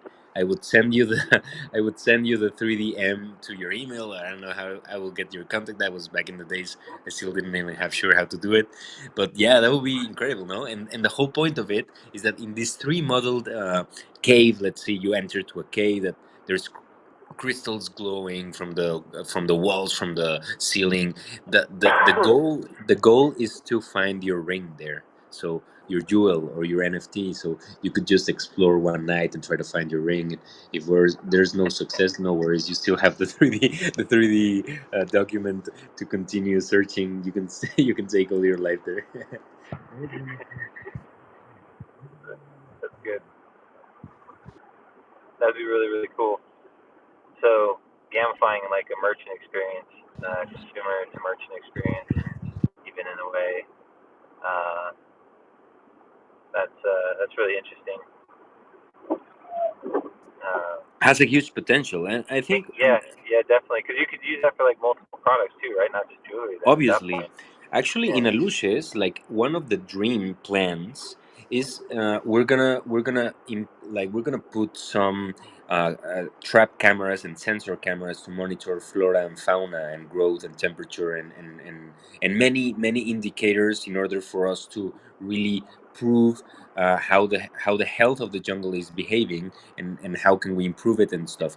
But then as a side project, I was thinking to do a whole metaverse that you could get inside in a VR of the jungle. Like you can really get inside all these cameras, and you're like walking literally there because everything is mapped, and it can be highly interactive. And you could even select like, oh, what's this plant?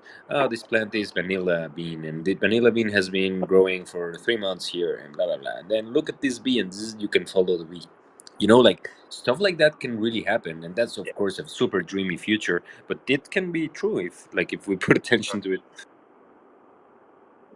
Yeah, no, I think I mean, I think I let my mind go off on stuff like that because it's fun. But yeah, if we did just like have like GPS tracking on on the tools that we use, the IoT kind of tracking sensors and whatnot, you could map not only like a topography of the land, but you could start like mapping GPS like pin locations of like a three-dimensional space, and then kind of you could take some of the real estate stuff into like a whole nother direction with like digital space and like involving like the real world, because like that was a big thing on like tagging tokens or tokenizing real objects and stuff in our workable space.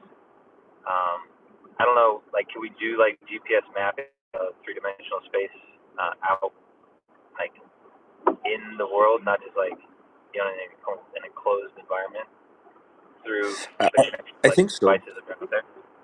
You know? I think so. I think it's just about having the right or the profundity of the technology. I think, for example, what Google is making is they're 3D modeling all the cities in the world with GPS, right? And it's pretty similar to this. It was just, I think, I think so. I think it's just about researching on what's the camera that really gets 3D space, and it's all about the file that it's uploaded, and then the art here and the challenge is to match all like all the little spaces or the 360 views with the other cameras in order for you to have like a walkable, quote unquote walkable space in the middle of the jungle. And of course, imagine how complex is that. Like there's trees everywhere, there's branches everywhere. It's going to be really really tough to map, but I think it's going to be possible.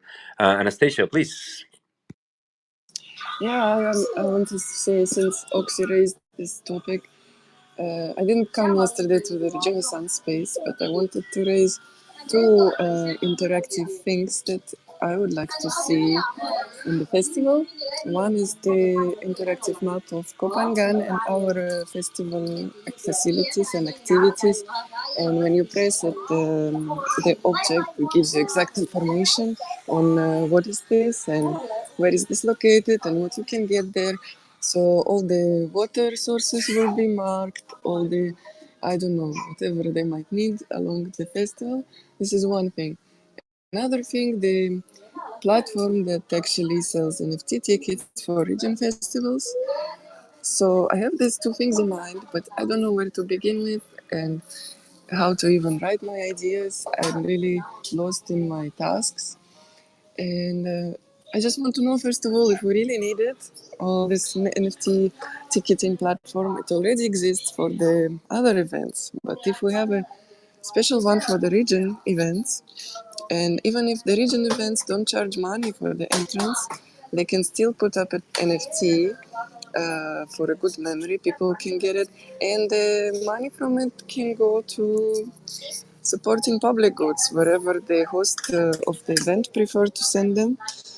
This is one of the idea, but of course it can, of course, be kept as just crypto and fiat payments for the festival ticket. But I don't know. I thought it was a great field to explore.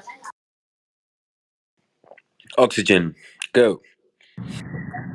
So, like, what what's the extent of making an NFT for the tickets? If there's already a platform out that does it, then you know, like, what is there extra costs if we do it ourselves? Like, I don't know. Like, we're always recreating the wheels, but I mean, just an NFT. Is it because like we pay other platforms? Is there a way to do it through like the PGN and Optimism and Gitcoin? Um, and maybe using the passport too, kind of thing. That's I think kind of how we've been trying to do. But like, is there a way to connect a chain, like that? Because I think the NFT could be a really good, use case. The ticketing, and if there's already a platform, then figure out if we can use it. But if it doesn't work, Oh, there is a platform. I saw a couple, but the events are posted there as just like maybe a couple or two. So it's not really in use in that world, I would say. But I was thinking if it will be the dedicated region platform for all of the events from our community, maybe it could work. But I don't know how really needed it is. But I think in the future it will be used. So it's just up to us if we should take it this step now or just wait for somebody to do it in the future. so if we do our own platform, couldn't everybody have the same? Uh, well, it makes it easier, right? Like transferring amongst the community and trading amongst the community if they're all using the same platform or system, right? Um, but we're also trying to reach outside of just the Let's Grow community and onboard our parents and grandparents, right? So Yeah, on this platform, I think we should accept the biggest coins, I would say, plus all our region tokens that are appearing, including the Earth and the Evergreen. That's for sure. That's how I see it. But I'm not really a developer. I don't know how is this really gonna work and why do we need it.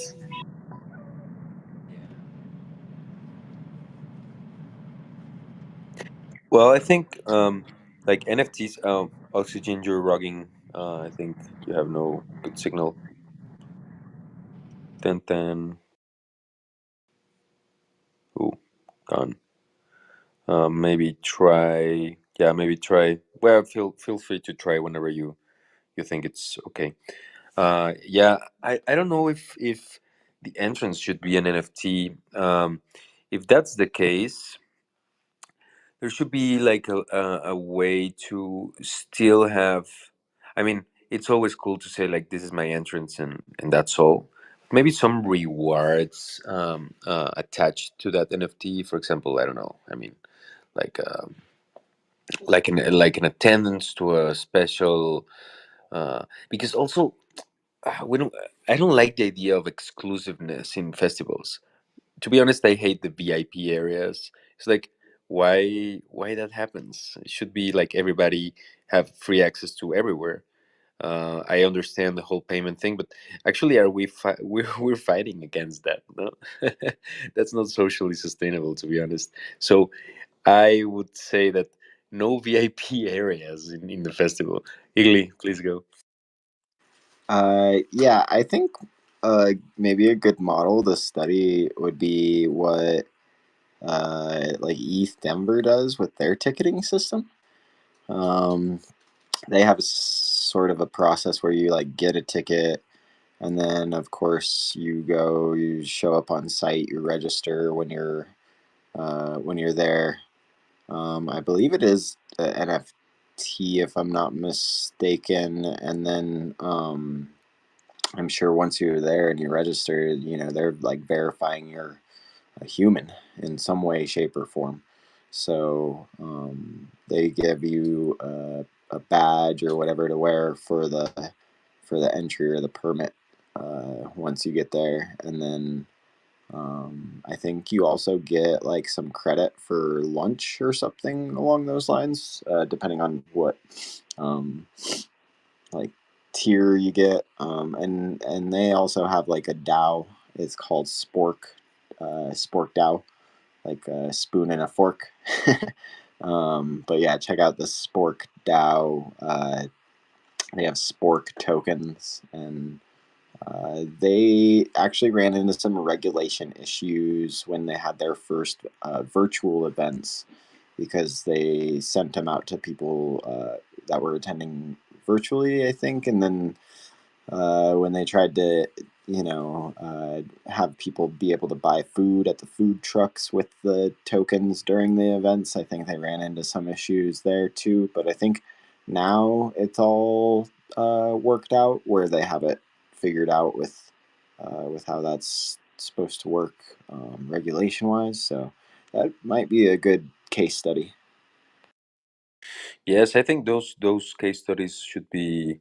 Yeah, we should see what's Denver doing, and also like the whole. I like the whole idea of making the NFT as like bringing more, but not in a way of segregating the ones that have NFT or not. Maybe just like a, for Well, example, here they do go. have like here they do have like a actual collection of buffacorns, right? They're like buffalo, um, and the buffacorns. If you buy one of those, it's like a permit or a membership. You do get like VIP access into certain areas or something. But then they do have like for the registration. I think it's just a general ticket registration. So I think you get access with just the general ticket registration. You still get an NFT or whatever. So it is very open. It is open to everyone. I think it's all ages as well. Okay, can you guys hear me now? Yes, loud and clear, my friend. Awesome. So just wanted to poke in on the NFT. I don't think it's mandatory. What I think it should be structured as is when you purchase a ticket, you get an NFT, right? And if you can opt in or opt out, I suppose, when you purchase it. Somebody that's like, I'm never getting a wallet, they can just opt in or opt out. It makes them, feel like they have even more to say in getting it or not. But also, it's an offer to everybody that purchases a ticket. So you get the NFT, and if you have this one NFT from the first event, it holds value in a certain way.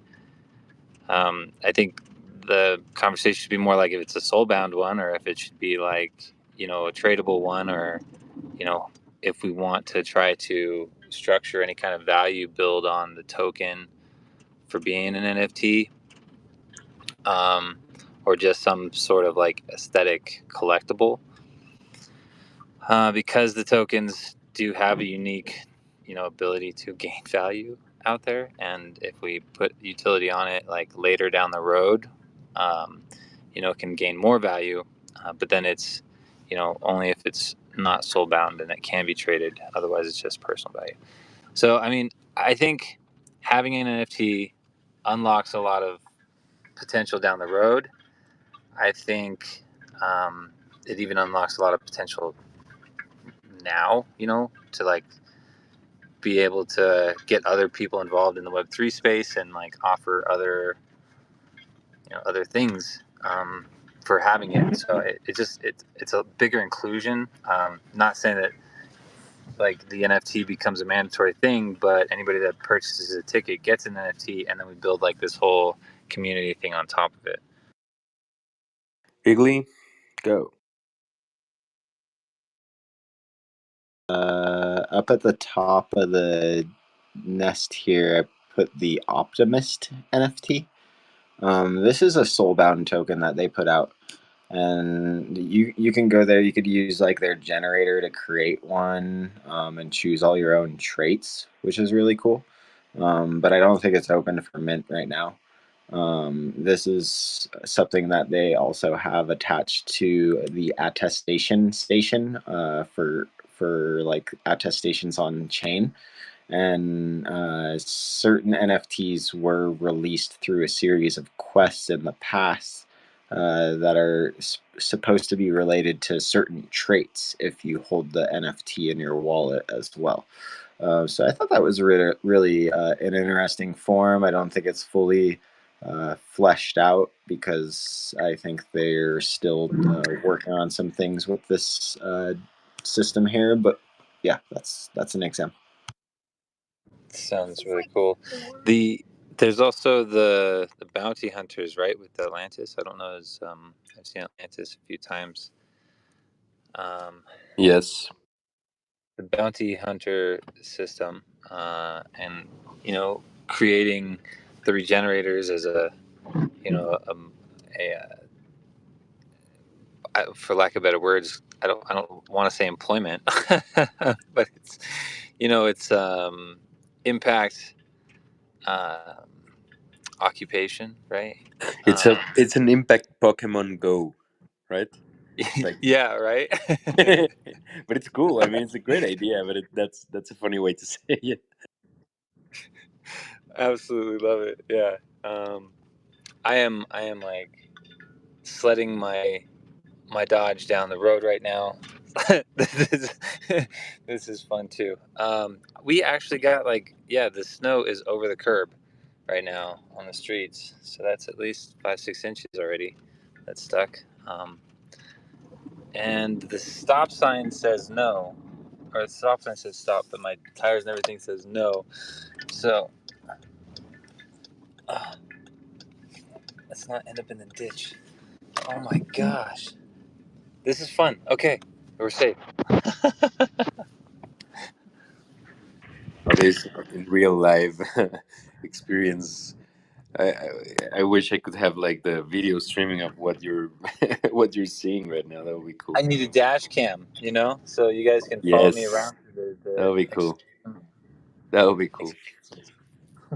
And going back to the bountyverse, I think that's a great thing. Maybe to find some like using your NFT to, for example, to get some Easter eggs in the festival, like I don't know, like whatever Easter egg we design and whatever thing, just notify like the team, and then you get like an extra badge. You can burn your NFT for the new one, and you get a new one that has an extra badge. That means that you have the Easter egg, and that Easter egg could represent an upgrade in the class of your NFT. That could be I don't know, like certain access to some content and media. Like maybe access to the recap videos or the backstage or the bloopers. I don't know, like that could be interactive. It's still not a solid idea, but it would be cool to explore a little bit more based on how to upgrade the experience on site and then back that experience with some special token, some special NFT, or even a burn, or I don't know. What are your thoughts on that, Igly? Yeah, just real quick, I put a thread up on Unlock Protocol from Third Web. This is also a membership system, um, I but don't see it in the uh, jumbotron. yeah, it should take a second here. But Okay. it's creating a subscription using Unlock Protocol, and it's a thread by Third Web, which is like an open source tool you can use to deploy the Unlock Protocol smart contract with. So basically, you would get on Third Web's website, you would find the deployment for the Unlock Protocol uh, contract. It says the lock contract is what it's called. So that shouldn't be too hard to find. But this is definitely a system as well that's pretty open source and readily available, like plug and play. Yes, that's a good thing. Yeah, making all this. I mean, Igly, you know so much, brother. I'm amazed on the like on the amount of stuff you have in your brain, my friend. I still don't know fully how a token works, and you're giving me like so many so many turnarounds. Like, oh my god, I need to catch up with all these things. But I'm learning so much with you. I'm very grateful to have you on the spaces every day. I've been learning so much, so crazy.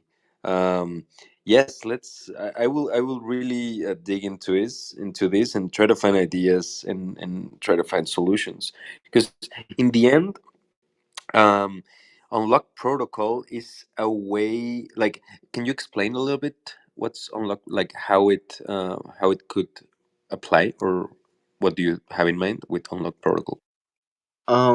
So you can deploy your it's like a time bound NFT for reoccurring subscriptions and memberships in Web3. So yeah, it's more like creating these NFTs for subscriptions, tickets, and it says certifications. So basically, you just deploy the smart contract, and then I think people would be able to mint an NFT. Essentially, is what would happen. There is a video at the very bottom of the thread that they have on YouTube. They have a really great YouTube for anyone that is interested in getting a little bit more onto the uh, development side of like deploying your own smart contract. And don't be scared to deploy on testnet too, because you can get on third web.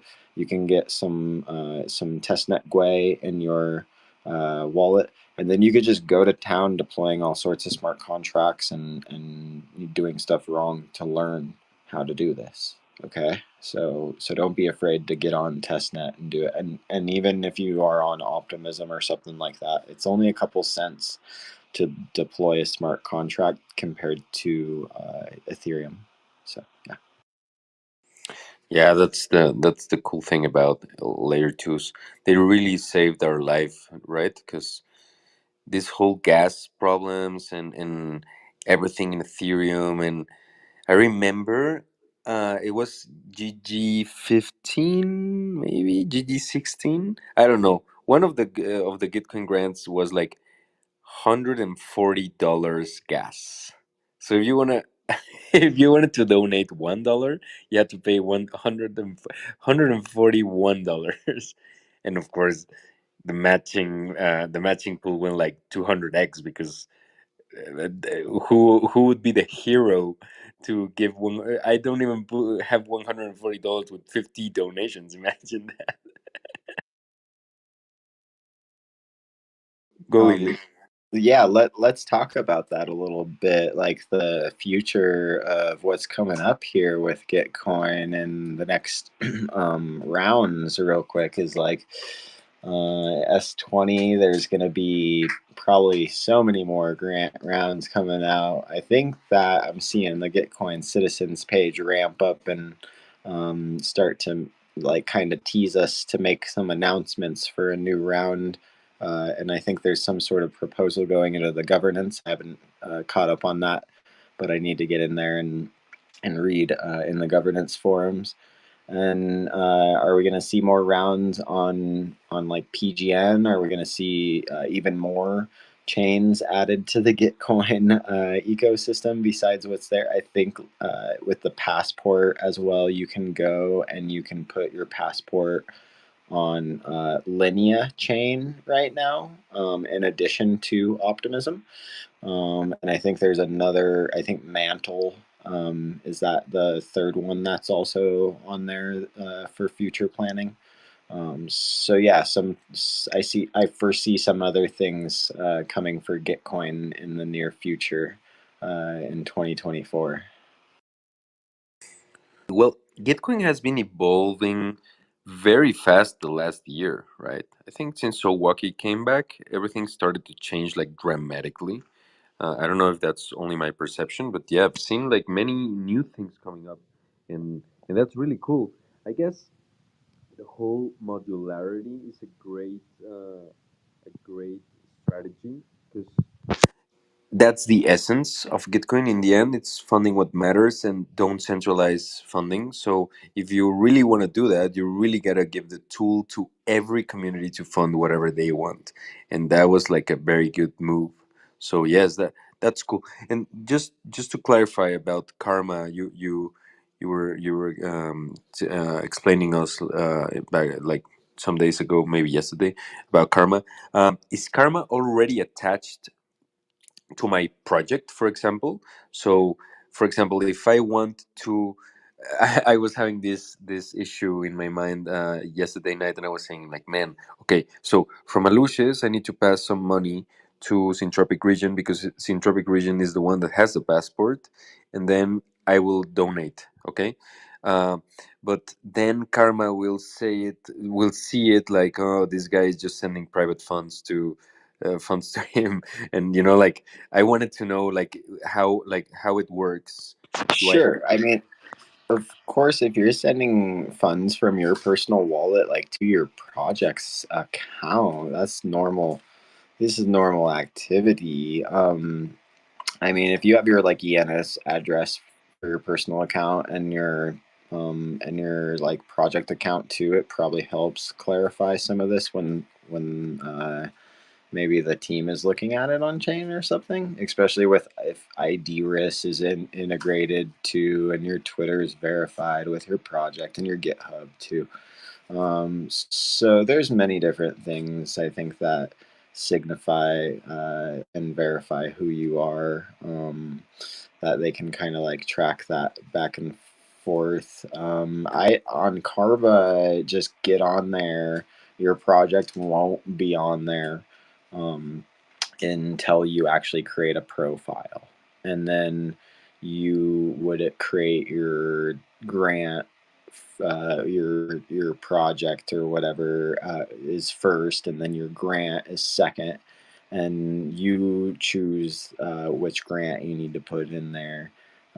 So yeah, that's all up to you as far as what information is displayed. Now they are saying that there's definitely going to be some checking going on with the information that's in there as far as like whether it was actually done or not, and there's going to be maybe some sort of incentive to. I remember a discussion about like uh, people checking to make sure that all the information is accurate and do like retroactive incentives for those people that are doing that work. I thought that was interesting. A whole model centered around like accountability um, through third party of maybe like badge holders or guardians or something along those lines. So yeah, that's what I was getting from that conversation that I overheard.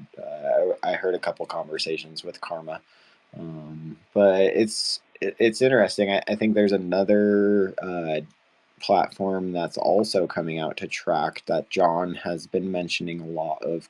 I think it's called uh, Hederacy or something like that. Have you heard that? No, Okay. haven't. Okay. Yeah, I think that's been worked on with like HyperCert's team as well, with some other sort of milestone tracking system. And if you've ever used Charmverse, you could actually keep track of stuff in Charmverse with milestone tracking as well. So you could just utilize Charmverse in your own way. It's not like on chain. It's not an attestation like Karma is. Um, but yeah, Karma is a really interesting uh, plugin. It was actually funded by a grant on Optimism, I believe, or even the Retro PGF or something. Maybe that team has been working in both Gitcoin and Optimism's ecosystem as well for quite some time. So. Wow, that's super interesting. I mean, yeah, this whole karma upgrade and karma project is gonna really make a change. To be honest, I don't know how often it is that projects that are already all the way in with Gitcoin are like frauding or making like this fake, and they just spending the money for other things. I don't know how often that is happening, uh, but this whole karma thing will really put the like would really make you think twice on what you want to do with the money of the funding you receive, because in the end that's it. I don't know if maybe um yeah, it's for transparency. It's super cool. Well, go, Igli. Yeah, I'll say one more thing, and I'll go find something about it while I'm talking about it. But when you're setting up your account, you have the option to actually add like your wallet and your teammates' wallets as well.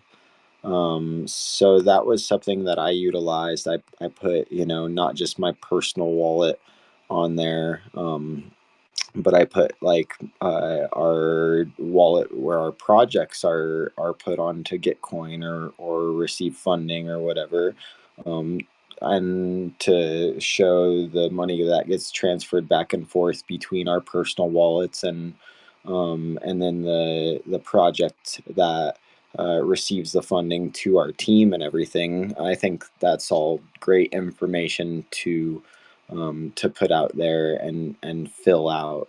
And here I have, of course, a whole video on YouTube that's 7 or so minutes on Karma and the plugin that's in Gitcoin that I made during this round.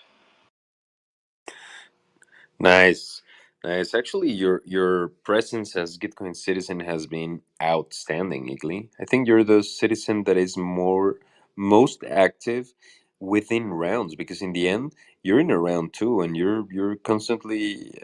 I mean, I left poor Syntropic region behind, because this is this has been such a journey for Alucius, and I'm just like, oof, I need to catch up with so many things and animations. But yes, this is really cool. Actually, how do you think the next round, like Gitcoin round, not about citizens? I want to speak about citizens later, but how about what do you think is going to be required for the next round? Do you think hypersearch is going to be a more strict uh, part of the filter, maybe for climate solutions, I would say, and as well your karma tracking, if in case that you're a project that is for the second or third or whatever time in it. Like, do you think those new layers of filtering in order to get approved or rejected are going to be playing a more crucial important role?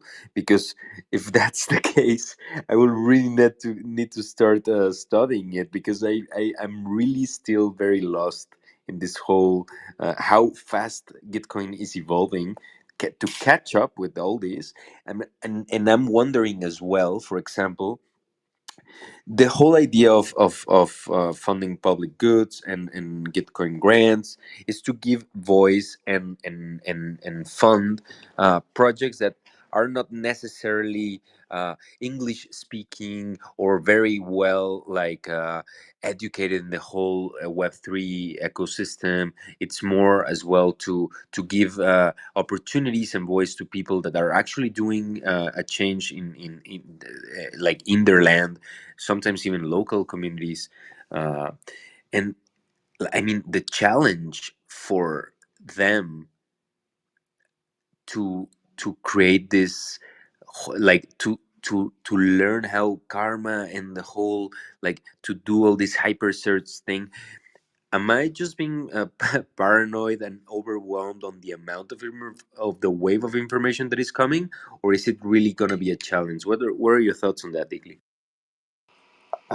To be honest, I have like two things on my mind that are coming from this round right now.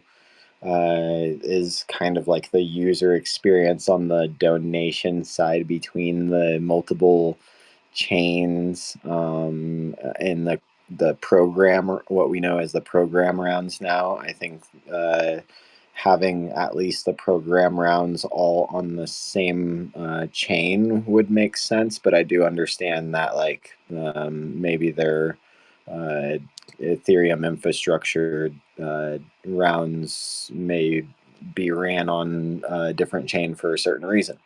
Um, but at the same time, I think that there could be some solutions, some projects that step up to the plate to build some solutions for some sort of payment systems through Gitcoin, even with ID risks, to be able to make the cross chain payments happen in a way that it's a little bit more seamless of a user experience when you're trying to make a payment across rounds. So I think there's been a lot of friction there on the user experience, especially with PGN.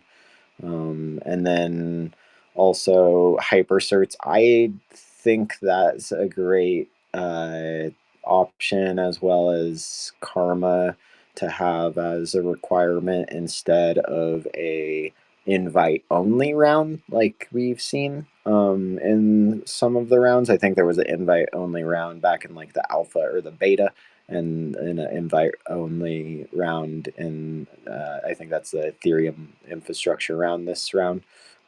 So yeah, maybe some prerequisites would be proper to have, as I always say, like an attestation could be like a job application, and you could also keep your privacy on there if you're using off-chain proof with the attestations. Basically, what that does is it would store your information that you've achieved on like actually off chain, so people wouldn't see the exact information of what you've achieved, but your profile or your attestation would still say like, yes, they qualify for this. So it's like walking into a liquor store and showing your ID to the clerk when they ask you if you're 21 or older, and it just says like, yes, they're of age. It doesn't give them your birth date or anything like that, any personal information. Okay, okay. Okay, yes. So it's, I think in the end it's gonna end up being more automatic than, I mean, as long as you do good practices. I hope that's the point, like that's the end goal for Gitcoin in new integrations, to make it as smooth and automatized as possible in order for the user just to keep doing the good practices the good old way, and just Gitcoin would automatically verify what's really happening just to make sure that the good practices are good. Rifai Fangan, you had your hand. Go. Yeah, I wanted to add on user experience. You also, Marco, you were asking us why do we donate few times? That's because if you really want to put all the projects in the cart and you realize they're on different rounds and different networks, some of them might not work. Like my first donation didn't work because I wanted to donate on PGM and Optimism in the same card, and one of them were not accepted. So I guess that's one of the reasons why I really do it in rounds, because first I do Optimism, then I go to PGN, and then I did Arbitrum. So yeah, this is one of the disadvantages that I found. But one of the pluses in this round, I see the estimating matches, and it's really nice to actually see how your impact, how big is your impact. Yeah, this is what I wanted to add. And actually, I wanted to say goodbye. My kids are attacking. I have to go reach home. See you later. Thank you, Anastasia. It was really nice to have you on the space. And yeah, see you tomorrow. Have a great day. Have a great weekend as well. And yeah, stay tuned.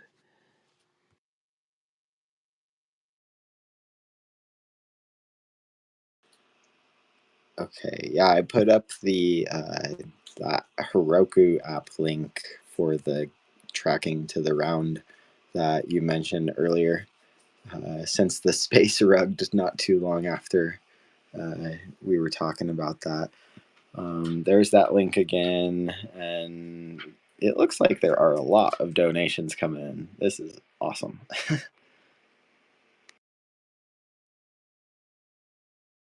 Also, what I've seen is that there is like the community. Sorry, which was it? Yes, the community round. There's like 300 projects. It's a lot. I was Oh like, yeah. how crazy is that? I mean, and the community, I don't know, in the like in the amount of matching pools, is it one of the biggest or is it below climate solutions? There's 200,000 die Oh in well, that yeah, matching pool. it's good. 100 more. Yeah, wow. This I really like this graphics. I really like to try to understand the logic of the position, correct? And what I still don't like is that they showcase, like they put the biggest square per amount of donation, but not per amount of donors.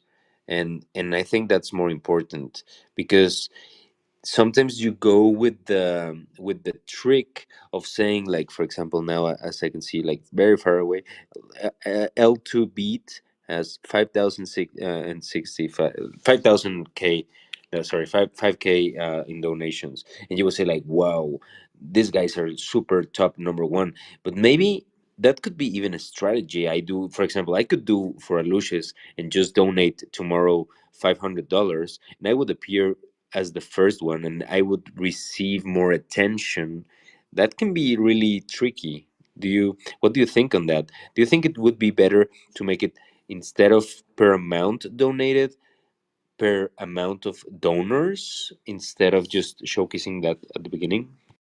Well, only a fraction of the donors even are using the matching score as well. So that wouldn't be accurate either.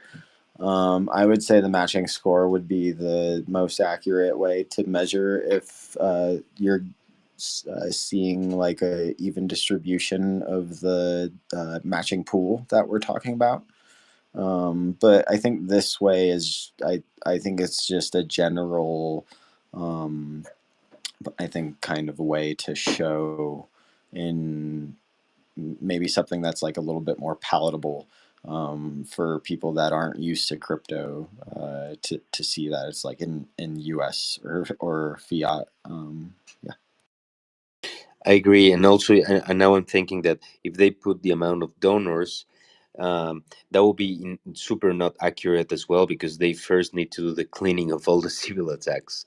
So then that's, I think, the only thing you can really be sure is the amount donated, and the amount of donors is still uncertain until they do the cleaning. Correct?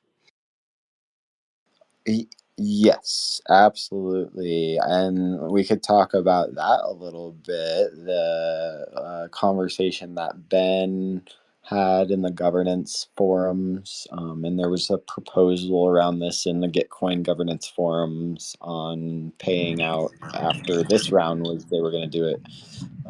I think by the end of the year, and have it finished and voted on a little bit quicker than the last rounds. I'm not sure what the difference is on the process that they're actually doing for this round compared to previous rounds, but did see some conversations surrounding that. Whoa, crazy! Oxygen, you have your hand up. Go. So we talking about like quadratic funding too, like where it's kind of weighted on um, different people voting, how many people vote or how many people donate to how much they put in, and then also like they have like a negative vote as well towards something that they say, well, I really don't like this, so I'm going to put negative points towards that. But I really like this, so I'll put extra points towards that.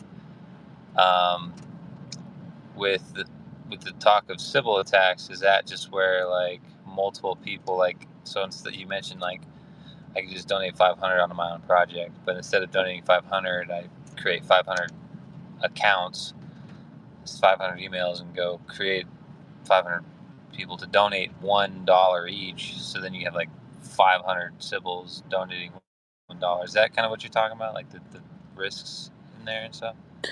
Um, and like how to get around. I don't know I how to was combat.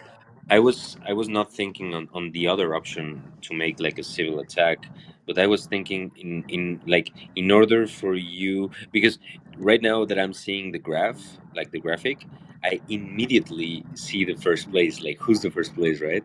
So you could trick that. In the end, the funds will end up going again to you, and why you wouldn't do it? That's my question.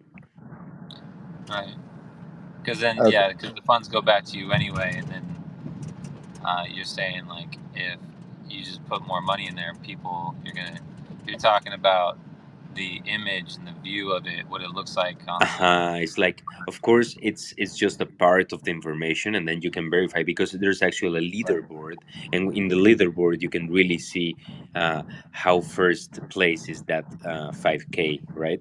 Right. But So then the anyway, competitiveness is this playing little a whole role. this little part of information, which is L2 bit, number one of this first graph, makes me think that I really want to research on what's that project, why is number one, and that's a win for them. So yeah, it can be Right. easily tricked. Igly maybe wants to say something.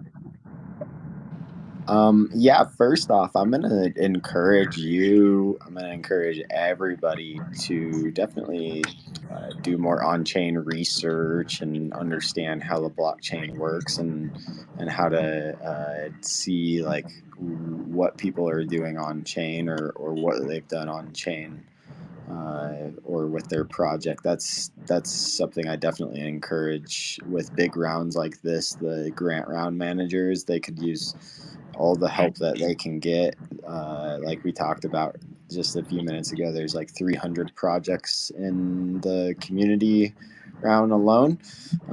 So yeah, they're gonna need to sort through all of that stuff after the round. It's gonna take a long time to sort through all the different symbols. But really, what I think we're seeing here, to be honest, is three different. Let's just say three different things from my general observation here is like big accounts that have social media followings and actual like influence in the space that have projects and there is a massive amount of followers that are contributing and donating.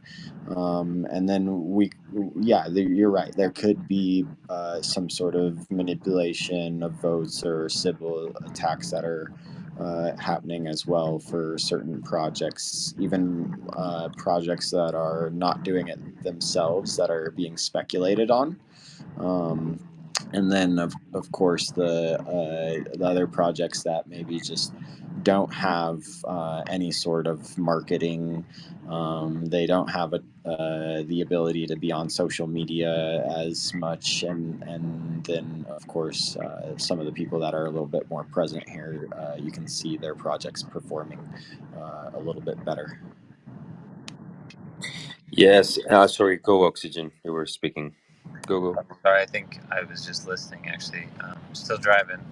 Should be home soon, but Cool. I have another question.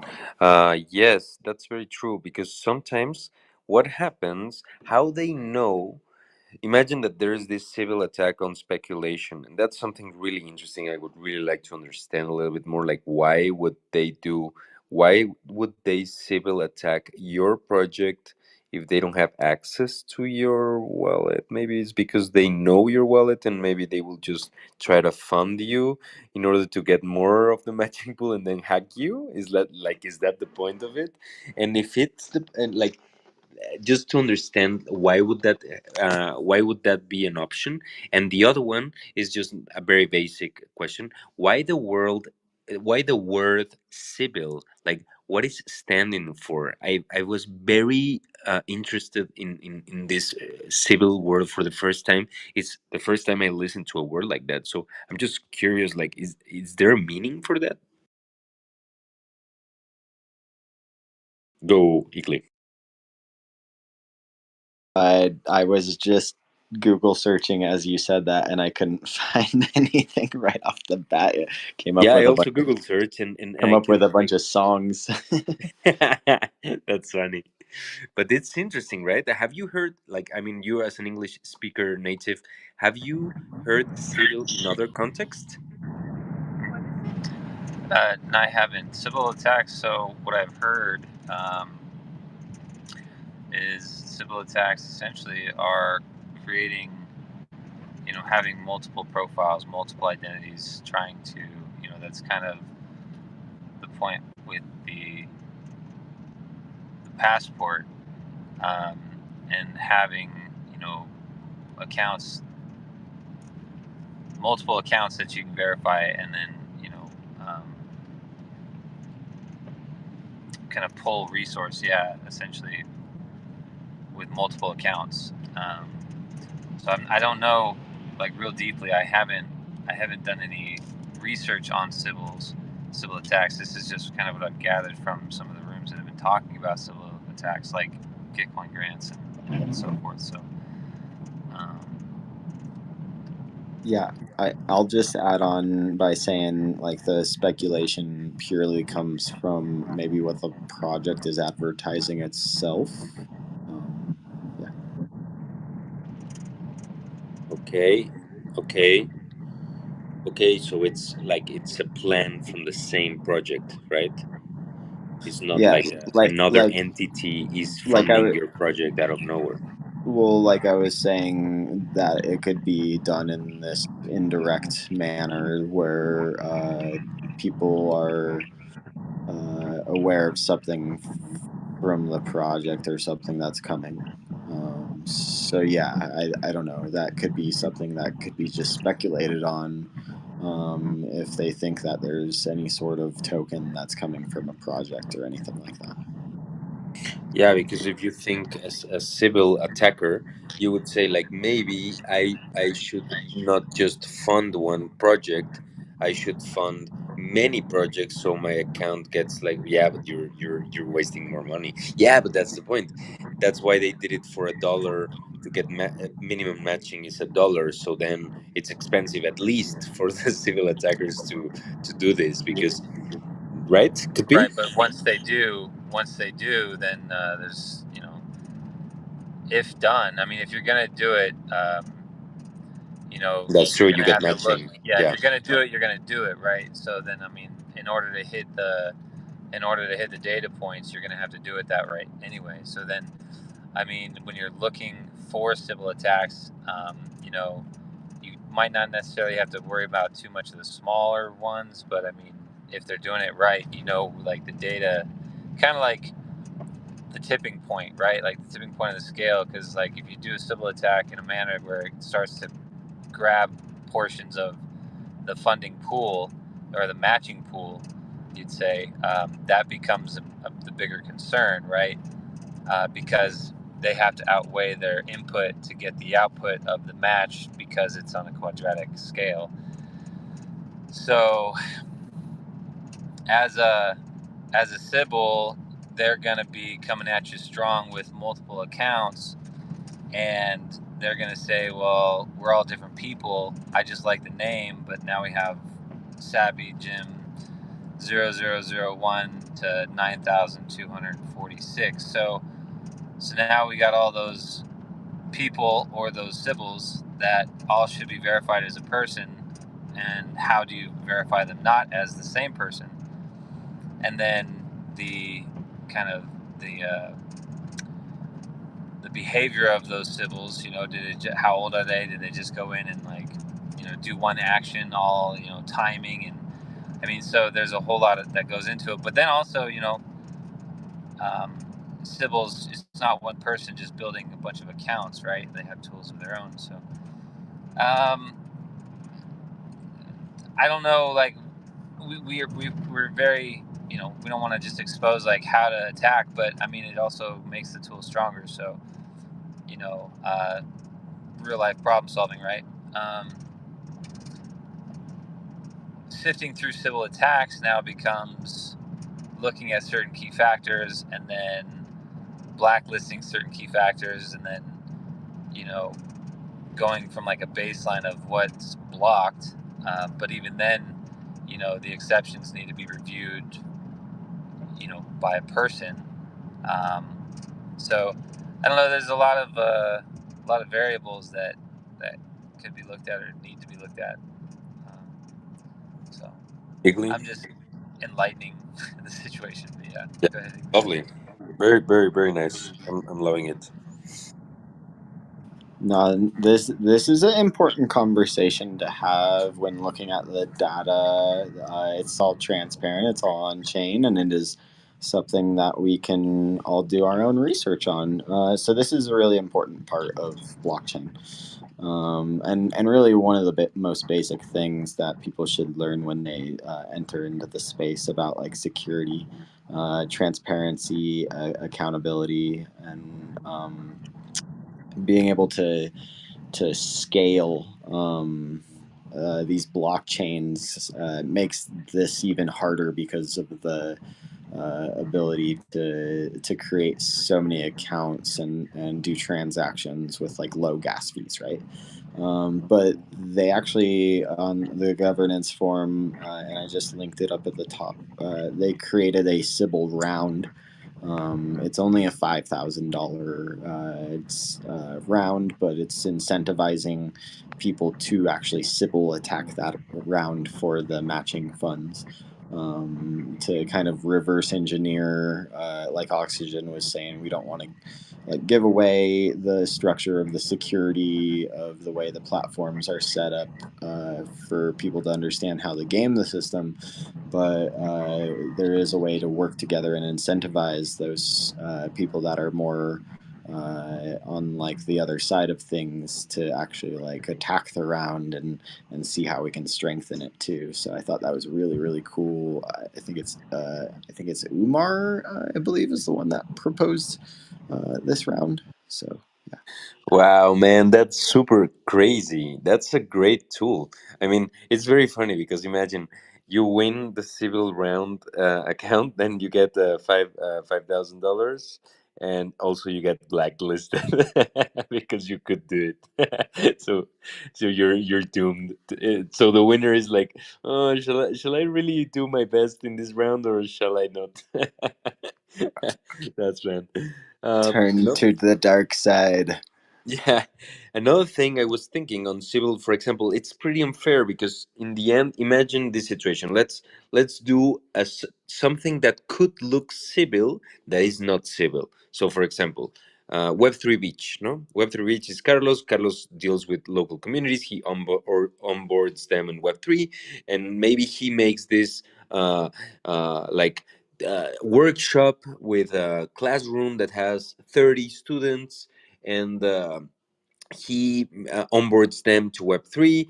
Every student gets a wallet, let's say, and then he doesn't ask for the students to vote for him, but let's say that the students decide to vote all for him because it's just an example for the class. Then he will receive like out of nowhere 30 votes, of course, of not $1, but maybe 0.10001, but it's 30 votes. And then, you know, like this could be one example, but another example would be like, let's say, I don't know, you deal with a local community and then you onboard them, and then they are like, wow, I'm really happy that Marco could help us in getting on board in Web3. I would like to vote to him. Of course, I don't have a passport because I still don't have a passport, but I really want to vote. So I get 50 votes per $1. And then Gitcoin would say like, whoa, civil attack. Like how it's really interesting to really detect what's a civil attack or not. I'm of course I'm pretty certain that this kind of examples that I'm putting are not super common, right? It's not happening every time, but what if happens? That's the question. I would say that like on some level there may be, yeah, still ways to get around things. I'm not sure exactly like what that would be, but I would say it's really important to remember, maybe if you're donating, like as far as like some sort of advice goes, or like you said, sending money back and forth from funds that are received from your grant, to try and keep them very separate, and that would, I guess, be my little bit of advice, and something that I'm, of course, trying to do as a best practice is if I'm donating funds, even if it's from the same wallet that I'm receiving funds from donations, I try to make sure that I put those funds into that wallet and then donate. So it's not coming directly from funding that I'm getting. And of course, if the funding that I'm getting is going straight to the development team, of course, and it covers the amount that was donated. You gotta really keep your ducks in a row when you're if you're donating from the same wallet that you're also receiving funds from. But then if you're using different wallets and sending money back and forth, that could get really confusing. So I'd say that's a really good question. How they keep track of that. I think it's important to remember that it's probably based on the balance, and so to make sure that you're putting money in where the money needs to be. And it's really cool as well, and you're very right on that. I think it's all about best practices. I think the way to win the game here is to do the best practices as possible. uh, and that's how you should deal with life in the end. No, it's not just only in Gitcoin, it's in life. You just try to be the best version of yourself and with the best intentions as well. um, I'm thinking that, for example, so Just one more thing too. I've also heard from maybe John or Ben that there is like a fine line between collaboration, or no, not collaboration. Sorry, coordination and cooperation. So yeah, I'm sure that it is hard to define that line sometimes. Maybe it could be kind of blurry. yes, totally, totally, totally, totally. And what I've been like thinking, because all this, like, in the end, is the sum of the tools that are like Gitcoin is using in order to protect the community. I really liked, for example, the idea of the more how do you say, like, the more score has your passport, the more matching you can have as a donor. And that like completely like frozens can frozen civil attacks, because in the end, then it has not the same weight, and then civil attacks become nonsense, because of course they don't have passport, and of course then they will not get the matching, and then it will be just a waste of time. So I think that was a great punch for civil attacks, the whole uh, integration of the percentages and related to the score of the passport. I think that was a very, very nice move. I'm really curious to see us. Coco, Anna, how are you doing? It's been a wonderful talk. Let me put you in. Wait a second. Yeah, we covered a lot over this hour. I don't even think I got to really what I might have wanted to talk about, but I don't even care. There's always a couple more nights. And yeah, hopefully we can get video access the last couple nights too. Okay, I see Oxygen coming back on stage, but do we have the Coco Dow here too? Yes, I see. Hey, Glee, GM. Hey, Marco. I am ready to change whenever you're ready. So I'm just gonna connect to the other account and yeah, Cool. you can Cool. I think. just decided not to speak because last time you just jump into Let's Grow and I was like, whoa. But now, thank you for for telling me. For that was cool. I thought we were hacked, to be honest. I was like, wow, oh my god, I'm putting emojis and I'm not doing anything. Damn. Sorry. Yes, sir. But I'm yes, going. um, I'm yeah, going there. just wanted to say like it was a very nice conversation with you guys, with Eagly Oxygen.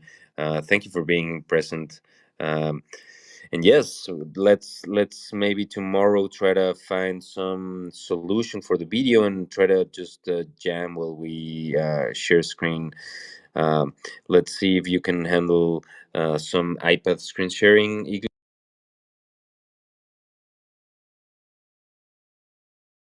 So I can. I just got home, but it's gonna be. I'm gonna grab a bite real fast,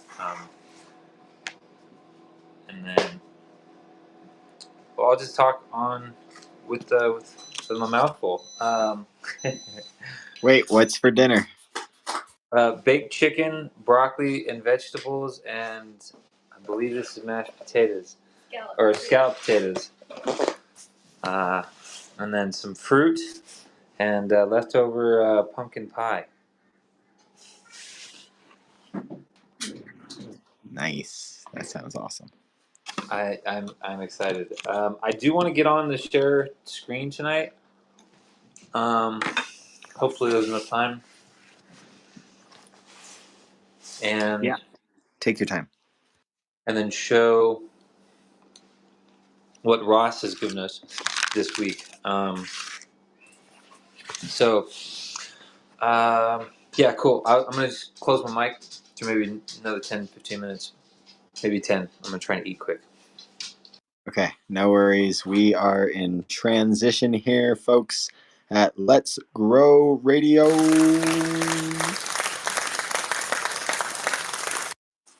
All right, yeah. Now we have the transition of the hosts is a ceremony that takes place every so often. And I see Aloysius is now coming back. So that means that the ceremony is coming to an end.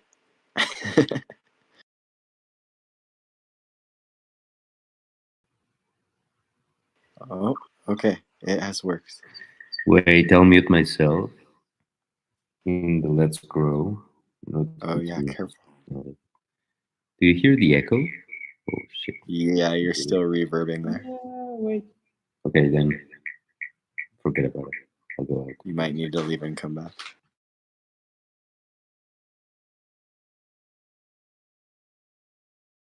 Okay, cool. So the other day, when you guys called me out to talk, and I was all out of breath, I was like in my hot cold shower. And the funny thing is, like right before that, I was in there and I was like doing some breath work, right? And all of a sudden, the sound started to like reverb, like all crazy, like, and I was like, "What is going on?" Like, I was like, "Wow, breathing exercises got me to like trip out." I was like, it was so weird, because like it was like carried on conversation, and it was like six echoes of each person, and there's two people talking, so like there's this tunnel of echoes, doo, doo, doo, doo, doo. And I was like, I am tripping out right now. Like it was it was a heck of an experience, man. I was like, natural trips. I was like, this is crazy, so crazy. It was a lot of fun though. I was like, I wonder, there's something to look at with that, with sounds and frequencies, because I know there's like sleep studies done with like different what are they called, binaural beats and stuff, right? And you can do like guided meditations with sound, and there's sound healing, and um, you know really really deep stuff with all that. But yeah, I suggest doing research there too. Really great personal work with that stuff. But I thought I'd share because that just strike the memory to it, and I was like, oh yeah, I thought I was tripping the other day just being in a session in a in a Twitter space, man. When I you when you guys come to the Regional Sims Festival, hopefully, I am gonna take you to some breathwork sessions, and they are insane. Like, uh, they like the last one I went to. It was called DMT breathwork, but you do not um take anything, like absolutely anything. You don't drink or smoke anything. And is this like couple, and they like one sings and the other like makes you follow like the breath work, but it's like so beautiful, and you really do like get out of your consciousness. Like it's insane. And I mean, of course they have um a ritual, I don't know, but like you do like this like a million times. And then they like at the beginning they explain to you right now, they explain to you, right? So you know what to expect. And you do like 3 sessions, and after each session like you hold your breath. So you end up holding your breath for like 5 straight minutes, and you don't even like feel it. And in that moment when you like hold your breath after the is that you start like really seeing stuff, and it feels like amazing. Like even after the session, like we like shared how we felt, etc. And there was this guy that said that he had been to different various like ayahuasca um, ceremonies, like in the jungles of Peru and Ecuador. And he said that this specific breath work, like he really felt like even better than when he did like ayahuasca with like in the legit jungle. So yeah, I've been meaning to explore more of that. And yeah, do more breath work because it's amazing. Like it's amazing once you like unlock certain things that your brain has locked. And yeah, I think we have gotten used to not really exploring like the amazing potential that our brain has. So um, yeah, like that really like made me think twice about like um, like taking like antidepressants. And yeah, like do you really need them? Like you can achieve so much if you actually like work on your mental health, and then like different types of practices that yeah, maybe you don't really need the chemicals for so long. I mean, I'm not saying you probably don't need them sometimes, but yeah, there has to be like a plan B. But yeah, that was my experience with breathwork. So we'll do that when you guys come to the Renaissance Festival. That's gonna be fun. We did it. We did it. We did it. Woo! So there's the Wim Hof method that I've looked at.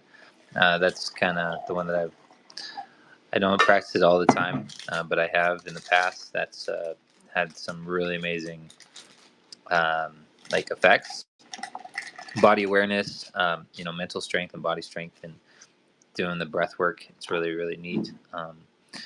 If your intention during it is a big thing too, like so like the consciousness while you're doing the breath work.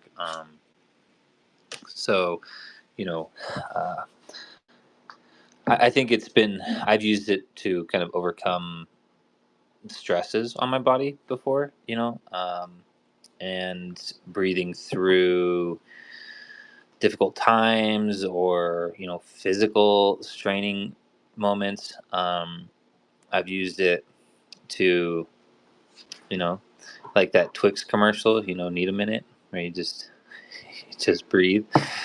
And I've just breathed through some just very difficult or very stressful situations, and it allows you to kind of recenter and your personal power in that moment, and continue with intentional purpose. So and that goes really deep. You can overcome lots with that, um, apart from setting like um, 2 miles under 12 minutes when I was in the military. Like that's when I found my first breath work.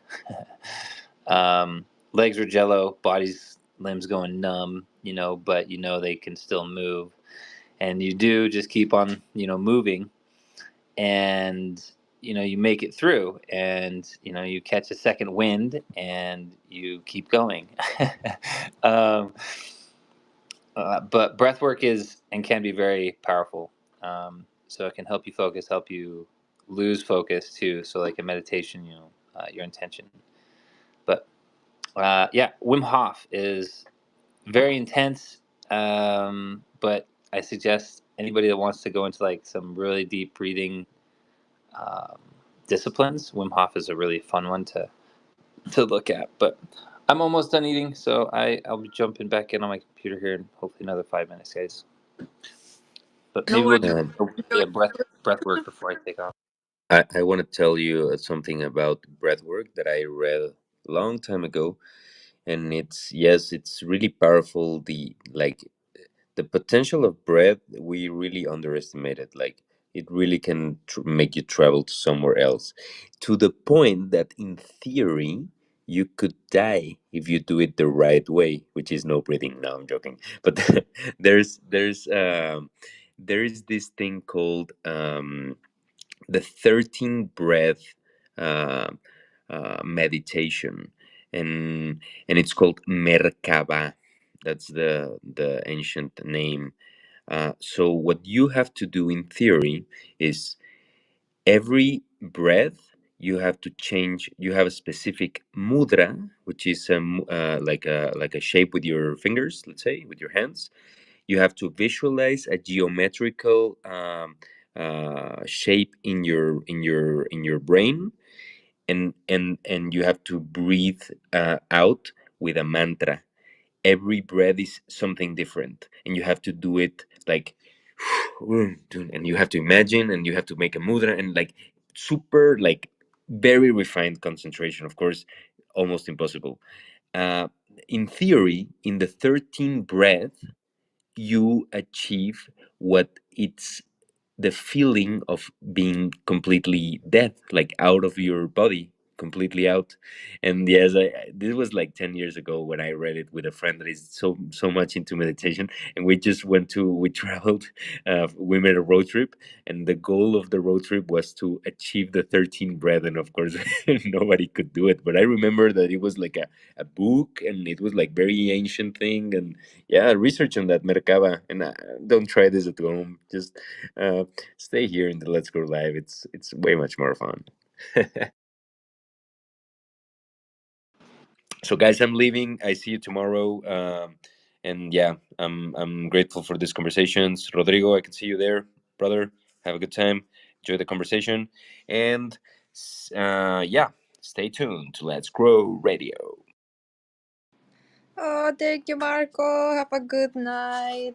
Hope everything is going good with your daughter. And yeah, were you gonna say something, Ingrid?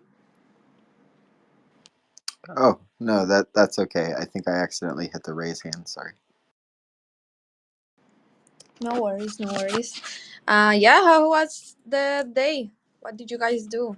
Did you saw the drag show?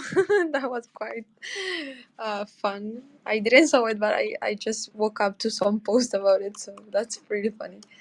Yeah, I fell asleep a little while ago, but made sure to wake up for my space and was here like way early this morning too. So yeah, I just been hanging out. It snowed here in Colorado, so it's a snow day. We're trying to stay inside and stay nice and warm and cozy. And yeah, the breath work. Uh, at the Renaissance Festival. That sounds cool. I don't know if I'll make it to the festival, so maybe you can come uh, to the US someday, and we could have a Renaissance in the US, in Colorado or something. That would be cool. And then we could maybe find some buffalo and pet some buffalo. That would be even better. Yeah, I actually really want to go to it Denver. I don't go usually to many Web3 events. Um, I have been to a few. Like I went to DEF CON in Colombia. Of course, I couldn't miss that. and a bunch of side events, and I've been to some events in India. And yeah, I think from the ones that I really want to go and I haven't been able to go, I think that at ECC, I would like to see that, and Eat Denver for sure. Like, I really want to go to Eat Denver. I've heard like amazing things about it. So yeah, maybe I'll try to go to this one. When is it happening? Like in March or something? Eat Denver, do you know? I think it's either February or End of March. Yeah. April, beginning of March. Yeah. Okay, so yeah, maybe not this time. Or sorry, end of March, beginning of April. My apologies. No worries. Oh yeah, then maybe it's not gonna happen because I am waiting in Southeast Asia until DevCon happens. Because yeah, it's gonna be most certainly in Thailand or in Vietnam. I'm wishing it is in Thailand because I'm in Thailand right now. So hopefully that's gonna happen. But yeah, have you guys been to Denver or any other nice Web3 events? Not yet. I've only attended East Denver online actually when they had the virtual event. I don't think they have the virtual event anymore. But I can't wait to go. I think we will probably go this year. That's the plan right now. So yeah, hopefully we'll be able to make it there this year.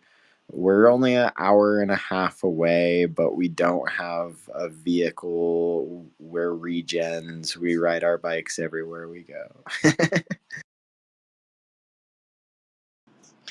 Yeah, I think that there's this yeah, like once you get that consciousness of like, okay, I really need to choose wisely, like where do I spend carbon on. It's important to find like sustainable solutions. That's why also I don't want to go all the way back to the US and come back like too much carbon. But We are not too far off from having better electric and hybrids. So yeah.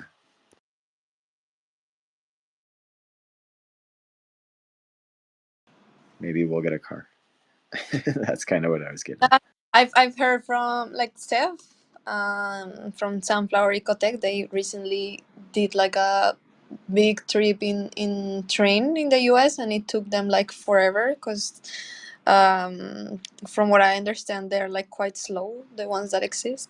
And so yeah, maybe we can ask him a little bit more about like his experience. But for example, in Europe is super nice. Like traveling in train is so nice.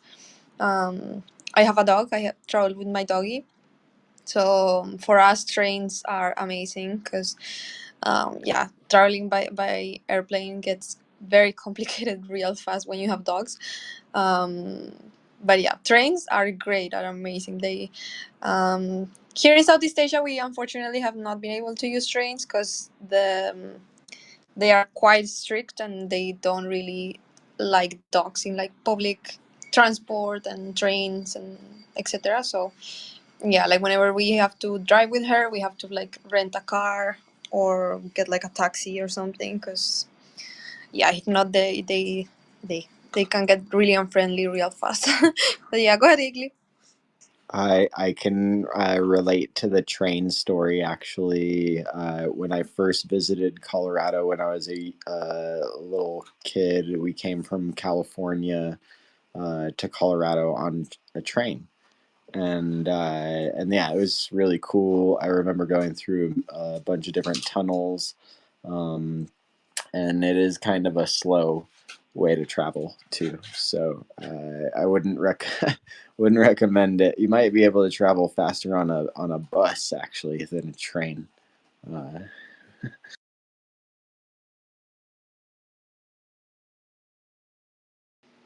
They're both about the same comfort level. I think public bus and the trains. I had one train ride. It was pretty cool from Albuquerque to California.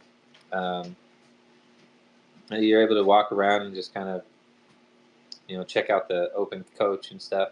It's fun. It was a nice little couple day trip. Buses were I think little more involved. I had to transfer buses at one point. So then I had to change my bags and move to another bus. And trains don't really break down as much as buses. The buses, I had that happen. So again, another transfer. um, and I don't know. I think the environment was just a little more chill on the train than the bus. Like a lot more going on with the bus, more people on and off at different locations, stops and stuff. But they're fun. So I'm still eating, guys. I'm horrible on my timing, so I'm still stuffing my face. No worries. Enjoy your food. I am testing Ross drawing AI thing, the diffusion draw. What was the name of this thing? Yeah, diffusion draw, and I love it. I am loving it. I am drawing a doggy eating ice cream. Cause yesterday I didn't have time to explore it, so yeah, I'm excited. I have learned so much in these weeks, guys. Thank you so much for yeah, bringing all these amazing guests and tools and future collaborations. I'm sure we're gonna see a lot of that, so that's super exciting. And yeah, how is the grant going, Igly? Everything's going really well. Yeah. For us, we've been pushing really hard. I think that's definitely paying off. We're also like going through the retro PGF too right now. It's not really like much involvement from our side of as far as the participation goes. It's kind of like we wait, but we're starting to see some positive results there as well. We see some boats coming through for our project, so that's going to be a huge lift up if we get funding again from Retro PGF. We did get some funding in round 2. That was really a big lift up for our team and everything. But if we get the funding that we think that we're gonna get this round, it'll definitely be really huge for us and what we have as far as our goals set for our platform. So yeah, fingers crossed. I think the voting on that ends on December 7th. There's a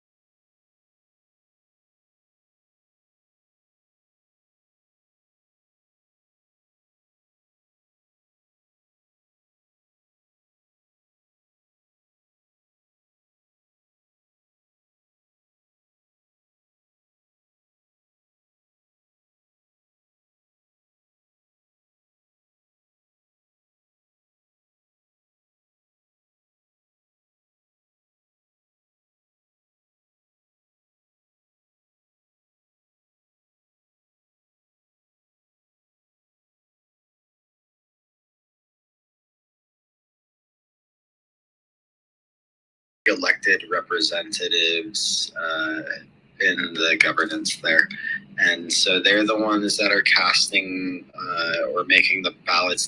There's also these lists that have formed that are like recommendation lists from certain delegates as well to help guide some of the voting, I guess. And so that's kind of what I'm understanding from the process. You can't really like reach out to the badge holders. There's definitely a lot of rules for those badge holders as far as like disclosures and things around conflict of interest. So it's a very tight system as far as the retro PGF goes. If you check the thread up here too, there's also an article I posted that's co-written by Vitalik Buterin, and that explains the sort of formula of retroactive funding based on exactly what you said. You're absolutely right, 100%. You got it. It's all based on what you've done in the past, and that's how they measure the impact. They do this through like a series of like on-chain activities and I guess other activities through your governance profile if you're involved with governance as well. They're looking for like open source projects that contribute to the blockchain, and I think we're on here for the user and like the end user experience as sort of like a DApp or an app that's building on the blockchain. So yeah, it's pretty complex when it comes to how they allocate the funding. We need 17 ballots, I believe, to be able to get funding at the end of the day. And the process is really, it's a long process. I think we started the nomination process in September, or the application process back in September or something like that. And then we're still in the voting process, which is like a month or so long. And there was like a review process where they had to filter out, I think they filtered out about 1,000 projects after the applications were made. So originally there was 1,600 projects that applied, and there's I think around 640 that are currently in the round. Oh wow! But since September, then it takes like a while. Do you think they are trying to make it like faster, or is part of just the process? Like, yeah, actually, this is a faster iteration of the process. The first round, I forget when that was. I think it was back in 2022. The second round that we participated in for the first time was back in like May or March, in the like springtime, back around like April, and then it took a few months to get the funding and sort of a similar process. Not quite as complex as this, actually. It was actually much simpler, but still there's like the badge holders or elected delegates that were the ones that allocate the funding, and in that round there was 10 million OP that were being distributed to 193 projects. I think this round there's 30 million OP that are being distributed to the 600 or so different projects. And so, you know, they did really put out like another round pretty quickly after the last one earlier this year. And I think they already have another one planned for after the beginning of the year. So we'll see as far as like how it speeds up the process. The platforms that are being built surrounding this by a bunch of other developers too. There's a lot of different ways that the data is being displayed, and people just building display platforms as a public good basically as well. So it's really cool to see everybody in that ecosystem like stepping up to the plate and pulling together their resources to help show the people that are in the round this extra data, besides the official websites that are keeping track of the data as well. There's third-party websites that are popping up everywhere. Lots of developers putting in work. that's so cool. And I mean, it for sure makes the community be very active, no? Like, yeah, because I was reading the governance forum a few months ago, trying to understand. And yeah, it's complicated, like a lot of like back and forth, and but I guess that's the way to actually ensure like participation and decentralization and all this good stuff that we love in Web3.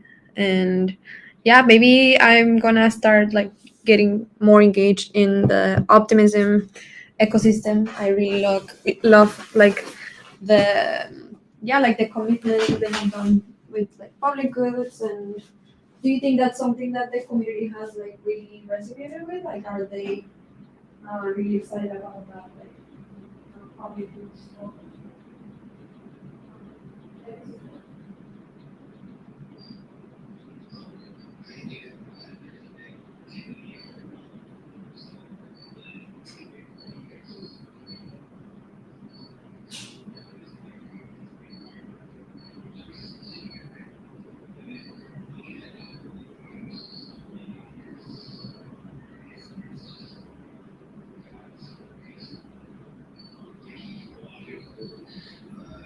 Initiatives, but I think that is definitely changing at this very moment. I think even some of the projects that were in GG19 that I talked to about optimism, they applied for retro PGF, and I think even one of the space projects, D-Space projects, applied for a grant in the last cycle that they had before their current reflection period we're in right now, and there is another formal grant cycle coming up on January 5th is when that opens up in another month or so here. So I'm sure you'll see that as an opportunity to explore the ecosystem too. So yeah, look out for that, because that's going to be where you want to apply through Charmverse, is where they do their grant applications.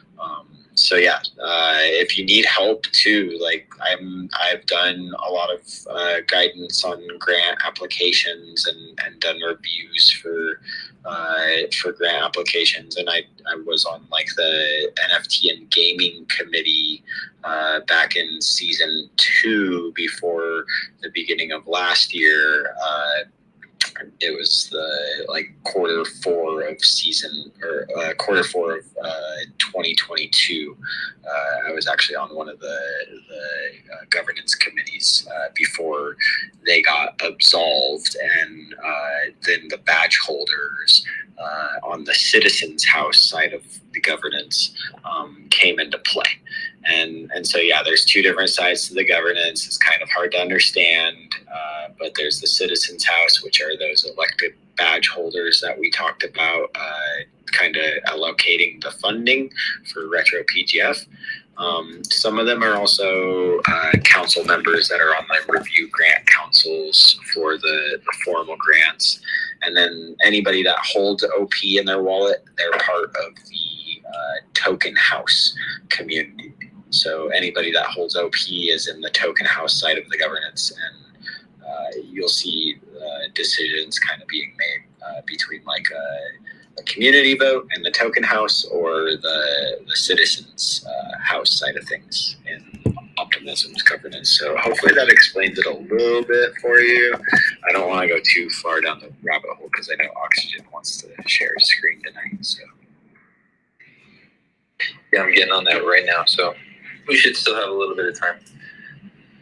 Yeah, but let me know if you want help, or want to even just like meet after GZ19. I have a Calendly to meet, and usually when I'm not doing the campaigns for this, even when I am doing them, sometimes I have meetings going on. I think I've had meetings going pretty much ever since like November, December last year, for governance and helping assist people with grants on Optimism's governance. So yeah, happy to help, but I can't guarantee that you get funding. So I've actually also been denied grant funding plenty of times from not just Optimism, but other opportunities, and it's definitely a really big learning experience. The last round that we applied for on Optimism's governance, we were 0.5 away from getting our builders grant. So we'll be resubmitting in cycle 5 coming up here, or season 5. I think it's cycle 15 coming up here in January for the third submission, third time resubmitting this grant. So yeah, we were really close. Hopefully we'll get the builders grant, and when we get a builders grant, that means that the tokens are locked for a full year, and we have to complete all the milestones over the course of the year, and then that gets unlocked, and we have access to give the funds to our team. So yeah, that's how the builders grant works specifically. Yeah, so cool. Thank you for walking us through that process. Maybe, do you think it's realistic that a person or a project can be active in more than, I don't know, like 2-3 DAOs? Like, how many DAOs do you think one person can like actually be present? And Oxy, if you wanna start showing screen, go for it. Don't worry.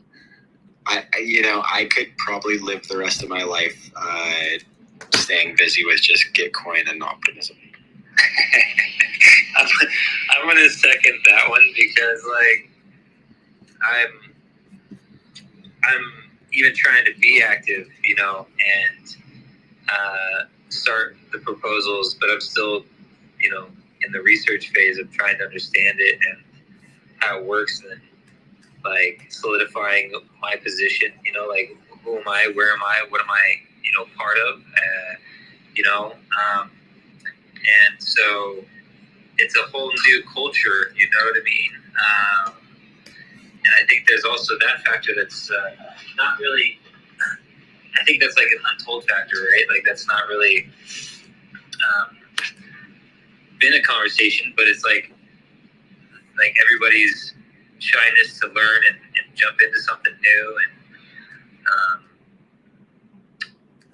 yeah, that's an interesting conversation.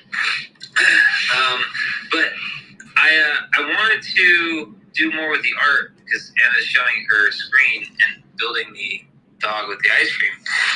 And wait, where? I gotta see this. The live stream. So like I was gonna do an add-on to what Anna's doing now. So live animation. But please go ahead. I'm just like literally just joking around, so you can show us like legit stuff, because I'm still struggling. Okay. This is what all it was going to be like actively using the tools now. So kind of familiarizing and making it easy, because I think he said that he upgraded this, and since last night there's an animate button on the screen, right? Yeah, I see 2 new things, like the edit value. I don't know if you're seeing my screen right now, but the edit value, like he added like very useful tools to like set it up. Yeah, the slider bars, nice.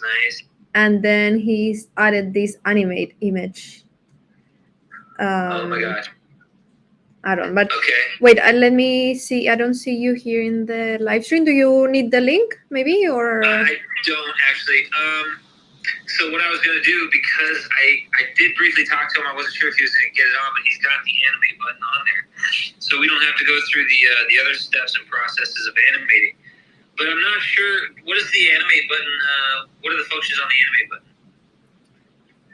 We can try right now. Wait, let me finish this drawing, because I tried using my iPad, but for some reason, like, I don't know if it's because my iPad is too slow or the network was not working, but it just was not really very functional. Yeah, I was on the tablet the other day. Yeah. I was using it on one of my smaller tablets. And it still was working. It was a little slower, but it was working. beach scene, and it was depicting the image really well. So it did work. A little bit of the placement was off because it was a smaller tablet, but. Yeah, but go ahead, Oxy, like connect and show us. Don't worry. Well, I don't have anything to show. Ross has upgraded it to the point Okay, of yeah. reducing some of the steps that I've been doing. So this is the Morphos technology. So now that you have the draw, you can draw that, the image comes out, and now you can just hit the animate button. So we are gonna have to try to hit the animate button. Okay, let's do it with this one. I'm not extremely happy with the image, but it's okay. Let's do it with this one. Okay, so for the audience, if anyone in the audience wants to see what we're doing, you can go to the live that Igli very kindly put on the garden. And you'll see I tried to draw a Dalmatian doggy eating an ice cream, a very giant ice cream. That's the prompt I gave it. And we downloaded the image, and now we are gonna try animating it. It says animating. And I can attempt to show my other screen, but it's not working. Let's see. Let me put this over here. Maybe that'll work. I wanted to ask you, like, for example, do you remember the? Oh, look! He's moving his little ears. Oh, he's so sweet. Wait, let me see if I can. Oh yeah, I can see it now. That's cool. Can you see it? It's kind of like wiggling its head. That's neat. Yeah, cute. So I was kind of wondering, because I haven't used it yet, on how the animate is going to work. Because working with that tool, there's similar to the variations of variables on like the instructions for the AI. You have kind of temperatures for the animation settings.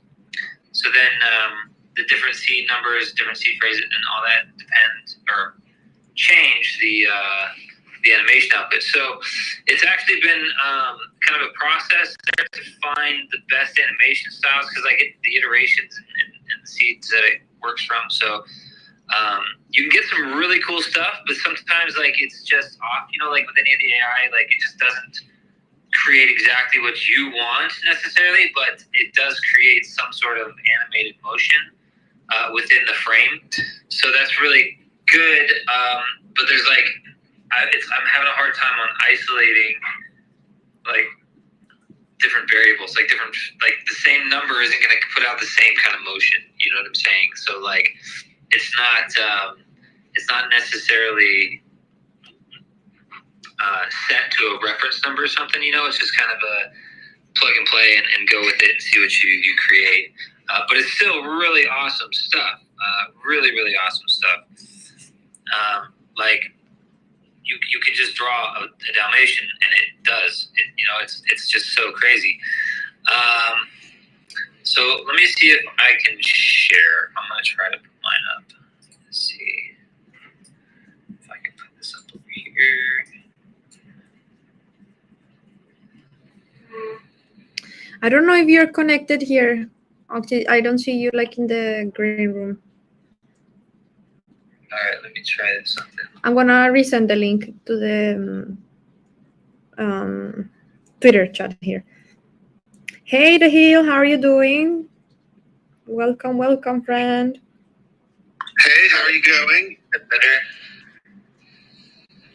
It's crazy that you guys are talking about this right now, like this little animation and all of this, because I literally, for real, no jokes, I just maybe 10 minutes ago, I got an email from one of our holders, like he's actually a hectic coder.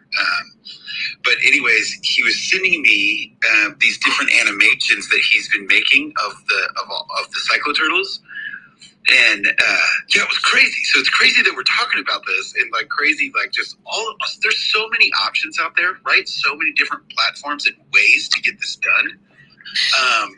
Yeah, and the reality of it is you can literally make anything you want, you know. So yeah, I'm not gonna promise anything here, but I will say that, man, we could have some hectic updates coming pretty soon. I mean, we already did art update for Cyclo Turtles and everything, but man, the future is bright, folks. Like with animation, with gaming.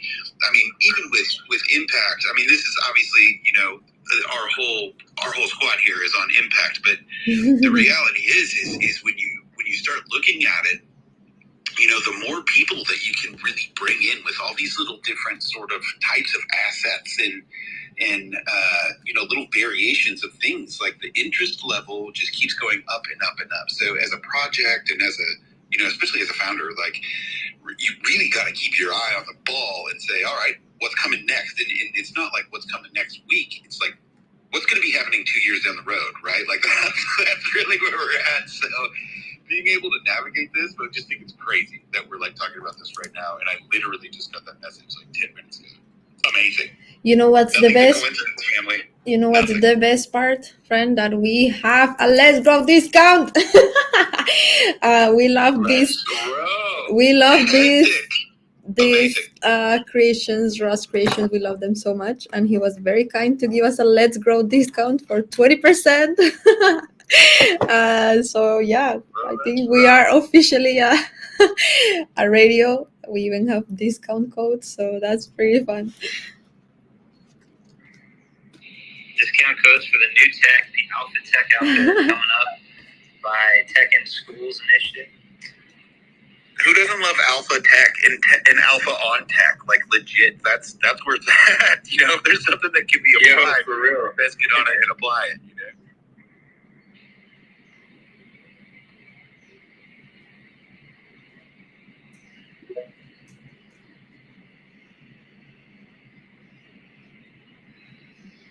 But you know what, you guys? So here's the thing. So no one, I'm actually gonna drop this off. So no one really knows this yet, but the thing is in our Cyclo Turtles collection, right? Like there are all these hidden one of ones, and people don't really know that they have them, and they are one of one. So pretty soon here, we're going to be throwing out all the one of ones. So some of these people out here are going to get some hectic surprises with these turtles that really stand out in the collection. Highly detailed, like super bright, and it sort of tells a story as to like the origin of all the trades and everything. You know what I mean? So yeah, man, I'm just stoked. Like today's been crazy. Lots of issues solved, lots of emails have gone out, and yeah, man, it's just a hectic time. Bitcoin is pumping, like everything. It's all happening, right? It's all happening at once, but it's all good things, and just staying on the ball is really where it's at. So it's hectic that you guys are doing this and that tech, sharing tech, open source information. Man, we had a conversation about that earlier today, and yeah, I just look for what's coming. You know what I mean? No matter how hard it is or how tough it is to navigate or learn, like, man, I'm in. Straight out. Straight in. Let's grow. How do we buy one of your NFTs? Yeah, how do we get to the newer releases of the Cyclo Turtles? That's pretty alpha. Yeah, it is. So, like, if you look on OpenSea, I can't just sort of like put it out there which ones are which. You know what I mean? Because that would be really unfair, like to anyone, and give you like a major head start, right? That's not cool because I don't want to like trash my own community in that way. That's not cool. But there are some differences when you really start looking at the collection and you really start spotting what's really going on. There are some differences in there that you perhaps could pick up on, and there's a ton of them out there on the floor, and a lot of them, people a lot of people, I think, from the beginning of where we started, they kind of really haven't kept up with us, like on Twitter or Discord. You know, kind of Discord right now is kind of like there's a huge lull in Discord. I don't know how many of you guys have Discords, but legit, traffic has dropped major. But the thing is we always keep putting out the information, right? And so, yeah, there's still a ton of turtles on OpenSea, and actually right now they're at like a, for real, major discount because pretty soon it's going to go pretty high when we start getting turtles in this tank on Magnetic Island, that's right around the corner. So yeah, man, it's really, I think for us, for Not Essential as a whole, and for all of our partners and like everything we've been through in the last like 2.5 years, man, it's all been worth it. And you know, the big things are now really, after all of the work put in, all of the partnerships built, even the travel. I mean, the travel has been extensive and exhausting. Like getting to these islands and these places, like it is not easy. I mean, you're talking 5 plane flights, 2 boat rides, and that's just one way, right? So, yeah, man, it's been hectic, but it's all worth it. So I'm just real excited for what's coming for us and for everything that's going on, you know. Here, you know what? I'll steer up here on the jumbo. Like, I put together a while ago. I put together this thread. Now, frankly, like in the beginning of it, there is a grammatical error. Disregard that. You know, everyone. You know, busy people make mistakes. Also, so don't worry about that. But I'll throw it up here. Give me just a second. I'll throw it up here, and then you can kind of see it. It just kind of goes through the journey of like where we're at, what happened, where we're at, and how it goes. So I'll throw that up. Give me just a second.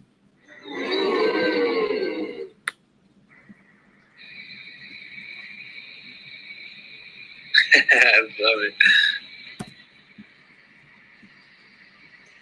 Thank you for sharing that with us, Hill. We love what you guys are doing, and yeah, I'm gonna check out the turtles. Maybe buy one.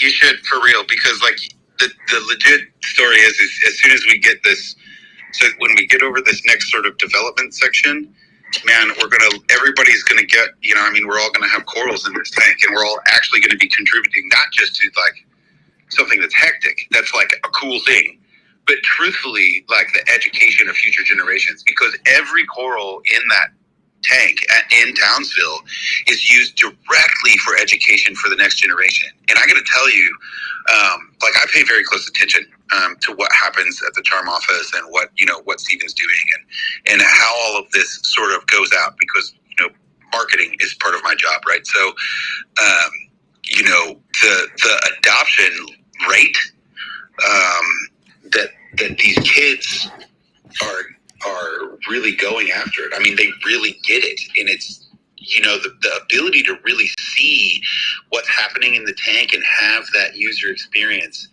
that Steven is building just for the charm alone. Like yeah, it's just outstanding. So yeah, I mean, there's so much going on, but like, you know, for real, I have this.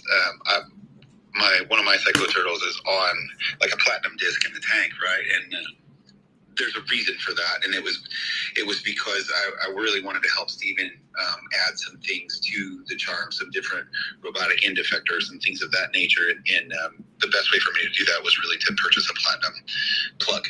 So I did that. But the coral that is on that plug, so not only is like my cyclo turtle on it, right? But the coral that's on that plug is amazing. And I'm not, you know, look, I'm not a marine biologist, right? Like these are just facts.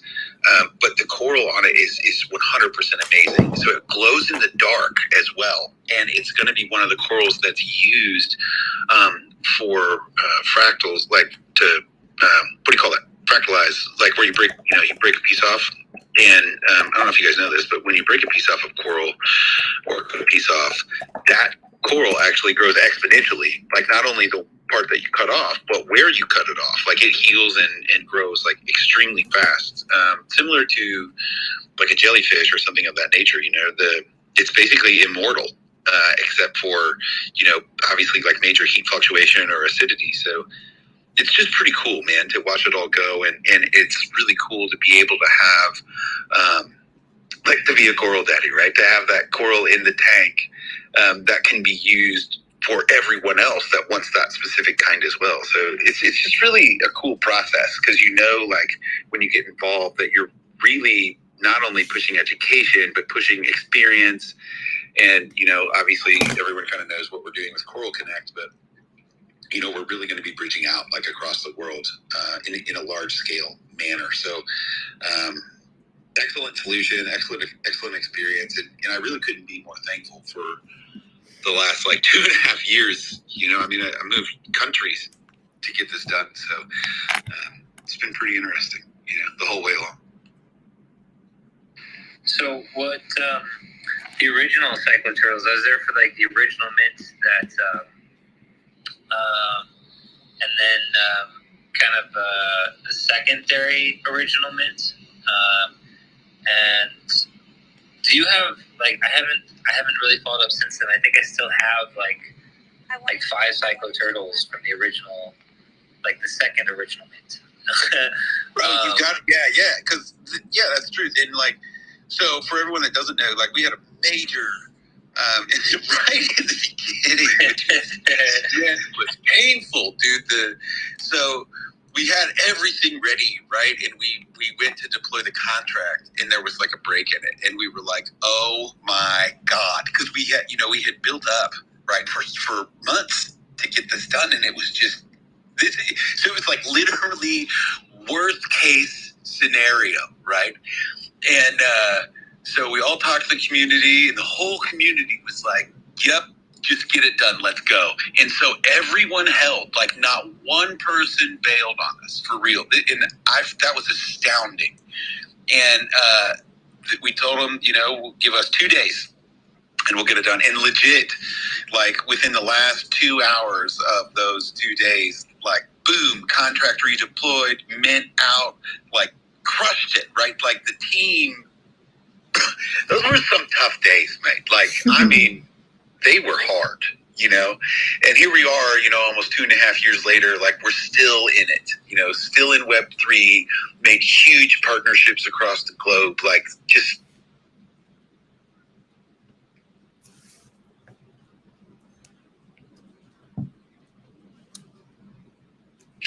I don't know. I don't hear anything else. Did somebody rug, or is it me? Yeah, the hill disappeared, or at least their voice did.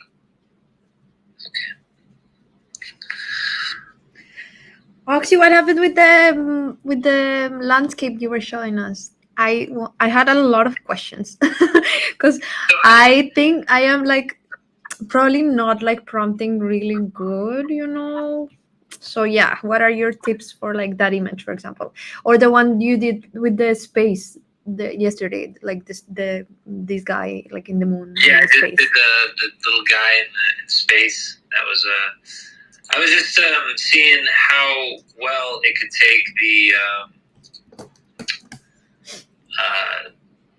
image, like just a couple lines, and see how well it could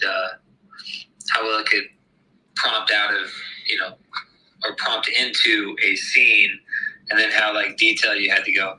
I don't know. My live stream is acting up though, and I'm not. Did I get cut off? Sorry, fam. I had a phone call and I think it like shut me down. I don't know. Anybody? Yeah, you got totally shut down. And we're actually running into Sev's time, so I don't want to take up. Yeah, no worry. Mine. No worry. No, just keep it going on, man. No, don't worry about me. Well, I have more time during the weekends. This is actually wrapping up my work week, and it has set me behind. And trying to keep up with Let's Grow Live has been crazy. So I am actually going to give the stage over to you for your time, and try to be a little more present tomorrow. That's been the whole talk, right? Is staying on the ball and keeping everything going, keep it growing. Some slick roads out there, so we gotta take it slow, take it easy, keep it safe, and keep it going. So keep it growing. guys, I do love you all, and thank you for sticking around. Tomorrow I do want to put up some stuff though, so I don't really have anything planned, leading up to it. I don't have any obligations, so I should be able to be on most of the afternoon tomorrow. And Sunday as well I should, but it's been a little bit hectic, but we'll get back on track, and I do really appreciate you guys sticking around. I really enjoy the conversations and the topics and the way that it just flows, and the openness, the safe space. I can't thank you guys more. I'm really, really grateful for it all, and I do love y'all, and thank you very much. Y'all have a great evening. And love you, matey. Thank you so much, bro. Thanks, Oxy. Have a good one.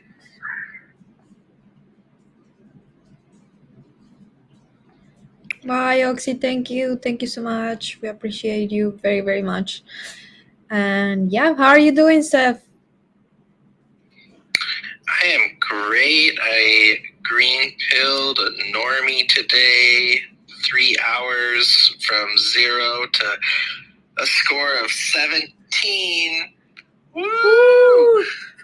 That's really a lot. How did you do it? Oh my god. Share with us. Bro, my passport score sucks. I haven't collected my stuff yet, but it does. It's like fine, you know what I'm saying? But yeah, I gotta go through and collect them all. Yeah, I was pulling out all the tricks. So for this person, she's just a good friend, longtime friend. She actually, her name's Cindy. She's Sam and I.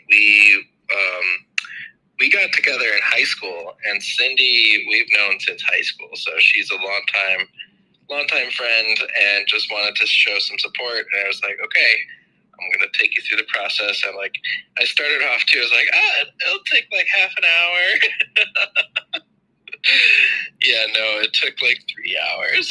It was like, because I didn't anticipate this too. She had just deactivated all of her social media accounts, so she didn't have anything. She didn't have Twitter, LinkedIn, or Facebook, or like we got her Google account. She fortunately had a Discord account, but yeah, we were experimenting with different stamps that we could try to get, but ultimately got her there.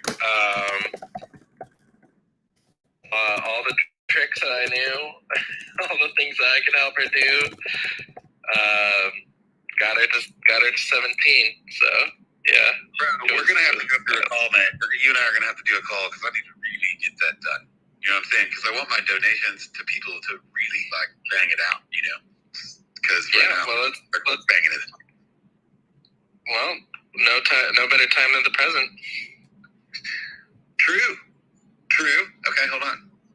So, you know what? Actually, I'm in the middle of this email, but you know what? You know what I'm gonna do? Does this work for you? If I DM you, I know that's kind of slide into your DMs or whatever, but if I DM you, here tomorrow or so, or if we're on Let's Grow Live or whatever, maybe that's something we should go through, is for people to so everyone can kind of get it. Hey, here's how you collect your points. Here's how we could do it on the live stream or whatever. I'm calling it right now. I want everyone here. I'm gonna make a post. We're gonna announce it. We're gonna have a passport party tomorrow, 6 a.m. UTC. We're gonna have a passport party, and it's gonna be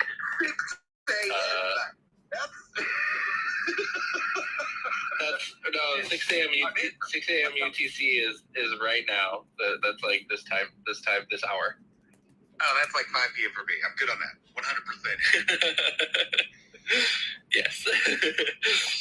So passport party tomorrow. Get your party hats ready, dusted off. We're gonna have some music. We're gonna have Gitcoin passports galore, and I'm gonna see what I can push my score to while I'm helping everyone else get their scores up. I'm gonna see what is the highest score I can reach. Can I reach 70? I'm at 51.27 right now. Oh wow, you're almost beating the 59 we have. Yes. I'm up there, but can I get to 70? Galaxy away from me. Like, for real, I'm like, what? Like, what? So, William, let's do it. the Passport hill. party. I'm excited. Sorry to interrupt. Check out the live stream. I'm like doing a coral reef. Wait, I'm gonna pin it on top. But yeah, sorry to interrupt. Go ahead.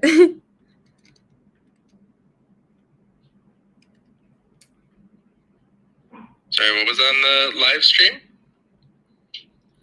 She's doing a, it's like an AI drawing. Check it out. Oh, right. Nice. Okay, cool. The difference between the between the little sketch versus I like what comes out. the little fish drawing is on point. Yes.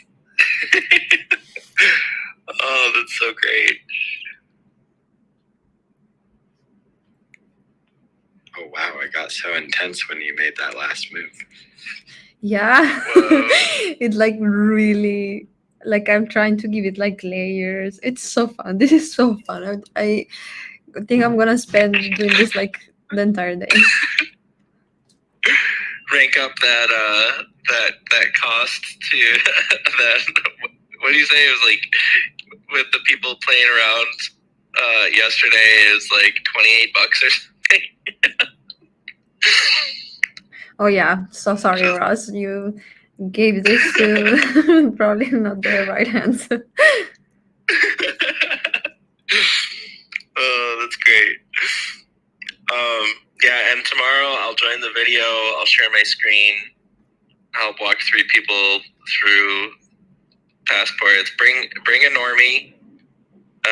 That's that's the invitation. Bring somebody with a low passport score. Let's have them join the party. I'm gonna write draft a post right now about our passport party for tomorrow. Yeah, that's a great idea, actually. Rally people for the final moments of GG19. Yeah, exactly.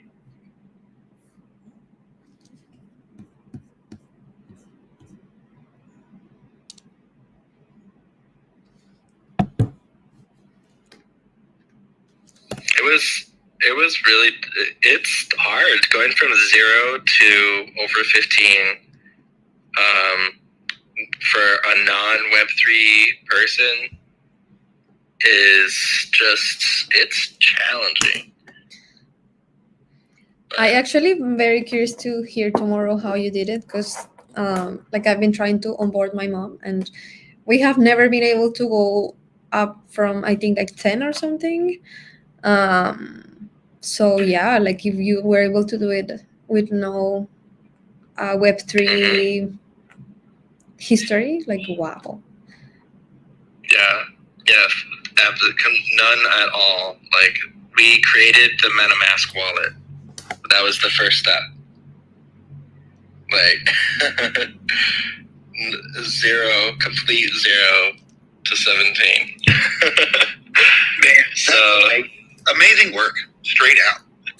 You know, for real people. Like honestly, like I'll be honest. You know, like I know a lot of people, right? And there's so many people out there that are like friends, right? Like close friends of mine. Know what I do, know how I do it, like all of this, and they're, you know, to get them to even get a MetaMask wallet, right? And to do the seed phrase and like all of this, like that is like a massive challenge. And I don't really understand why.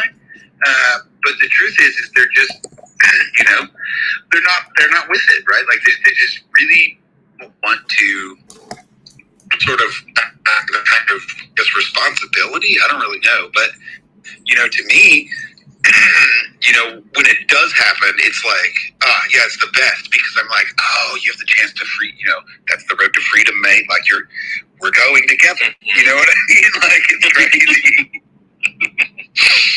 Right. Yeah. Well, I'll say, I think that the future is social wallets, or basically social login.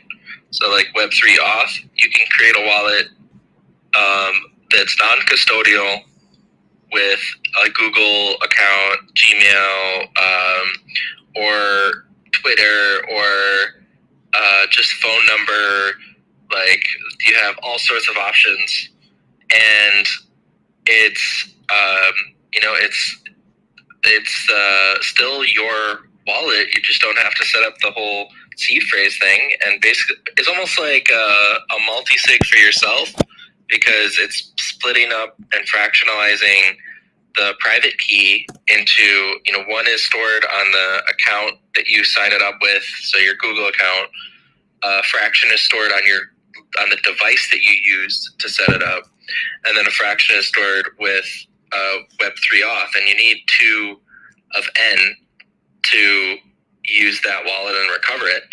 And so if you that also allows you to like set up recovery, and like, so you could put fractions of that private key on other devices that you own, and then you're able to recover your wallet if you lose your phone, or you don't ever have to record the seed phrase. And so that, I think, is the future. Airport, you leave your computer at the airport, perhaps on a boat, where that would really be helpful. Not gonna lie. Yeah, absolutely. Yeah, you can still recover your like, you're putting one element of the private key is stored with Web3 auth, but they can't recover your wallet with just their own private key. They need one of the other ones too. So it's not like you're still in control, and but that gives you the flexibility and the recoverability of wallets in a way that wasn't possible before. And then the onboarding experience is just 10 times better, because you can use it's like the same Web2 onboarding flow, but you're able to get a non-custodial wallet in the process. That's great. And plus, right, like, here's the deal. Like, I'm all about layers of protection, right? I mean, that's where it's at. Our friend Benji, JB, he developed Vox Messenger, which is huge. It's huge. And he's getting ready to put out Vox Crypto, right? And this thing is like a fortress, man. Like, for real. Because you know how, like, when you use MoonPay or anything like that, like, it's an exterior link, which is subject to, like, we could go through the list of things that it's subject to, but the reality is it's very risky, and people don't really get that. So, but I'm telling you, Benji has made this thing that it's like a freaking fortress for everyone, man. And he's like, bro, I built it for everybody. And I was talking to him, because, a lot of people build hectic things, right? And after 5 years or so, when it's at, like, 20 million or $1 billion in value, they'll sell it.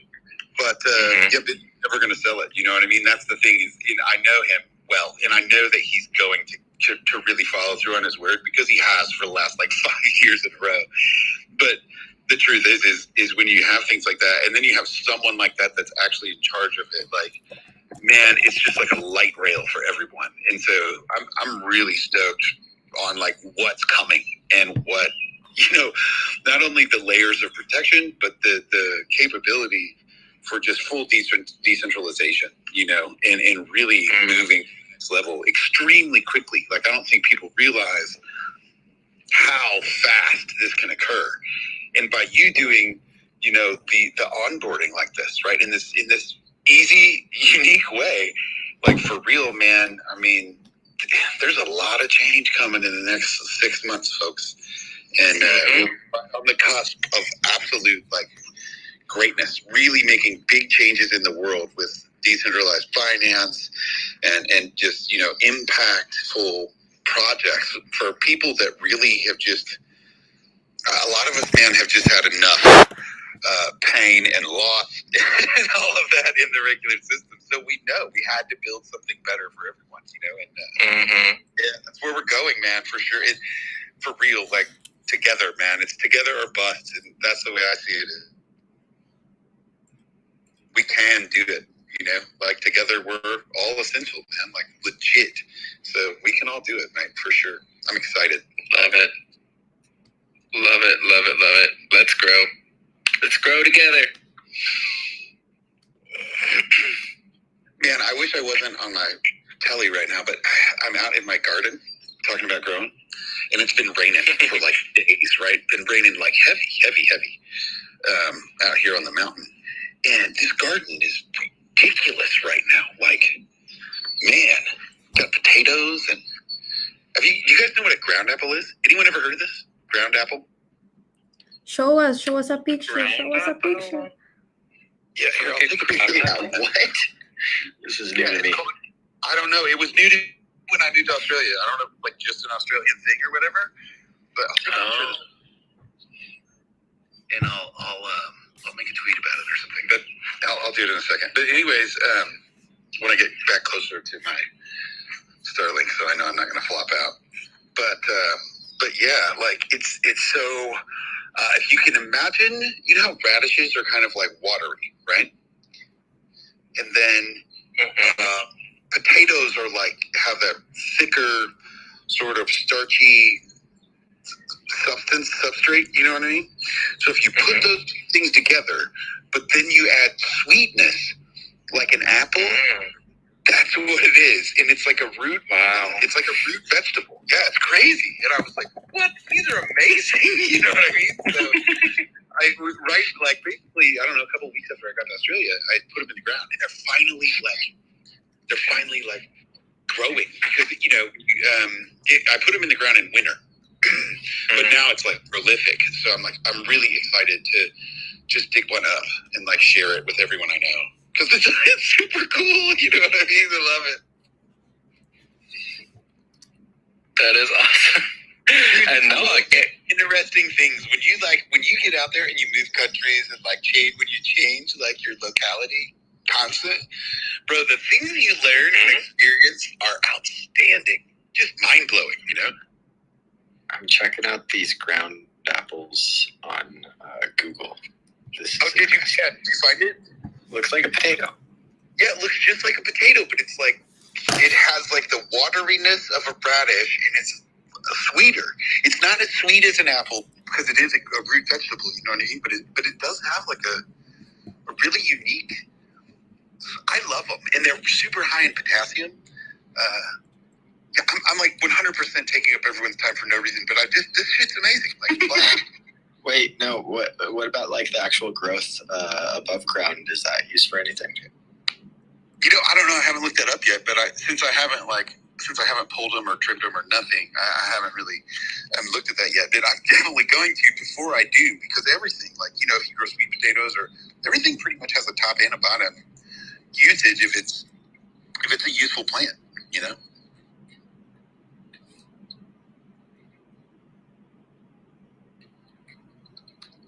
So you want to make sure you get all the benefits, right? Like that's the deal, bro. If you're going to spend the time to grow something, you better be making sure you get all the benefits out of it. Yeah. Send us the picture. I am very curious to see. Here, I'll tweet out the picture of the top of it so you guys can see.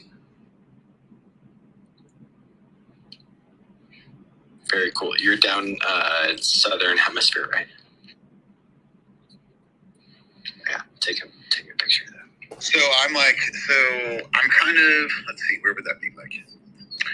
So sort of on the eastern side of the Great Dividing Range,